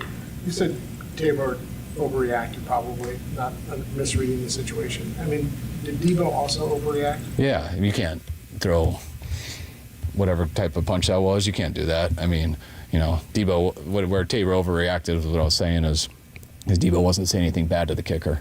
And Tabor was overprotective of the kicker, which I like his intentions, but he misinterpreted it, and he got too close to Debo, which was irritating to Debo. And there was other ways he could have got him out of his face instead of the way he did. But there was nothing between Debo and Jake, and to watch him kind of graze Pepper and fall into Jake, and it just looked like that he's punching Jake because he missed a field goal. That could have been avoided. I didn't mind at all what Debo said to Jake, and Jake didn't mind it either. But regardless of what happens, you don't throw a punch, and you see what happens when that happens. Evan Anderson had a big tackle at the end of the game. Are you guys getting more out of him than you would have expected from an undrafted rookie? Well, yeah, when you have an undrafted rookie, you hope that you don't have to put him in too much. But it's just like everything. When there's injuries, it's next man up. And you hope you don't have too many, so you don't have to keep going outside the building. He showed some good things in training camp. We hope he didn't have to get in too fast, but once guys got hurt, he was the next man up, and each game he has gotten better in. We were excited about him to begin, but you never know where a guy's going to go till he gets his op, and he's gotten better each week. I thought last week he played a hell of a game. That play at the end was great. We called a stunt on it, which there was some movement, and I thought it was a good call by Nick, and he made the play by missing 2 and getting back there, and made some good plays in the last game too. So we've been real happy with him. We've needed him to step it up like this, because with the injuries, it's hard to be successful if those guys don't come in and at least do their job, and then hopefully as they do their job, they get better. I don't think Rock Yassin had taken a defensive snap all year until he gets in the field and there's a penalty, but then he makes a play at the end. I mean, what to say about a guy to be ready after all that time not playing? No, I can't say enough good things about Rock. Rock is such a football player. He's always locked in. He's ready to go, never pouts if he doesn't get an opportunity. When he does, he looks like he's been in there all game. I mean, just the question you guys were saying earlier about the mental toughness of the kicker and things like that. That's what I mean by everybody. I mean, he had a big penalty a few plays before that. He had 4 on that drive, and then the final 3rd down goes to him one-on-one. And, if you're worrying about your penalty earlier, there's no way he covers him on that. No one was underneath him. He was on his back, and he still had to attack him and get his hand in there and almost caused a pick. So there was a lot of guys who made some mistakes at times, and especially in that 4th quarter, from the kicker to the defense to Brock, to everyone, made some big plays to get us back and win that. All right, thanks, guys. All right, there is Kyle Shanahan, as you would expect, starts off with the injuries. No practice today. George Kittle with a hamstring, Bosa with a hip, Trent Williams with an ankle and a wrist, Givens still out with that groin, and Wisnowski, that's why they signed a Jimmy Garoppolo lookalike punter today. So got the back injury, limited CMC, that's just maintenance, though. It didn't seem to make a big deal of it. Conley still out with the hammy, and Feliciano limited with the knee, and still Mooney Man Ward is out because of personal issue, of course, that we all know about. So first and foremost, the injuries. And he made it sound like, as far as Kittle and Bosa were concerned, that he's not overly concerned. Yeah, Nick, it was last Wednesday that he banged. He got a little hip pointer right in the middle of practice, and he walked off. He didn't do much Wednesday and Thursday. I didn't see Friday, so I don't know. I think it did adversely affect him in the game, and he said it did. And you could see he was constantly doubling over and massaging that area, maybe a little higher up than just the hip for him. So I you need Nick Bosa, obviously, on that D-line. So Nick finds a way to play unless he's really hurt. So hopefully he'll be able to go. The one concern is Wisnowski. And I was kind of hoping, I think they all were expecting he would get better off the back. He's had the back all year. He had it back in training camp. He did not punt at all in preseason. Presley Harvin III, as Matt Barrow said. It is interesting that they didn't reach out to Harvin, but Kyle did mention the hold component. And O'Donnell's punted a lot in his career. Chicago for years and years. Green Bay brought him in last year. We saw him in the divisional. So just losing the punter and the whole mechanics there, obviously, because the punter is the holder. And Jake missed 3 kicks in Tampa. So you want that operation to be as clean as possible. So that's another concern. They're going to be on the practice field in a couple of hours here. What's going on with the weather in Santa Clara? It looks like Transylvania here. It has gotten really cloudy. Are we going to get rain in the Bay Area between now and the weekend? I'm looking at Sunday. It's raining right now in the city. I'm looking outside. Well, we're here where they're going to practice. So Sunday's supposed to be partly cloudy. But I wonder if we are going to have a little Seattle weather for this game because it is darkened up a lot. We'd have a rain practice today. Could be. You got your rubbers? I got my out there rubbers today? on, John. Very nice. Very good. I got my slicker. All right. Don't like to get wet. There's Kyle Shanahan. One thing he did say, if you missed at the beginning, was Deommodore Lenor, and they actually sent out the press release for that. So it is official. We'll get Kyle's response if you missed it, plus if you missed Klay. And the return will give you some of the best audio from that as we do a late foreplay after. We just heard Kyle Shanahan give us an update on injuries and other stuff going on with the Niners. But the big thing, Deommodore Lenor gets a new deal. If you missed Kyle talking about it, we'll play that and some stuff from last night, only here on the Sports Leader.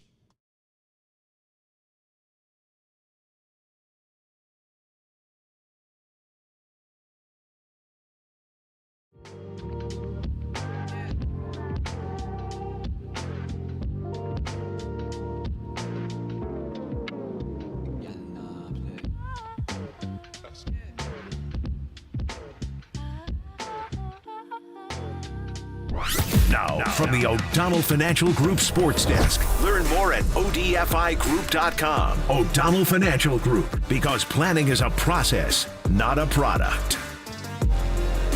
Chris Mullen, he joined Murphy Marcus this morning to discuss Klay's return to Chase last night. Check out that podcast and more on the KNBR app, YouTube, KNBR socials.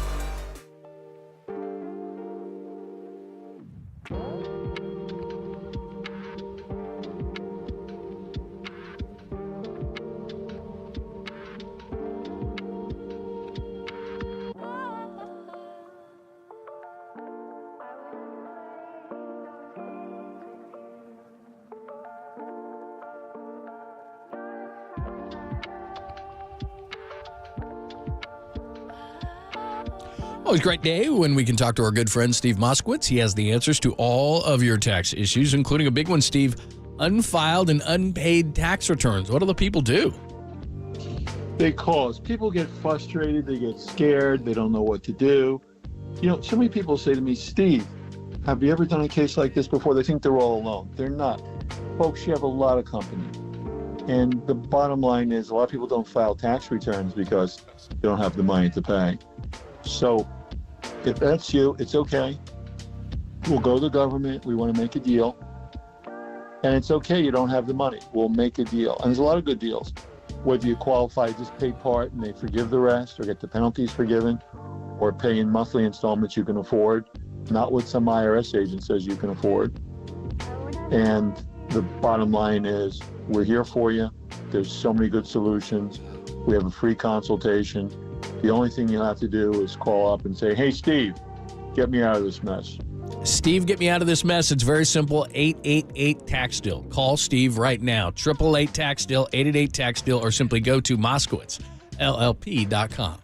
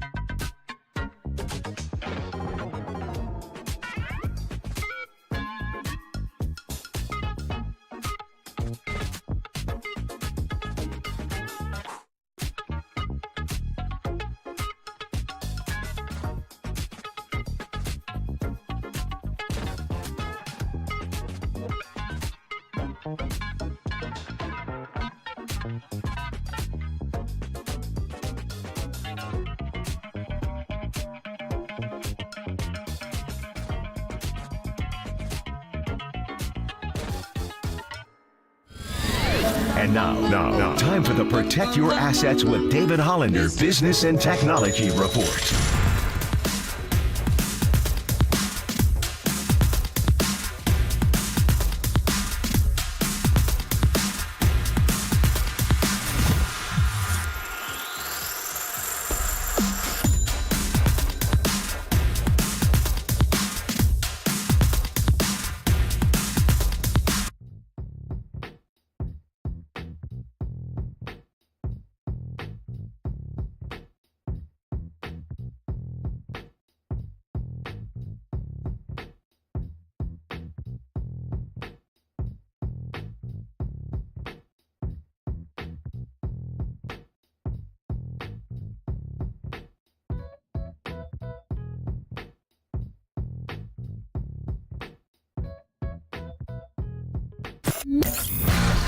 Time for some foreplay with Papa and Lund. I'm Dirk Diggler. 4 chunks of audio that really get you going. I have a gift, and I am trying to not be selfish about it, but to use it. On KNBR 104.5 and 680, the sports leader.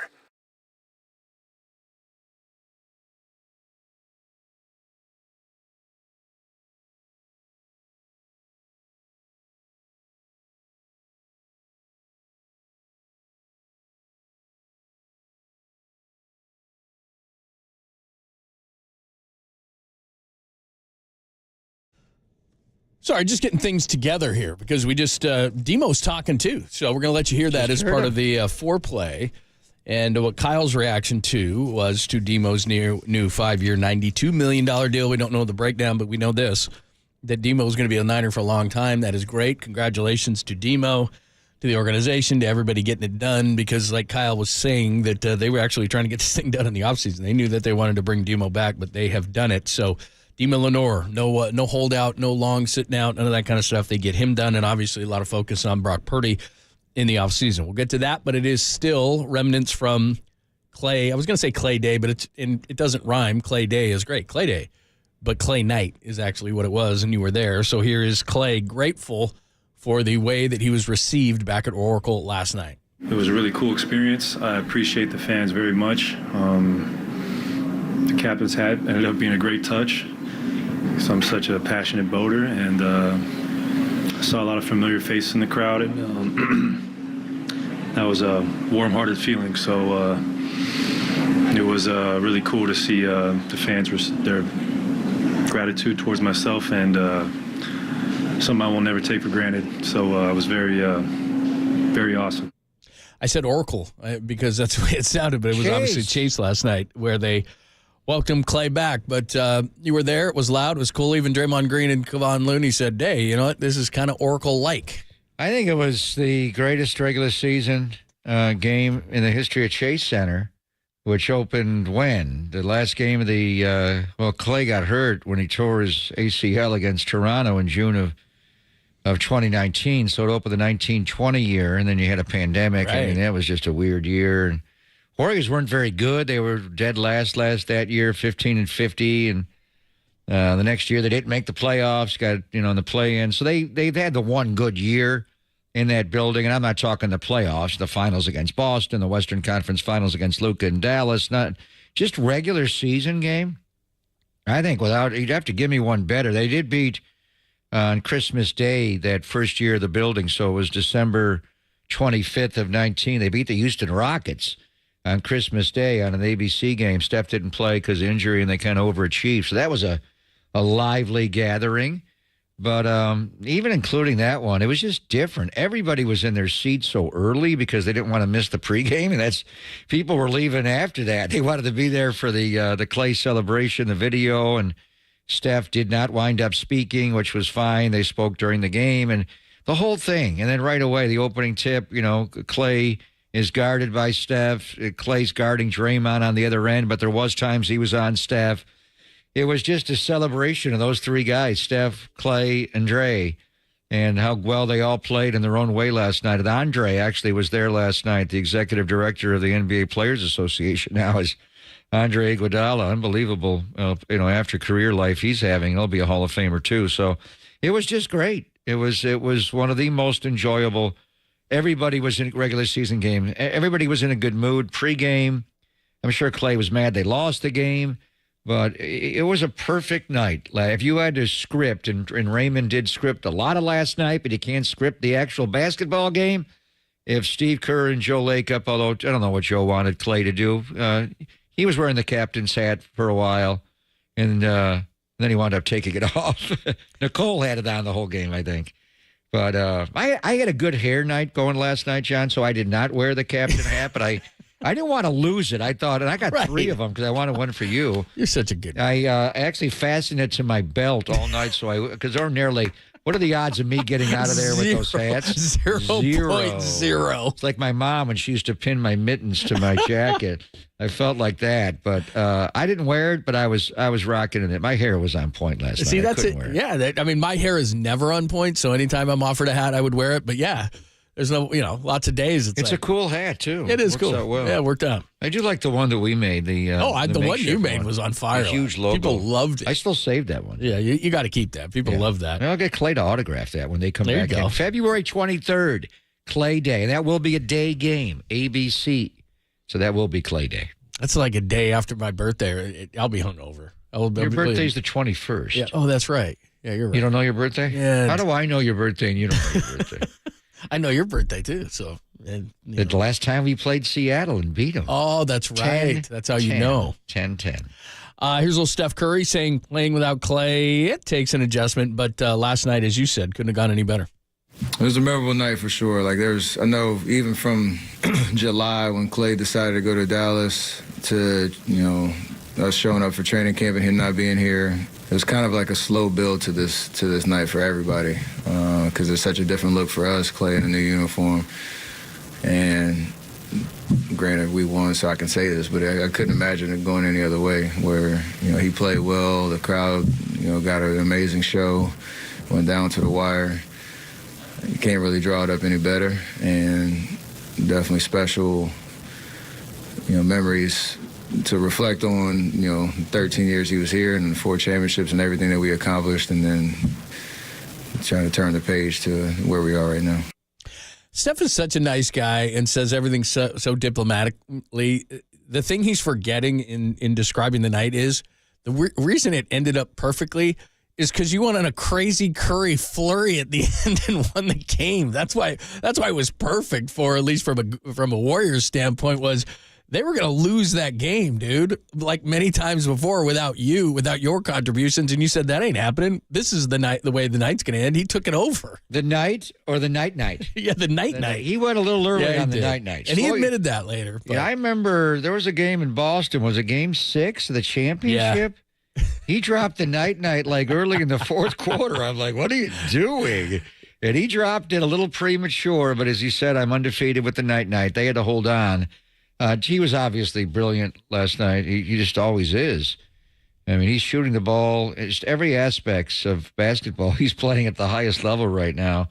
But Draymond Green's defense won that game as well. Those 2 plays on Gafford, picking up the charge, gaffling Gafford with the block shot, going straight up. Just only Draymond can pull that off. So we were wondering why Kyle Anderson did not dress. Apparently he was out with neck spasms last night. I didn't see a reason why he was out. I don't know. That sounds made up. I can get him a sleep number bed, John. Exactly. We can take care of that. When you hear weird stuff like that, I'm not calling anybody out, but when you hear weird stuff like that, it's like, what are we going to call him being out? I don't know, neck spasms. He slept weird. Oh, that's you think they made up the injury? Probably. I mean, he's a good player, Kyle Anderson. Spasms? It just sounds weird. I get them all the time. That's why I have my Theragun when I'm ready. By the way, and Kyle Anderson, slow-mo, was a great San Antonio Spur for a long time. Right before the show, Tom James of the Spurs sent out the release that Pop suffered a mild stroke. I did see that. Greg Popovich suffered a mild stroke. And the typical Pop and Spurs fashion, they keep everything really on the down low. We'll see. Mild is mild. Mild's a stroke when somebody else has it and not you. So I think it's safe to wonder at age 75 if he's coached his last game, if he's going to be able to bounce back from this. So our thoughts and prayers go out to the winningest coach in the history of the NBA, a 5-time NBA champion, a head coach of Team USA and a gold medal winner, proud American, and a former Warrior, assistant coach with Don Nelson. We love Greg Popovich. Absolutely. All right, let's go into the Niners' big story of the day. That, of course, is Demo's got a new contract. Deommodore Lenor, 5 years, $92 million. Here is Demo's reaction. He was on the podium today to talk about it. Here is Demo's reaction to his new deal. I'd like to thank, the Yorks, this whole organization, Kyle, John, my coaches, my teammates, for pushing me every day. Just being able to play with, all these great guys. I had no other option but to try and be great. So I just tip my hat off to my team. I heard another cut because he was talking during one of our breaks and was listening to it. And I think what he meant was when he said he had no other kind of recourse but to be great, he said he burst into tears when his agent called him because it allows him to change his family's life. I mean, he's a daddy now. Yeah, I mean, it's just so cool that a guy like this has worked this hard, go from a fifth rounder. And now, like he said, he literally cried. He was just like, I've done it, all this work that he's done it. Pretty cool. Yeah, and the way he tackles in the run game, there were a couple of run fits on Sunday in Tampa Bay. You could hear it. He hits like Malik Mustafa playing nickelback. He just splattered guys. Half a body, big hits, the back movement backwards, like, whoa. And he covers so well. He's got great feet. He's got great instincts. He works so hard. Charvarius Ward did reach out to him, and Mooney Man's not quite back yet, but he congratulated him on the big deal. And Charvarius got a lot of money to come here and play, so he knows how this kind of payday can change a young man. But anyway, he's come so far so quickly, John. There was his rookie year, Aaron Rodgers went at him when he was playing nickel, and they wound up benching him. They took him off the field, and then he came back the next year and played so well, had the 2 picks in the playoffs, and against Geno and against Dak, and then, the picks he's had this year. Right now, what are we looking at with him? He got paid today, but he's got to be a Pro Bowler. Are people watching enough? A lot of times guys make the Pro Bowl a year after when they should make it. I mean, he's one of the best corners in football, inside, outside. How high are we going? Pro Bowl for him this year and maybe an All-Pro designation for Deommodore Lenor? Yeah, I mean, he's played that way. It's pretty amazing. I have to go back and look. I mean, there's Surtain, obviously, with Denver, and there's a handful of guys that are playing He's in the AFC. Yeah, but I mean, just in the NFL playing at a really high level. But I mean, just off the top of my head, I'm thinking he's got to be top 10, doesn't he? I mean, the way he's playing this year, just not based on reputation, anything, just the way he's playing. Top 10 doesn't get you in all NFL, though. It's tough because there's not that many corners. No, but I'm just, I don't know that he's at quite that level, but man. Yeah, I mean, just look at the really guys good. that can play inside and out. Do they have a nickel back? The only other Pro guy, Bowl team? The only other guy I can think of. All-Pro team? They have all-pro nickel Yeah, back? they do now. The only other guy who's doing that off the top of my head that's going in and out is Witherspoon at the Seahawks. These guys. Yeah, Witherspoon. But he's not doing it as much as before, depending on whether they go big nickel or small nickel. And I got to look at them more. But going into the last game, he doesn't always do it. He does it some. He should do it more. He's good at it. Yeah. And here is Kyle Shanahan. We played this for you as Kyle reacted to Demo getting his new deal. Here's what Kyle said. Hang on. Oh, pumped. Something we tried to do in the offseason. Didn't get it done. They started working on it here a few weeks ago, and for them to finish it up yesterday, so pumped. Can't say enough about Demo. He's exactly what we want as a Niner. His style of play, how good he's become, and really just how much he loves football, and he's the same dude every day. So I know we were pumped. The guys were pumped. It was huge. All right. He's pumped. Kyle's pumped. Him up. Kyle's pumped. Well, I'm pumped. You know why I'm really pumped? I saw Zaza Pachulia last night. Zaza Pachulia. Oh, pumped. And you are pumped. He is next. For Zaza. Let's do it. Zaza, good friends with Klay, obviously, and from his perspective, how great was last night? As Steph said, pretty much perfect. Klay has a great game. Steph goes off. Warriors win. And you got to give a ton of credit to the Warriors organization. That was awesome last night. Let's talk to Zaza about it next. Only here on the Sports Leader.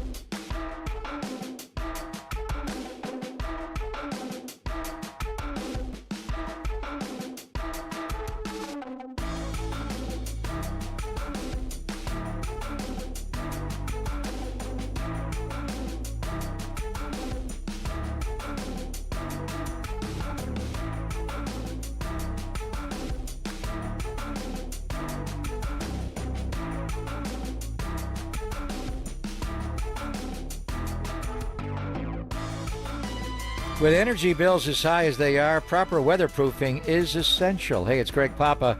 If you're a professional working with a client to upgrade or build a new home, be sure to visit Golden State Lumber and Building Materials. They partner with respected brands such as Owens Corning, AZEK, and many others. Owens Corning provides a broad range of insulation and fiberglass composite materials and are known for innovation and sustainable solutions.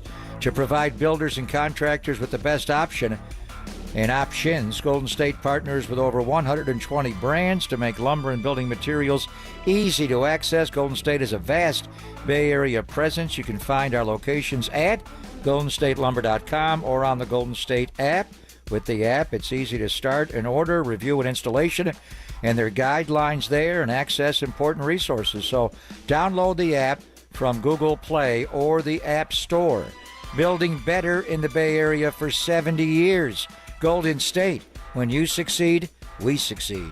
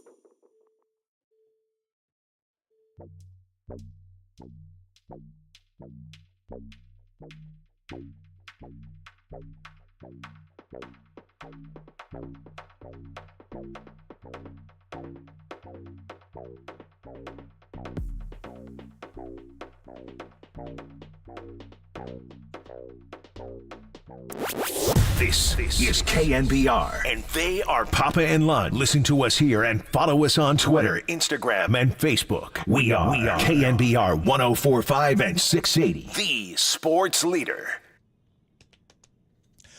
I think this is the perfect way to wrap up Klay's day, Klay's night, the perfect night. The Warriors deserve a ton of credit for the way that they did this. I have never seen anything like it. It was amazing. Even the TNT guys got into it last night. And then Klay plays great. They get the post up right out of the gate. Klay plays great.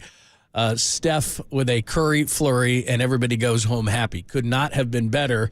But the way we're going to wrap this discussion for today at least, Zaza Pachulia. Very nice. And he joins us courtesy of the Uma guest line. Hi, Zaza. Great to have you. How are you? I'm good, guys. Thanks for having me. John, all the respect to you. Papa, I miss you. You're my guy. Thanks for having me. And we saw you last night. We hugged it out, and you look so stylish in your beautiful suit, the white tennies, no socks, pants a little short. You could pull off the look. You look great. So the reason we reached out to you, a number of facts, you and Klay just became buds, like the moment you arrived here in 16. Just tell me why you guys came together. What was it about Klay's personality, yours, that just brought you guys together right away?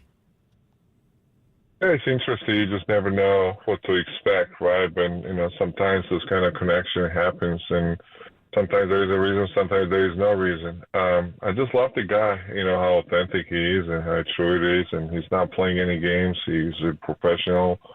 He loves his game, respects the game, plays hard. Besides the major injuries he had, I don't remember that he missed any game, while we were playing together. So, that's the type of teammate you want to have. And of course, he had his moments where he missed the, practice, but guess what? Next day he dropped 60 points. We were joking with him. I said, Klay, maybe you should never show up for the game, just show up at the games and just play the same way. But you appreciate the authenticity, especially in today's reality, from the guy that you're a teammate and and he's such a huge part of this, success and team and dynasty. So you appreciate to have the kind of person by your side and, go to the, games and wars and play against others. So, and he was consistent. He was consistent with, forgetting things or delivering the things, So the bond happened, connection happened, and, we still talk, we're still buddies. And, I always say that's why I appreciate this game. At some point, the ball's going to start bouncing. For some people, it's later in 30s. Some people are lucky enough to play until 40s. So for some people, it ends early, but, friendship continues forever. And, because even though we call it I'm retired, I'm still young. It's kind of sometimes I'm having a hard time to, say this word, retired, but the friendship actually goes forever. And that's why life is so beautiful. Well said, Zaza Pachulia is joining us as we're talking about the return of Klay last night. In terms of just last night, could it have gone any better? The way that it was such a great setup to have Klay come in and he started to smile as he saw all the employees and just the pregame and then Steph is guarding him on a post up to start, and then Steph finishes with the flurry to win the game, and everybody goes home happy. What a great night! Yeah, you guys said it perfectly. You couldn't ask for a better night and with a better result, for us as a Dub Nation. And when Steph got the first foul, and obviously this is 2 free throw, first play in the post out, and I was watching the game. I felt like I think Steph did it purposely, to kind of let him score first couple points, like a free throws, right? So at least he's gonna make 1 out of 2, if not both, right? So kind of get the pressure off him, and there was kind of gifts, especially knowing Steve, he has those kind of silly fouls, especially from a guy like Steph, because the last thing you want to see is like Steph sitting on the bench with the 2-3 fouls in the first half. So I said, Steph, you should. I think he did it on purpose, and it's a kind of gift for Klay. And then the way he ended, I say, you know what, this is a perfect picture. I mean, obviously it was executed, perfectly. So, wow, what a night, what an emotional night for all of us. Either you were an employee of the Warriors, or you were a fan who was at the Chase Center. And by the way, it was like a playoff atmosphere. Wow, what a night for all of us. And I was emotionally drained, guys. I don't know how you guys felt, but I got home, I literally had no energy. It was very, very emotional day with the interviews, with seeing the people asking the question, and obviously a lot of people know my relationship with Klay, and then I was asked probably more questions how he was feeling, and what was his mindset coming to this game, and how our guys would react, especially Draymond and Steph. But wow, what a day! Did you see him after the game, before the game? What was your interaction with your good friend Klay Thompson when he was here in the Bay? Did you see him after the game? I did see him after the game. Obviously, I was waiting for him and outside of the locker room, and I was not obviously alone. There was a bunch of folks from the Warriors, a lot, his family, his amazing mom, Julie was there, brothers, agent, you name it. A lot of familiar faces, obviously, that I got to meet, through Klay throughout these years, and everybody seemed pretty happy. Everybody seemed pretty grateful. I think happiness counts with you, obviously being grateful as well. How we handle this organization, how, just starting, bus pulling up and seeing 400 employees out there cheering and, with the hats and appreciating, saluting the captain. And, that was beginning of the beginning. And it was pretty well organized, I think, in the kind of chain of, the employees from the bus to till the locker room, interest in the locker room. That was pretty cool. And his smile, I think, was telling everything, how he was feeling and how grateful he was. And then the next one was obviously coming on the court, and then fans were waiting up. They showed up early, and they cheered for him. And obviously the video and announcing he started lining up, and the video was so emotional. I'm still getting goosebumps, to be honest. And And the domination, everybody was on their feet and cheering, roaring. Wow, what a moment. I mean, this is a moment you're never going to forget in your life, right? So I'm so happy for Klay. I mean, he deserved every single second, every single clap, and every single cheer, in my opinion, from us. And talking to his family and his team, that's why they were happy, because they were very grateful for us organization.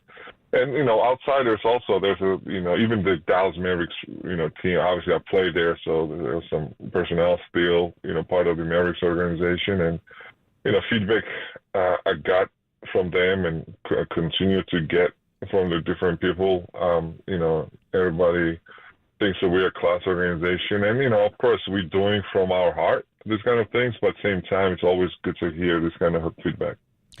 Zaza, it's interesting to hear you say that, because that was what was on my mind. Is I got to believe other players around the league, because I was watching TNT, back to it, and Charles Barkley, Shaquille O'Neal, like, nobody did this for us. I honestly can't remember any organization doing this for a player coming back like this. I just thought it was one of the most amazing things I had ever seen. Can you think of anyone who has gotten this kind of reception coming back?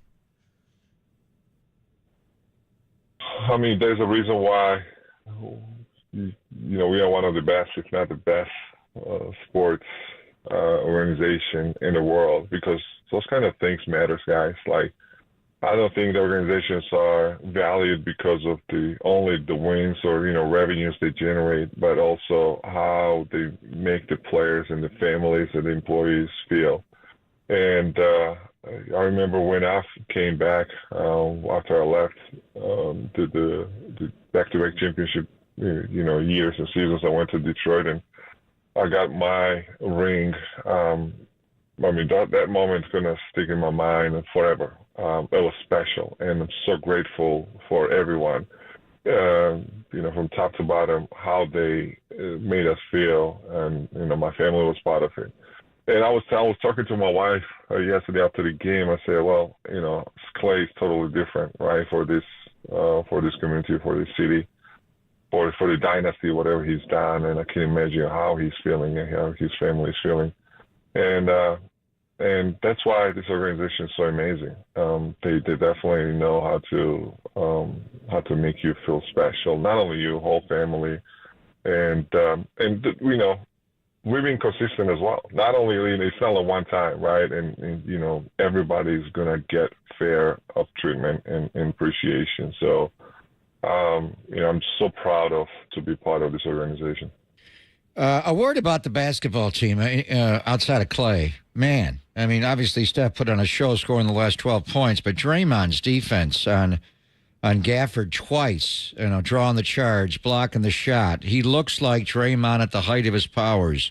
Andrew Wiggins is back. The way he guarded Luka, two-way Wiggs, DeAnthony Melton, GP2, Buddy Hield, Kuminga, Kavan, your old guy, Pods, everybody, Moses Moody. I mean, it's just, it's early in the year, but that was a satisfying win at 9-2 to start the years. How good is this team, and how good is this team defensively? We always said it, like, you just put the team together. You just never know how he's going to perform or what it's going to translate to, right? So what does it mean to have a good team? But we were confident. I say, we had some ideas, we had some visions, and if it's going to work out, we like our chances, right? So far, so good, Papa. As you see, first of all, chemistry is amazing. Let's start with the chemistry in locker room. It's so healthy. I mean, the additions we had, these guys are awesome. Buddy Hield, Kyle Anderson, DeAnthony, obviously. Those are good guys, good locker room guys. And obviously with the experience and with the talent as well. Slow-mo, we're talking about Slow-mo. There's a reason why, his nickname is Slow-mo, but, he's so smart and such an intelligent guy on and off the court.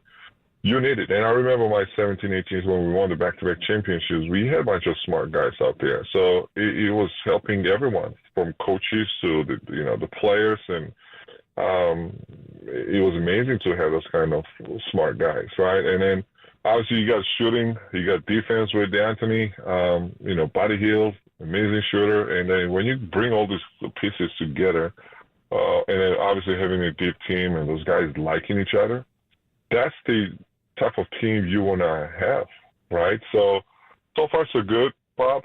I'm obviously still beginning of the season. We only played, 10% of the games, so we have more to go. But we like our team, and we're excited for our guys. Yeah. You mentioned defense because they're playing defense like when you guys won a championship.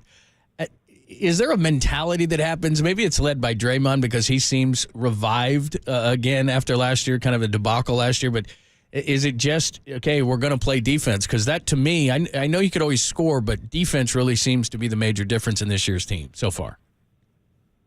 Absolutely. And if you look at the success we had, historically, winning the championship and being in the finals, we were top 5, maybe top 3 defensive efficiencies, right? So we totally understand. We got great power offensively. When you have a Steph Curry, obviously it should be a great offensive team, but, adding the right pieces and the young players developing, getting better. I think we always felt like offensively we were going to be a good team, but defense was something that would win us championships. And of course, assembling the team, I think Mike Dunleavy, BB Ops front office did a good job to focus on that. That's why we made this, changes and brought the new players that we thought it was going to make us better defensively. And all we had to do is have a great training camp and execute, right? And that's what we're going through right now. We believe in defense, and everybody's committed. Everybody understands, and everybody's committed. So. And also with Draymond, I definitely want to touch that as well. Last year was not the type of year we were expecting, and couldn't even make the playoffs, right? So, and this year I think we came with a mindset and expectation. We are underdogs, and sometimes being in that situation, guys, like it helps the team, it helps the personnel, right? So. To not to have that pressure expectation of us to win. We're underdogs, and look at the score. Look at what we have right now. We're on top of the Western Conference. And I think we should continue with that mindset that we are underdogs, and hoping that it's going to end up well for us. But like I said, we love where we are. We love what type of team we have, and like I said, we still have more work to do. Great stuff. Zaza, thanks so much for the insight. We appreciate it. Hopefully we do it throughout the season, and continued success. It's been great. Thanks, guys. Take care. Thank you, Zah. There you go. Zaza Pachulia. Very nice. Good insight. And good the way dude. the Warriors are playing. Great guy. Good dude. Yeah, he's the best. All right, we got a couple of remnants before the top of the hour. We'll give you those next, and then the top of the hour. Pop and Lund only here on the Esports Leader.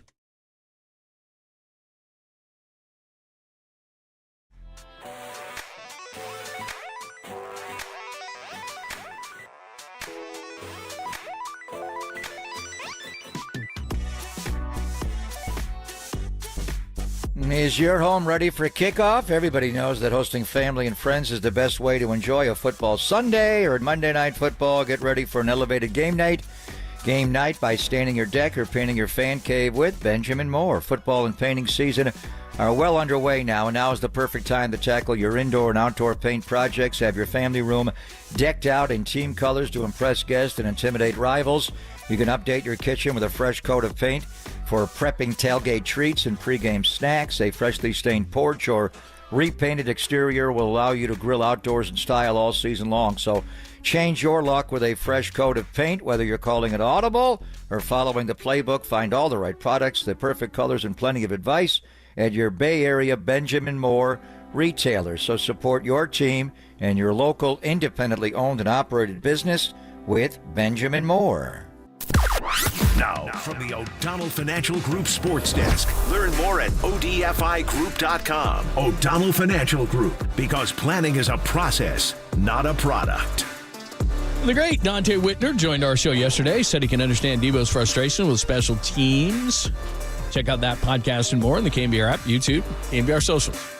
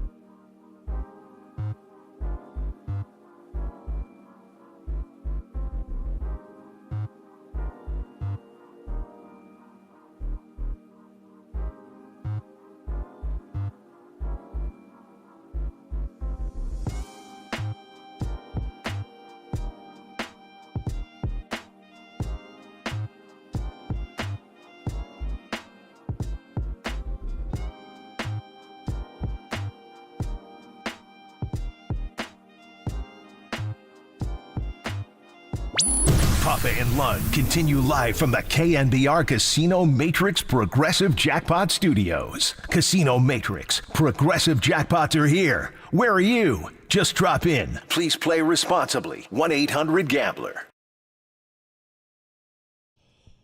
All right, great couple of days celebrating Klay Thompson. Is that JD next to you? Here. Boots on the ground. What's going on, dude? What's up, fellas? How good are to be you? with you. Yeah, good to see you, Greg. Captain hat on. Good to see you, Lund. How was last night for you? It was unbelievable. I thought it was the best game at Chase Center since the 2022 finals. I think it's the best regular season game ever played in that building. I mean, the intensity and the thing that I think it started with the Warriors employees welcoming Klay with the ovation and 400 people and the captain's hats, and it was unbelievable. And to have Klay embrace it with a smile and acknowledge it, I thought that set the tone for the whole night. That, yes, he was going to welcome and appreciate the love, but then once it tipped off, it was going to be on. And I think it just set the stage. The whole energy in the building from 4:30 on when Klay walked in and went into that Mavs locker room from the bus, it set an energy that led to, I think, 3 of the most psychotically competitive dudes in the history of sports. Like, and you think of Steph and Draymond, and Klay has that in him as well. And there was just something in the Klay was not going to lose. And then Steph and Draymond were like, we're not going to lose. And it led to a finals level game on November the 12th. It was just spectacular, I thought, all around. Yeah, man. Very, very cool. Very cool. You were up next, right? You are following us? Yeah, with Kerr today. So, yeah, looking forward to that. And, yeah, talking about last night and everything else going on. Buddy Hield is better than I thought he was. And you and I got into a long discussion in the offseason because I thought he could be, I don't want to say Klay, but the way he comes off of curls and pin downs and floppies to shoot the ball, but he's playing so damn hard. Have you ever seen Buddy Hield play like this? Never.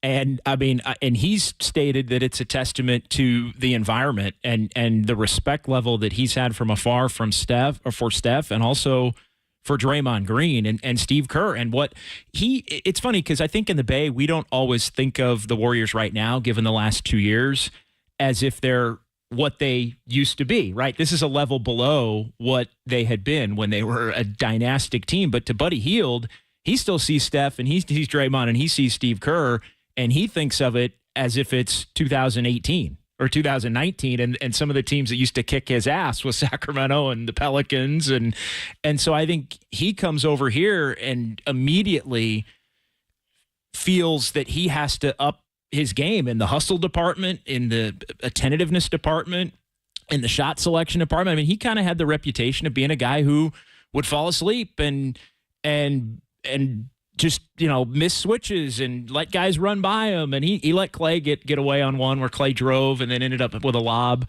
for a dunk. But Buddy Hield's been on a different level, and I think it has to do with the fact that his view of what the Warriors are still is channeling back to what he saw coming up in the league. Absolutely. What did you just to flip sports, or what did you think Demo getting the deal? Yeah, it's good for them to get it done. Not have it be one of those that ends up dragging out into the off season and free agency and all of those things. So no, I thought well earned. It's amazing when you talk about growth of a player over his career. I mean, he is so confident in his abilities as a defensive back, whether he's playing inside or outside, tackling. Like, he is just a confident dude. And to hear him at the podium earlier speak to the fact that he had lost confidence as really even before he got drafted, thinking he was going to be a day 2 pick. He ends up in the 5th round. He kind of lost some confidence there, lost some confidence during his rookie season. But he, in that first offseason, gained it all back. And he was somebody that progressively you could see, even going back a couple years off that first year, was different. And then he just kept getting better and better. He credited Richard Sherman as somebody also from Southern California as kind of a mentor. And I think the greatest testament to when somebody gets paid is how happy teammates are to see that player get paid. And to a man in that 49ers locker room, from Fred Warner to Deebo Samuel, to Nick Bosa. I mean, everybody that was interviewed today, they all were just genuinely thrilled to see Demo have his payday. Great stuff. JD, we will watch and listen to you and Kerry Crowley. I see Kerry on the screen as well. So those guys are coming up next, Pop. We will see you tomorrow, John. Talk to you tomorrow here. Captain out tomorrow at 10 o'clock from the 49ers HQ down there at Levi's Stadium. We'll be down there next. They're coming up next. Thanks to Danny. Thanks to Walter. Great stuff as always. Kendra Andrews, Matt Barrows, and the crew. And we heard from Kyle as well. Those guys are next. Only here on KNBR AM and FM San Francisco, the sports leader, a Cumulus media station.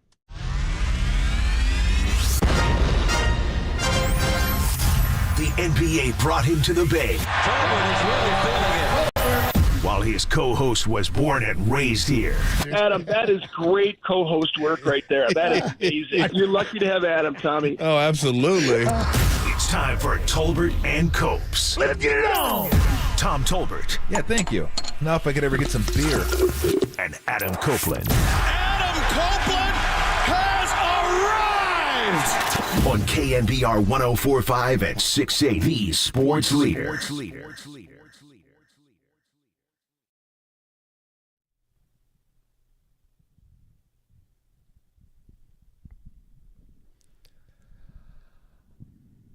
Oh, what's going on, folks? Kerry Crowley, John Dickinson hanging out with you 2 until 6 this evening. Tolbert and Copes will be back tomorrow afternoon. Plenty to discuss, as you just heard JD on the crosstalk with Papa and Lund.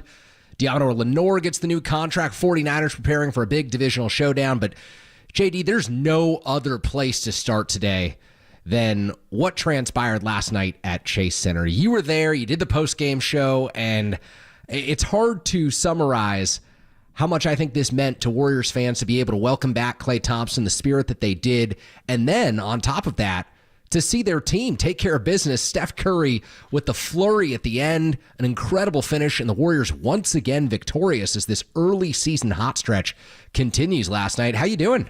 Yeah, I'm doing well, man, and it's good to be with you here today. I was just talking to Greg and John. I mean, I thought it was the best game inside Chase Center since the 2022 finals, just in terms of intensity and atmosphere and raw competitiveness. Greg had said maybe the best regular season game in the history of Chase Center. I think that's fair game considering Chase Center opened in 2019 and a good chunk of its early existence was played during COVID with no fans. So there were some good games maybe in the building early on.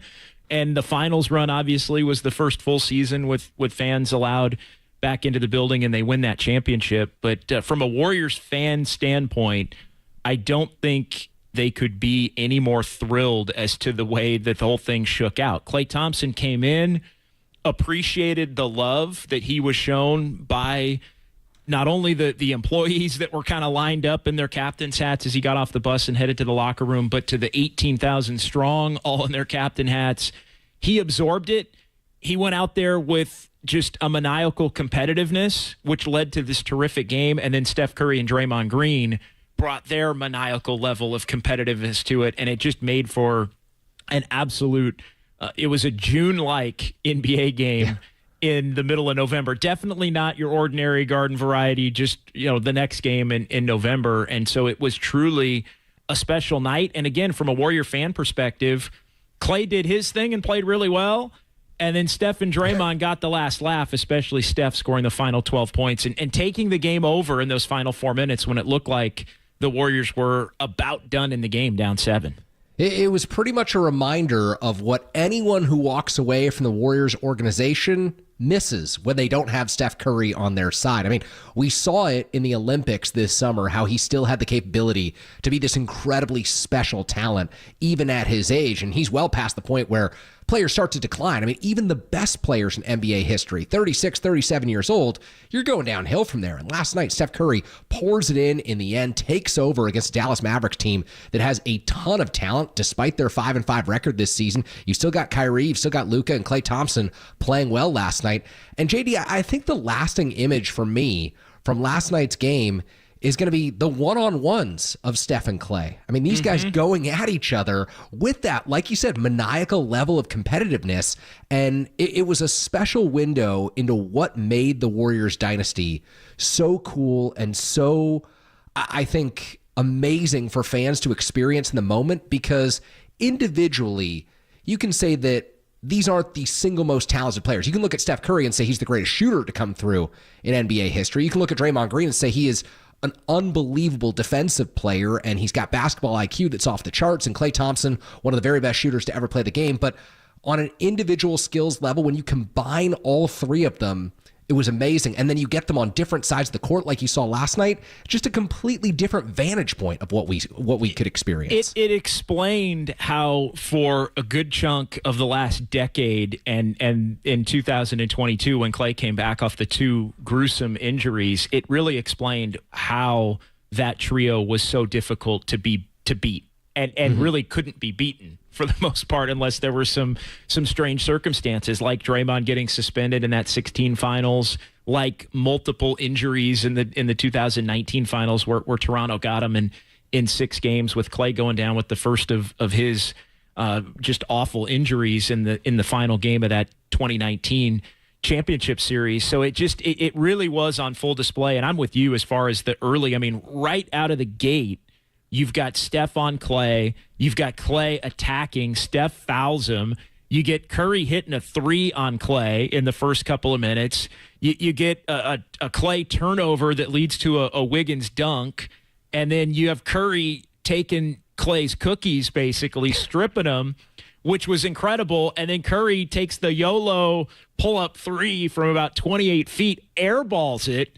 And then you've got Klay Thompson kind of looking like with this just like grin on his face, like, yeah, like you got me, but you didn't make the shot. So it was unbelievable. It was back and forth.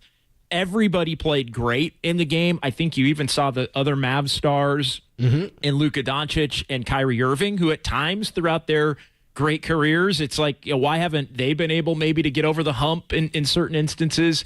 I think you saw the difference between the level that Steph, Draymond, and Klay have achieved in their careers and the level that, yes, Kyrie got to with LeBron in that 2016, but like you can see where those guys who haven't done it as often, a little bit of why they haven't been able to do it as often, because there's still a level of competitiveness that can't be reached when the Warriors guys are at the peak of their powers. And I think it just explained in a different way the greatness that trio had all playing together, even though you saw them competing against each other. Yeah, it's really a reminder to me of kind of what the NBA has lost a little bit over the last few years, as you've seen a lot of star players shuffle in and out of lineups with injuries.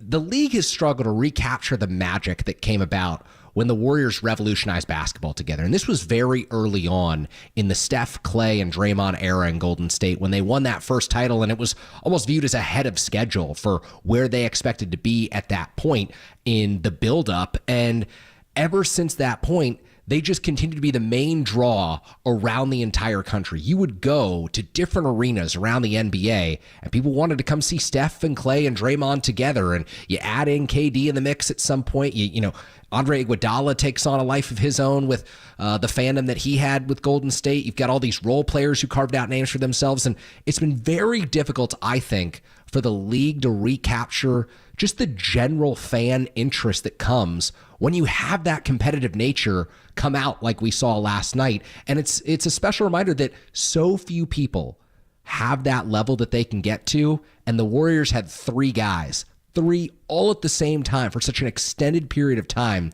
that could reach that. It's why we saw those insane third quarters for years where they just pop off. The rhythm that they play with, and even last night when they're on different sides of the floor, it's tangible, it's different, and I think it's so special to still be able to experience it all these years later, even with Klay wearing a different jersey. Yeah, and look, I mean, you saw when that thing got down the stretch how badly Klay Thompson wanted to win it. And I think he thought he had him when he hit the 3 that put him up 5 with just about 5 minutes to go. And then the Mavs got a stop after that and a bucket and another stop. So they were up 7 with 4:17 to go. And Jason Kidd took the old gather timeout, right? The timeout that if you don't use it, you lose it, even though you're ahead, to get your guys a little extra rest, maybe set up the true back-breaking play up by 7 with 4 minutes to go. But then Steve Kerr went back to Jonathan Kuminga, went back to DeAnthony Melton next to Steph Curry, Andrew Wiggins, and Draymond Green. And then Melton hit a 3, and the Warriors absolutely clamped down defensively. And then Steph Curry had, I think, one of the more, and there's been so many that it's hard to rank them or put them in perspective.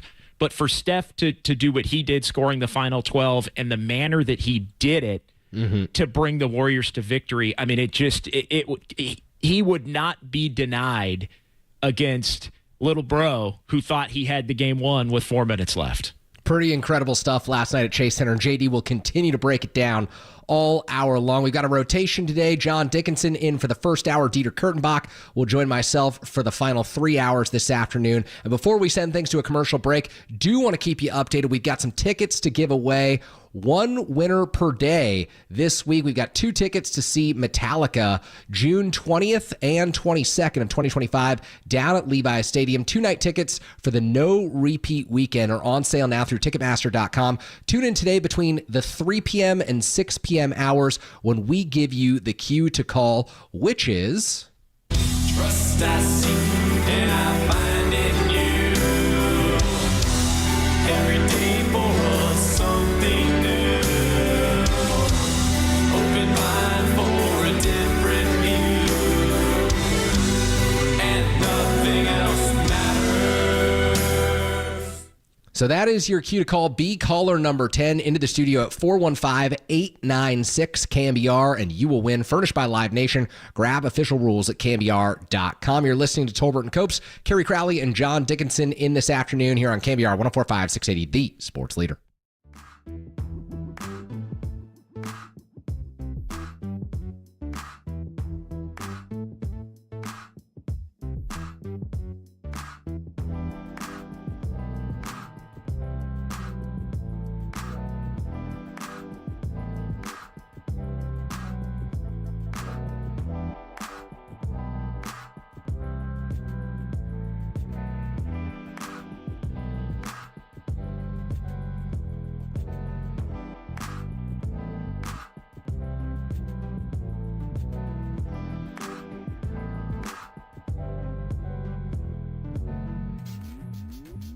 The Golden State Warriors got the win in Klay Thompson's return, 120-117. Steph Curry went off for 37 points, with his former Splash brother Klay Thompson scoring 22. What'd you think of last night's game? Let us know on our KNBR YouTube chat.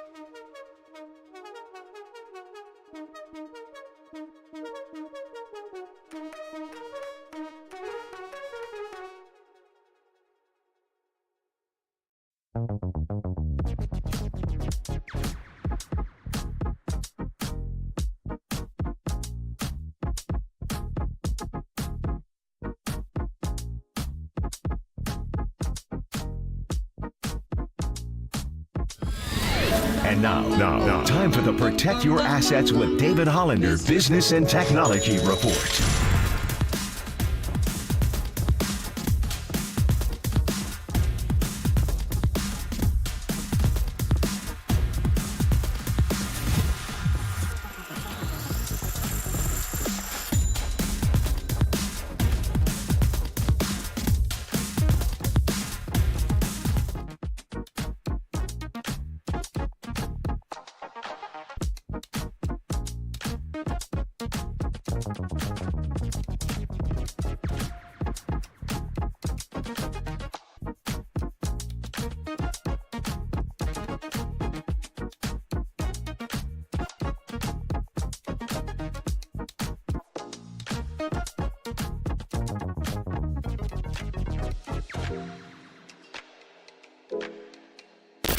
Missed an interview or want to hear it again? Catch them all at knbr.com/podcasts. You're tuned in to Tolbert and Copes on KNBR 104.5 and 680, the sports leader. Nation, let's extend our captain hats to the four-time Warriors champion. He's back! Playing his 12th season out of Washington State University, number 31, Klay Thompson!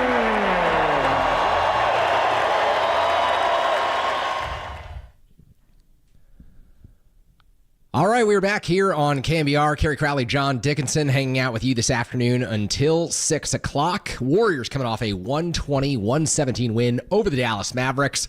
We will discuss all that it took from an X's and O's standpoint to get this win against a very talented Mavericks team. Their 5-5 record does not indicate the level of star power that they have. But first, JD, you were in the building last night, and you've been around this Warriors organization for so long and understand how much planning and how much care went into last night and the way that the Warriors wanted to honor Klay Thompson, the way that the fans wanted to pay tribute to Klay Thompson, all that he meant to this Warriors organization.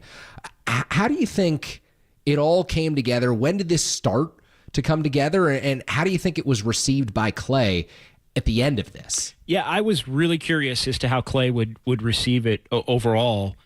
And I kind of wondered, even initially, when I heard early on in entering the building. I got there about 3 o'clock yesterday, and typically the buses will start in the 4 o'clock hour, the early to mid 4 o'clock hour, right around 4:30.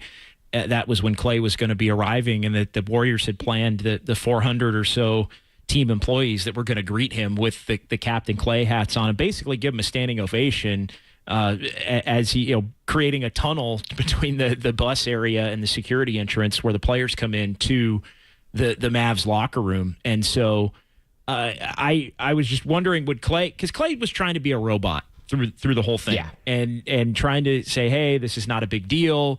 I'm more concerned, as ESPN had reported, about proving the Warriors wrong for maybe not either offering him what he felt he deserved or not offering him a guaranteed starting role that he felt he deserved as a future Hall of Fame player and somebody who helped bring 4 titles to the Bay. So I was wondering if he could basically keep the act up in terms of the robotic nature of it. But I think he was overwhelmed by the employees first, which, he gave them a smile and kind of gave the heart hand to people as he was strolling toward the locker room. And I think that let me know that, okay, this wasn't, at least before tip-off, going to be he let himself feel it. And I think the one thing about Klay Thompson, good, bad, or indifferent, he's a real one. And if he's ticked, you can see on his face that he's ticked. And if he's feeling the love or maybe feeling somber about whatever is going on, he will let that be felt as well. So I think it was a real natural reaction, which set the tone for the rest of the night. I thought it also is indicative that Klay didn't want it to get too carried away, that him and Steph had spoken the night before and basically had mutually agreed, like, hey, man, like, I don't need you speaking, about everything that you meant to the organization. As much as that would have been for the fans, and I think the Warriors, what they wanted to do, Kerry, was make it as respectful as possible toward Klay Thompson. They were going to do the tribute video. They were going to, obviously, in a unique way, they wanted to honor him in really a way that I can't remember, and maybe you can in your time covering baseball. I don't remember ever there being a stadium or arena giveaway for the opposing player. Like, I don't think that's ever maybe happened in sports, where the visiting player gets honored via a full arena giveaway, as was the case with the captain's hats. And I think, it was a nice way to tip your cap to Klay Thompson, and just have the visual of that. So I think the Warriors were trying to be respectful and be a little bit different, and I think it all wound up playing out, I think, really well. But it played out really well because Klay appreciated it and absorbed himself in it. And maybe he and Steph prevented it from going a level too far to where there were actual tears shed moments before the highest level of competition possible, and not having Steph speak. Because I think there wouldn't have been a lot of dry eyes in Chase Center had Steph gotten up there and spoken to what all of their years and title runs together had meant. Yeah, and it's impossible to know if it would have affected the quality of the basketball that we saw last night at Chase Center, but right from the jump, both of those guys were locked in. I mean, in the opening segment, you talked about all that they contributed in the first quarter, the one-on-one matchups against each other, and that to me is really kind of the lasting image. There was a great photo last night that came out of last night's game of Klay posting up and Steph, and you just see these two guys have been teammates forever, been through everything you could possibly go through in the NBA together, from the highest of highs to the lowest of lows, with Klay's ACL injury, followed by the Achilles injury, wondering if they would ever make it back to the mountaintop, and then getting there together again. And now they're separated, and now it's different, and now they're living in this world where they have to face one another, and they have to do so while the expectations are still ratcheted up. Klay didn't leave the Warriors and go to a tanking team so that he could get money in minutes. Klay went to the Dallas Mavericks. I mean, their sights are set on winning a title. Their aspirations were much higher than the Warriors' aspirations entering this season. And now with the way that the Warriors have started, and once again last night, putting the foot on the gas in the fourth quarter, the way that only Steph Curry can do, the Warriors' expectations are right back up there. So it's fitting that they didn't do that pregame exchange of Steph offering all those words, and you could potentially see the tears flow from all of these guys, because they can do that so many times during their post-playing careers. They can do that throughout all the storytelling opportunities that they'll have, but there's only one time back on the floor together for the first time, and we saw what it meant to each of these guys. And on a deeper level, we saw how badly each of them wanted to win last night. No, we did, and I think, something that illustrates that fact, and you mentioned the contentious way that things ended between the Warriors and Klay Thompson, with the offer that he found to be disrespectful early on in the 2023-24 season a year ago, the 2-year $48 million offer, which wound up being the best offer that Klay Thompson got. Klay then got off to a poor start last year. The offer went away, and so he basically was fuming after the Warriors had paid Draymond Green 4 years and $100 million throughout the course of the season. He got benched in the middle of the year for Brandon Pajemski. And I think, as was reported with the lunch that Steve had by Anthony Slater of The Athletic, the lunch that Steve had down in Southern California with Klay, where he said, hey, we'd love to have you back, and we want you back, but you may come off the bench, your role may fluctuate, you might not play as many minutes, and by the end of the lunch, Klay's like, yeah, I'm going to Dallas. Mm-hmm. And the reason that Klay made that decision to go to Dallas, Kerry, in part was, yeah, they had guaranteed him a starting spot, and I don't think it was about money. He took a little bit less, obviously, to be able to make that happen. It was about the fact that the Mavs were in the finals in June and playing against the Boston Celtics, and I think the one thing that Klay Thompson viewed was, I'm going to go to a team that's as close to winning a title as possible because I'm going to show these guys I'm going to get the fifth, and they're done, and they're not getting the fifth, and they sure as hell aren't getting the fifth without me. And so he ends up going to Dallas thinking, these guys are going to be watching me play in the second round and the conference finals and the NBA finals while they're middling around being a play-in tournament team or maybe even a team on the outside looking in. And I think how badly Klay wanted the game last night is indicative of he's starting to maybe have that realization of, oh my God, like the Mavs are 5-6 after losing the game last night. The Warriors are 9-2. And there has been discussions here about the vibes being different for the Warriors this season. And there has been discussions about Buddy Hield being able to accept for this season the role that maybe the Warriors preferred to carve out for Klay Thompson. And Buddy Hield all of a sudden is playing the best basketball of his career in this, somebody who's been considered an underachiever. So I think Klay felt he was going to get the last laugh and that joining the Mavericks was the failsafe for him to get the last laugh. And he wanted last night, but he also wants to be playing games beyond Steph and Draymond and Steve Kerr into the springtime. And I think last night was also kind of a realization as the Warriors got to 9-2 that may not happen. Yeah, you sum it up so well. I mean, there is fuel on both sides of this equation to outdo the other side. And we saw it play out in a November regular season NBA game, which, most NBA regular season games are not this competitive. Games in November, never this competitive. We saw it last night at Chase Center, which is part of what made it so special. But afterward, Klay was asked to kind of run through his emotions, and he was asked to discuss what the tribute that the Warriors put together meant for him last night, and even coming off of the hard loss that he had to take at Chase Center. Here's what Klay had to say about the Warriors fans and the tribute. It was a really cool experience. I appreciate the fans very much. The captain's hat ended up being a great touch. So I'm such a passionate boater, and I saw a lot of familiar faces in the crowd. That was a warm-hearted feeling. So it was really cool to see the fans, their gratitude towards myself, and something I will never take for granted. So it was very, very awesome. Very well said by Klay Thompson last night, and he said it all after the Warriors stormed back and stunned the Dallas Mavericks in the fourth quarter in that one. So on the other side, we will get to the X's and O's of last night's ball game. JD will break things down for you. Kerry Crowley and John Dickinson in this afternoon here on KNBR 104.5 680, the sports leader.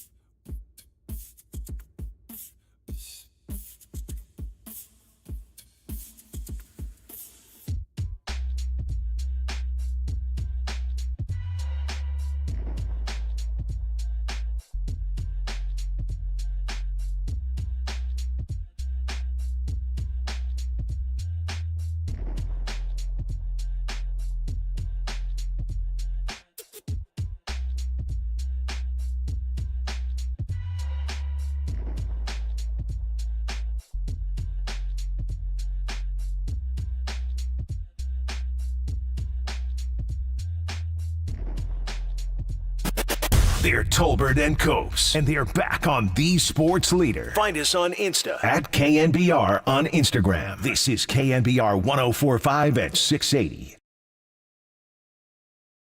Shot clock at 3.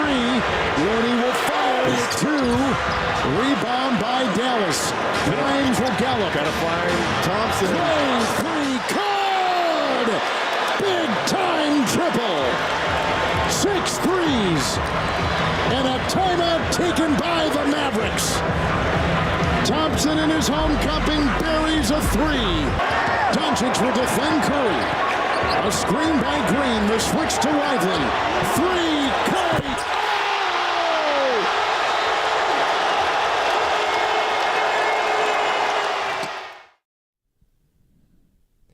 Klay Thompson and Steph Curry trading threes at Chase Center last night. Seen it through the years, but you've never seen it in the fashion you did as the Warriors take down the Dallas Mavericks 120-117. Steph Curry's Golden State over Klay Thompson's Dallas on Tuesday evening. Kerry Crowley and John Dickinson hanging out with you this afternoon here on The Sports Leader. A few minutes, Mark Spears will join us breaking down the NBA at large and last night's ball game as well over at Chase Center.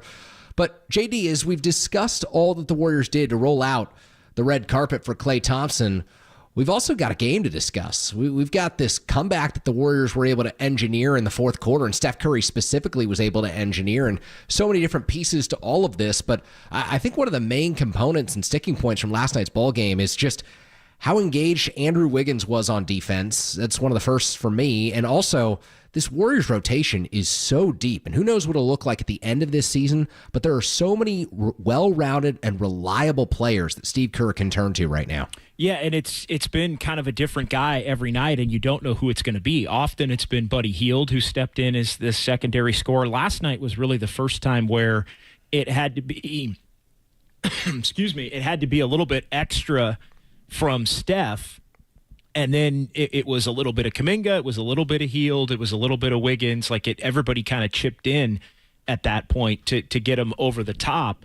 But I think it really, also I think last night, had the Warriors lost, it was indicative of the first time really this season where the Warriors got beat in a couple of stretches, top of the second quarter, top of the fourth quarter, with their bench. I thought they missed Kyle Anderson a little bit last night. I think the story of the game would have been, hey, maybe the Warriors, although really good, there are going to still be nights where when that secondary guy isn't clear cut, and it wasn't last night, you're either going to need Steph to hit close to 40, or you're going to have to figure out a way to just kind of scratch and claw your way to a win, which they did with their defense.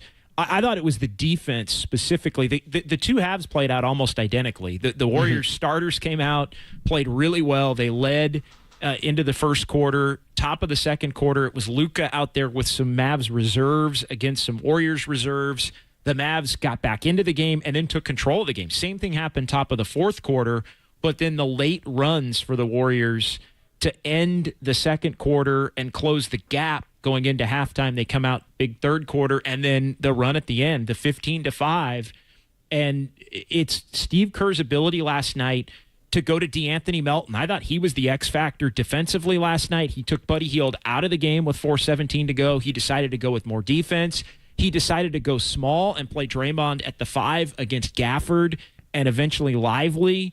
And he put Jonathan Kuminga back in the game. And, last night was a game where Kuminga at the 4, Draymond at the 5 with Wiggins out there. Melton plays a good two-way game, offense, defense, and then Steph Curry. And it basically became, we're going to try to lock you down from the Warriors' perspective and then see if Steph Curry can get on a heater to take the game over. And it's exactly what happened coming out of that timeout. Draymond stoned Gafford twice. Once just blocked his shot and then just stared him down as Gafford was on the court. The other time he kind of forced a pass, a lob out of bounds, which turned into another turnover. But it was stops and the ability to ramp up the defense and turn that into offensive opportunities that allowed for the Warriors to get most of the game last night. Their defense was not top notch like we've seen it in the first 10 games of the year. More often than not, it felt a little bit more like last year, but those closing groups were able to do enough to go on the big runs that salvaged it down the stretch. Yeah, very well said. And I think, You look at the box score from last night's game, and you look at the plus minuses, and you touched on this, JD. The Warriors bench did not have a great night. I mean, you look at Buddy Hield, he was a minus 21 last night. Moses Moody, minus 15. Brandon Pajemski, minus 19. And yet the Warriors were still able to win that game, I think, because Steve Kerr and the coaching staff picked their spots in which they allowed the Mavericks to come out with that Luka plus reserves lineup and beat them, but not beat them by too much. Kept the game within reason, and I think that's kind of the tale of the NBA right now, and we've seen this the Warriors' first 11 games. They've gone on some monstrous runs. You go back to that Houston game where they're up 30 and they blow it, and that game goes to overtime. They're up 30 against Oklahoma City, and the Thunder come all the way back. You've got to have the right touch in terms of making sure that your rotations are clean, that you've got guys coming in who can impact the game and turn things around if things start to go south for you, and we saw the Warriors were able to do that in Houston in overtime. They got the right lineup on the floor after a few guys fouled out. Kuminga kind of took over there against Oklahoma City. They had the right guys on the floor at the end of the game to hold off the Thunder. And then last night against the Mavericks, like you said, some nights you never know where that scoring, that secondary output is going to come from. But some nights you can just turn things over to 30, and Steph Curry will lead you to a victory, and he did so last night. Yeah, he did it, and I think his ability to do it, if you look at Steph and rising to the occasion, his 3 best games, Kerry, this year are the 3 most impressive wins. At Boston, TD Garden, where he loves to play and has had so many moments going back to that 22 finals with the Warriors winning Game 4 and Game 6 to close out that series and win 4-2. And in Oklahoma City, where you got to go way back, but Steph loves playing in that building too, going back to 2016 and the Game 6 Klay game where Steph was outstanding, and the regular season game earlier that year where Draymond and Steve Kerr got into it, and then he hit the double bang, the Mike Breen double bang game when he hit the game winner in the closing second there from deep. On the pull-up, and the Warriors came back and won that one. And so his best games have been the 3 most important ones, which nobody should be surprised about. But I think the template for how the Warriors are built this year, I think it is on display in the sense that they're doing enough in other games with their depth, and even a couple of these games with Steph Curry out completely, to where he's not overtaxed on the regular. At least he hasn't been to this point. So he's able to pick his spots a little bit in the bigger moments and not be so weighed down by the fact that they're putting so much on him on a night in, night out basis, to where he can't carry him in some of these games when they need him to. Last night he was there for them, I think in part because he's had multiple games where he's played under 30 minutes. He's had multiple games where he hasn't needed to be that guy, and he's been fresh. And I think that's a story of this season is, can the Warriors win enough to keep Steph and I think Draymond fresh to where you look up and you see where they are in the standings going into a play-in or a playoff or wherever. I don't want to get carried away with it. We've got plenty of time to be talking about whether or not what the ceiling is for this team and should they make a trade and all those things. But they're setting themselves up, at least showing we are seeing the vision of what they believed this team could be as they were built. It's still early.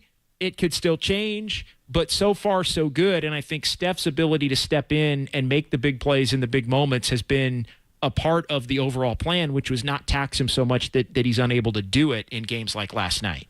Well, you hinted at it a moment ago, and this is kind of the one big question that I wanted to ask you. I know that you've touched on this on Dubs OT and just Dubs after games as the Warriors have gotten off to this hot start, but things really started to click in my mind when we kind of set expectations for the big road trip, the 5-game stretch where the Warriors would end things against Boston, against Cleveland, against Oklahoma City, the class of the NBA in all regards headed into that road trip. And we thought, okay, 2-3 is about expectations. 3-2, and you say the Warriors might have something together. 4-1, that's just well beyond expectations against that group, regardless of who's playing, who's healthy for the Celtics, the Cavs, and the Thunder. And they ultimately finish that road trip 4-1. They take care of business in Boston. No Jaylen Brown, no Kristaps Porzingis. Doesn't matter to me. TD Garden's still a very difficult place to win.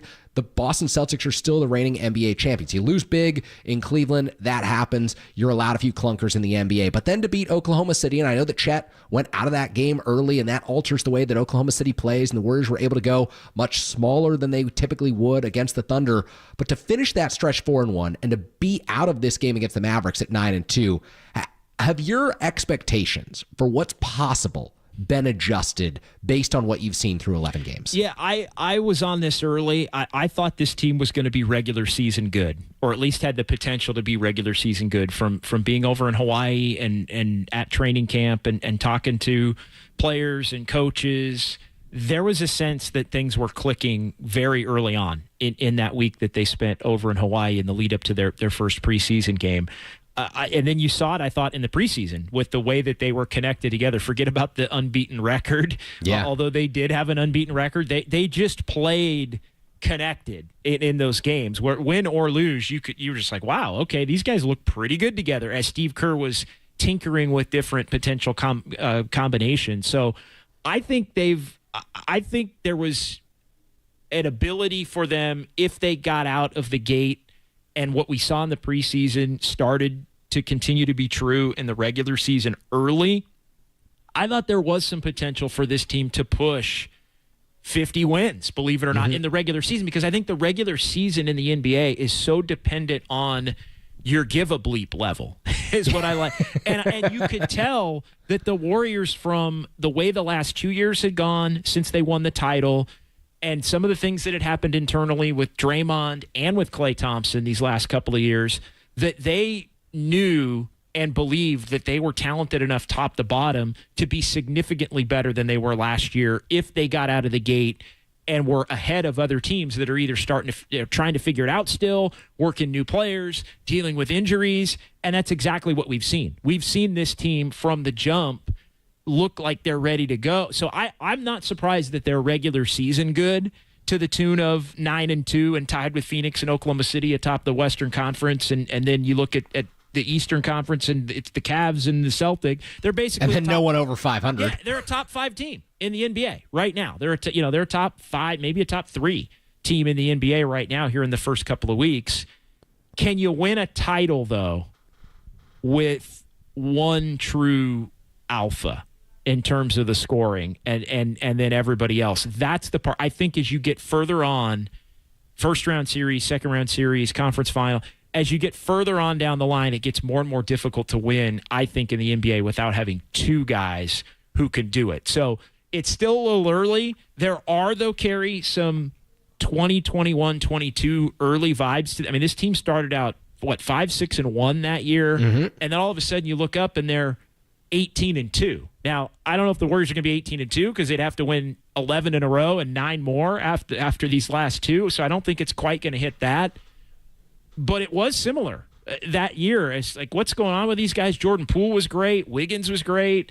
They were really deep that year. Otto Porter, who's this guy? Like, everybody kind of fit together early, and then it became something big. So I don't know that we're there yet, but check back in 3 weeks, a month, and let's see how far they can run this thing up, or do they start to come back to the pack a little bit? It's amazing what happens when you care about the regular season. All of a sudden, you're good, and that's what the Warriors have done in the NBA so far through 11 games. John Dickinson, always appreciate him joining us. John, I know you have to run, so Dieter Kurtenbach will be joining for the final few hours of this show. On the other side, Mark Spears coming up with us, breaking things down on the NBA level and from last night's Warriors-Mavericks game. I am Kerry Crowley. This show is Tolbert and Copes. You're listening to KNBR 104.5, 680, the sports leader.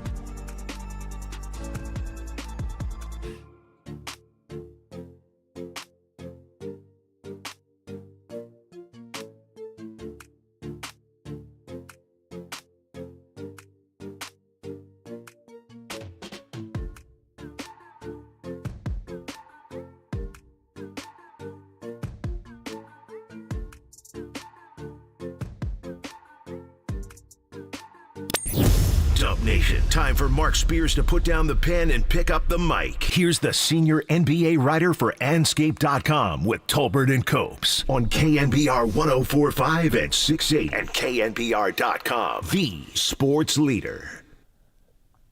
All right, we're back here on KNBR. Kerry Crowley hanging out with you until 6 o'clock this evening. Dieter Kurtenbach has joined to ride co-pilot with me. Hey, Kerry. And hey, Dieter. And joining us now from ESPN and Anscape.com, the legendary Mark Spears. Mark, how are you this afternoon? Oh, man, on that grind, heading to sack. We'll see some Kings basketball against the Suns, so basketball don't stop. Basketball does not stop, but let's stop for a moment and talk about last night's game because, Mark, they don't make them like this in November in the NBA anymore. The sheer competitiveness of Klay Thompson, Draymond Green, Steph Curry was out on full display at Chase Center last night, huh? No, it was certainly one of the more incredible regular season games I've ever been to. It had the energy of an NBA Finals game. I want to see the documentary a couple years from now when they are honest about how they felt. You know, I interviewed Klay in Denver on Sunday night, and he had a lot of, interesting things to say that, I'm sure Draymond and Steph read them and kind of a little perplexed by it, or maybe not, but, he was saying things like, as the chapter is over, I've moved on. I haven't talked to either one of those guys. I guess when I see him, I'll say hello.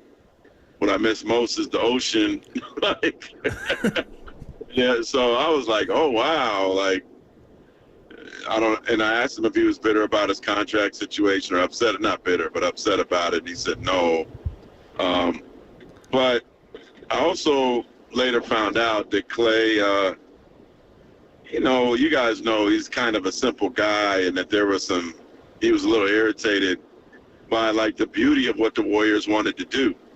The Warriors just wanted to, obviously the hats and the video and have Steph talk. And I was told that there were some other things that they wanted to do that, Klay's management and the Mavs, reached out to Klay and he's like, no, so I think for Klay, a lot of it was overwhelming. I think he understood the video, but when he was asked Sunday night about the hats, he said, well, I guess that's good for the fans, right? But, Raymond Ritter, I mean, he's amazing at what he does. And, they had the hats idea, but Raymond also came up with the idea of having all the employees come and stand inside the arena when Klay walked in. And I kind of felt like that broke the ice, right? That broke Klay and was like, all right, I'm going to accept this. I'm going to stop feeling overwhelmed about it. This is kind of cool. And I don't know that any NBA player has ever had a return that was that cool. That hat thing, come on, man.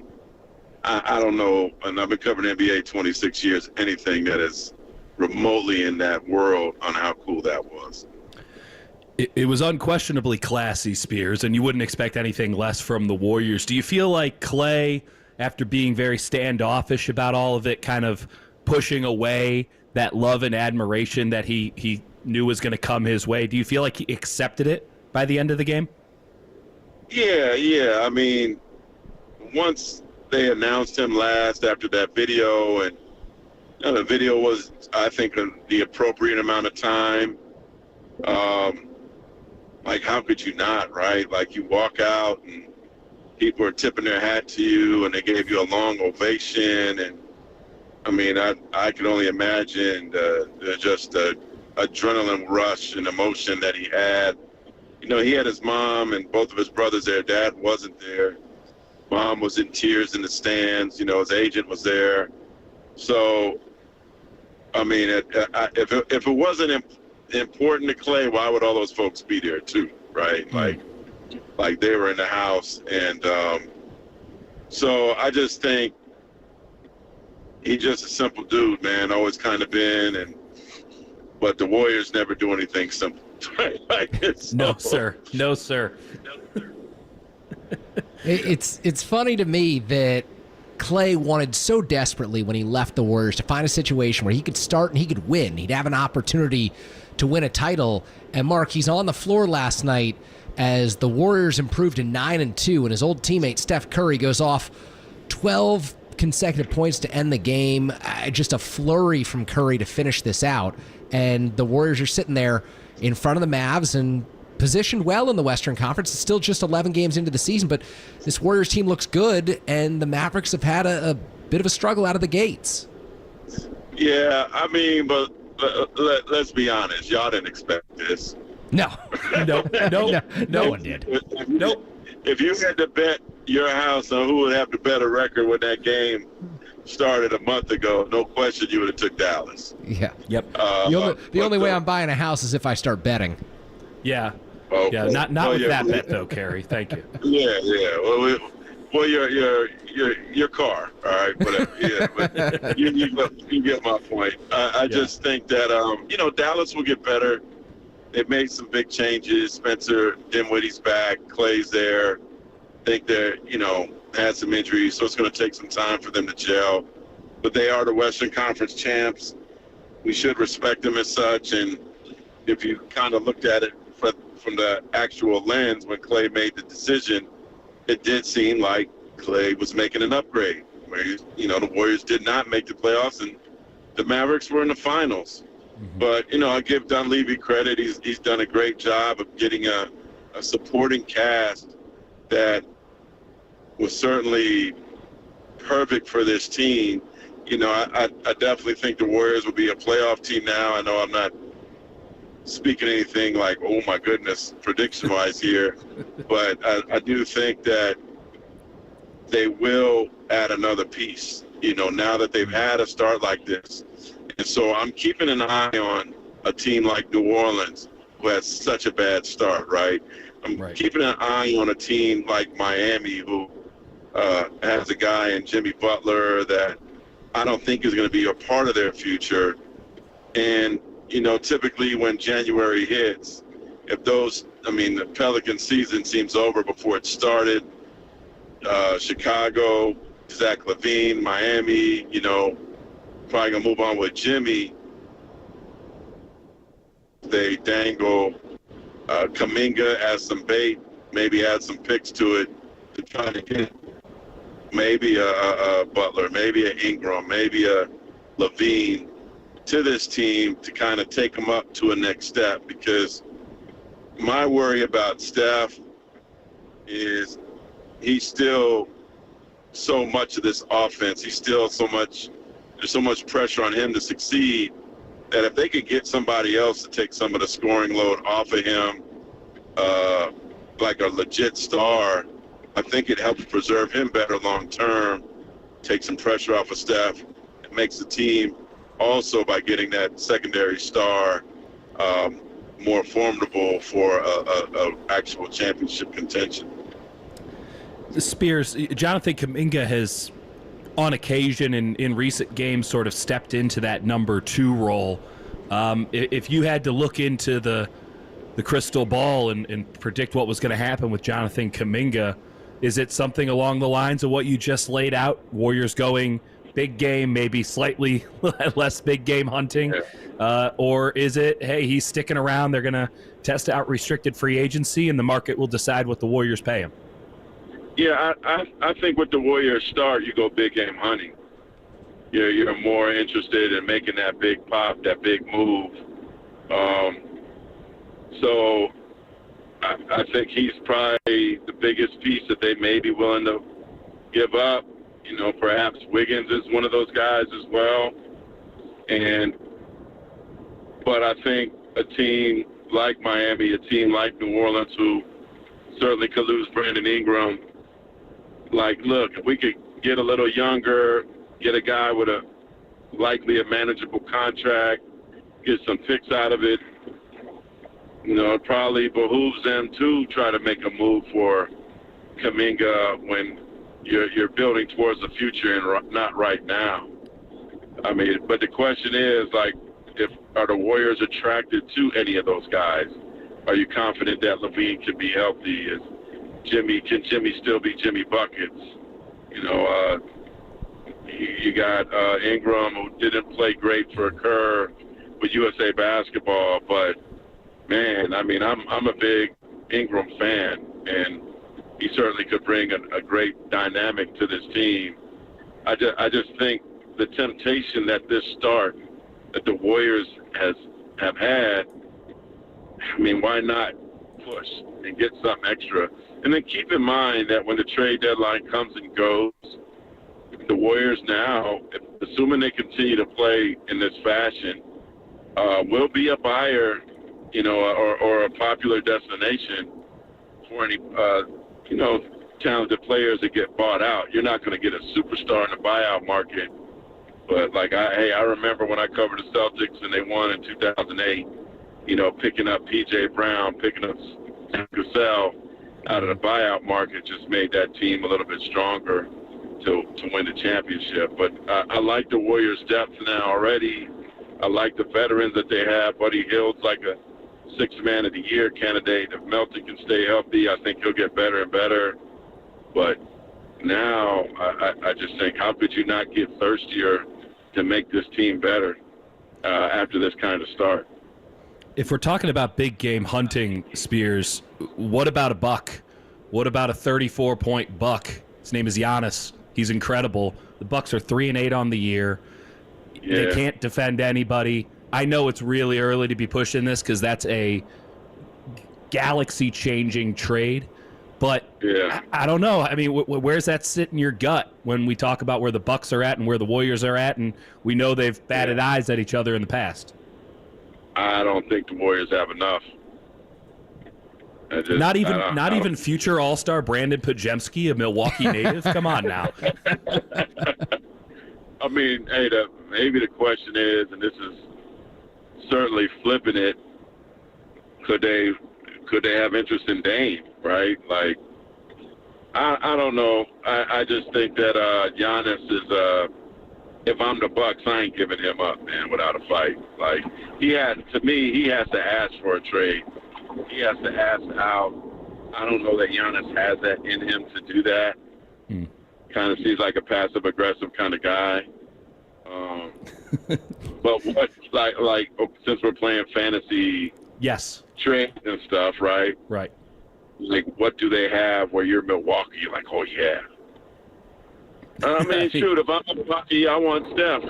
Like, that's not happening, right? Like, Giannis is the top 5 player in this league. Is he even 30 years old yet? You know, I don't think so. No. I just don't. I think the Warriors have the assets to go after a Jimmy Buckets, right, or a Brandon Ingram or a Levine, for that matter. I don't think they have it for Giannis. Fair enough. A couple more from Mark Spears. Kind enough to join us here from ESPN and Anscape.com. You hear him every week on KNBR. Mark, as you think about this Warriors start, they're 9-2 right now. We just talked about Milwaukee off to a 3-8 start. At what point in the season do you start to feel like a hot start or a bad start is more than just that? Like, the Warriors are capable of more than we expected this season. The Bucks, they might never turn this thing around. When the NBA season do you start buying into the records that you see? That's a great question. I'd say trade deadline. But the good thing about obviously having a great start, which is what you prefer, is you got more room for error when things don't go so well, when there's an injury, right? So now this Warriors team has some leeway if something goes bad, whereas you look at Milwaukee, like, I think they'll turn things around and they'll be a lot better. But you gotta, it takes a lot of fight and energy to get out of that hole, man. It's like every game just means so much more. Like, think about it. When the Bucks, I think they will, get to 500, golly, just think of the scratch and claw and fight that you have to do just to get there. Whereas the Warriors, their confidence is big. They're feeling great about themselves. I think there's an emotional joy that the Warriors are having and an emotional toll that the Bucks are taking that have, a long-term effect on their teams. So, to me, I think it's that start, to me, hits later down the road when you see what the final record is. It could wear a team out, whereas when if the Warriors keep, staying on this trajectory, even if it's not a 8-2 kind of thing, but maybe they are 9-2, whatever it is now, if they could just stay on a 70% clip, toward the end, it's easier to rest guys. It's easier to get ready for the postseason. It'd be amazing for them to be a 4 or 5 seed or potentially higher. Whereas I right now, I think the Bucks are going to have to fight to the very end to hope that they're not like playing Boston in the first round or Cleveland in the first round.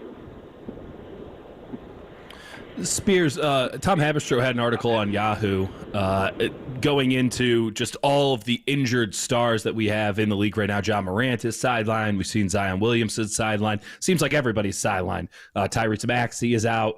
Durant is out. Chet Holmgren hurts his hip the other day.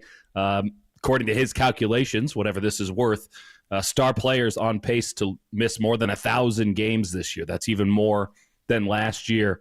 Is there anything that the NBA can do here outside of cutting down on the number of games to make sure that star players are actually on the floor and pushing the product that they want to push on a nightly basis? That I had a talk with a really good friend of mine who's a longtime NBA assistant and a longtime former NBA player, and he said the problem is, in his opinion, was that training camp is too short, and that it's not there's not as much respect given to it. 15 years ago, 10 years ago, there might be, or even 20 years ago, training camp might seem like a week before they even play a preseason game. Now you start camp on Monday and you're playing a game Friday. I actually think that's why when the season starts, you're barely prepared for the season, and then you're going 100 miles and running. So I think it makes, certainly people more susceptible to injury. So I actually like thinking about it. Like, he's like, yeah, we don't do two-a-days really no more. I know Sacramento did a couple two-a-days, but I think what the NBA needs to do is make training camp longer, get your body ready for what's to come. And I agree with this coach that if they do that, the players will be more prepared and their bodies will be more prepared for the rigors of the season. The great Mark Spears, kind enough to join us from ESPN and Anscape.com. Mark, thank you so much for your time this afternoon. Enjoy the rest of your Wednesday. All right, fellas. Take care now. All right, he is Mark Spears. Dieter Kurtenbach joining me, Kerry Crowley here, as we will break down the Warriors' 120-117 win over the Dallas Mavericks. Klay Thompson's return to Chase Center when we come back. You're listening to Tolbert and Copes here on KNBR 104.5, 680, the Sports Leader.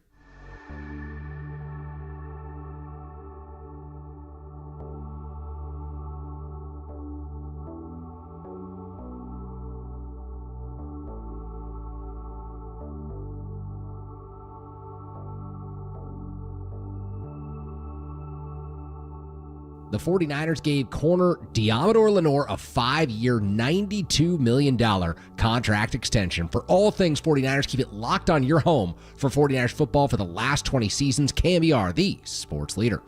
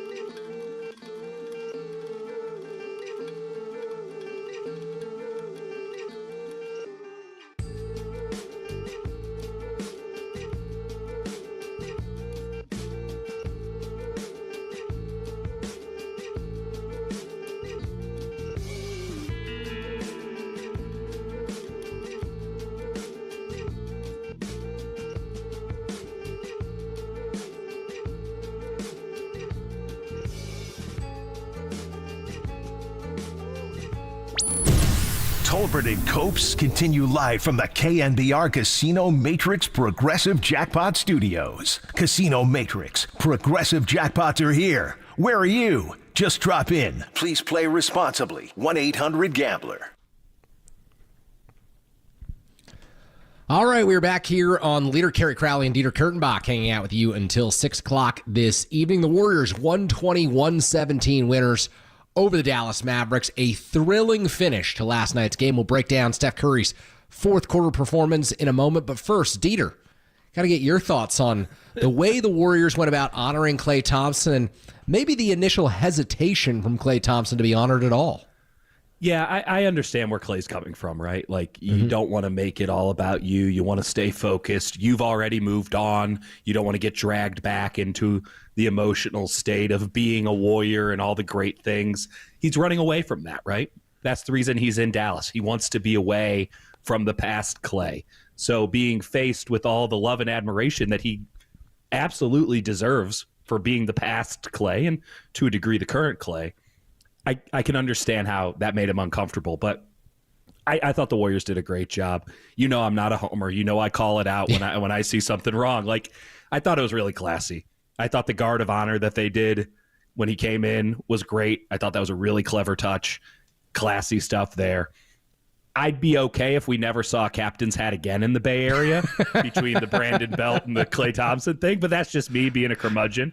I'm kind of over it at this point. And maybe that would be a fitting send-off for the captain's hat as a promotional item. And then the tribute video was succinct and to the point. No one needed to be reminded how great Klay Thompson is and was. Yeah. No one needs to be reminded that this guy put four banners in the rafters, and if he hadn't torn his ACL, he might have put in a fifth. Like, all of these things were built into it, and I think it was awesome. I thought it was one of the best regular season games I've been to in a long time.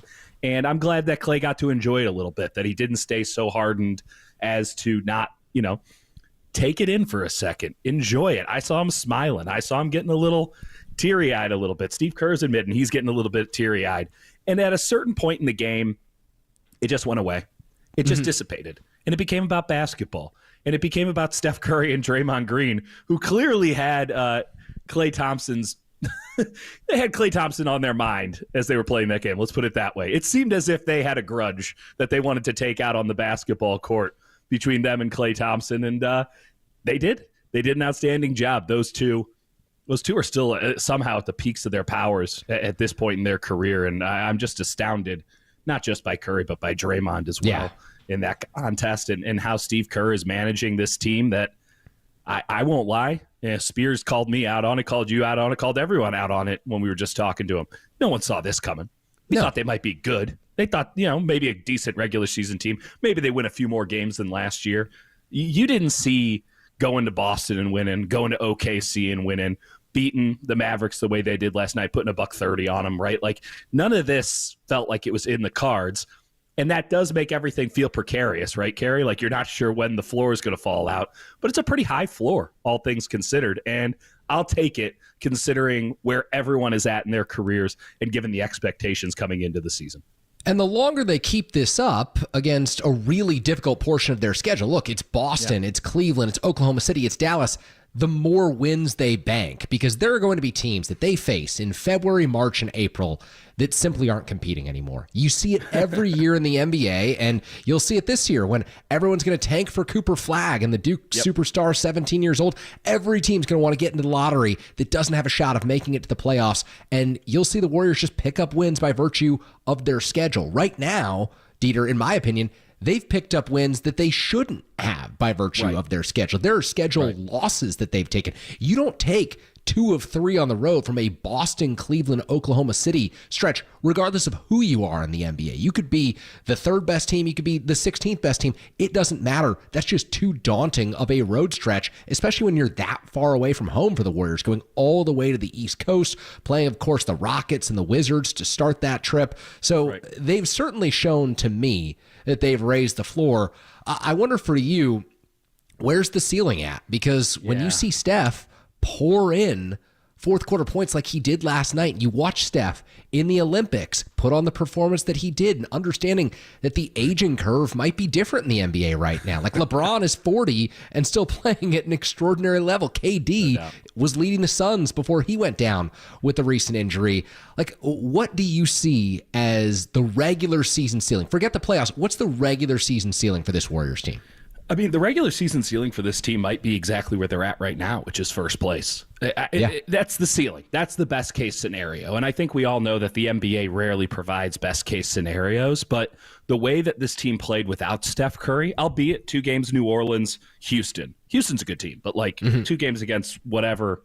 I don't even know what the G League affiliate of the Pelicans is, but that's who they're playing. Exactly. You know, they're out here against the Metairie Dolphins or something. And they won. They won all 3 games. I thought that was going to be a crowbar in the wheels of the bike that was this season. You thought you had it good. Here you go. Steph Curry's out for a week or 2 or 3, and now you're digging yourself out of a hole the second he comes back. And instead, they just kept thriving.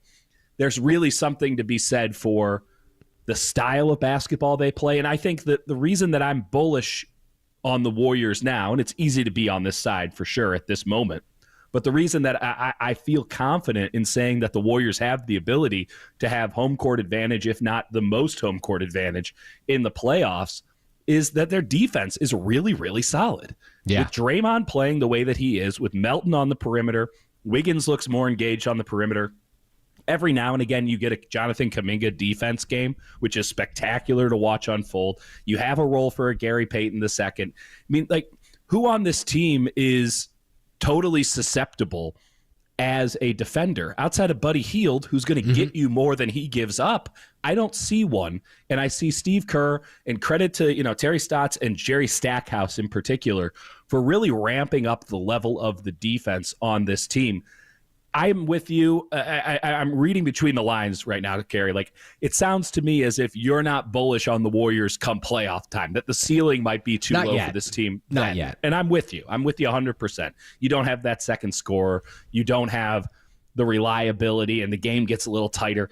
But, man, having the ability to play really, really good defense the way that the Warriors have, to do the little things right, that's going to be the margin in a lot of regular season games. And I think it proved last night. You get Kevon Looney coming in, making an impact. You have Wiggins playing well. You get Buddy Hield, bad first half, good second half. DeAnthony Melton was fantastic. It's these little things that can accumulate into something really positive. And when you have a team that's led by stars, 1 or 2 of them, and they're off just a little bit, or they're not fully engaged for the night, as is so often the case in the NBA regular season, that's how you get them. That's how you get them. We see this all the time in baseball. You can scrap your way into the playoffs. Then you get there and you find out what's what. But I have no problem saying that the Warriors, who Steve Kerr told me before the season, he wanted this team to be scrappy. He wanted them to be fast. And you roll your eyes. Of course, everyone wants to be scrappy. It's the NBA. At a certain point, these are multimillionaires who are, concerned about their endorsement deals and stuff. This team is scrappy, Kerry.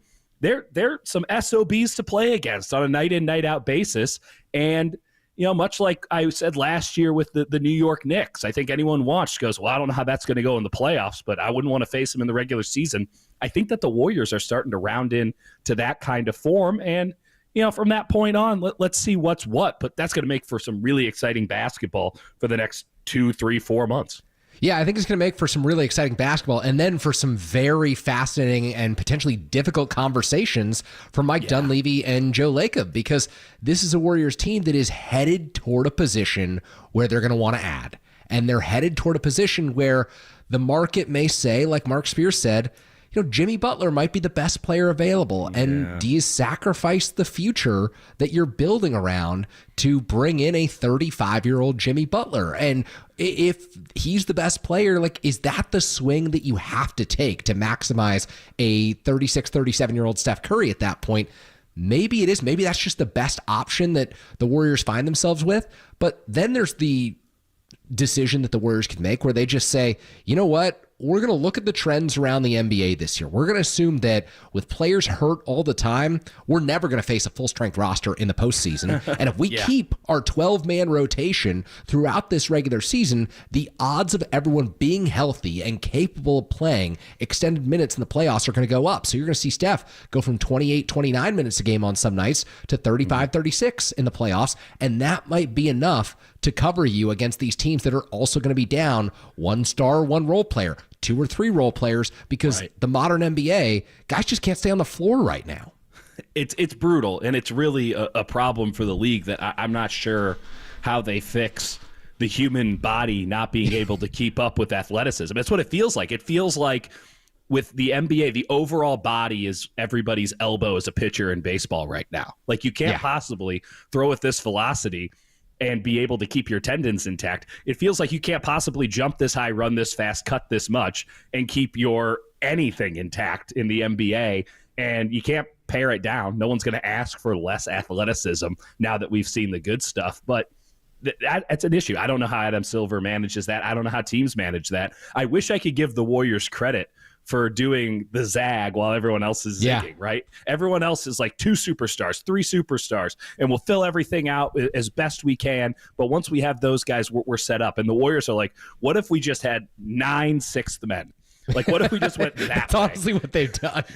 And like, it would be genius if I thought it was planned. If I thought that they're like, but the reason that they had to do it is because they had Klay Thompson, they had this trade exception from a sign and trade, and they're like, I guess we can turn that into 3 players. And Mike Dunleavy GM'd his ass off, and he got 3 players out of it, with Melton using an exception, and then Hield, and then Kyle Anderson, who's been incredible. I mean, I love Kyle Anderson, so I was always going to say that, but I really like Kyle Anderson, especially as a small ball 5. It's one of those things where, was it deliberate? Not really. It was more reactionary. Might it prove to be genius? I mean, maybe this is the way that everyone should have been building their teams all along, given the state of the human body and the point of basketball we play in 2024-25. But of course, all that stuff is way over our pay grade. Well, at the very least, the Warriors are more fun than we thought. And that makes for an interesting December, makes for an interesting January, and then you get to have those trade deadline discussions. A team that is still on the borderline of whether they'll be fun or not is the team that we'll talk about on the other side. Sunday's outcome for the 49ers will dictate a lot of the conversation surrounding what this thing looks like down the stretch for the 49ers in this long 17-game season where they've already suffered some serious injuries. We will talk about Deommodore Lenor's extension and Dieter's thoughts on this upcoming matchup headed into Sunday's divisional showdown. You're listening to Tolbert and Copes, Kerry Crowley, and Dieter Kurtenbach in this afternoon on KNBR 104.5, 680, the sports leader.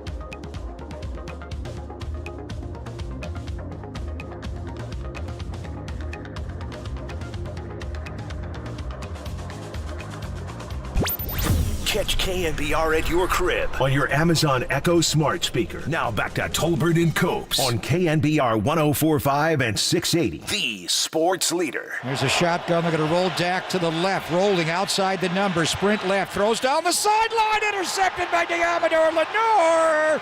Was he in bounds? Yes, he was. Lenor gets Dak again. We've seen this movie before with Deommodore Lenor on the Dallas Cowboys sideline. What a play by him. Way back in training camp, everyone was talking about Deommodore Lenor. Yep. It was almost, to me, from the outside, like too good to be true. Like, there's no way that this guy was a 5th-round draft pick a couple years ago is this good. Like, how much work can a corner put in over the offseason to convince you that he's suddenly the best player on the 49ers defense? And here we are, Tuesday afternoon, the news breaks that Deommodore Lenor has signed a 5-year, $92 million contract extension with the San Francisco 49ers. And Dieter, to me, it's well-deserved. Oh, it's absolutely well-deserved by Deommodore Lenor. I do have to preface all of this by saying, wow, what a number. Yes. Holy crap. So obviously it's a little bit more complicated than just simply he plays the nickel position. He's outside, he's inside, he's a star, he's everything. The previous high watermark for annual value on a contract for a nickelback was Kenny Moore at like $12 million. Deommodore Lenor got $5 million more than Kenny Moore. So they didn't just set the market, they obliterated it. Now, let's be clear. This guy deserves it because he is, I wouldn't go as far to say the best player on the 49ers defense, but when you're having that conversation and you say, is it Nick Bosa or Fred Warner? You do have to then say, what about Deommodore Lenor? He has to be part of that triumvirate that makes the 49ers defense competent year in, year out, game in, game out. And he's been immense this season. I thought he was incredible last season. Yeah. I think, I go in on Steve Wilks a lot. I was very open on this station in my columns, even mid-season, that he wasn't doing a good job as the team's defensive coordinator. But I got to give the guy credit. He could coach up a secondary. He's a good secondaries coach, and he did a number on Deommodore Lenor. He got Deommodore Lenor to that next level, and he's been playing at this level for the last calendar year. You had to sign him, and credit to the 49ers for not messing around and waiting until the last minute and testing out unrestricted for all this stuff. Get the guy signed, get him in-house. Clearly, money is not an object for this team. You got to get Brock Purdy dealt with. I mean, this season, as much as the Christian McCaffrey aspect of things and Super Bowl hangover, this season was knocked off the rails before it even started by Trent Williams and the Brandon Ayuk scenario playing out as long as it did. And it was totally unnecessary because both of those guys got everything they wanted in the contract negotiations. So the Niners only hurt themselves by delaying the process that led to the players winning it all. So I'm glad that the Niners at least realize they're bad negotiators. We might as well get this over with early. The other component to this that I really find interesting is you mentioned that Brock Purdy is due to be paid this offseason. I think we've talked about that ad nauseum on this station. Every 49ers fan knows that. But I saw Nick Wagner of ESPN, great 49ers beat writer, put this out today, that the 49ers are starting to build their next core. And the Brandon Ayuk contract is part of this, and the Deommodore Lenor contract is absolutely part of this. You throw in the great rookie draft class that they have, where you've got potentially another lockdown corner in Renardo Green. I mean, I've been incredibly impressed by what I've seen from him because it's a very difficult position to just step into and be solid at as a rookie. There are things where I really feel like you can get beat, you can be penalized a lot. You often see pass interference penalties, and it's something that Lenor dealt with himself as a rookie. And Renardo Green, to me, has been at or better than expectations for a second-round draft pick who was a fifth-year guy coming out of Florida State. And you start to think about this secondary and what it can be, Dieter, and there's a little bit more potential here than I thought initially. Well, let's take it even one step further, right? Malik Mustafa out of Wake Forest, a guy that when I was doing my draft prep, I mean, that was a guy who he jumped off the screen. He was my second favorite safety in the class, and you get him on day 3. You know, you're talking about Jair Brown, who there's been downs. He's played a lot, so you're going to see the downs. Safety is an exceptionally difficult position, especially, too, when you're mixing and matching between free and strong. Jair Brown's a guy who wants to be in the mix. He wants to be in the box. Having him out in the defensive backfield covering space, he'll get caught every now and again. But he's an impact player, and he's a guy who brings juice. I thought that Green was an immense player at Florida State and just a stone-cold killer. And that's kind of the overarching theme that I think the Niners are trying to build with this new defensive core, particularly in the secondary, which is that they're getting dudes who are not just really sound, but also dudes who bring a ton of juice and will just blow your helmet off if they are given a chance in a straight line at you. Yeah. And that's how you have to play. You have to play crazy fast. There's no time to think. It is go. And yes, you're going to get burned sometimes by that. But you want young, explosive, sudden football players. We know Fred Warner's that even at the age that he's at and all the miles he's put in. We certainly know Deommodore Lenor is like that. Once or twice a game, you're like, damn, that was a good play. And it should be noted that with Lenor, it's not just these flash plays. Yeah. He sets an edge exceptionally well for a nickelback, which is something the 49ers desperately need. And so for your nickelback to actually step up and do the job tells you a lot. He's gotten all the little stuff right as well. It's not just the coverage stats. It's not just the tackling. It's the little things that make a defense functional that Deommodore Lenor does at a level as high or higher than anybody on the defense right now. And that's why you give him all the money. But you look across this defense and you go, there's a lot of pop, there's a lot of explosion, and there's a lot of potential, especially as you noted in the secondary. I'd love to see more of it on the defensive line.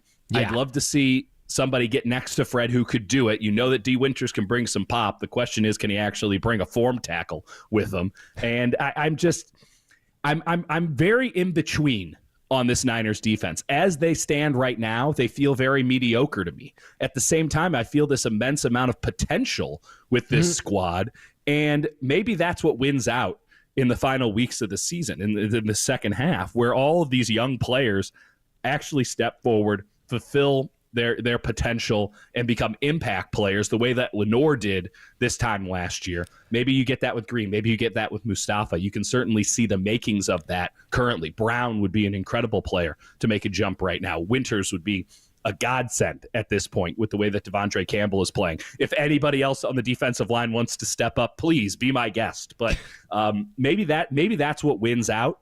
And if that does win out, now the Niners are not just an exceptional offensive team, but now they have something that can really take them far. They can maybe win a game with defense in the playoffs. That's not something I can say right now, and I want to be able to say it when we're getting into, New Year's Day or so.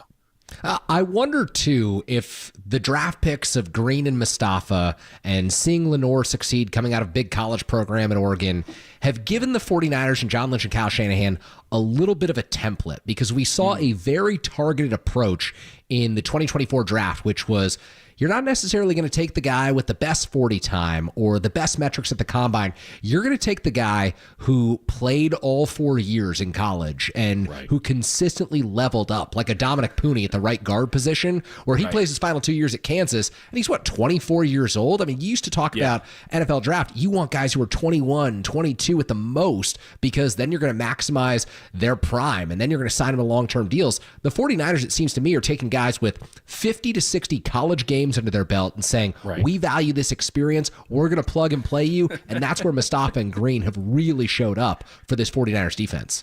Kerry, if you were the front office that drafted Trey Lance and gave up 3 first-round picks to do so, wouldn't you try to course correct? Wouldn't you be like, we messed that one up, we should probably do the opposite next time? And you know what? It's working. It's working. Yeah. Call it the Trey Lance effect. You can, if you want to spin it positively, if we want to go full Dave Lombardi, we can call it the Brock Purdy effect here. Where, what did Brock Purdy have? He's 6'0", doesn't have a cannon arm, but that dude's played a ton of football. And he started for 4 years at Iowa State, and say what you will about the Big 12, he saw it all. He saw everything in that conference, and he helped a program elevate. He elevated an entire program in the process. Those are the kind of players that if they have the requisite amount of athleticism, if they can play on an NFL field and not look like they're completely out of place, those are the kind of guys that you want, because you cannot teach experience. You cannot make the game go slower for younger players. They have to learn the hard way more often than not. And so if you can cut off the learning curve a little bit, you're in a much better position. And it's got to be noted, the Niners absolutely nailed this past draft. They had absolutely bombed the prior two. Yep. I mean, if you're saying they're going to big time schools and getting Drake Jackson, ladies and gentlemen, totally forgotten. I mean, technically on the team, but not really. The Cam Latu, that was a hell of a pick in the third round, using a top 100 pick on Cam Latu. I could go on, but I don't want people to get depressed out there. They've nailed it on this past draft. It took a while for reasons that we all know to get Pearsall into the mix. I'd like to see more Cowing. I think that his suddenness, his ability to run that speed out could be a positive for the 49ers on offense. It's a little hit or miss on special teams right now. I don't know that I want to see more Cowing on special teams right now. But I'm also of the don't put a punt returner back there school of thought right now. Yeah, what you're saying, just have a mannequin and hopefully he can call for fair catch? At this point, just protect against a fake and put no one back there. Just run a basic 4-3 defense, and if your safety catches the ball, he catches the ball. Yeah, Jair Brown's your guy. I'm with you. I mean, this is why Trent Taylor is still employed by the San Francisco 49ers. Kyle maintains the option to never return a kick again, but it will be caught. It will 100% be caught. They did that in 2021. They just straight up just said, we're not bothering to return kicks anymore. We're just going to fair catch everything. And it was pretty depressing to watch, but what's worse, that or this?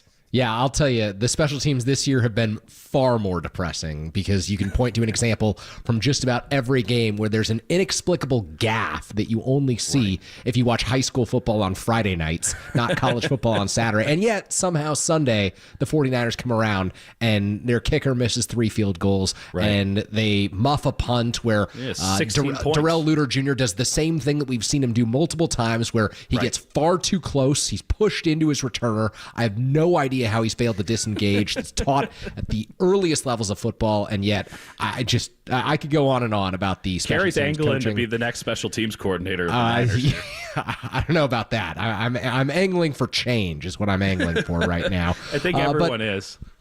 We started this segment talking about Deommodore Lenor, his 5-year, $92 million contract extension, and that's exactly how we will start the next segment as Dante Whitner, former 49ers safety, will join us, break down this 49ers defense, and look ahead to this upcoming matchup against the Seattle Seahawks, a 49ers team that is looking to get 2 games over 500 on Sunday. You're listening to Tolbert and Copes, Kerry Crowley, and Dieter Kurtenbach in this afternoon. KNBR 104.5, 680, the sports leader.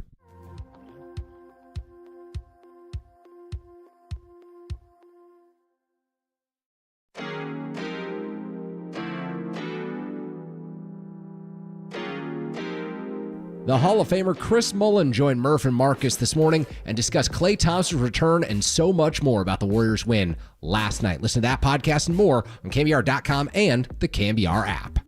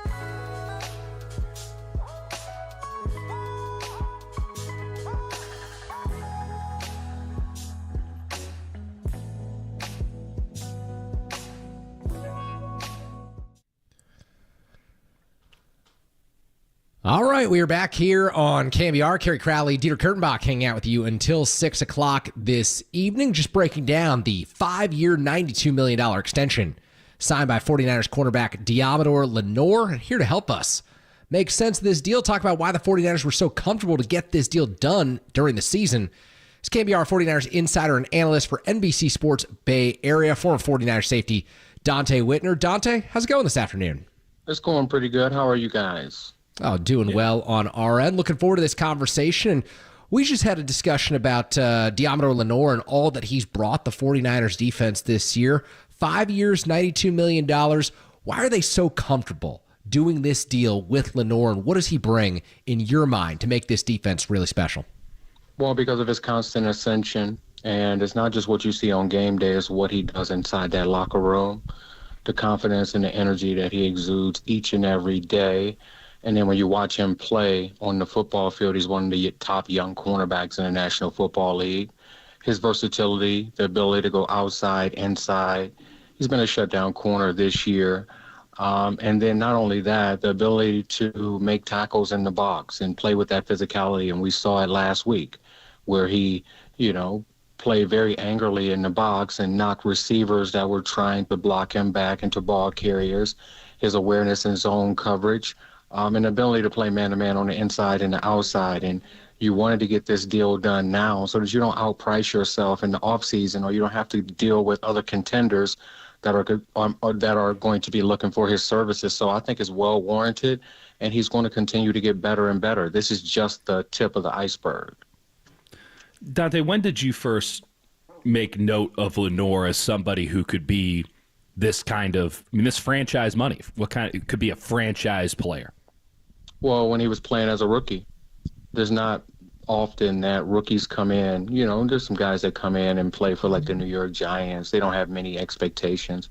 But when you come in and they implement you immediately into a championship design scheme and defensive mentality, it tells me that you're going to be an ascending player. And, that is one thing to put you out there and to have confidence, but it's another thing to consistently get better. Right, it's hard to get better, and this is the hardest position, in my opinion, to play in the National Football League, is the cornerback position. And for him to master it so early in his career, the future is just only going to get brighter for him.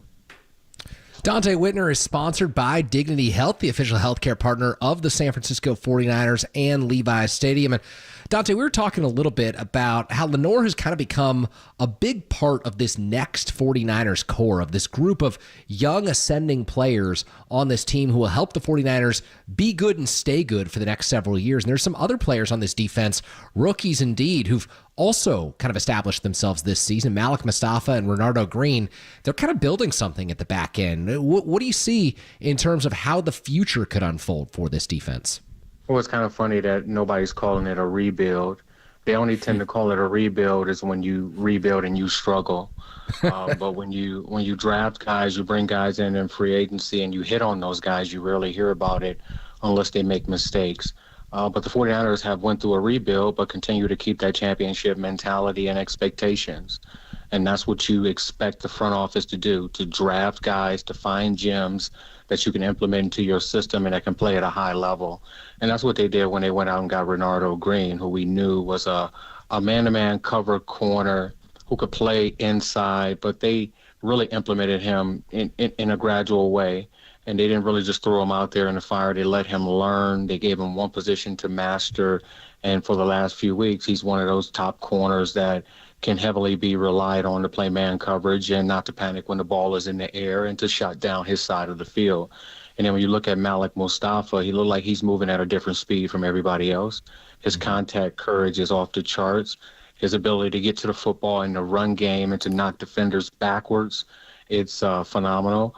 And, a lot of people thought that he would struggle in the deep parts of the field, but he has an interception. He has countless pass breakups and, pass breakups in tight critical situations on tight ends in the red zone. They rebuilt the secondary without anyone noticing, if that makes any sense. And that's what great championship organizations do. The Kansas City Chiefs are doing the same thing. They lost, a lot of defensive backs, but they continue to play at a championship level is because of that organizational balance. Dante, where's Jair Brown's game at right now as you watch him? I think he's steady. He hasn't had many plays that really jumps off the screen, but sometimes the best thing you can say about a safety or defensive back is nothing. Similar to an offensive lineman. You don't hear much about offensive linemen when they go out and have a great game and don't give up sacks and don't give up TFLs. The same thing goes for safety. When you don't give up big plays, you're not missing a lot of tackles, but you're also not getting your hands on the football, you're not going to hear much about him. But he's the quarterback of the defense. He's been where he's supposed to be, and as long as he's where he's supposed to be and keep playing with great effort, those game-changing turnovers will come. But that's the best thing you can say. He's been steady. Dante, one more on Lenor and just kind of the impact that signing a contract extension during the season can have on a player. I don't know if you were ever in that scenario where you were offered something or, you agreed to something, or you saw a teammate have that kind of deal come down the pike for them halfway through the year. How does that impact the locker room, and how does that impact the player specifically? Well, I bet you. Well, I haven't. I never signed a contract during the season where we negotiated while the season was still going on, but after, and it just makes you feel like you can accomplish anything. Because I guarantee you that Deommodore Lenor each and every day steps on the practice field thinking about his next contract and how well he's playing, and he wants to continue to play at that level. So when you reaffirm that and you get confirmation, and they reward you with, and handsomely. It can only, send shockwaves throughout not only Deommodore Lenor with feeling like he has to prove that he's worth it, but the other guys around him that see, good players that make plays, that do things correctly, get rewarded. So I think it motivates everybody. But Deommodore Lenor, I guarantee you, he's floating on cloud 9 right now. Dante, when you look at this Niners defense, what's the thing that needs to improve most here as we go into the final 8 games of the campaign? Well, it's so easy to say, they need to stop the run, but I think that there's been times and occasions where they did a good job stopping the run. I think it will be consistently stopping the run, starting games fast, sustaining that attitude, that energy, and that physicality in the run game, that discipline. And then I think the ability to consistently tackle. So many times we forget about the basics and the fundamentals of the game. I think tackling needs to get better, but all in all, just overall awareness in the run game, knockback, and I would like to see the pressure increase, especially off the edges of the defense. That's championship football. That's playoff football. Is being able to run at a high clip. Is being able to stop the run, play with a physical attitude, and then get teams into third and medium, third and long, and allow those guys to go and hunt the quarterback. So I would say the defense, the awareness, and the physical attitude when it comes to stopping the run. KNBR 49ers insider and analyst for NBC Sports Bay Area, Dante Whitner, kind enough to join us this afternoon. And Dante, in that same vein, you've now got a 9-game sample size of this new 49ers defensive coordinator, Nick Sorensen, and Brandon Staley obviously providing significant input for him. What do you think has become the identity of Sorensen as a play caller on defense? And is there anything that you'd like to see tweaked? I know that you just mentioned pressure off the edge. Is that player specific, or is that something that a coordinator can do? Can he dial up more pressure off the edge? So what do you see in terms of that front? Well, when I look at the defense, nobody's reinventing the wheel. I would like to see them disguise a lot better. Mm-hmm. So often they just align in certain coverages and certain fronts, and it makes it very easy for offenses and quarterbacks to decipher as to what coverage you're in and where's the weakness of the coverage. And throughout my time in the NFL and being up under Vic Fangio and a lot of great defensive coordinators, it all starts with disguise, and disguise will actually help the rush.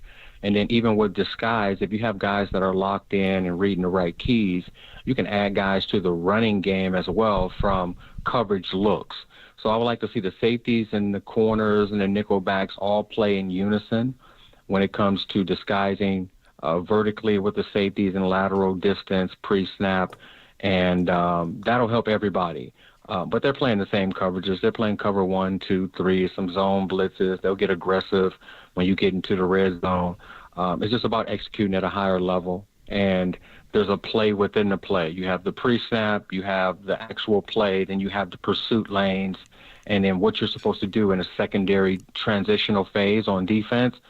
So they know that. That's championship defense. They just have to execute better. But I don't think there's any hallmark or any calling card that you can hang yourself on when you look at Nick Sorensen's defense. I think that is still to be determined. Mm-hmm. With you there, Dante. On the flip side of things, we've seen the Niners have some struggles with what I like to call chaos defenses, teams that like to put a lot of dudes on the line of scrimmage and really challenge the Niners' protections, force Brock Purdy and Jake Brendel to sort of guess where the pressure is coming from. We saw that in Minnesota in week 2. We saw it a little bit with Seattle in week 6. Certainly saw it this past week with Todd Bowles, who's just a hell of a coordinator. He might not have the horses to go out and run the race, but he's a hell of a coordinator. And maybe now Mike McDonald, who we saw what he did with Baltimore last year on Christmas at Levi's Stadium in the chaos defense, maybe he can get that implemented here for this Week 11 game. How are you seeing the Niners handling other teams' disguises so far this season? Well, we saw some of it this past weekend versus Tampa Bay, and Christian McCaffrey is the answer. A lot of times when teams want to create chaos and put a lot of guys on the line of scrimmage, they're usually dropping a defensive end on the backside. And when you have Christian McCaffrey offset, like we saw last week, matched up with a defensive end, matched up with Levante David on the outside of the defense, that becomes a liability. So you really don't want to major in that as a defensive coordinator, which is why I continue to say that Christian McCaffrey dictates a lot of these calls. And a lot of times, if you think you're going to sneak one in on Kyle Shanahan, he's going to find you in that opportunistic moment. So he really dictates as to when teams can get exotic and when they can blitz. But if the 49ers really look all the way through the Super Bowl last year with the Kansas City Chiefs, to the game this year with the Kansas City Chiefs, the Baltimore Ravens last year, a lot of times they just bring in 4 weak. Like, again, they're not reinventing the wheel. They're forcing the offensive line to slide one way or the other with overload blitzes with guys at the line of scrimmage, and then they're dropping guys out and they're attacking the backside B gap, the backside guard in the back. So the 49ers have to know that. And when you get into these games with these great defensive coordinators, they're going to find ways to attack you weak without showing it. So they just have to, get the ball out quickly. Christian McCaffrey will be some of that answer, and Deebo Samuel underneath and in the intermediate game. So I think that as the season accumulates and they accumulate data, Kyle Shanahan will figure it out. All right, Dante, I've been waiting to ask you this one. I know that you love to put yourself back in the shoes of being a player and imagining yourself, back at Ohio State or in a 49ers or Bills uniform. What's going through your mind if you're standing on the sideline and you see your kicker miss for the 3rd time on a field goal attempt in a game? I want to do what Deebo Samuel did, right? I knew it. In a controlled manner, right? Because, a lot of times we look at those guys. We love all those guys. We're all teammates. But, the fact of the matter is you have offense, defense, and special teams. And the bulk of the matter is offense and defense. Practices, you probably have anywhere between 25 and 30 periods. There's 2 periods carved out for the specialists to come out and kick and have special teams periods. So majority of the time, they're treating a day as like a day at the spa. So a lot of times the guys are in the hot tub, they're on the masseuse table, they're getting a lot of treatment. They're reading the Wall Street Journal or watching CNBC. So when it comes to, doing your job during a football game on Sunday, when it counts, we expect you to kick it through the uprights. So 1 miss is okay, yeah. Maybe even 2. But when you have 3 consecutive misses and we're on the verge of losing a game and our championship aspirations and playoff aspirations is sliding out of the grasp of our hands, then I'm okay with that, right? Maybe not as violent, but I'm okay with what Deebo did. It seemed to spark something in Moody.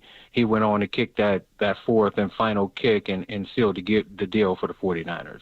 No doubt about it. And thank goodness Juwan Jennings picked up those extra yards to make that kick a little easier at the end of that game, huh? What a great play. Absolutely. Juwan Jennings is having a phenomenal season, and he moved to the X, which is going to be a blessing in disguise for the 49ers. He reminds me of like a T.O. type. And if you can continue to get that separation at the X position, you'll force safeties to have to help. And then Christian McCaffrey can get going on the ground. And, Juwan Jennings is just having a phenomenal year when he gets his targets. Love it. Dante Whitner, always a pleasure to talk to you. 49ers insider and analyst for NBC Sports Bay Area. Thank you so much, and looking forward to your breakdown from Sunday's game as well. Absolutely. I'll talk to you guys soon. Thank you. Yes, All sir. right. He is the great Dante Whitner. Love that breakdown. And I knew what the answer was going to be when I asked him the the Deebo Samuel, Tabor Pepper, Jake Moody question. He only knows one speed. Yeah, no, Dante Whitner is he suffers no fools, which is amazing that he made it 15 minutes with us, Kerry. Well said. Well said. It's a testament to Dante's patience that he made it 15 minutes with us. When we come back, we're going to talk more 49ers football, look ahead to Sunday's game against the Seattle Seahawks. Dieter brought up a few points about Mike McDonald's defense and what he can bring, the wrinkles that they can throw at the 49ers. Of course, looking back to Christmas night when Brock Purdy threw those 4 interceptions against McDonald's Baltimore Ravens defense. It's a different unit up in Seattle. They have released their leading tackler, DK Metcalf, coming back. So a lot of moving pieces up in You Seattle. can just say what's happening there, Kerry. They kind of suck. Well, a lot of moving pieces. It's a divisional game, and I thought the 49ers would be 3-0 at the division at this point. So no one's that bad. We'll say Fair it like play. that. Fair play. When we come back, you're listening to Tolbert and Copes, Kerry and Dieter in this afternoon here on KNBR 104.5, 680, the sports leader.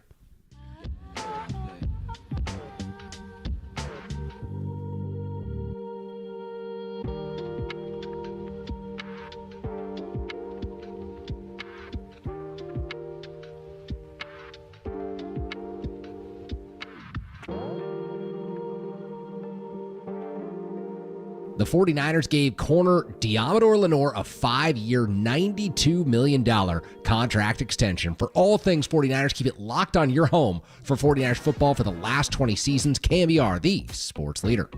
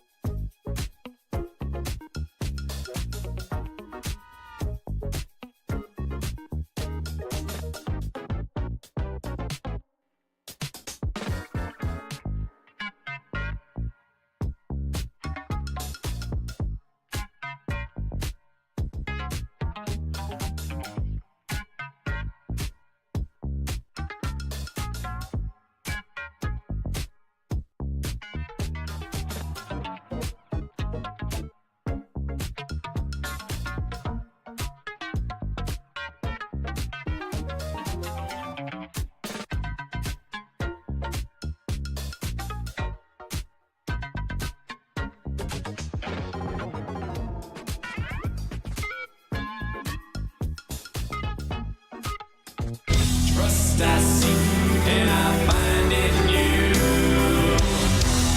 Every day for us something new. Open mind for a different view. And nothing else matters.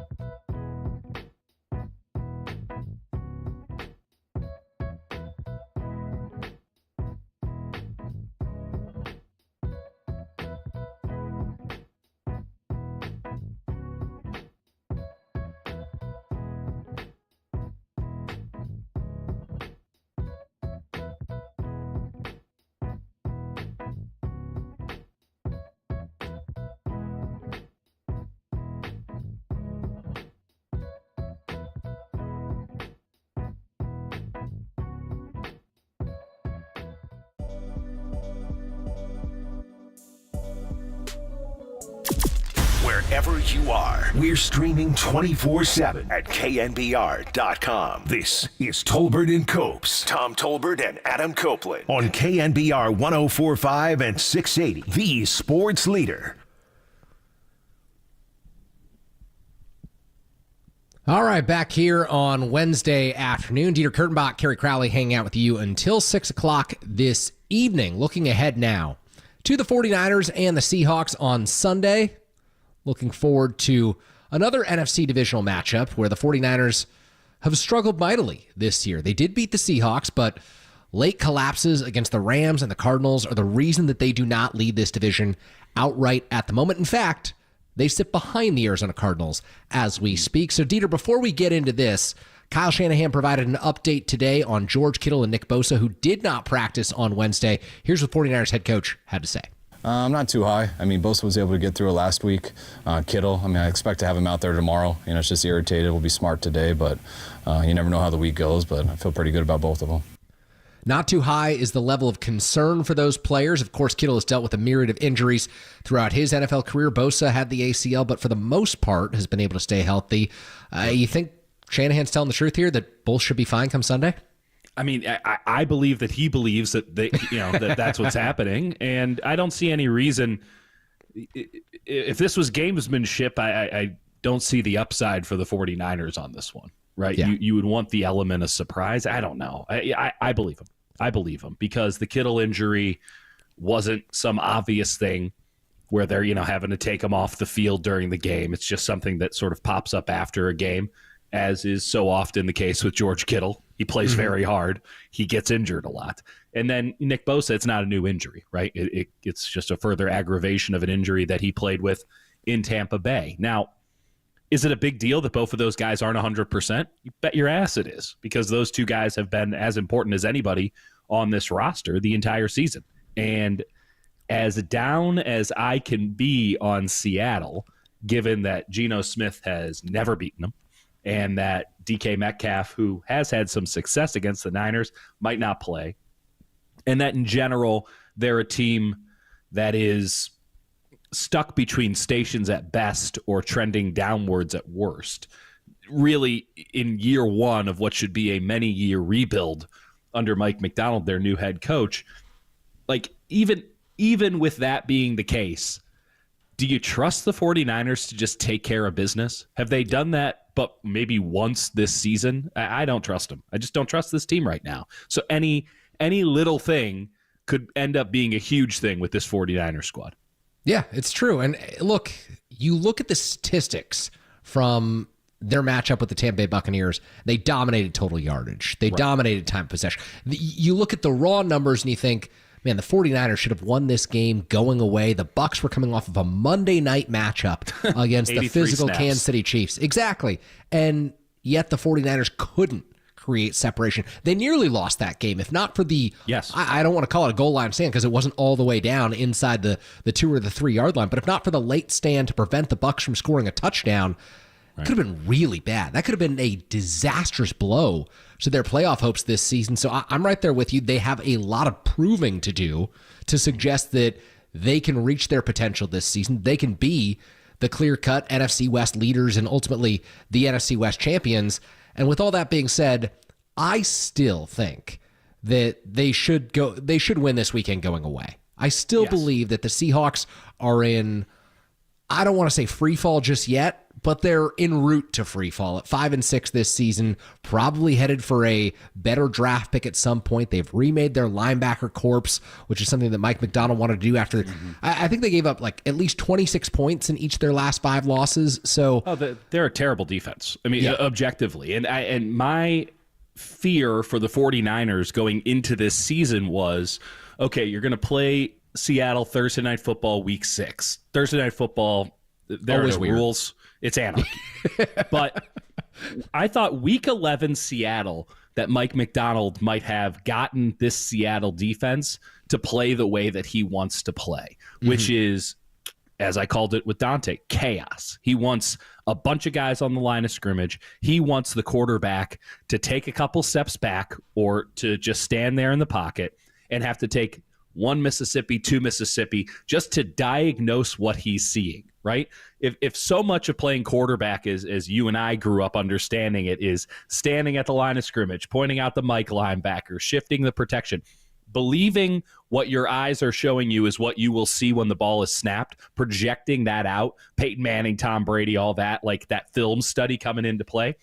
Mike Macdonald wants you to have to do that while people are trying to blow your head off with their bodies. Like that's what he wants. He wants you to have to diagnose in real time, and that just seconds of hesitation don't just turn into bad plays for the offense, but turn into turnovers for the defense. And we saw that last Christmas when Mike Macdonald's Ravens defense, which was built to do exactly what he wanted, whether that was by design or whether he changed his system to fit it, is neither here nor there. But that defense put Brock Purdy in hell. And Seattle's defense simply cannot do that. The question that I have is, the Niners have played some bad defenses so far. I think of two games in particular against bad defenses. One was Arizona, bad defense. And what did Arizona do? They just said, we are going to totally sell out into stopping the run, and we're going to play man-to-man defense on the outside and dare you to beat us. And they didn't. They stole the Chiefs' game plan, even though from the Super Bowl 2022 and then when we saw the Chiefs later on the season, they stole that game plan knowing that if it didn't work, they were going to lose by 40. But it was their only way to win by 5. And that's what Arizona did. They were well coordinated. They were sound, and they committed to the bit. And then this past week with Tampa Bay might have the worst defense in the NFL outside of Jacksonville.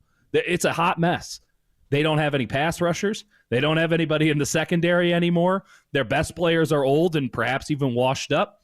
They're in a bad spot. But Todd Bowles is out here saying, we could lose by 40, but we're going to do some stuff, and it might give us a chance to win. So we're just going to throw caution to the wind and go all out. I wonder which sort of defensive performance, be it Arizona, where they're going to just commit to man-to-man defense and hope that the 49ers receivers can't separate, or whether it be Todd Bowles, where they're just going to bring way more people than they probably should, try to get hands in the face of Brock Purdy and hope he makes mistakes, more of the Minnesota Brian Flores style defense. I wonder which one Mike Macdonald's going to do, because I can tell you this right now, he's not going to be rushing 4 and dropping 7. It's not going to look anything like that. You're not getting what you see at the line of scrimmage is not what's coming at you. He will disguise. He will throw weird wrinkles. And I thought Dante Whitner had an incredible breakdown of this. He is going to be exploiting the opposite B gap to where you are loading up your extra protections. And we saw that again and again in the game against Tampa Bay. The 49ers' inability to shift protections and their insistence on simply using the hot route as the escape route for any sort of blitz pickup, it's going to bite him in the ass. It hasn't quite yet, but it's a real problem. And I think the world of Mike Macdonald as a coordinator. I know, again, he doesn't have the horses to run this race, but I would be stunned if he doesn't get a lick or two in just tactically against this 49ers team. And then you add in the fact that, hey, it's a divisional game. Divisional games, weird stuff happens. I'm with you. They should win. They should win in a rout. But I can't get myself to say it. Maybe I'm giving way too much respect to the Seahawks and this defense and Geno and all this stuff. But there's just something about me that looks at the last 9 games and says, why would I think the 49ers are going to take care of business? They haven't done it but once. Well, and to me, it's not just the last 9 games. You can correct me if I'm wrong here, but I'll try. Going back to Christmas night against the Baltimore Ravens, the way that Macdonald attacked the 49ers was taking advantage of the fact that they don't slide their protections all that well, and they do look to get the ball out hot right away. That has been a hallmark of this offense ever since Brock Purdy became the quarterback, is that very quick release, just getting it out to George Kittle, getting it out to Chris McCaffrey on a hot route, getting it out to the first guy who becomes available. And to me, some of those interceptions against Baltimore were very quick. They were those situations 100%. Exactly. And so that is the fear that, hey, this defense isn't of Baltimore's caliber, but it does have the play caller who's the same caliber because he's the same guy. He knows what's worked before. And I was impressed with the way the 49ers played the Seahawks earlier in the season. I think that they kind of, they took that game in control early, and of course the kickoff return for a touchdown that made things closer, that inexplicable special teams error that we see on a weekly basis. You can always count on one of those. The issue is if the 49ers are somehow close against the Seahawks on Sunday, and you throw in one of those special teams errors, what do you get? You get a performance that you had against the Arizona Cardinals earlier this season. You get a performance that you had against the Los Angeles Rams this season, and that is divisional games are funky, and you lose because you didn't execute in the third phase of the game. Well, as you mentioned earlier, I mean, you look at the box score, and you would have said in that Tampa game that the Niners won by 15, 20, 24, and they won by 3 on a last-second field goal because they gave up 16 points, in effect, with special teams because their defense had 4 penalties on the final drive, and because Nick Bosa, instead of just ripping Baker Mayfield's arm out of his socket, decided to walk him down the aisle. What was that play, Kerry? What was that play? That was a defensive player on his 50th snap of the game who was about maxed out at 45. I can't blame Nick Bosa for being tired. He's earning every cent of that contract. It was as much of a mental error as it was a physical error because you're exhausted at that point, but for it not to click in your mind to go to the ground, to not tug in that moment instead of push in that moment, that is a mental error when you're a pass rusher because you're taught that technique. You clearly... Nick Bosa never wrestled in high school. That's all I took away from that. Because if someone were to give you your full arm wrestling in high school, that dude's done. It's over. There's no chance on that one. It's all to say that the 49ers, by every metric other than the metrics that matter, like the scoreboard, by every other metric, the 49ers were a far superior team. But Tampa Bay had good coaching. They had a quarterback with some moxie. The 49ers were not good situationally. They certainly weren't good when it came to special teams. And they gave Tampa Bay every chance, and credit to Tampa Bay, they took many of them. And again, they escape with a win. And that's been so often. They escape with a win, or it works the other way, and they lose a game that they had in control the entire time. What I loved most about that game against Seattle, and again, it's a game that we don't view as this elite performance by the 49ers because of special teams, because it got way weirder than it had to, as is Thursday Night Football and Seattle's want. Those two together is a dangerous combination for the sport of football. But what I loved about that game in Seattle was how simple the offense was for the 49ers, right? Seattle's not, they might put a bunch of dudes on the line of scrimmage. They might want to mix it up. You don't have to be afraid of their pass rush. You don't have to be afraid of their linebackers. It's easy pickings if you can get those guys in conflict. They got a hell of a secondary, don't get me wrong, but you can work around it. It's not like everybody in that secondary is prime Darrelle Revis. This isn't the Legion of Boom 2.0 over here. So you can get yardage and you can move the ball against this Seattle defense. And the way that the 49ers did that is they got back to basics. Brock Purdy, under center, play action boost. Exactly. Running the ball with the stretch, running the ball off an inside zone. If you want to mix in a power here or there, go to town. We're playing simple football. And we have better players than you have, and there's nothing you can do to stop it. And that's what struck me from that 49ers game. And they keep getting away from it. They keep dancing around and trying different stuff. And I get it. And I don't think any of it's innovative because we've seen it all before from Kyle. But is this offense really at a point where you feel like they should be getting funky with it? I feel like you got an offensive line that really just likes to run block, doesn't want to pass block. You got 3 running backs, any of which I'd feel comfortable giving the ball to.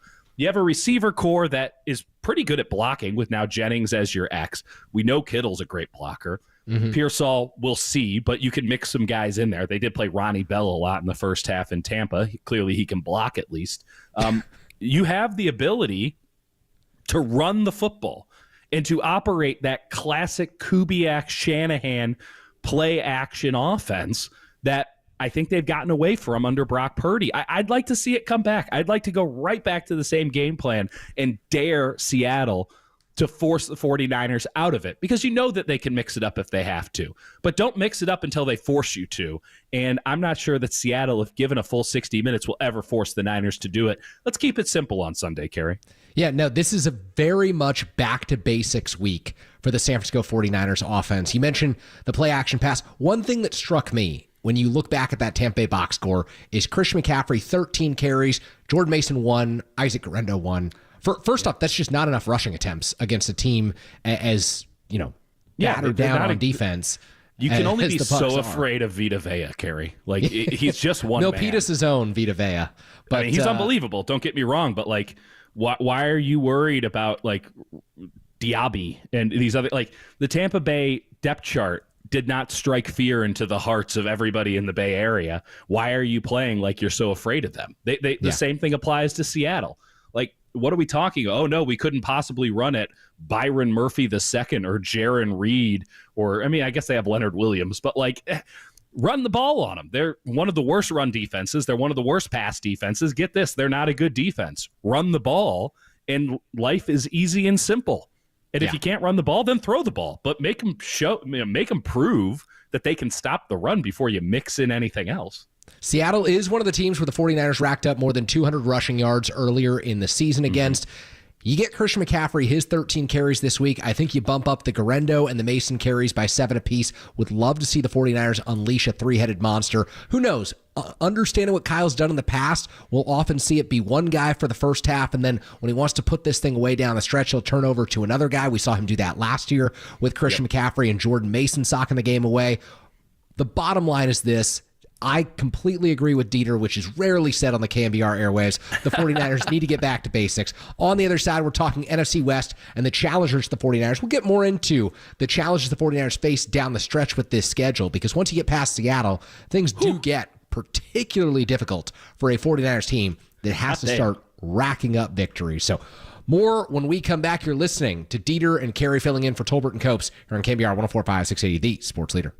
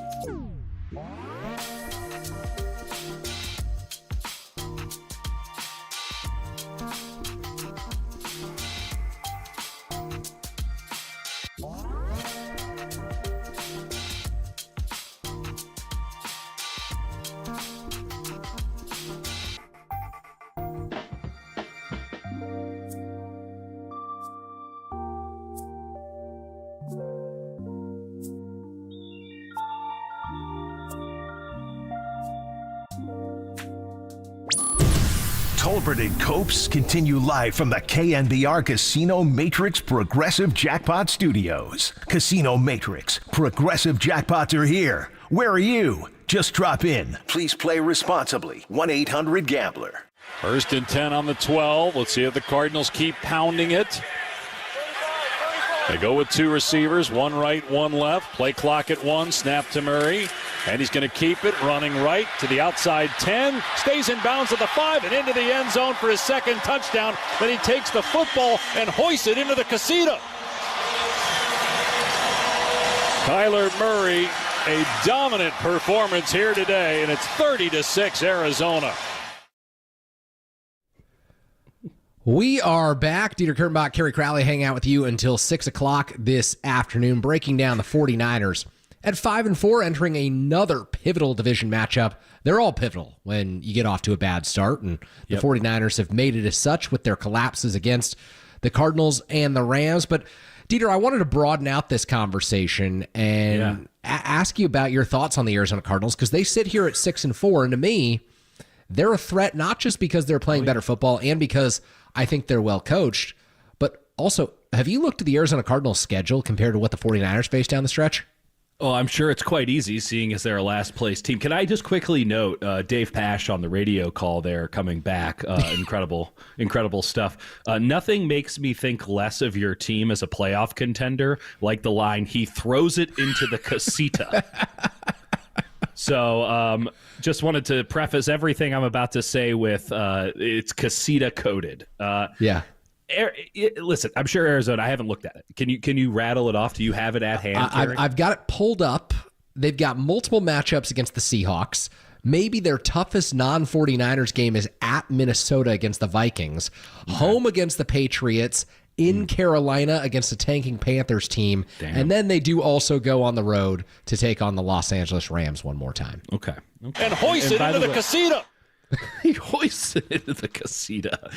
Week 18. I mean, I didn't think at any point, even after they lost to Arizona in Week 5, I did not think that Week 18 would matter. Mm-hmm. I think Week 18 might matter now. I don't know. If the 49ers can make it matter. Do you think it's on the Niners more than the Cardinals at this point? I mean, I wouldn't buying have said the Cardinals that hard? I'm buying the fact that the Cardinals have a cakewalk of a schedule.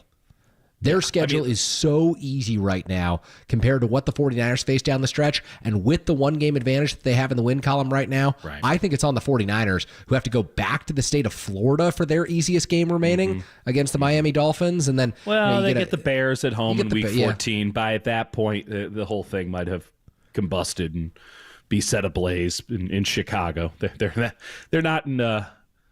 They're not in good standing right now, the Bears. Let's put it that way. But no, you're right. I mean, just listing off the Niners' schedule here in case you don't have it readily memorized. Seattle this week, at Green Bay, and at Buffalo to bookend Thanksgiving week. Home for Chicago. Short week Rams, Thursday Night Football on December 12th. And then you go, oh, well, we got the mini-bye. Congrats. You get to spend a lot of that time flying to Miami so that you can play the Dolphins in Week 16. And as we have learned, and we'll see what happens, it's Week 16. It's a month plus away. But, the Dolphins playing hard. They beat the Rams the other night, Monday Night Football. Then one of the biggest games of the year, Detroit, Week 17, Monday Night Football on the 30th. Happy New Year, everybody, which leads us to Week 18 in Arizona. We all knew the second half of the schedule was going to be hellacious. Maybe it's a little bit easier because of the way that, Chicago's playing, the way that Seattle's playing, the way that Miami is playing. But the Niners did not take care of business on the easy part of their schedule. They needed to have 3 or 4 wins going into that game against Kansas City. They didn't. And they went into the bye week at 500. And they barely eked out a win against Tampa Bay, who should have been one of the easier teams remaining on the schedule. Like, it comes back to the Niners haven't shown anything close to Super Bowl contention yet. Do I think it's in there somewhere? You bet your ass I do. Because they have Fred Warner, and they have a Nick Bosa, and they have a secondary that's ascending, and that they have all of these offensive weapons, even with Brandon Ayuk out. Christian McCaffrey's in the fold. I love Pearsall. I think he's great. I think Jawan Jennings has taken it to another level. I think the offensive line is playing pretty well, all things considered. There's a lot of reasons to buy the 49ers, but you're you're projecting, you're hoping, you're wish casting at this point. You're going off of what last year was, and this is a different team. And at some point, and it can be this week against Seattle, just put a whooping on them. Just put a 30-point drubbing on somebody. Go out and kick ass in all three phases once. Just do it once. And I can more easily stomach the idea that you're a Super Bowl contender, because all they've shown me to this point, for all the ups and all the downs, they look like a 9-8 football team. And then you look at the schedule and you say, well, that's a pretty easy conclusion given what's remaining on the calendar. So yeah, I laugh at Arizona. I laugh at hoisting the ball into the casita. I question if Kyler Murray can keep this up, because the story of Kyler Murray every year of his career is, as the season progresses and he gets hit more and more, he pulls back into a shell more and more. His game worsens. Add in the fact that there's a new Call of Duty this year, and it's a fucking it's a terrible situation. So I just look at the division. I'm not in on the Rams. I'm not in on the Seahawks. And I think Arizona has just as much to prove as the 49ers have to prove.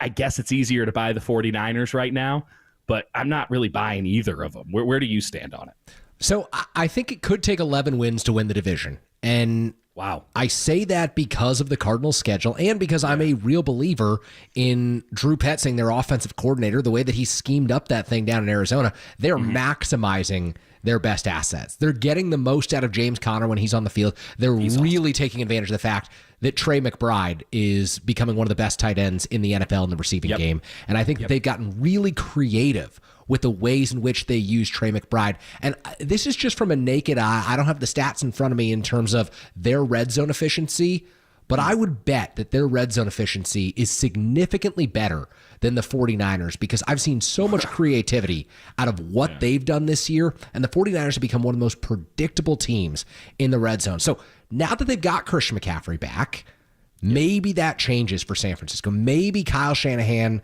comes out of the lull that existed against the Tampa Bay Buccaneers, where he still seemed to be calling the same sets and sequences in the red zone, where you run into a stack box on first down before passing into a completely expected situation on second down, and you end up somehow behind the sticks on third and goal, which has happened a number of times this season for the 49ers. Then you're playing for the field goal, which is everything but a given right now. Exactly. And so I think if the 49ers fix their red zone offense, they can get to 11 wins and they can win the division. But if they don't, the NFC playoff picture is very tough, because I don't buy the Vikings long term. They're sitting at 7 wins already. I don't buy some of these other teams long term. I think the 49ers could handle them if they get into the playoffs. But the 49ers have the uphill battle from securing wins, and they've got to go on the road to Green Bay, on the road to Buffalo, and then they've got a Monday night game against Detroit, which might be the best team in the NFL. Yeah, and again, to say nothing of a division game this upcoming week with Seattle, a Thursday night game against the Rams at home, Arizona, Miami on the road. I mean, even the easy ones aren't easy. And your gut feeling there, Kerry, is spot on. If we're talking touchdowns only, which is what we should be talking about when we talk red zone, Arizona 6th in the NFL at 63%. 49ers, as I think anyone who watches the 49ers knows, deep down at 28th at 47%. Can McCaffrey change that? Absolutely. No question about it. Does it get the 49ers at sub 50% up to 60, 65 by the end of the season? Probably not.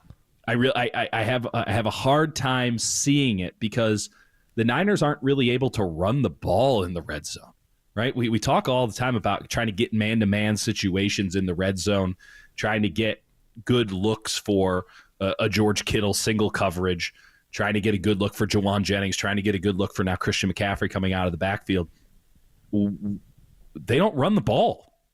They don't run the ball well enough in the red zone. There's too many bodies around. And that stretch run that they so often run does not have the same pop that it once had. And it's just, if you can't get 4 or 5 yards on first down just running the ball, when you get the ball at, say, 17-yard line, you're really, really, really behind it for the rest of this series, and it leads to a lot of field goals. And that's what we've seen with the Niners. And as I said earlier, it's not as if you could take these field goals for granted. Robbie Gould isn't coming down that tunnel anytime soon. So that's a huge thing. Situational football is going to be a huge thing for these Niners. And I think that this week it's even more critical, right? If you know that Mike McDonald, the Seattle head coach and defensive coordinator, is going to be bringing blitzes at all directions, just like Todd Bowles did, just like Flores did with Minnesota. If you know you're getting a chaos defense and the Niners, they know that the Niners don't shift protections, but rather just throw to the hot receiver as to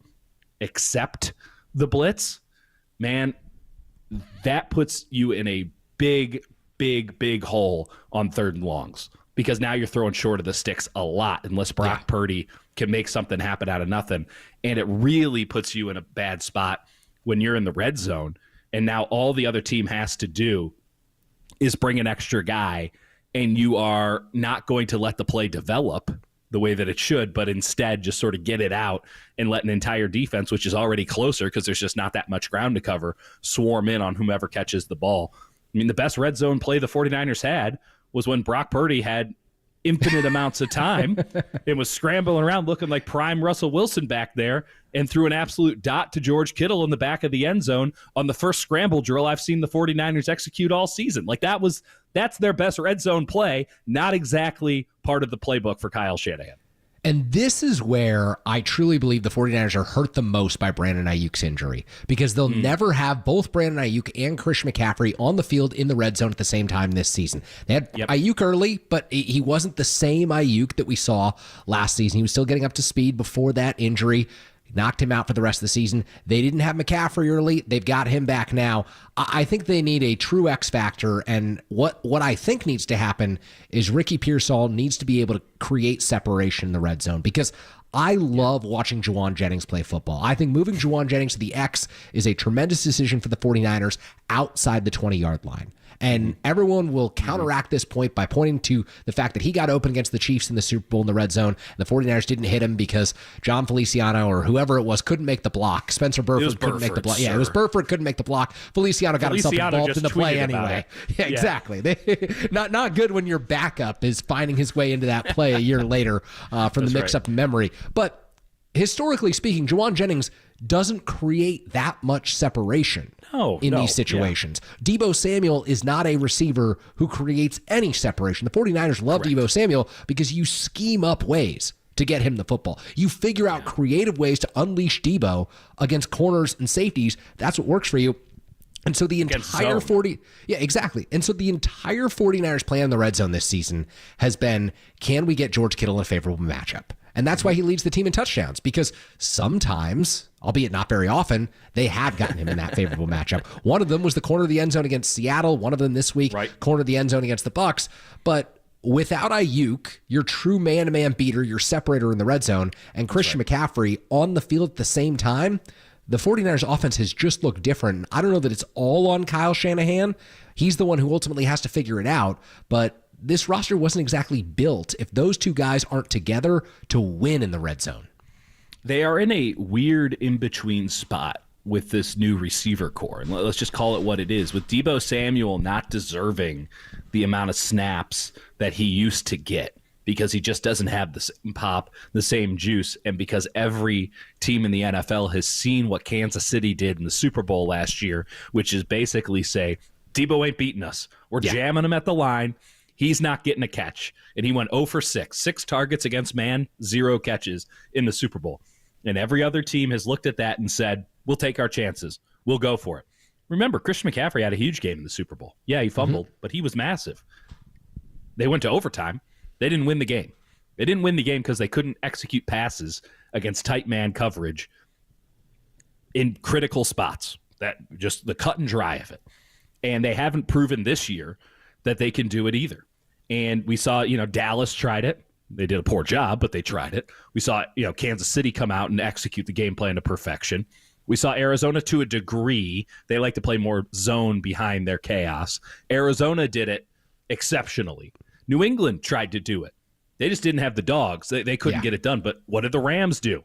A lot of man-to-man. Minnesota's got their own little thing going on, and it's awesome. It's really cool what Brian Flores is doing.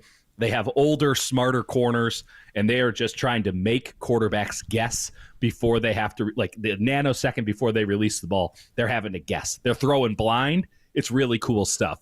But Tampa Bay, they play a lot of zone too, and the 49ers had a field day. The Niners can't beat man-to-man. Now, the thing is, I think Pearsall does have the ability to be that man-to-man. Exactly. beater. Jennings, in the right spot, if you get him in the slot, when you get off-man coverage, can certainly beat man-to-man. Now, he'll run into the man coverage first, but then he'll be able to separate again. They're in a weird spot to where I do think that they're trying to adjust to the fact that, hey, they haven't been able to beat man all year, and it just so happens because of injury and circumstance that they now have guys who can actually beat man. So it's on Kyle to meld those two sort of opposing things together and to get the best offense going. And I'll just lay it out here like this. We try to hyper-analyze all this stuff. I'm looking at, different pressures and sliding protections and all these things, and you're going back and forth on the all-22. It's still just ball carry. It's still just guys out here throwing a football around, doing crazy athletic stuff. It doesn't have to be this complicated all the time.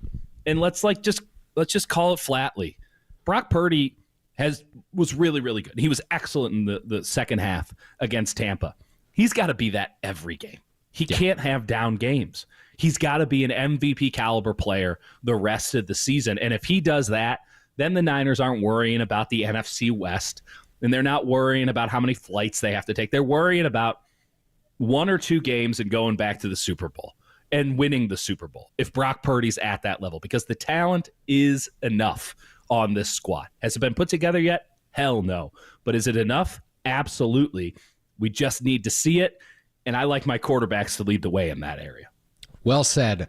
Who will contend with the 49ers? Who will be at the top of the NFC by the end of this season? Can anyone challenge the Lions atop the conference? We'll discuss the NFL at large when we come back. Crowley and Kurtenbach in for Tolbert and Copes this afternoon here on KNBR 104.5 680, the sports leader.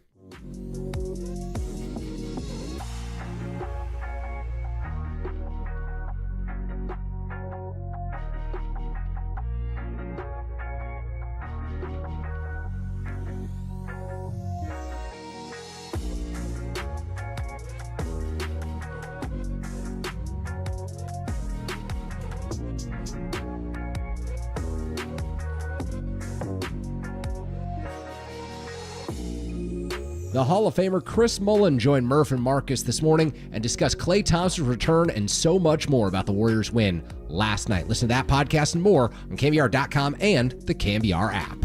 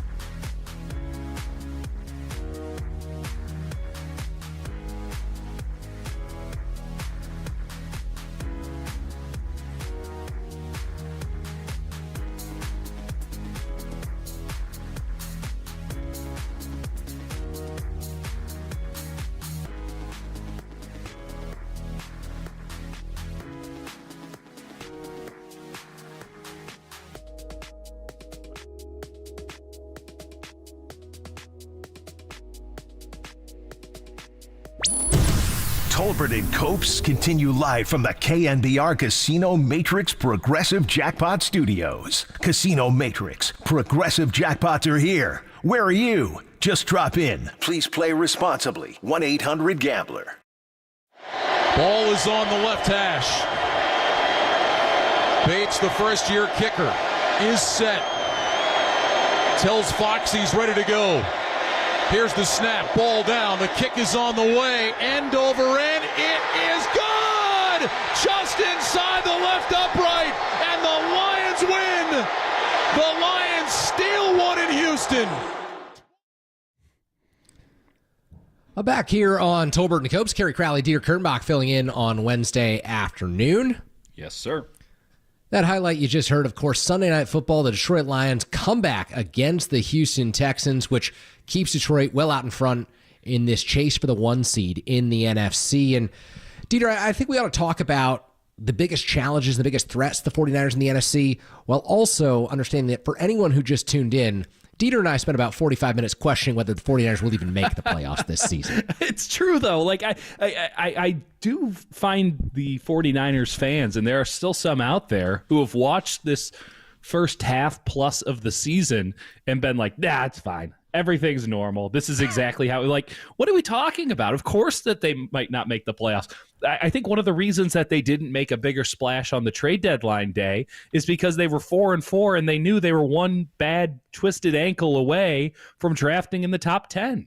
Like, it's just the nature of being a mediocre team. You have to keep your feet in both pools. So it's not to say that the Niners can't ramp it up. How many times have we seen over the last couple of years the 49ers come out of the gates, look sluggish, you're wondering if this is it, has Kyle finally lost his magic touch, and then they rattle off 6, 7, 8, 9 in a row. Like, that's the classic 49ers formula. They need to start rattling off some games, and it's going to be harder to do that when you have back-to-back at Green Bay and at Buffalo. But, you know, I remain optimistic that there is this potential remaining with the 49ers. We don't have to ask that question with a team like the Detroit Lions right now. We don't have to wonder if the Detroit Lions have it or if they don't. I mean, they won a game in which Jared Goff threw 5 interceptions. Say what you will about the Houston Texans, but they got a little something going on in Detroit right now. And it's a team that has come back from an embarrassing, I know everyone, you know, Brock and the 49ers and Debo and everybody deserves a ton of credit for winning that game, but the Lions choked away that game too in the NFC Championship. Fashion. Right. They've come back from that moment stronger, energized, and really bumping, whereas the Niners came back from their playoff disappointment and look like they're hungover still.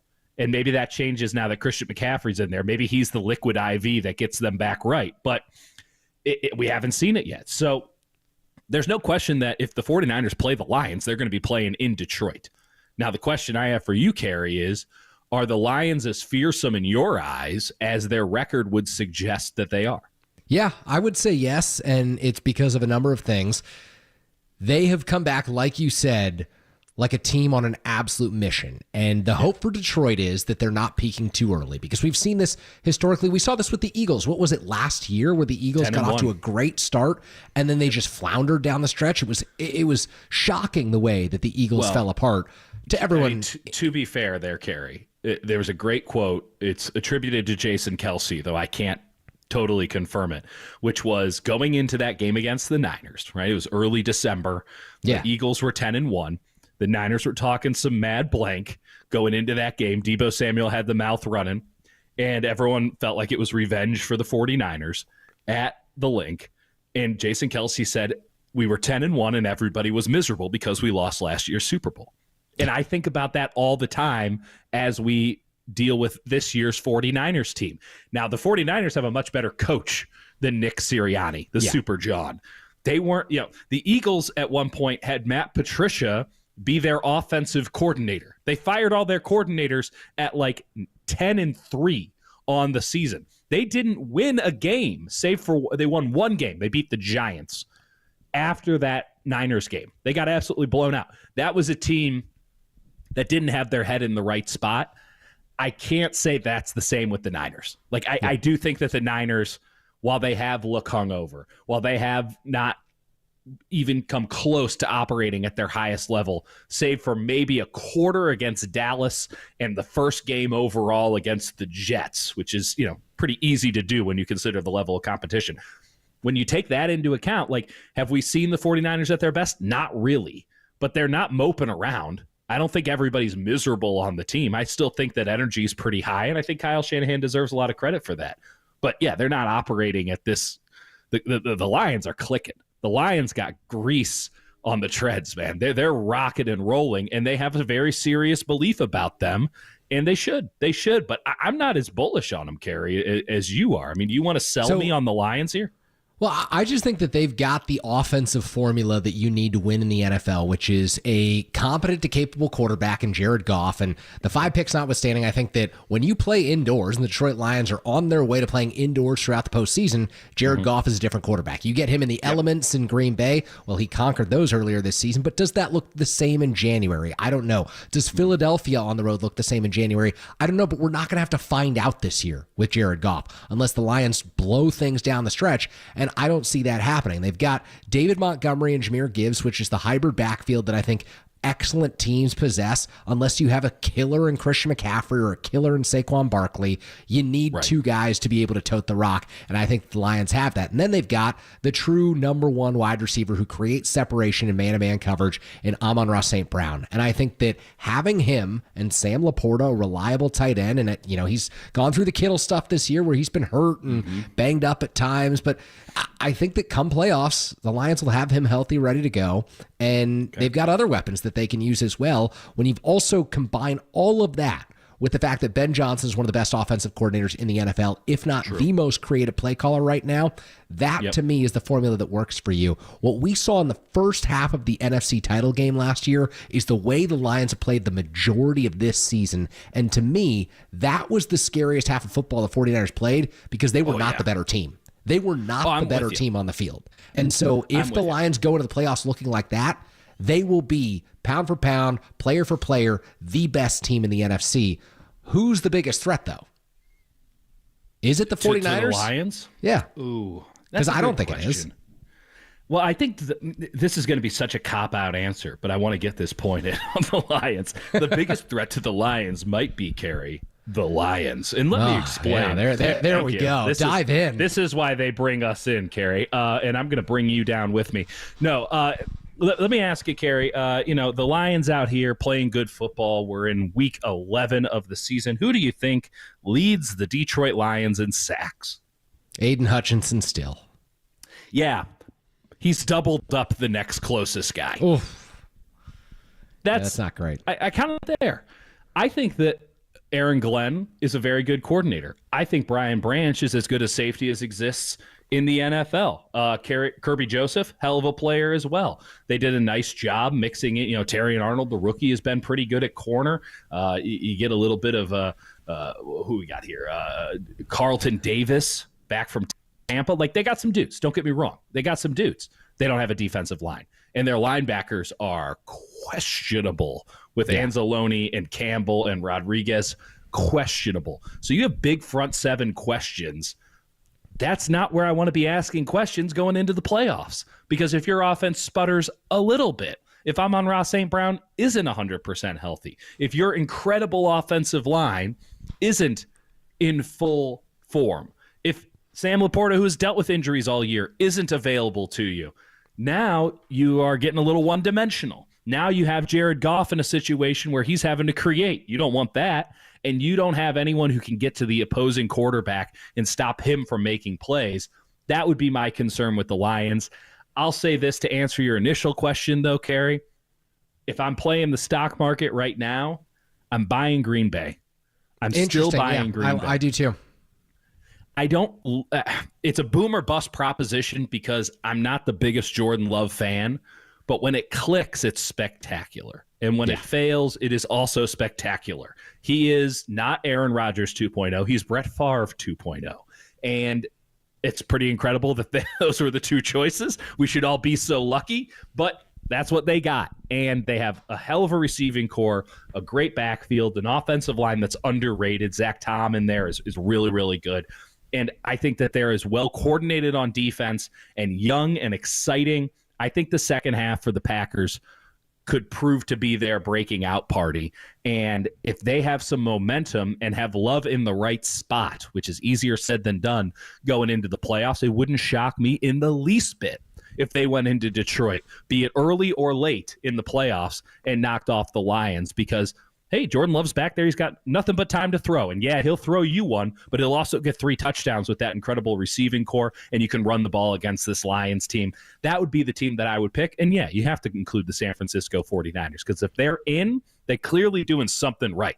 You can't half-ass your way into the playoffs the way that the Niners have half-assed this season. There has to be another gear that they reach if they're going to make it and have any shot of playing Detroit. So let's just cake that into the formula. Clearly, they'll be playing better football by then. And if they're playing better football, I think they're on an even playing surface with Detroit, because I trust Brock Purdy a hell of a lot more than I trust Jared Goff, because I've seen him go head-to-head in the biggest moments, and there's no question who the better quarterback was that night. Yeah, and I know that you're down on Nick Sirianni as a head coach with the Philadelphia Eagles. I am too. Couldn't be more down, Kerr. I am too. But the difference for me with the Eagles this year is not just Saquon Barkley and the way that he looks in that backfield right now. He's fresh. He's more than just the backward hurdle. Like, the backward hurdle was the way that people will remember Saquon Barkley this season, but you're going to look up at the end of the year and his stats are going to be phenomenal, because he has changed that Philadelphia offense. But you know what has also changed that Philadelphia offense? The fact that Jalen Hurts doesn't look like he's running around with a pulled hamstring. For the first time in 2 years, 2 years, Jalen Hurts finally looks like the guy that he looked when he led the Philadelphia Eagles to the Super Bowl. And we just forgot about him because the Eagles trailed off at the end of last season. And even when they were good, he looked like someone who couldn't open it up in the open field, who didn't want to run when he had to run. Right. And, you know, you put a foot race out there between Jalen Hurts and Brock Purdy for each of the last 2 years, I would have taken Purdy. Right now, I think I'd take Hurts, because he's back to that level. That's the concern with running quarterbacks, right? This is a reason that Lamar Jackson hasn't won a Super Bowl, but he's won 2 MVPs. At a certain point, it's about standing and delivering in the pocket. And I can besmirch the name of Jared Goff. That's all he has. I want both options, but I need to be sound in standing and delivering and pushing the ball downfield. And then, hey, if I need it, I have this other thing. My concern with the Eagles, and I'll give him some credit before I trash him, I think that Vic Fangio has done a wonderful job with that defense. I think that defense is getting better and better, and I think that defense, which has been their Achilles heel all season long and going into last season, I think it is getting to the point with, you know, Carter up the middle and all that, and Jacoby Dean, like, those guys are coming. They're figuring it out. They're understanding what Fangio wants them to do, and there's no question to anybody around here's mind that Vic Fangio can coordinate a defense. I think that they're going to be a breakout unit in the second half. My concern is this with the Eagles: Kellen Moore is their offensive coordinator. Kerry, I don't think Kellen Moore's a very good offensive coordinator. Do I think he's better than Matt Patricia? Yeah. But that's not a very high bar. You can't divide by 0. I think that Kellen Moore is unimaginative. I think that he is basic. And I think in the biggest moments, he calls very simple plays. And then you add in Jalen Hurts' inability to throw on the run. Just watch this the next time you put the Eagles game on. It's true. No, this is a true point. He has to stop. Will Levis has this same problem. Now, clearly one of those is better than the other. But I think about in the Tampa game with Brock, he had a jump pass. He went full Derek Jeter in that contest. Jalen Hurts could never. It wouldn't even dawn on him. He has to stop, turn his shoulders, and deliver. And that is an issue when you are in the playoffs and everyone's going at 100 miles per hour. You're going up against the best of the best defenses. It just doesn't strike me as something that translates well to playoff football. I love the mobility, but if it's mobility and only mobility, passing and only passing, and never the two shall meet, is that really the all-around quarterback that you need to win in the playoffs?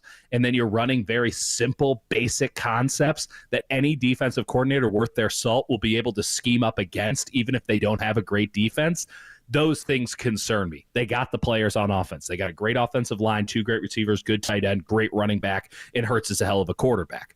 The defense is getting better. I'm not saying the Eagles are scrubs. I'm not saying they're pretenders. What I'm saying is you put them in the heat of the big moments, I want the other team. I want the other team in that spot. Now, maybe that moment is the NFC Championship game in Detroit, in which case, hell of a season for the Eagles. Maybe it's in the first round, and they're done just the same way they went out last year. But I'm not going to buy the Eagles so long as Super John's the head coach, and I see these other issues with that team.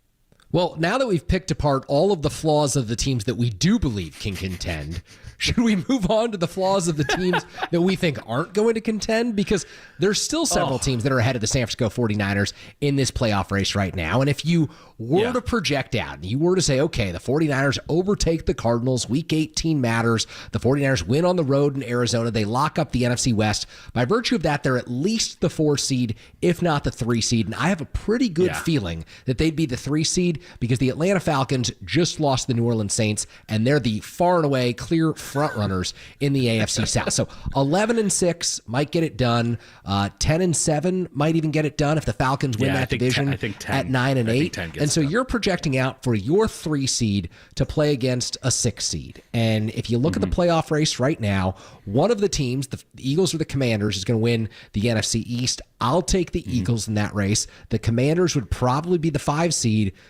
That leaves the Green Bay Packers as the 6th seed, or how do you see that? Because maybe I don't know Vikings, probably Vikings. I don't think the Vikings will get there. With Sam Darnold, you don't think the Vikings are going to make the playoffs? I think the Vikings will be the 7 seed. I think they'll be the 7 seed. Okay, but wow, that's a big limp. I mean, they have to win like 3 more games. Yeah, and I think they're going to start. That's a big limp. It's going down the back half of the Vikings schedule is going to be like facing the Jacksonville Jaguars was on Sunday for Minnesota, which is an absolute slog. I don't care who they're playing. They got Tennessee, Chicago, Arizona, Atlanta, Chicago again, Seattle, Green Bay, and Detroit. You don't think they can win 3 of those games? I think they can win 3 to 4. So you're sitting at 10, 11 wins, and that's a lot of wins. Packers will probably get there, but you're talking about a wild card race where the 3 teams that get in might have better records than the 3 seed and the 4 seed. Yeah, no, that's for sure. Yeah, both the 3rd and the 4th seed with the way that the NFC South operates, as per usual. I'm in on the Packers. I'm buying low on the Packers. I think that there's every reason to doubt the Vikings, though I feel like the Niners would be absolute fools to doubt the Minnesota Vikings, seeing as they kind of kicked their ass in week 2, and it's not as if I know the defense has picked up some injuries and stuff, but like Brian Flores is still coordinating it. That seems like a problem. The Commanders would be kind of a worst case scenario draw, I feel like, for San Francisco because of Daniels. And because I disagree because a rookie quarterback on the road in a playoff debut, that's a really tall ask. And I know that Jaden Daniels is electric. I love the guy. But that is a tall ask to go in to the defending NFC champions and win on the road in your first playoff game. Yeah, but that dude's done it at every level, man. He's battle tested. There's something magical about that Daniels kid. I'm turning into Gruden. He's got me feeling nicey. Like that Daniels kid. You sound like you're 60. He got something magical about this guy, man. Let me tell you. Think about what has really forced the Niners to struggle on defense, especially with this wide 9 front. It's been running quarterbacks that not only can extend the play, but can just straight up run it. And we saw that with Arizona. They haven't really gotten a lot of that this season, right? But one game all year, they've had a true running quarterback. Maybe you can include Baker in there. He's more of a swashbuckler than a runner.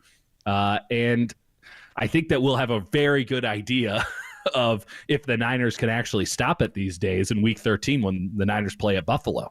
That's going to be as telling a game as any the Niners play. If they can get a win in either Green Bay or in Buffalo, maybe I'm buying in on the Niners as good as anybody in the NFC. Maybe I buy in on them beating the Lions and that this is in fact their year. But they got to get at least one. And if they get it against Buffalo, maybe that even takes me to another level where I say we're taking out a Super Bowl ticket on the Niners here, because that would be just a huge win. They don't beat running quarterbacks. They lost to Kyler earlier this year. They get one more shot, really. I mean, I guess 2 with another Kyler battle. They get 1 against Buffalo and 1 against Arizona. That's going to be so telling, Kerry. So telling. Well, before we head out, we do have to talk Warriors on the other side. I did want to just ask a real quick question. Who's the best team in the AFC? It's Kansas City. I don't care that it's ugly. I really don't care that it's ugly. Who do you have? No, you have I like a 7-3 Baltimore Ravens team. Wow. Yeah. The team that lost to Jameis Winston and the Browns, you're picking? I do. Yeah. The team that's Antonio second in their Pierce's Las division to Vegas the Raiders. Steelers? Yeah. And not the reigning back-to-back champions who are 9-0. And that's why we have to get out of the segment and talk Warriors on the other side. Kerry and Dieter filling in for Tolbert and Copes this afternoon. You're listening to KNBR 104.5 680, the sports leader.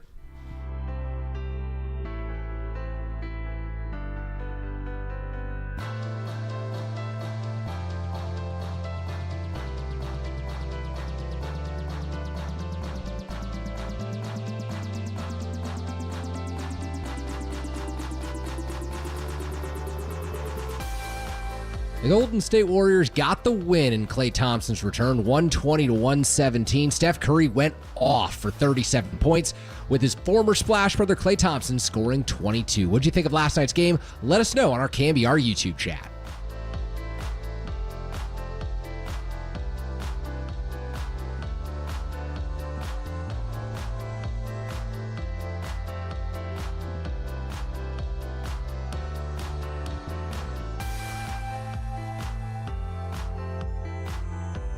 All right, we've got our good friend Steve Moskowitz on the line. Steve, tell us about unfiled and unpaid tax returns.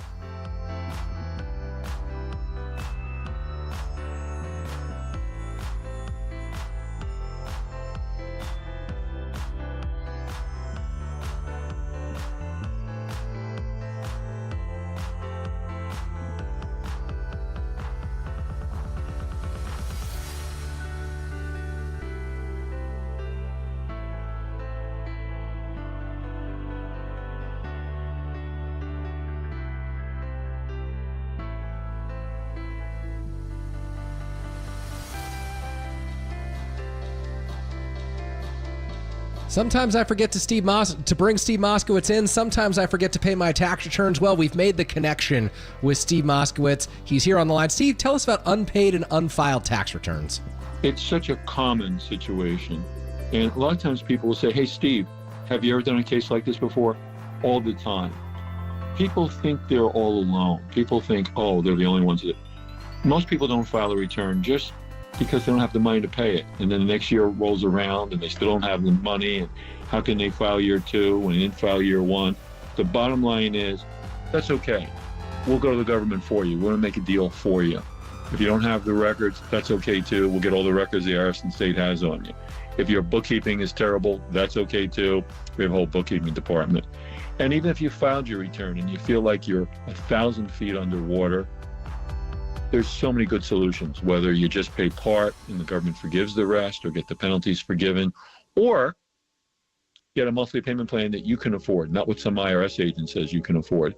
The only thing you have to do is call us for our free consultation and say, hey, Steve, get me out of this mess. All right, thanks, Steve. Call Steve Moskowitz at 1-888-TAXDEAL or find him at moskowitzllp.com.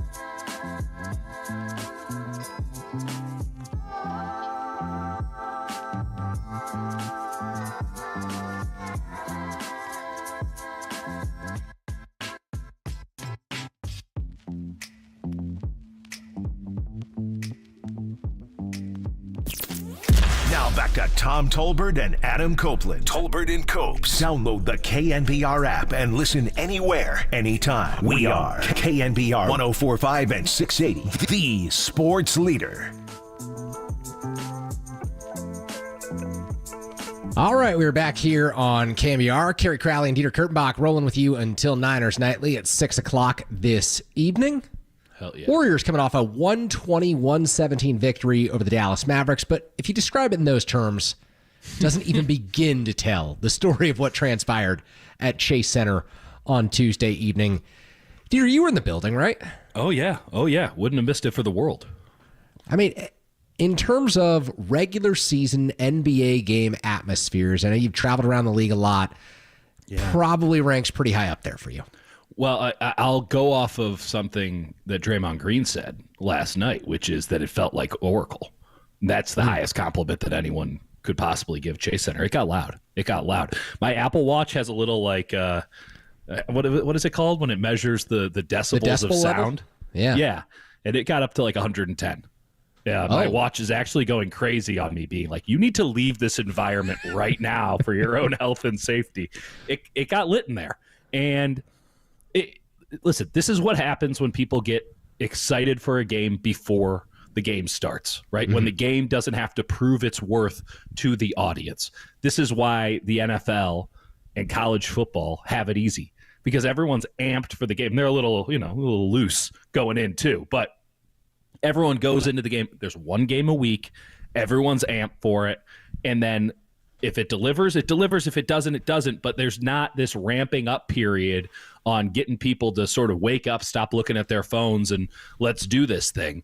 Whereas you have 41 home games, 82 games of inventory in the NBA and the NHL, and a lot of times you have players that are kind of going through the motions, right? It's just another day. What Steve Kerr loved to say, every day in the NBA is Wednesday.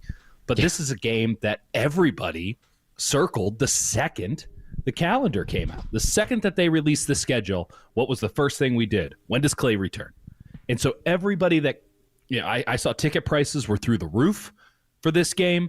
This one was anticipated. This one was big. They tossed in a little NBA Cup action, whatever that's worth. You had different uniforms, different floors. There was a level of anticipation to this, and it was a great measuring stick. Because, again, going back to what Draymond said, what Steve said, what Steph said, when you put in the kind of legacy that Klay Thompson, Steph Curry, that group put in, it's not just strictly all love. There's competition, too. Just because he's their brother doesn't mean that they don't want to kick his ass, right? Sibling rivalry is usually pretty intense. That doesn't mean there's not love there. It means that familiarity sometimes breeds contempt too. And it felt like Draymond and Steph were playing angry last night. And when you have that level of commitment from the players, when you have that level of anticipation from the fan base, it can create an incredible atmosphere if the game delivers. And that game delivered, man. The NBA needs more things like that, where both teams are going hard. There's something that gets everyone amped up for the game, so there's no feeling out period at the beginning, and you got some animosity, you got some anger, you got somebody who might throw a punch at any minute. You have that lingering in the building, and then you produce good basketball. Man, there are few things better in the world of sports than that, and I was lucky to be in the building last night. I know a lot of people paid a lot of money to be in that building last night. They got treated to a hell of a show. It's a game that I'll remember for a long time, not just because of the Klay Thompson element of it, but because they went so damn hard for 48 minutes in a regular season game. And sadly, that's an exception in the modern game.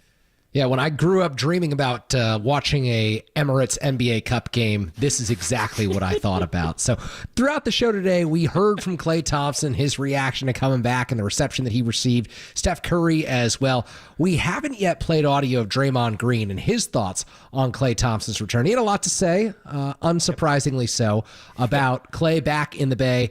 Here's a clip from Draymond. Yeah, I just watched his tribute video earlier. Shout out to Double R. He was nice enough to let me see it. But I just didn't want to deal with those emotions, because A, there's a love for Klay that ain't going nowhere. But B, in watching his reruns, we're all a part of that. So then you start to go into the emotion, oh man, I remember that. Hey man, on that playoff run, we had to do this to overcome this. And you start to go down those lanes. Let him have that. You watch it for the first time, you deal with those emotions. I had zero interest in dealing with them, and so that was a big thing for me. I just did not want the first time I saw his tribute video to be me standing there watching it. So when the crowd's, tipping the sailor hats and everything, are you just trying to not eat? I don't give a damn about them tipping no hats. I just mean it was clearly like a very emotional moment when he's going around there. Are you trying to? For him, yeah, he took it all in. That was great, but that wasn't my moment. That was Klay Thompson's moment. That's for him to get emotional about. I tipped my cap to him when he take me on his boat this summer. Tip him a cap today. You said, Dieter, familiarity breeds contempt. That's right. I think that Draymond and Steph understood from the start that if they were in a better mental headspace, it would give them an opportunity to come out of this game with a win, and that's what they did. Well, then you have Draymond on his podcast today saying that he was playing a little bit more chip on his shoulder, as if he could fit any more up there, because apparently Klay, the shoulder is way down. I mean, it's really bad. It's he can't play quarterback anymore. It's broken. No. We gotta put him on the 15. Apparently Klay, who, if anyone knows Klay, this really does fit his modus operandi. This is Klay to a T. But apparently Klay left Steph on read. To anyone out there, it didn't respond to his text messages going into this game, and that Draymond took that personally because Steph's trying to have a conversation with him about, hey, how do we do the best for your tribute, and so excited to see you, and just kind of got left on red. And that's pretty classic Klay. And I know Klay was trying to downplay it, and I can appreciate not wanting to revel in the past. Again, the reason that he's no longer a Golden State Warrior is because he was tired of being compared to the old Klay Thompson by Warriors fans, by the media, anybody. Well, so long as he wore that jersey, there was this baseline expectation of him turning into the player he was before the injuries. And he knew that was never going to be the case, so he needed a fresh start. At least this is what he convinced himself, and I can understand where he's coming from there. But to leave Steph on red before this game, if you're wondering what Steph was yelling at the camera after he made the night shot there late in the fourth quarter, I imagine it had something to do with that. I really do. The Warriors played a little ticked off. They played as if they were lovers scorned. There was something there that was deep-seated, and I can appreciate that these guys are too old and too wise to let that come out in a press conference or a podcast or whatever, and that Klay probably doesn't even know what's going on there. But there's something, everything about last night hinted at something bigger that hasn't been fully resolved. And it's not on Klay Thompson's side of things. It's on the Warriors side of things. And I can't wait until February 23rd when these two teams play again. Yeah, they were absolutely in prove-it mode. And speaking of last night and the fuel, the competitive fire, the energy, was that the riskiest night celebration from Steph Curry yet? I mean, there was still time for Dallas to pull off a comeback. I saw it, and I thought to myself, yeah, but you know what? I don't think he's ever gotten a night wrong. No, so he's undefeated. Credit to Steph Curry. He knows he gets aggressive with them now. He does. He'll throw out a night early, but he knows the rhythm of the game. He knows his team. until he misses one, I got to presume that it's going through the net, as we do so many other things with Steph Curry.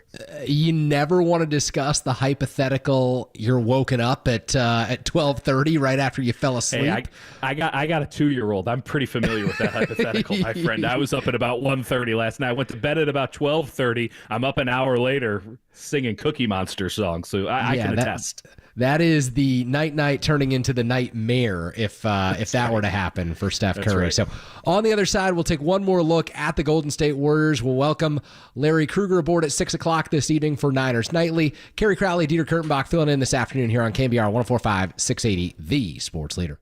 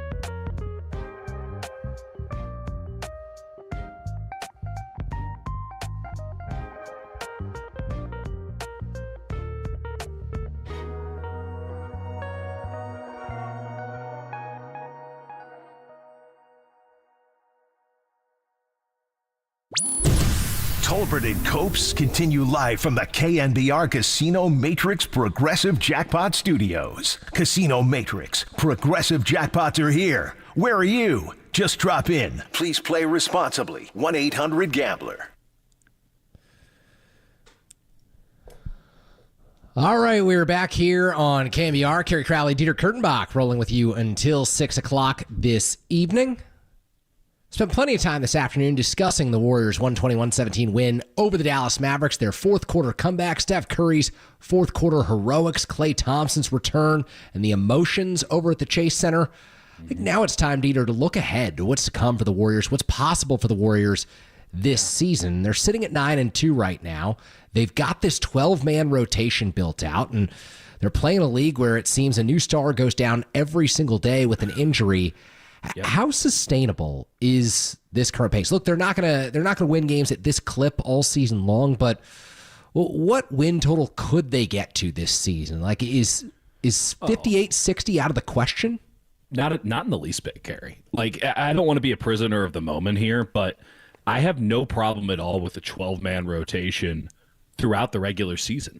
I feel like there is really something to be explored there as it pertains to overall team building because of what you noted, the fact that all these stars are injured, and that takes a team that should be good, maybe a 58, 59, 60-win team, and one guy twists an ankle or one guy has a back flare-up, and now they're a 25, 30-win team. Yeah. Like, a player is that important to where Steph Curry goes out, and no one's implying that Steph Curry is just another guy, but Steph Curry goes out and the Warriors go 3-0, and they beat Houston in overtime. Shouldn't have gone to overtime, but, nevertheless, they won. It wasn't a big deal. They not just survived, they thrived. And Zion Williamson was playing for the Pelicans at that time, and there was an Ingram on the floor at that time. And there was some Herb Jones, but then he got injured. Everyone on the Pelicans is injured. It's really a tragic situation going on down there. I look at this, and I absolutely think that the Warriors, maybe not at this exact clip, but I see no reason to believe that they're just going to start turning into a scrub team again.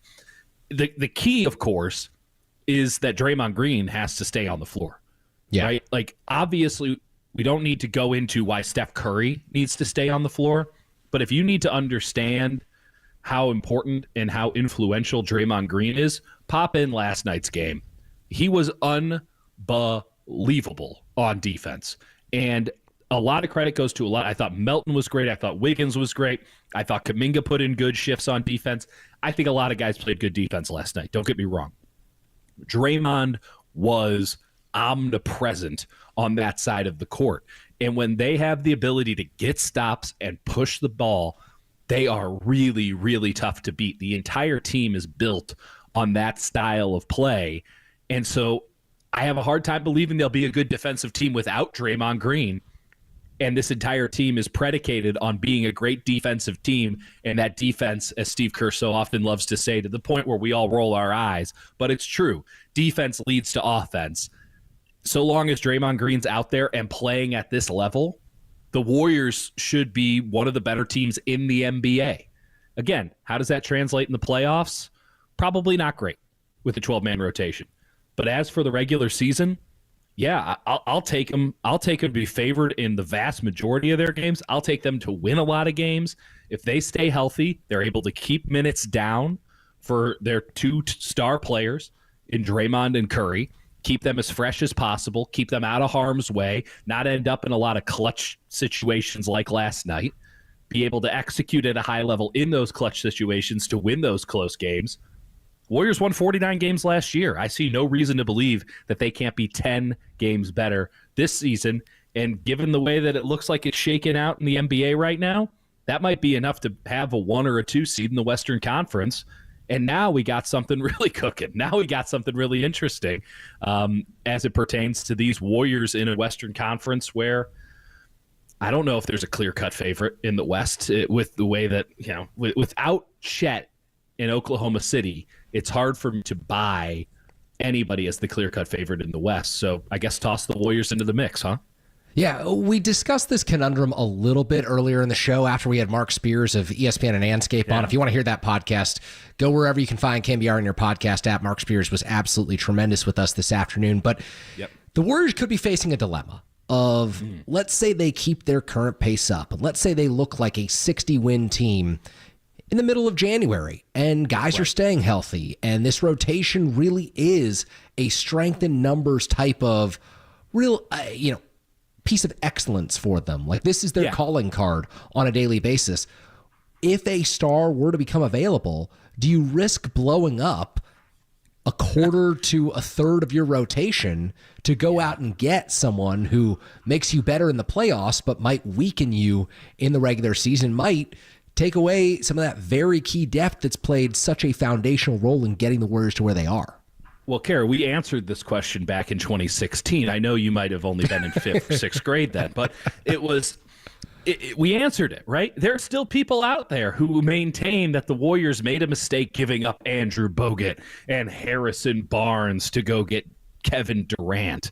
And those people were stupid then, and they're stupid now. Like, I can't believe that those people still exist. But I heard one the other day, and I thought I had taken a crazy pill or time traveled back to when idiotic takes could flow freely throughout the airwaves, as if it's nice that those days are over. Yeah, right. We did it. We finally beat them. And as this show can attest, regardless, this is such a cop-out answer, Kerry, but it is the answer. It has to be the right guy. If it's Giannis, you do it. If it's Jimmy Butler, you don't.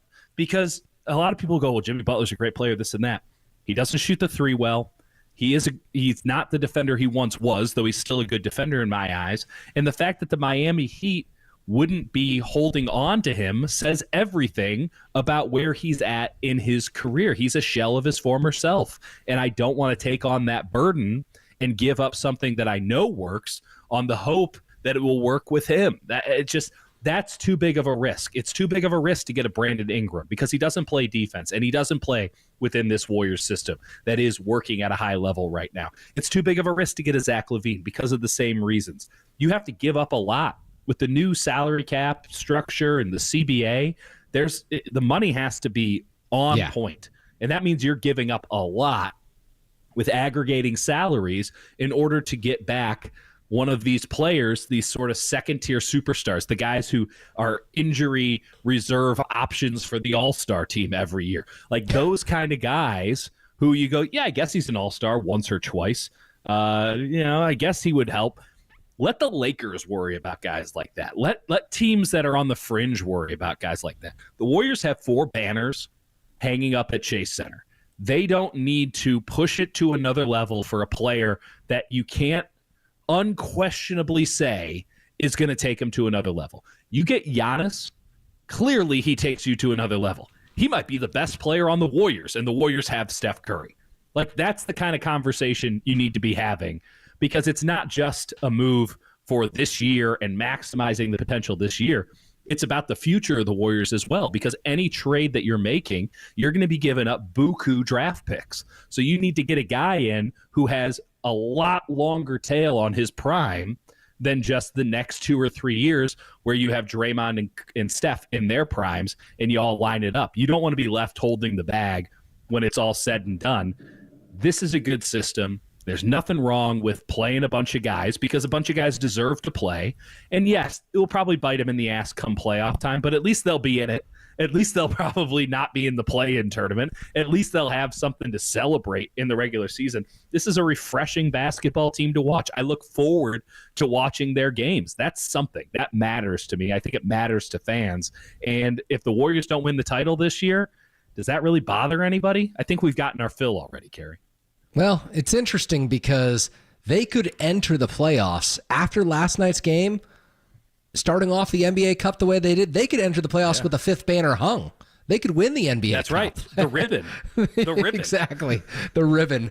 I do think that the Warriors have become so much more of an interesting story because of this start to the season, because of the way that they've handled the Celtics, albeit without Jaylen Brown and Kristaps Porzingis, and the Thunder, albeit Chet Holmgren going out 5 minutes into that game, allowing the Warriors Andrew to play Wiggins small. took him out. Let's be clear. No, Andrew Wiggins is out here killing dudes. I mean, that it's got to count for something. He started the game. He just did not finish it. Yeah, killing dudes and neutralizing them, which is what he did to Luka Doncic for part of last night's game when Luka got up to 22 points. After that, Wiggins went on him and was stuck like glue to him for the next several minutes. He loves playing the Mavericks, man. He loves playing the Mavericks. There's certain teams, certain opponents where it all stacks up and it all looks good for you.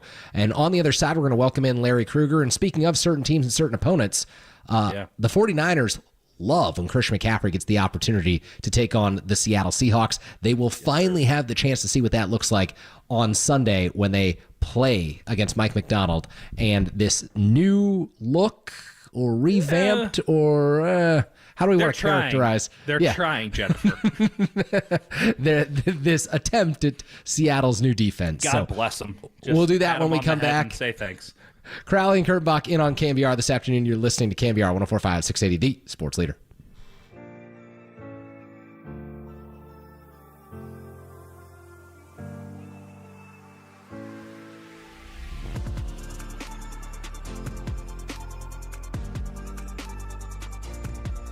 The 49ers gave corner Deommodore Lenor a 5-year, $92 million contract extension. For all things 49ers, keep it locked on your home for 49ers football for the last 20 seasons. KNBR, the sports leader.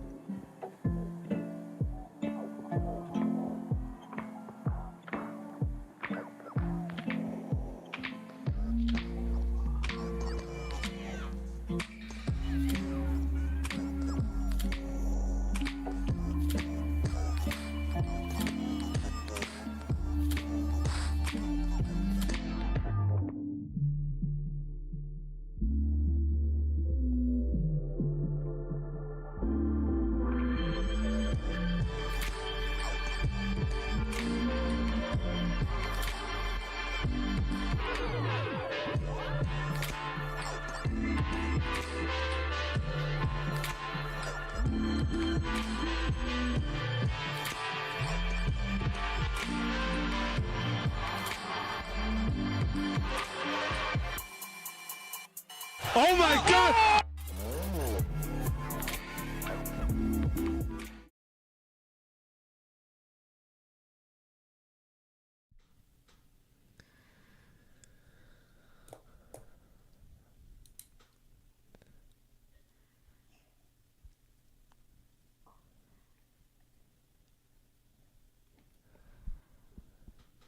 All right, back here wrapping up this afternoon on KNBR. Kerry Crowley, Dieter Kurtenbach, welcoming in our friend and the host of Niners Nightly, Larry Krueger. Larry, how's it going? We are not. No, we are great friends. Good to see you guys. Larry, Dieter? I put in a lot of shifts with you. If we're not friends, I'm gonna need to start getting paid. Okay, buddy. I like both the hats today. We got a Maple Leafs hat on Dieter. Is that what that is? That's right. That is, and yes, on my lost, giant noggin. Yeah. Lost 40 Brewing. Lost 40 Brewing. Wow. All right. Yeah. I'm all for a good brewing company. Yeah, Little Rock, Arkansas. Been there once, so I decided to buy the merch, and I've ordered on what a pilsner. Every KNBR show for about 2 years now. Not my favorite city in America. I rolled through there on the way from I was doing a scouting trip one time from going from Shreveport to Memphis. Rolled through Larry, Little Rock. A life of luxury and nothing prestige. to speak of. Pulled into a truck stop in Arkadelphia. I've been. The woman in front of me in line, it was kind of like a Subway and a gas station all at once. Of course. She flips around, and I see she's feeding a baby that had to be 4 months old a 7-Eleven Slurpee through a straw. I had that look like you know what? I think all 10 dentists said no to this. You know what I mean? Like even that 10th dentist was like, no. Yeah, I ain't going with it. And that woman went on to become governor. Memphis. Yeah, she's the governor of Arkansas right now. Man, Shreveport to Memphis. That's almost worse than like minor league baseball travel there. How long did you do that for? Well, I scouted for the Cardinals in 95 and 96. Oh, 95 so it's and your 96. fault they sucked. And yeah, exactly. Buddy Ryan was our head coach. Joe Woolley was the man who hired me, great general manager for him. And we had worked together in the Canadian League. And he said, hey, you know what? Come scout for me for the Cardinals. And I said, all right. I was pretty young. I was the youngest scout. And I got on the road, and it was great. Going to Shreveport. It was great until I was in Arkadelphia and, missing all my friends. Man, you ever uncover at least you like had that baby with the Slurpee? Yeah. Your new best friend. You ever uncover like a real gem out on the road? Like, do you remember someone? It doesn't have to be like you influenced the Cardinals to pick him up, but just someone that you knew who was under the radar who, this guy's going to be great one day. The one recommendation, my claim to fame now, but the one recommendation that I made that they did take was Kwame Lassiter, which was a safety who they signed. This is actually his kid, I believe. He's got a son named Kwame Lassiter, so this was his dad. But yeah, he was a safety at Kansas. There was an injury, and we kind of went through, had a little meeting about who are the best safeties that are out there, and I threw out Kwame Lassiter. They signed him, and I think he made a Pro Bowl as a special teamer after that. Wow, there we go. So the Shreveport to Memphis days paid off. It paid off. It paid off, and that truck stop in Arkadelphia gave me a lasting memory. That's right. And Dieter, since you're a young father, I think it's important for me to pass that to you. Don't feed your baby a 7-Eleven Slurpee. They're not ready for it yet. Yeah. Well, Larry, I have some bad news. You got a discount card at Club Sevi? That's right. That's right. They can let you fill up any cup you want. I've just been filling up baby bottles. But Larry, let me ask you. I haven't talked there with to his you. Enfamil. Jeez. Trying to shake it in there. You gotta get all your vitamins and minerals on top of your Slurpee, Larry. I'm kind of dour on what happened on Sunday. Also, what happened in Arkadelphia way back when. But the Niners, an uninspiring performance, at least the way I saw it. Like, just as big picture, looking out, 10,000-foot view. Like, what did you make of Sunday's game against the Bucs? Well, I mean, first of all, it's the NFL, and it's very, very difficult to win, period. And I think everybody just needs to understand that. The era of dynasties, I mean, it's just, the Chiefs are running the table, but even those games, I've watched every single Chief game for the most part this year. They've been close to losing a lot. So everything's... Well, I can think of one Chiefs game where they weren't close to losing. Exactly. But you know what I'm saying? It's hard to win in this league. Like, I'm in the league. It's hard to win in this league, but in this league that we're talking about. The National Football League. Yeah, just say football a bunch of times. They got to play better football in this football league and this football team. And I'll tell you, you're a football announcer and a football enthusiast. No, but I think you're not there until you just start calling it ball all the time. Man, I love ball. It's like, which ball? No, the ball. That's how I let people know that I'm legit when I'm booking guests. Hey, come on and let's talk ball. Let's talk ball. Some ball. And then they know. Kerry just did for the last 4 hours, and we're not legit. Well, I would say this, though, about this game. I watched Tampa, Kansas City on that Monday night, and they gave Kansas City all they wanted. And Tampa's playing really, really hard. Bowles, Shanahan's had the advantage on Bowles, but Bowles has got a tough scheme to defend. And he sends a bunch of different blitzers. You saw those numbers going into the game about, their ability to send DB blitzes. Brock struggles against DB blitzes. I thought he did a pretty good job, actually, overall. I mean, I thought Brock handled the pressure. He completed 75% in the second half. Chris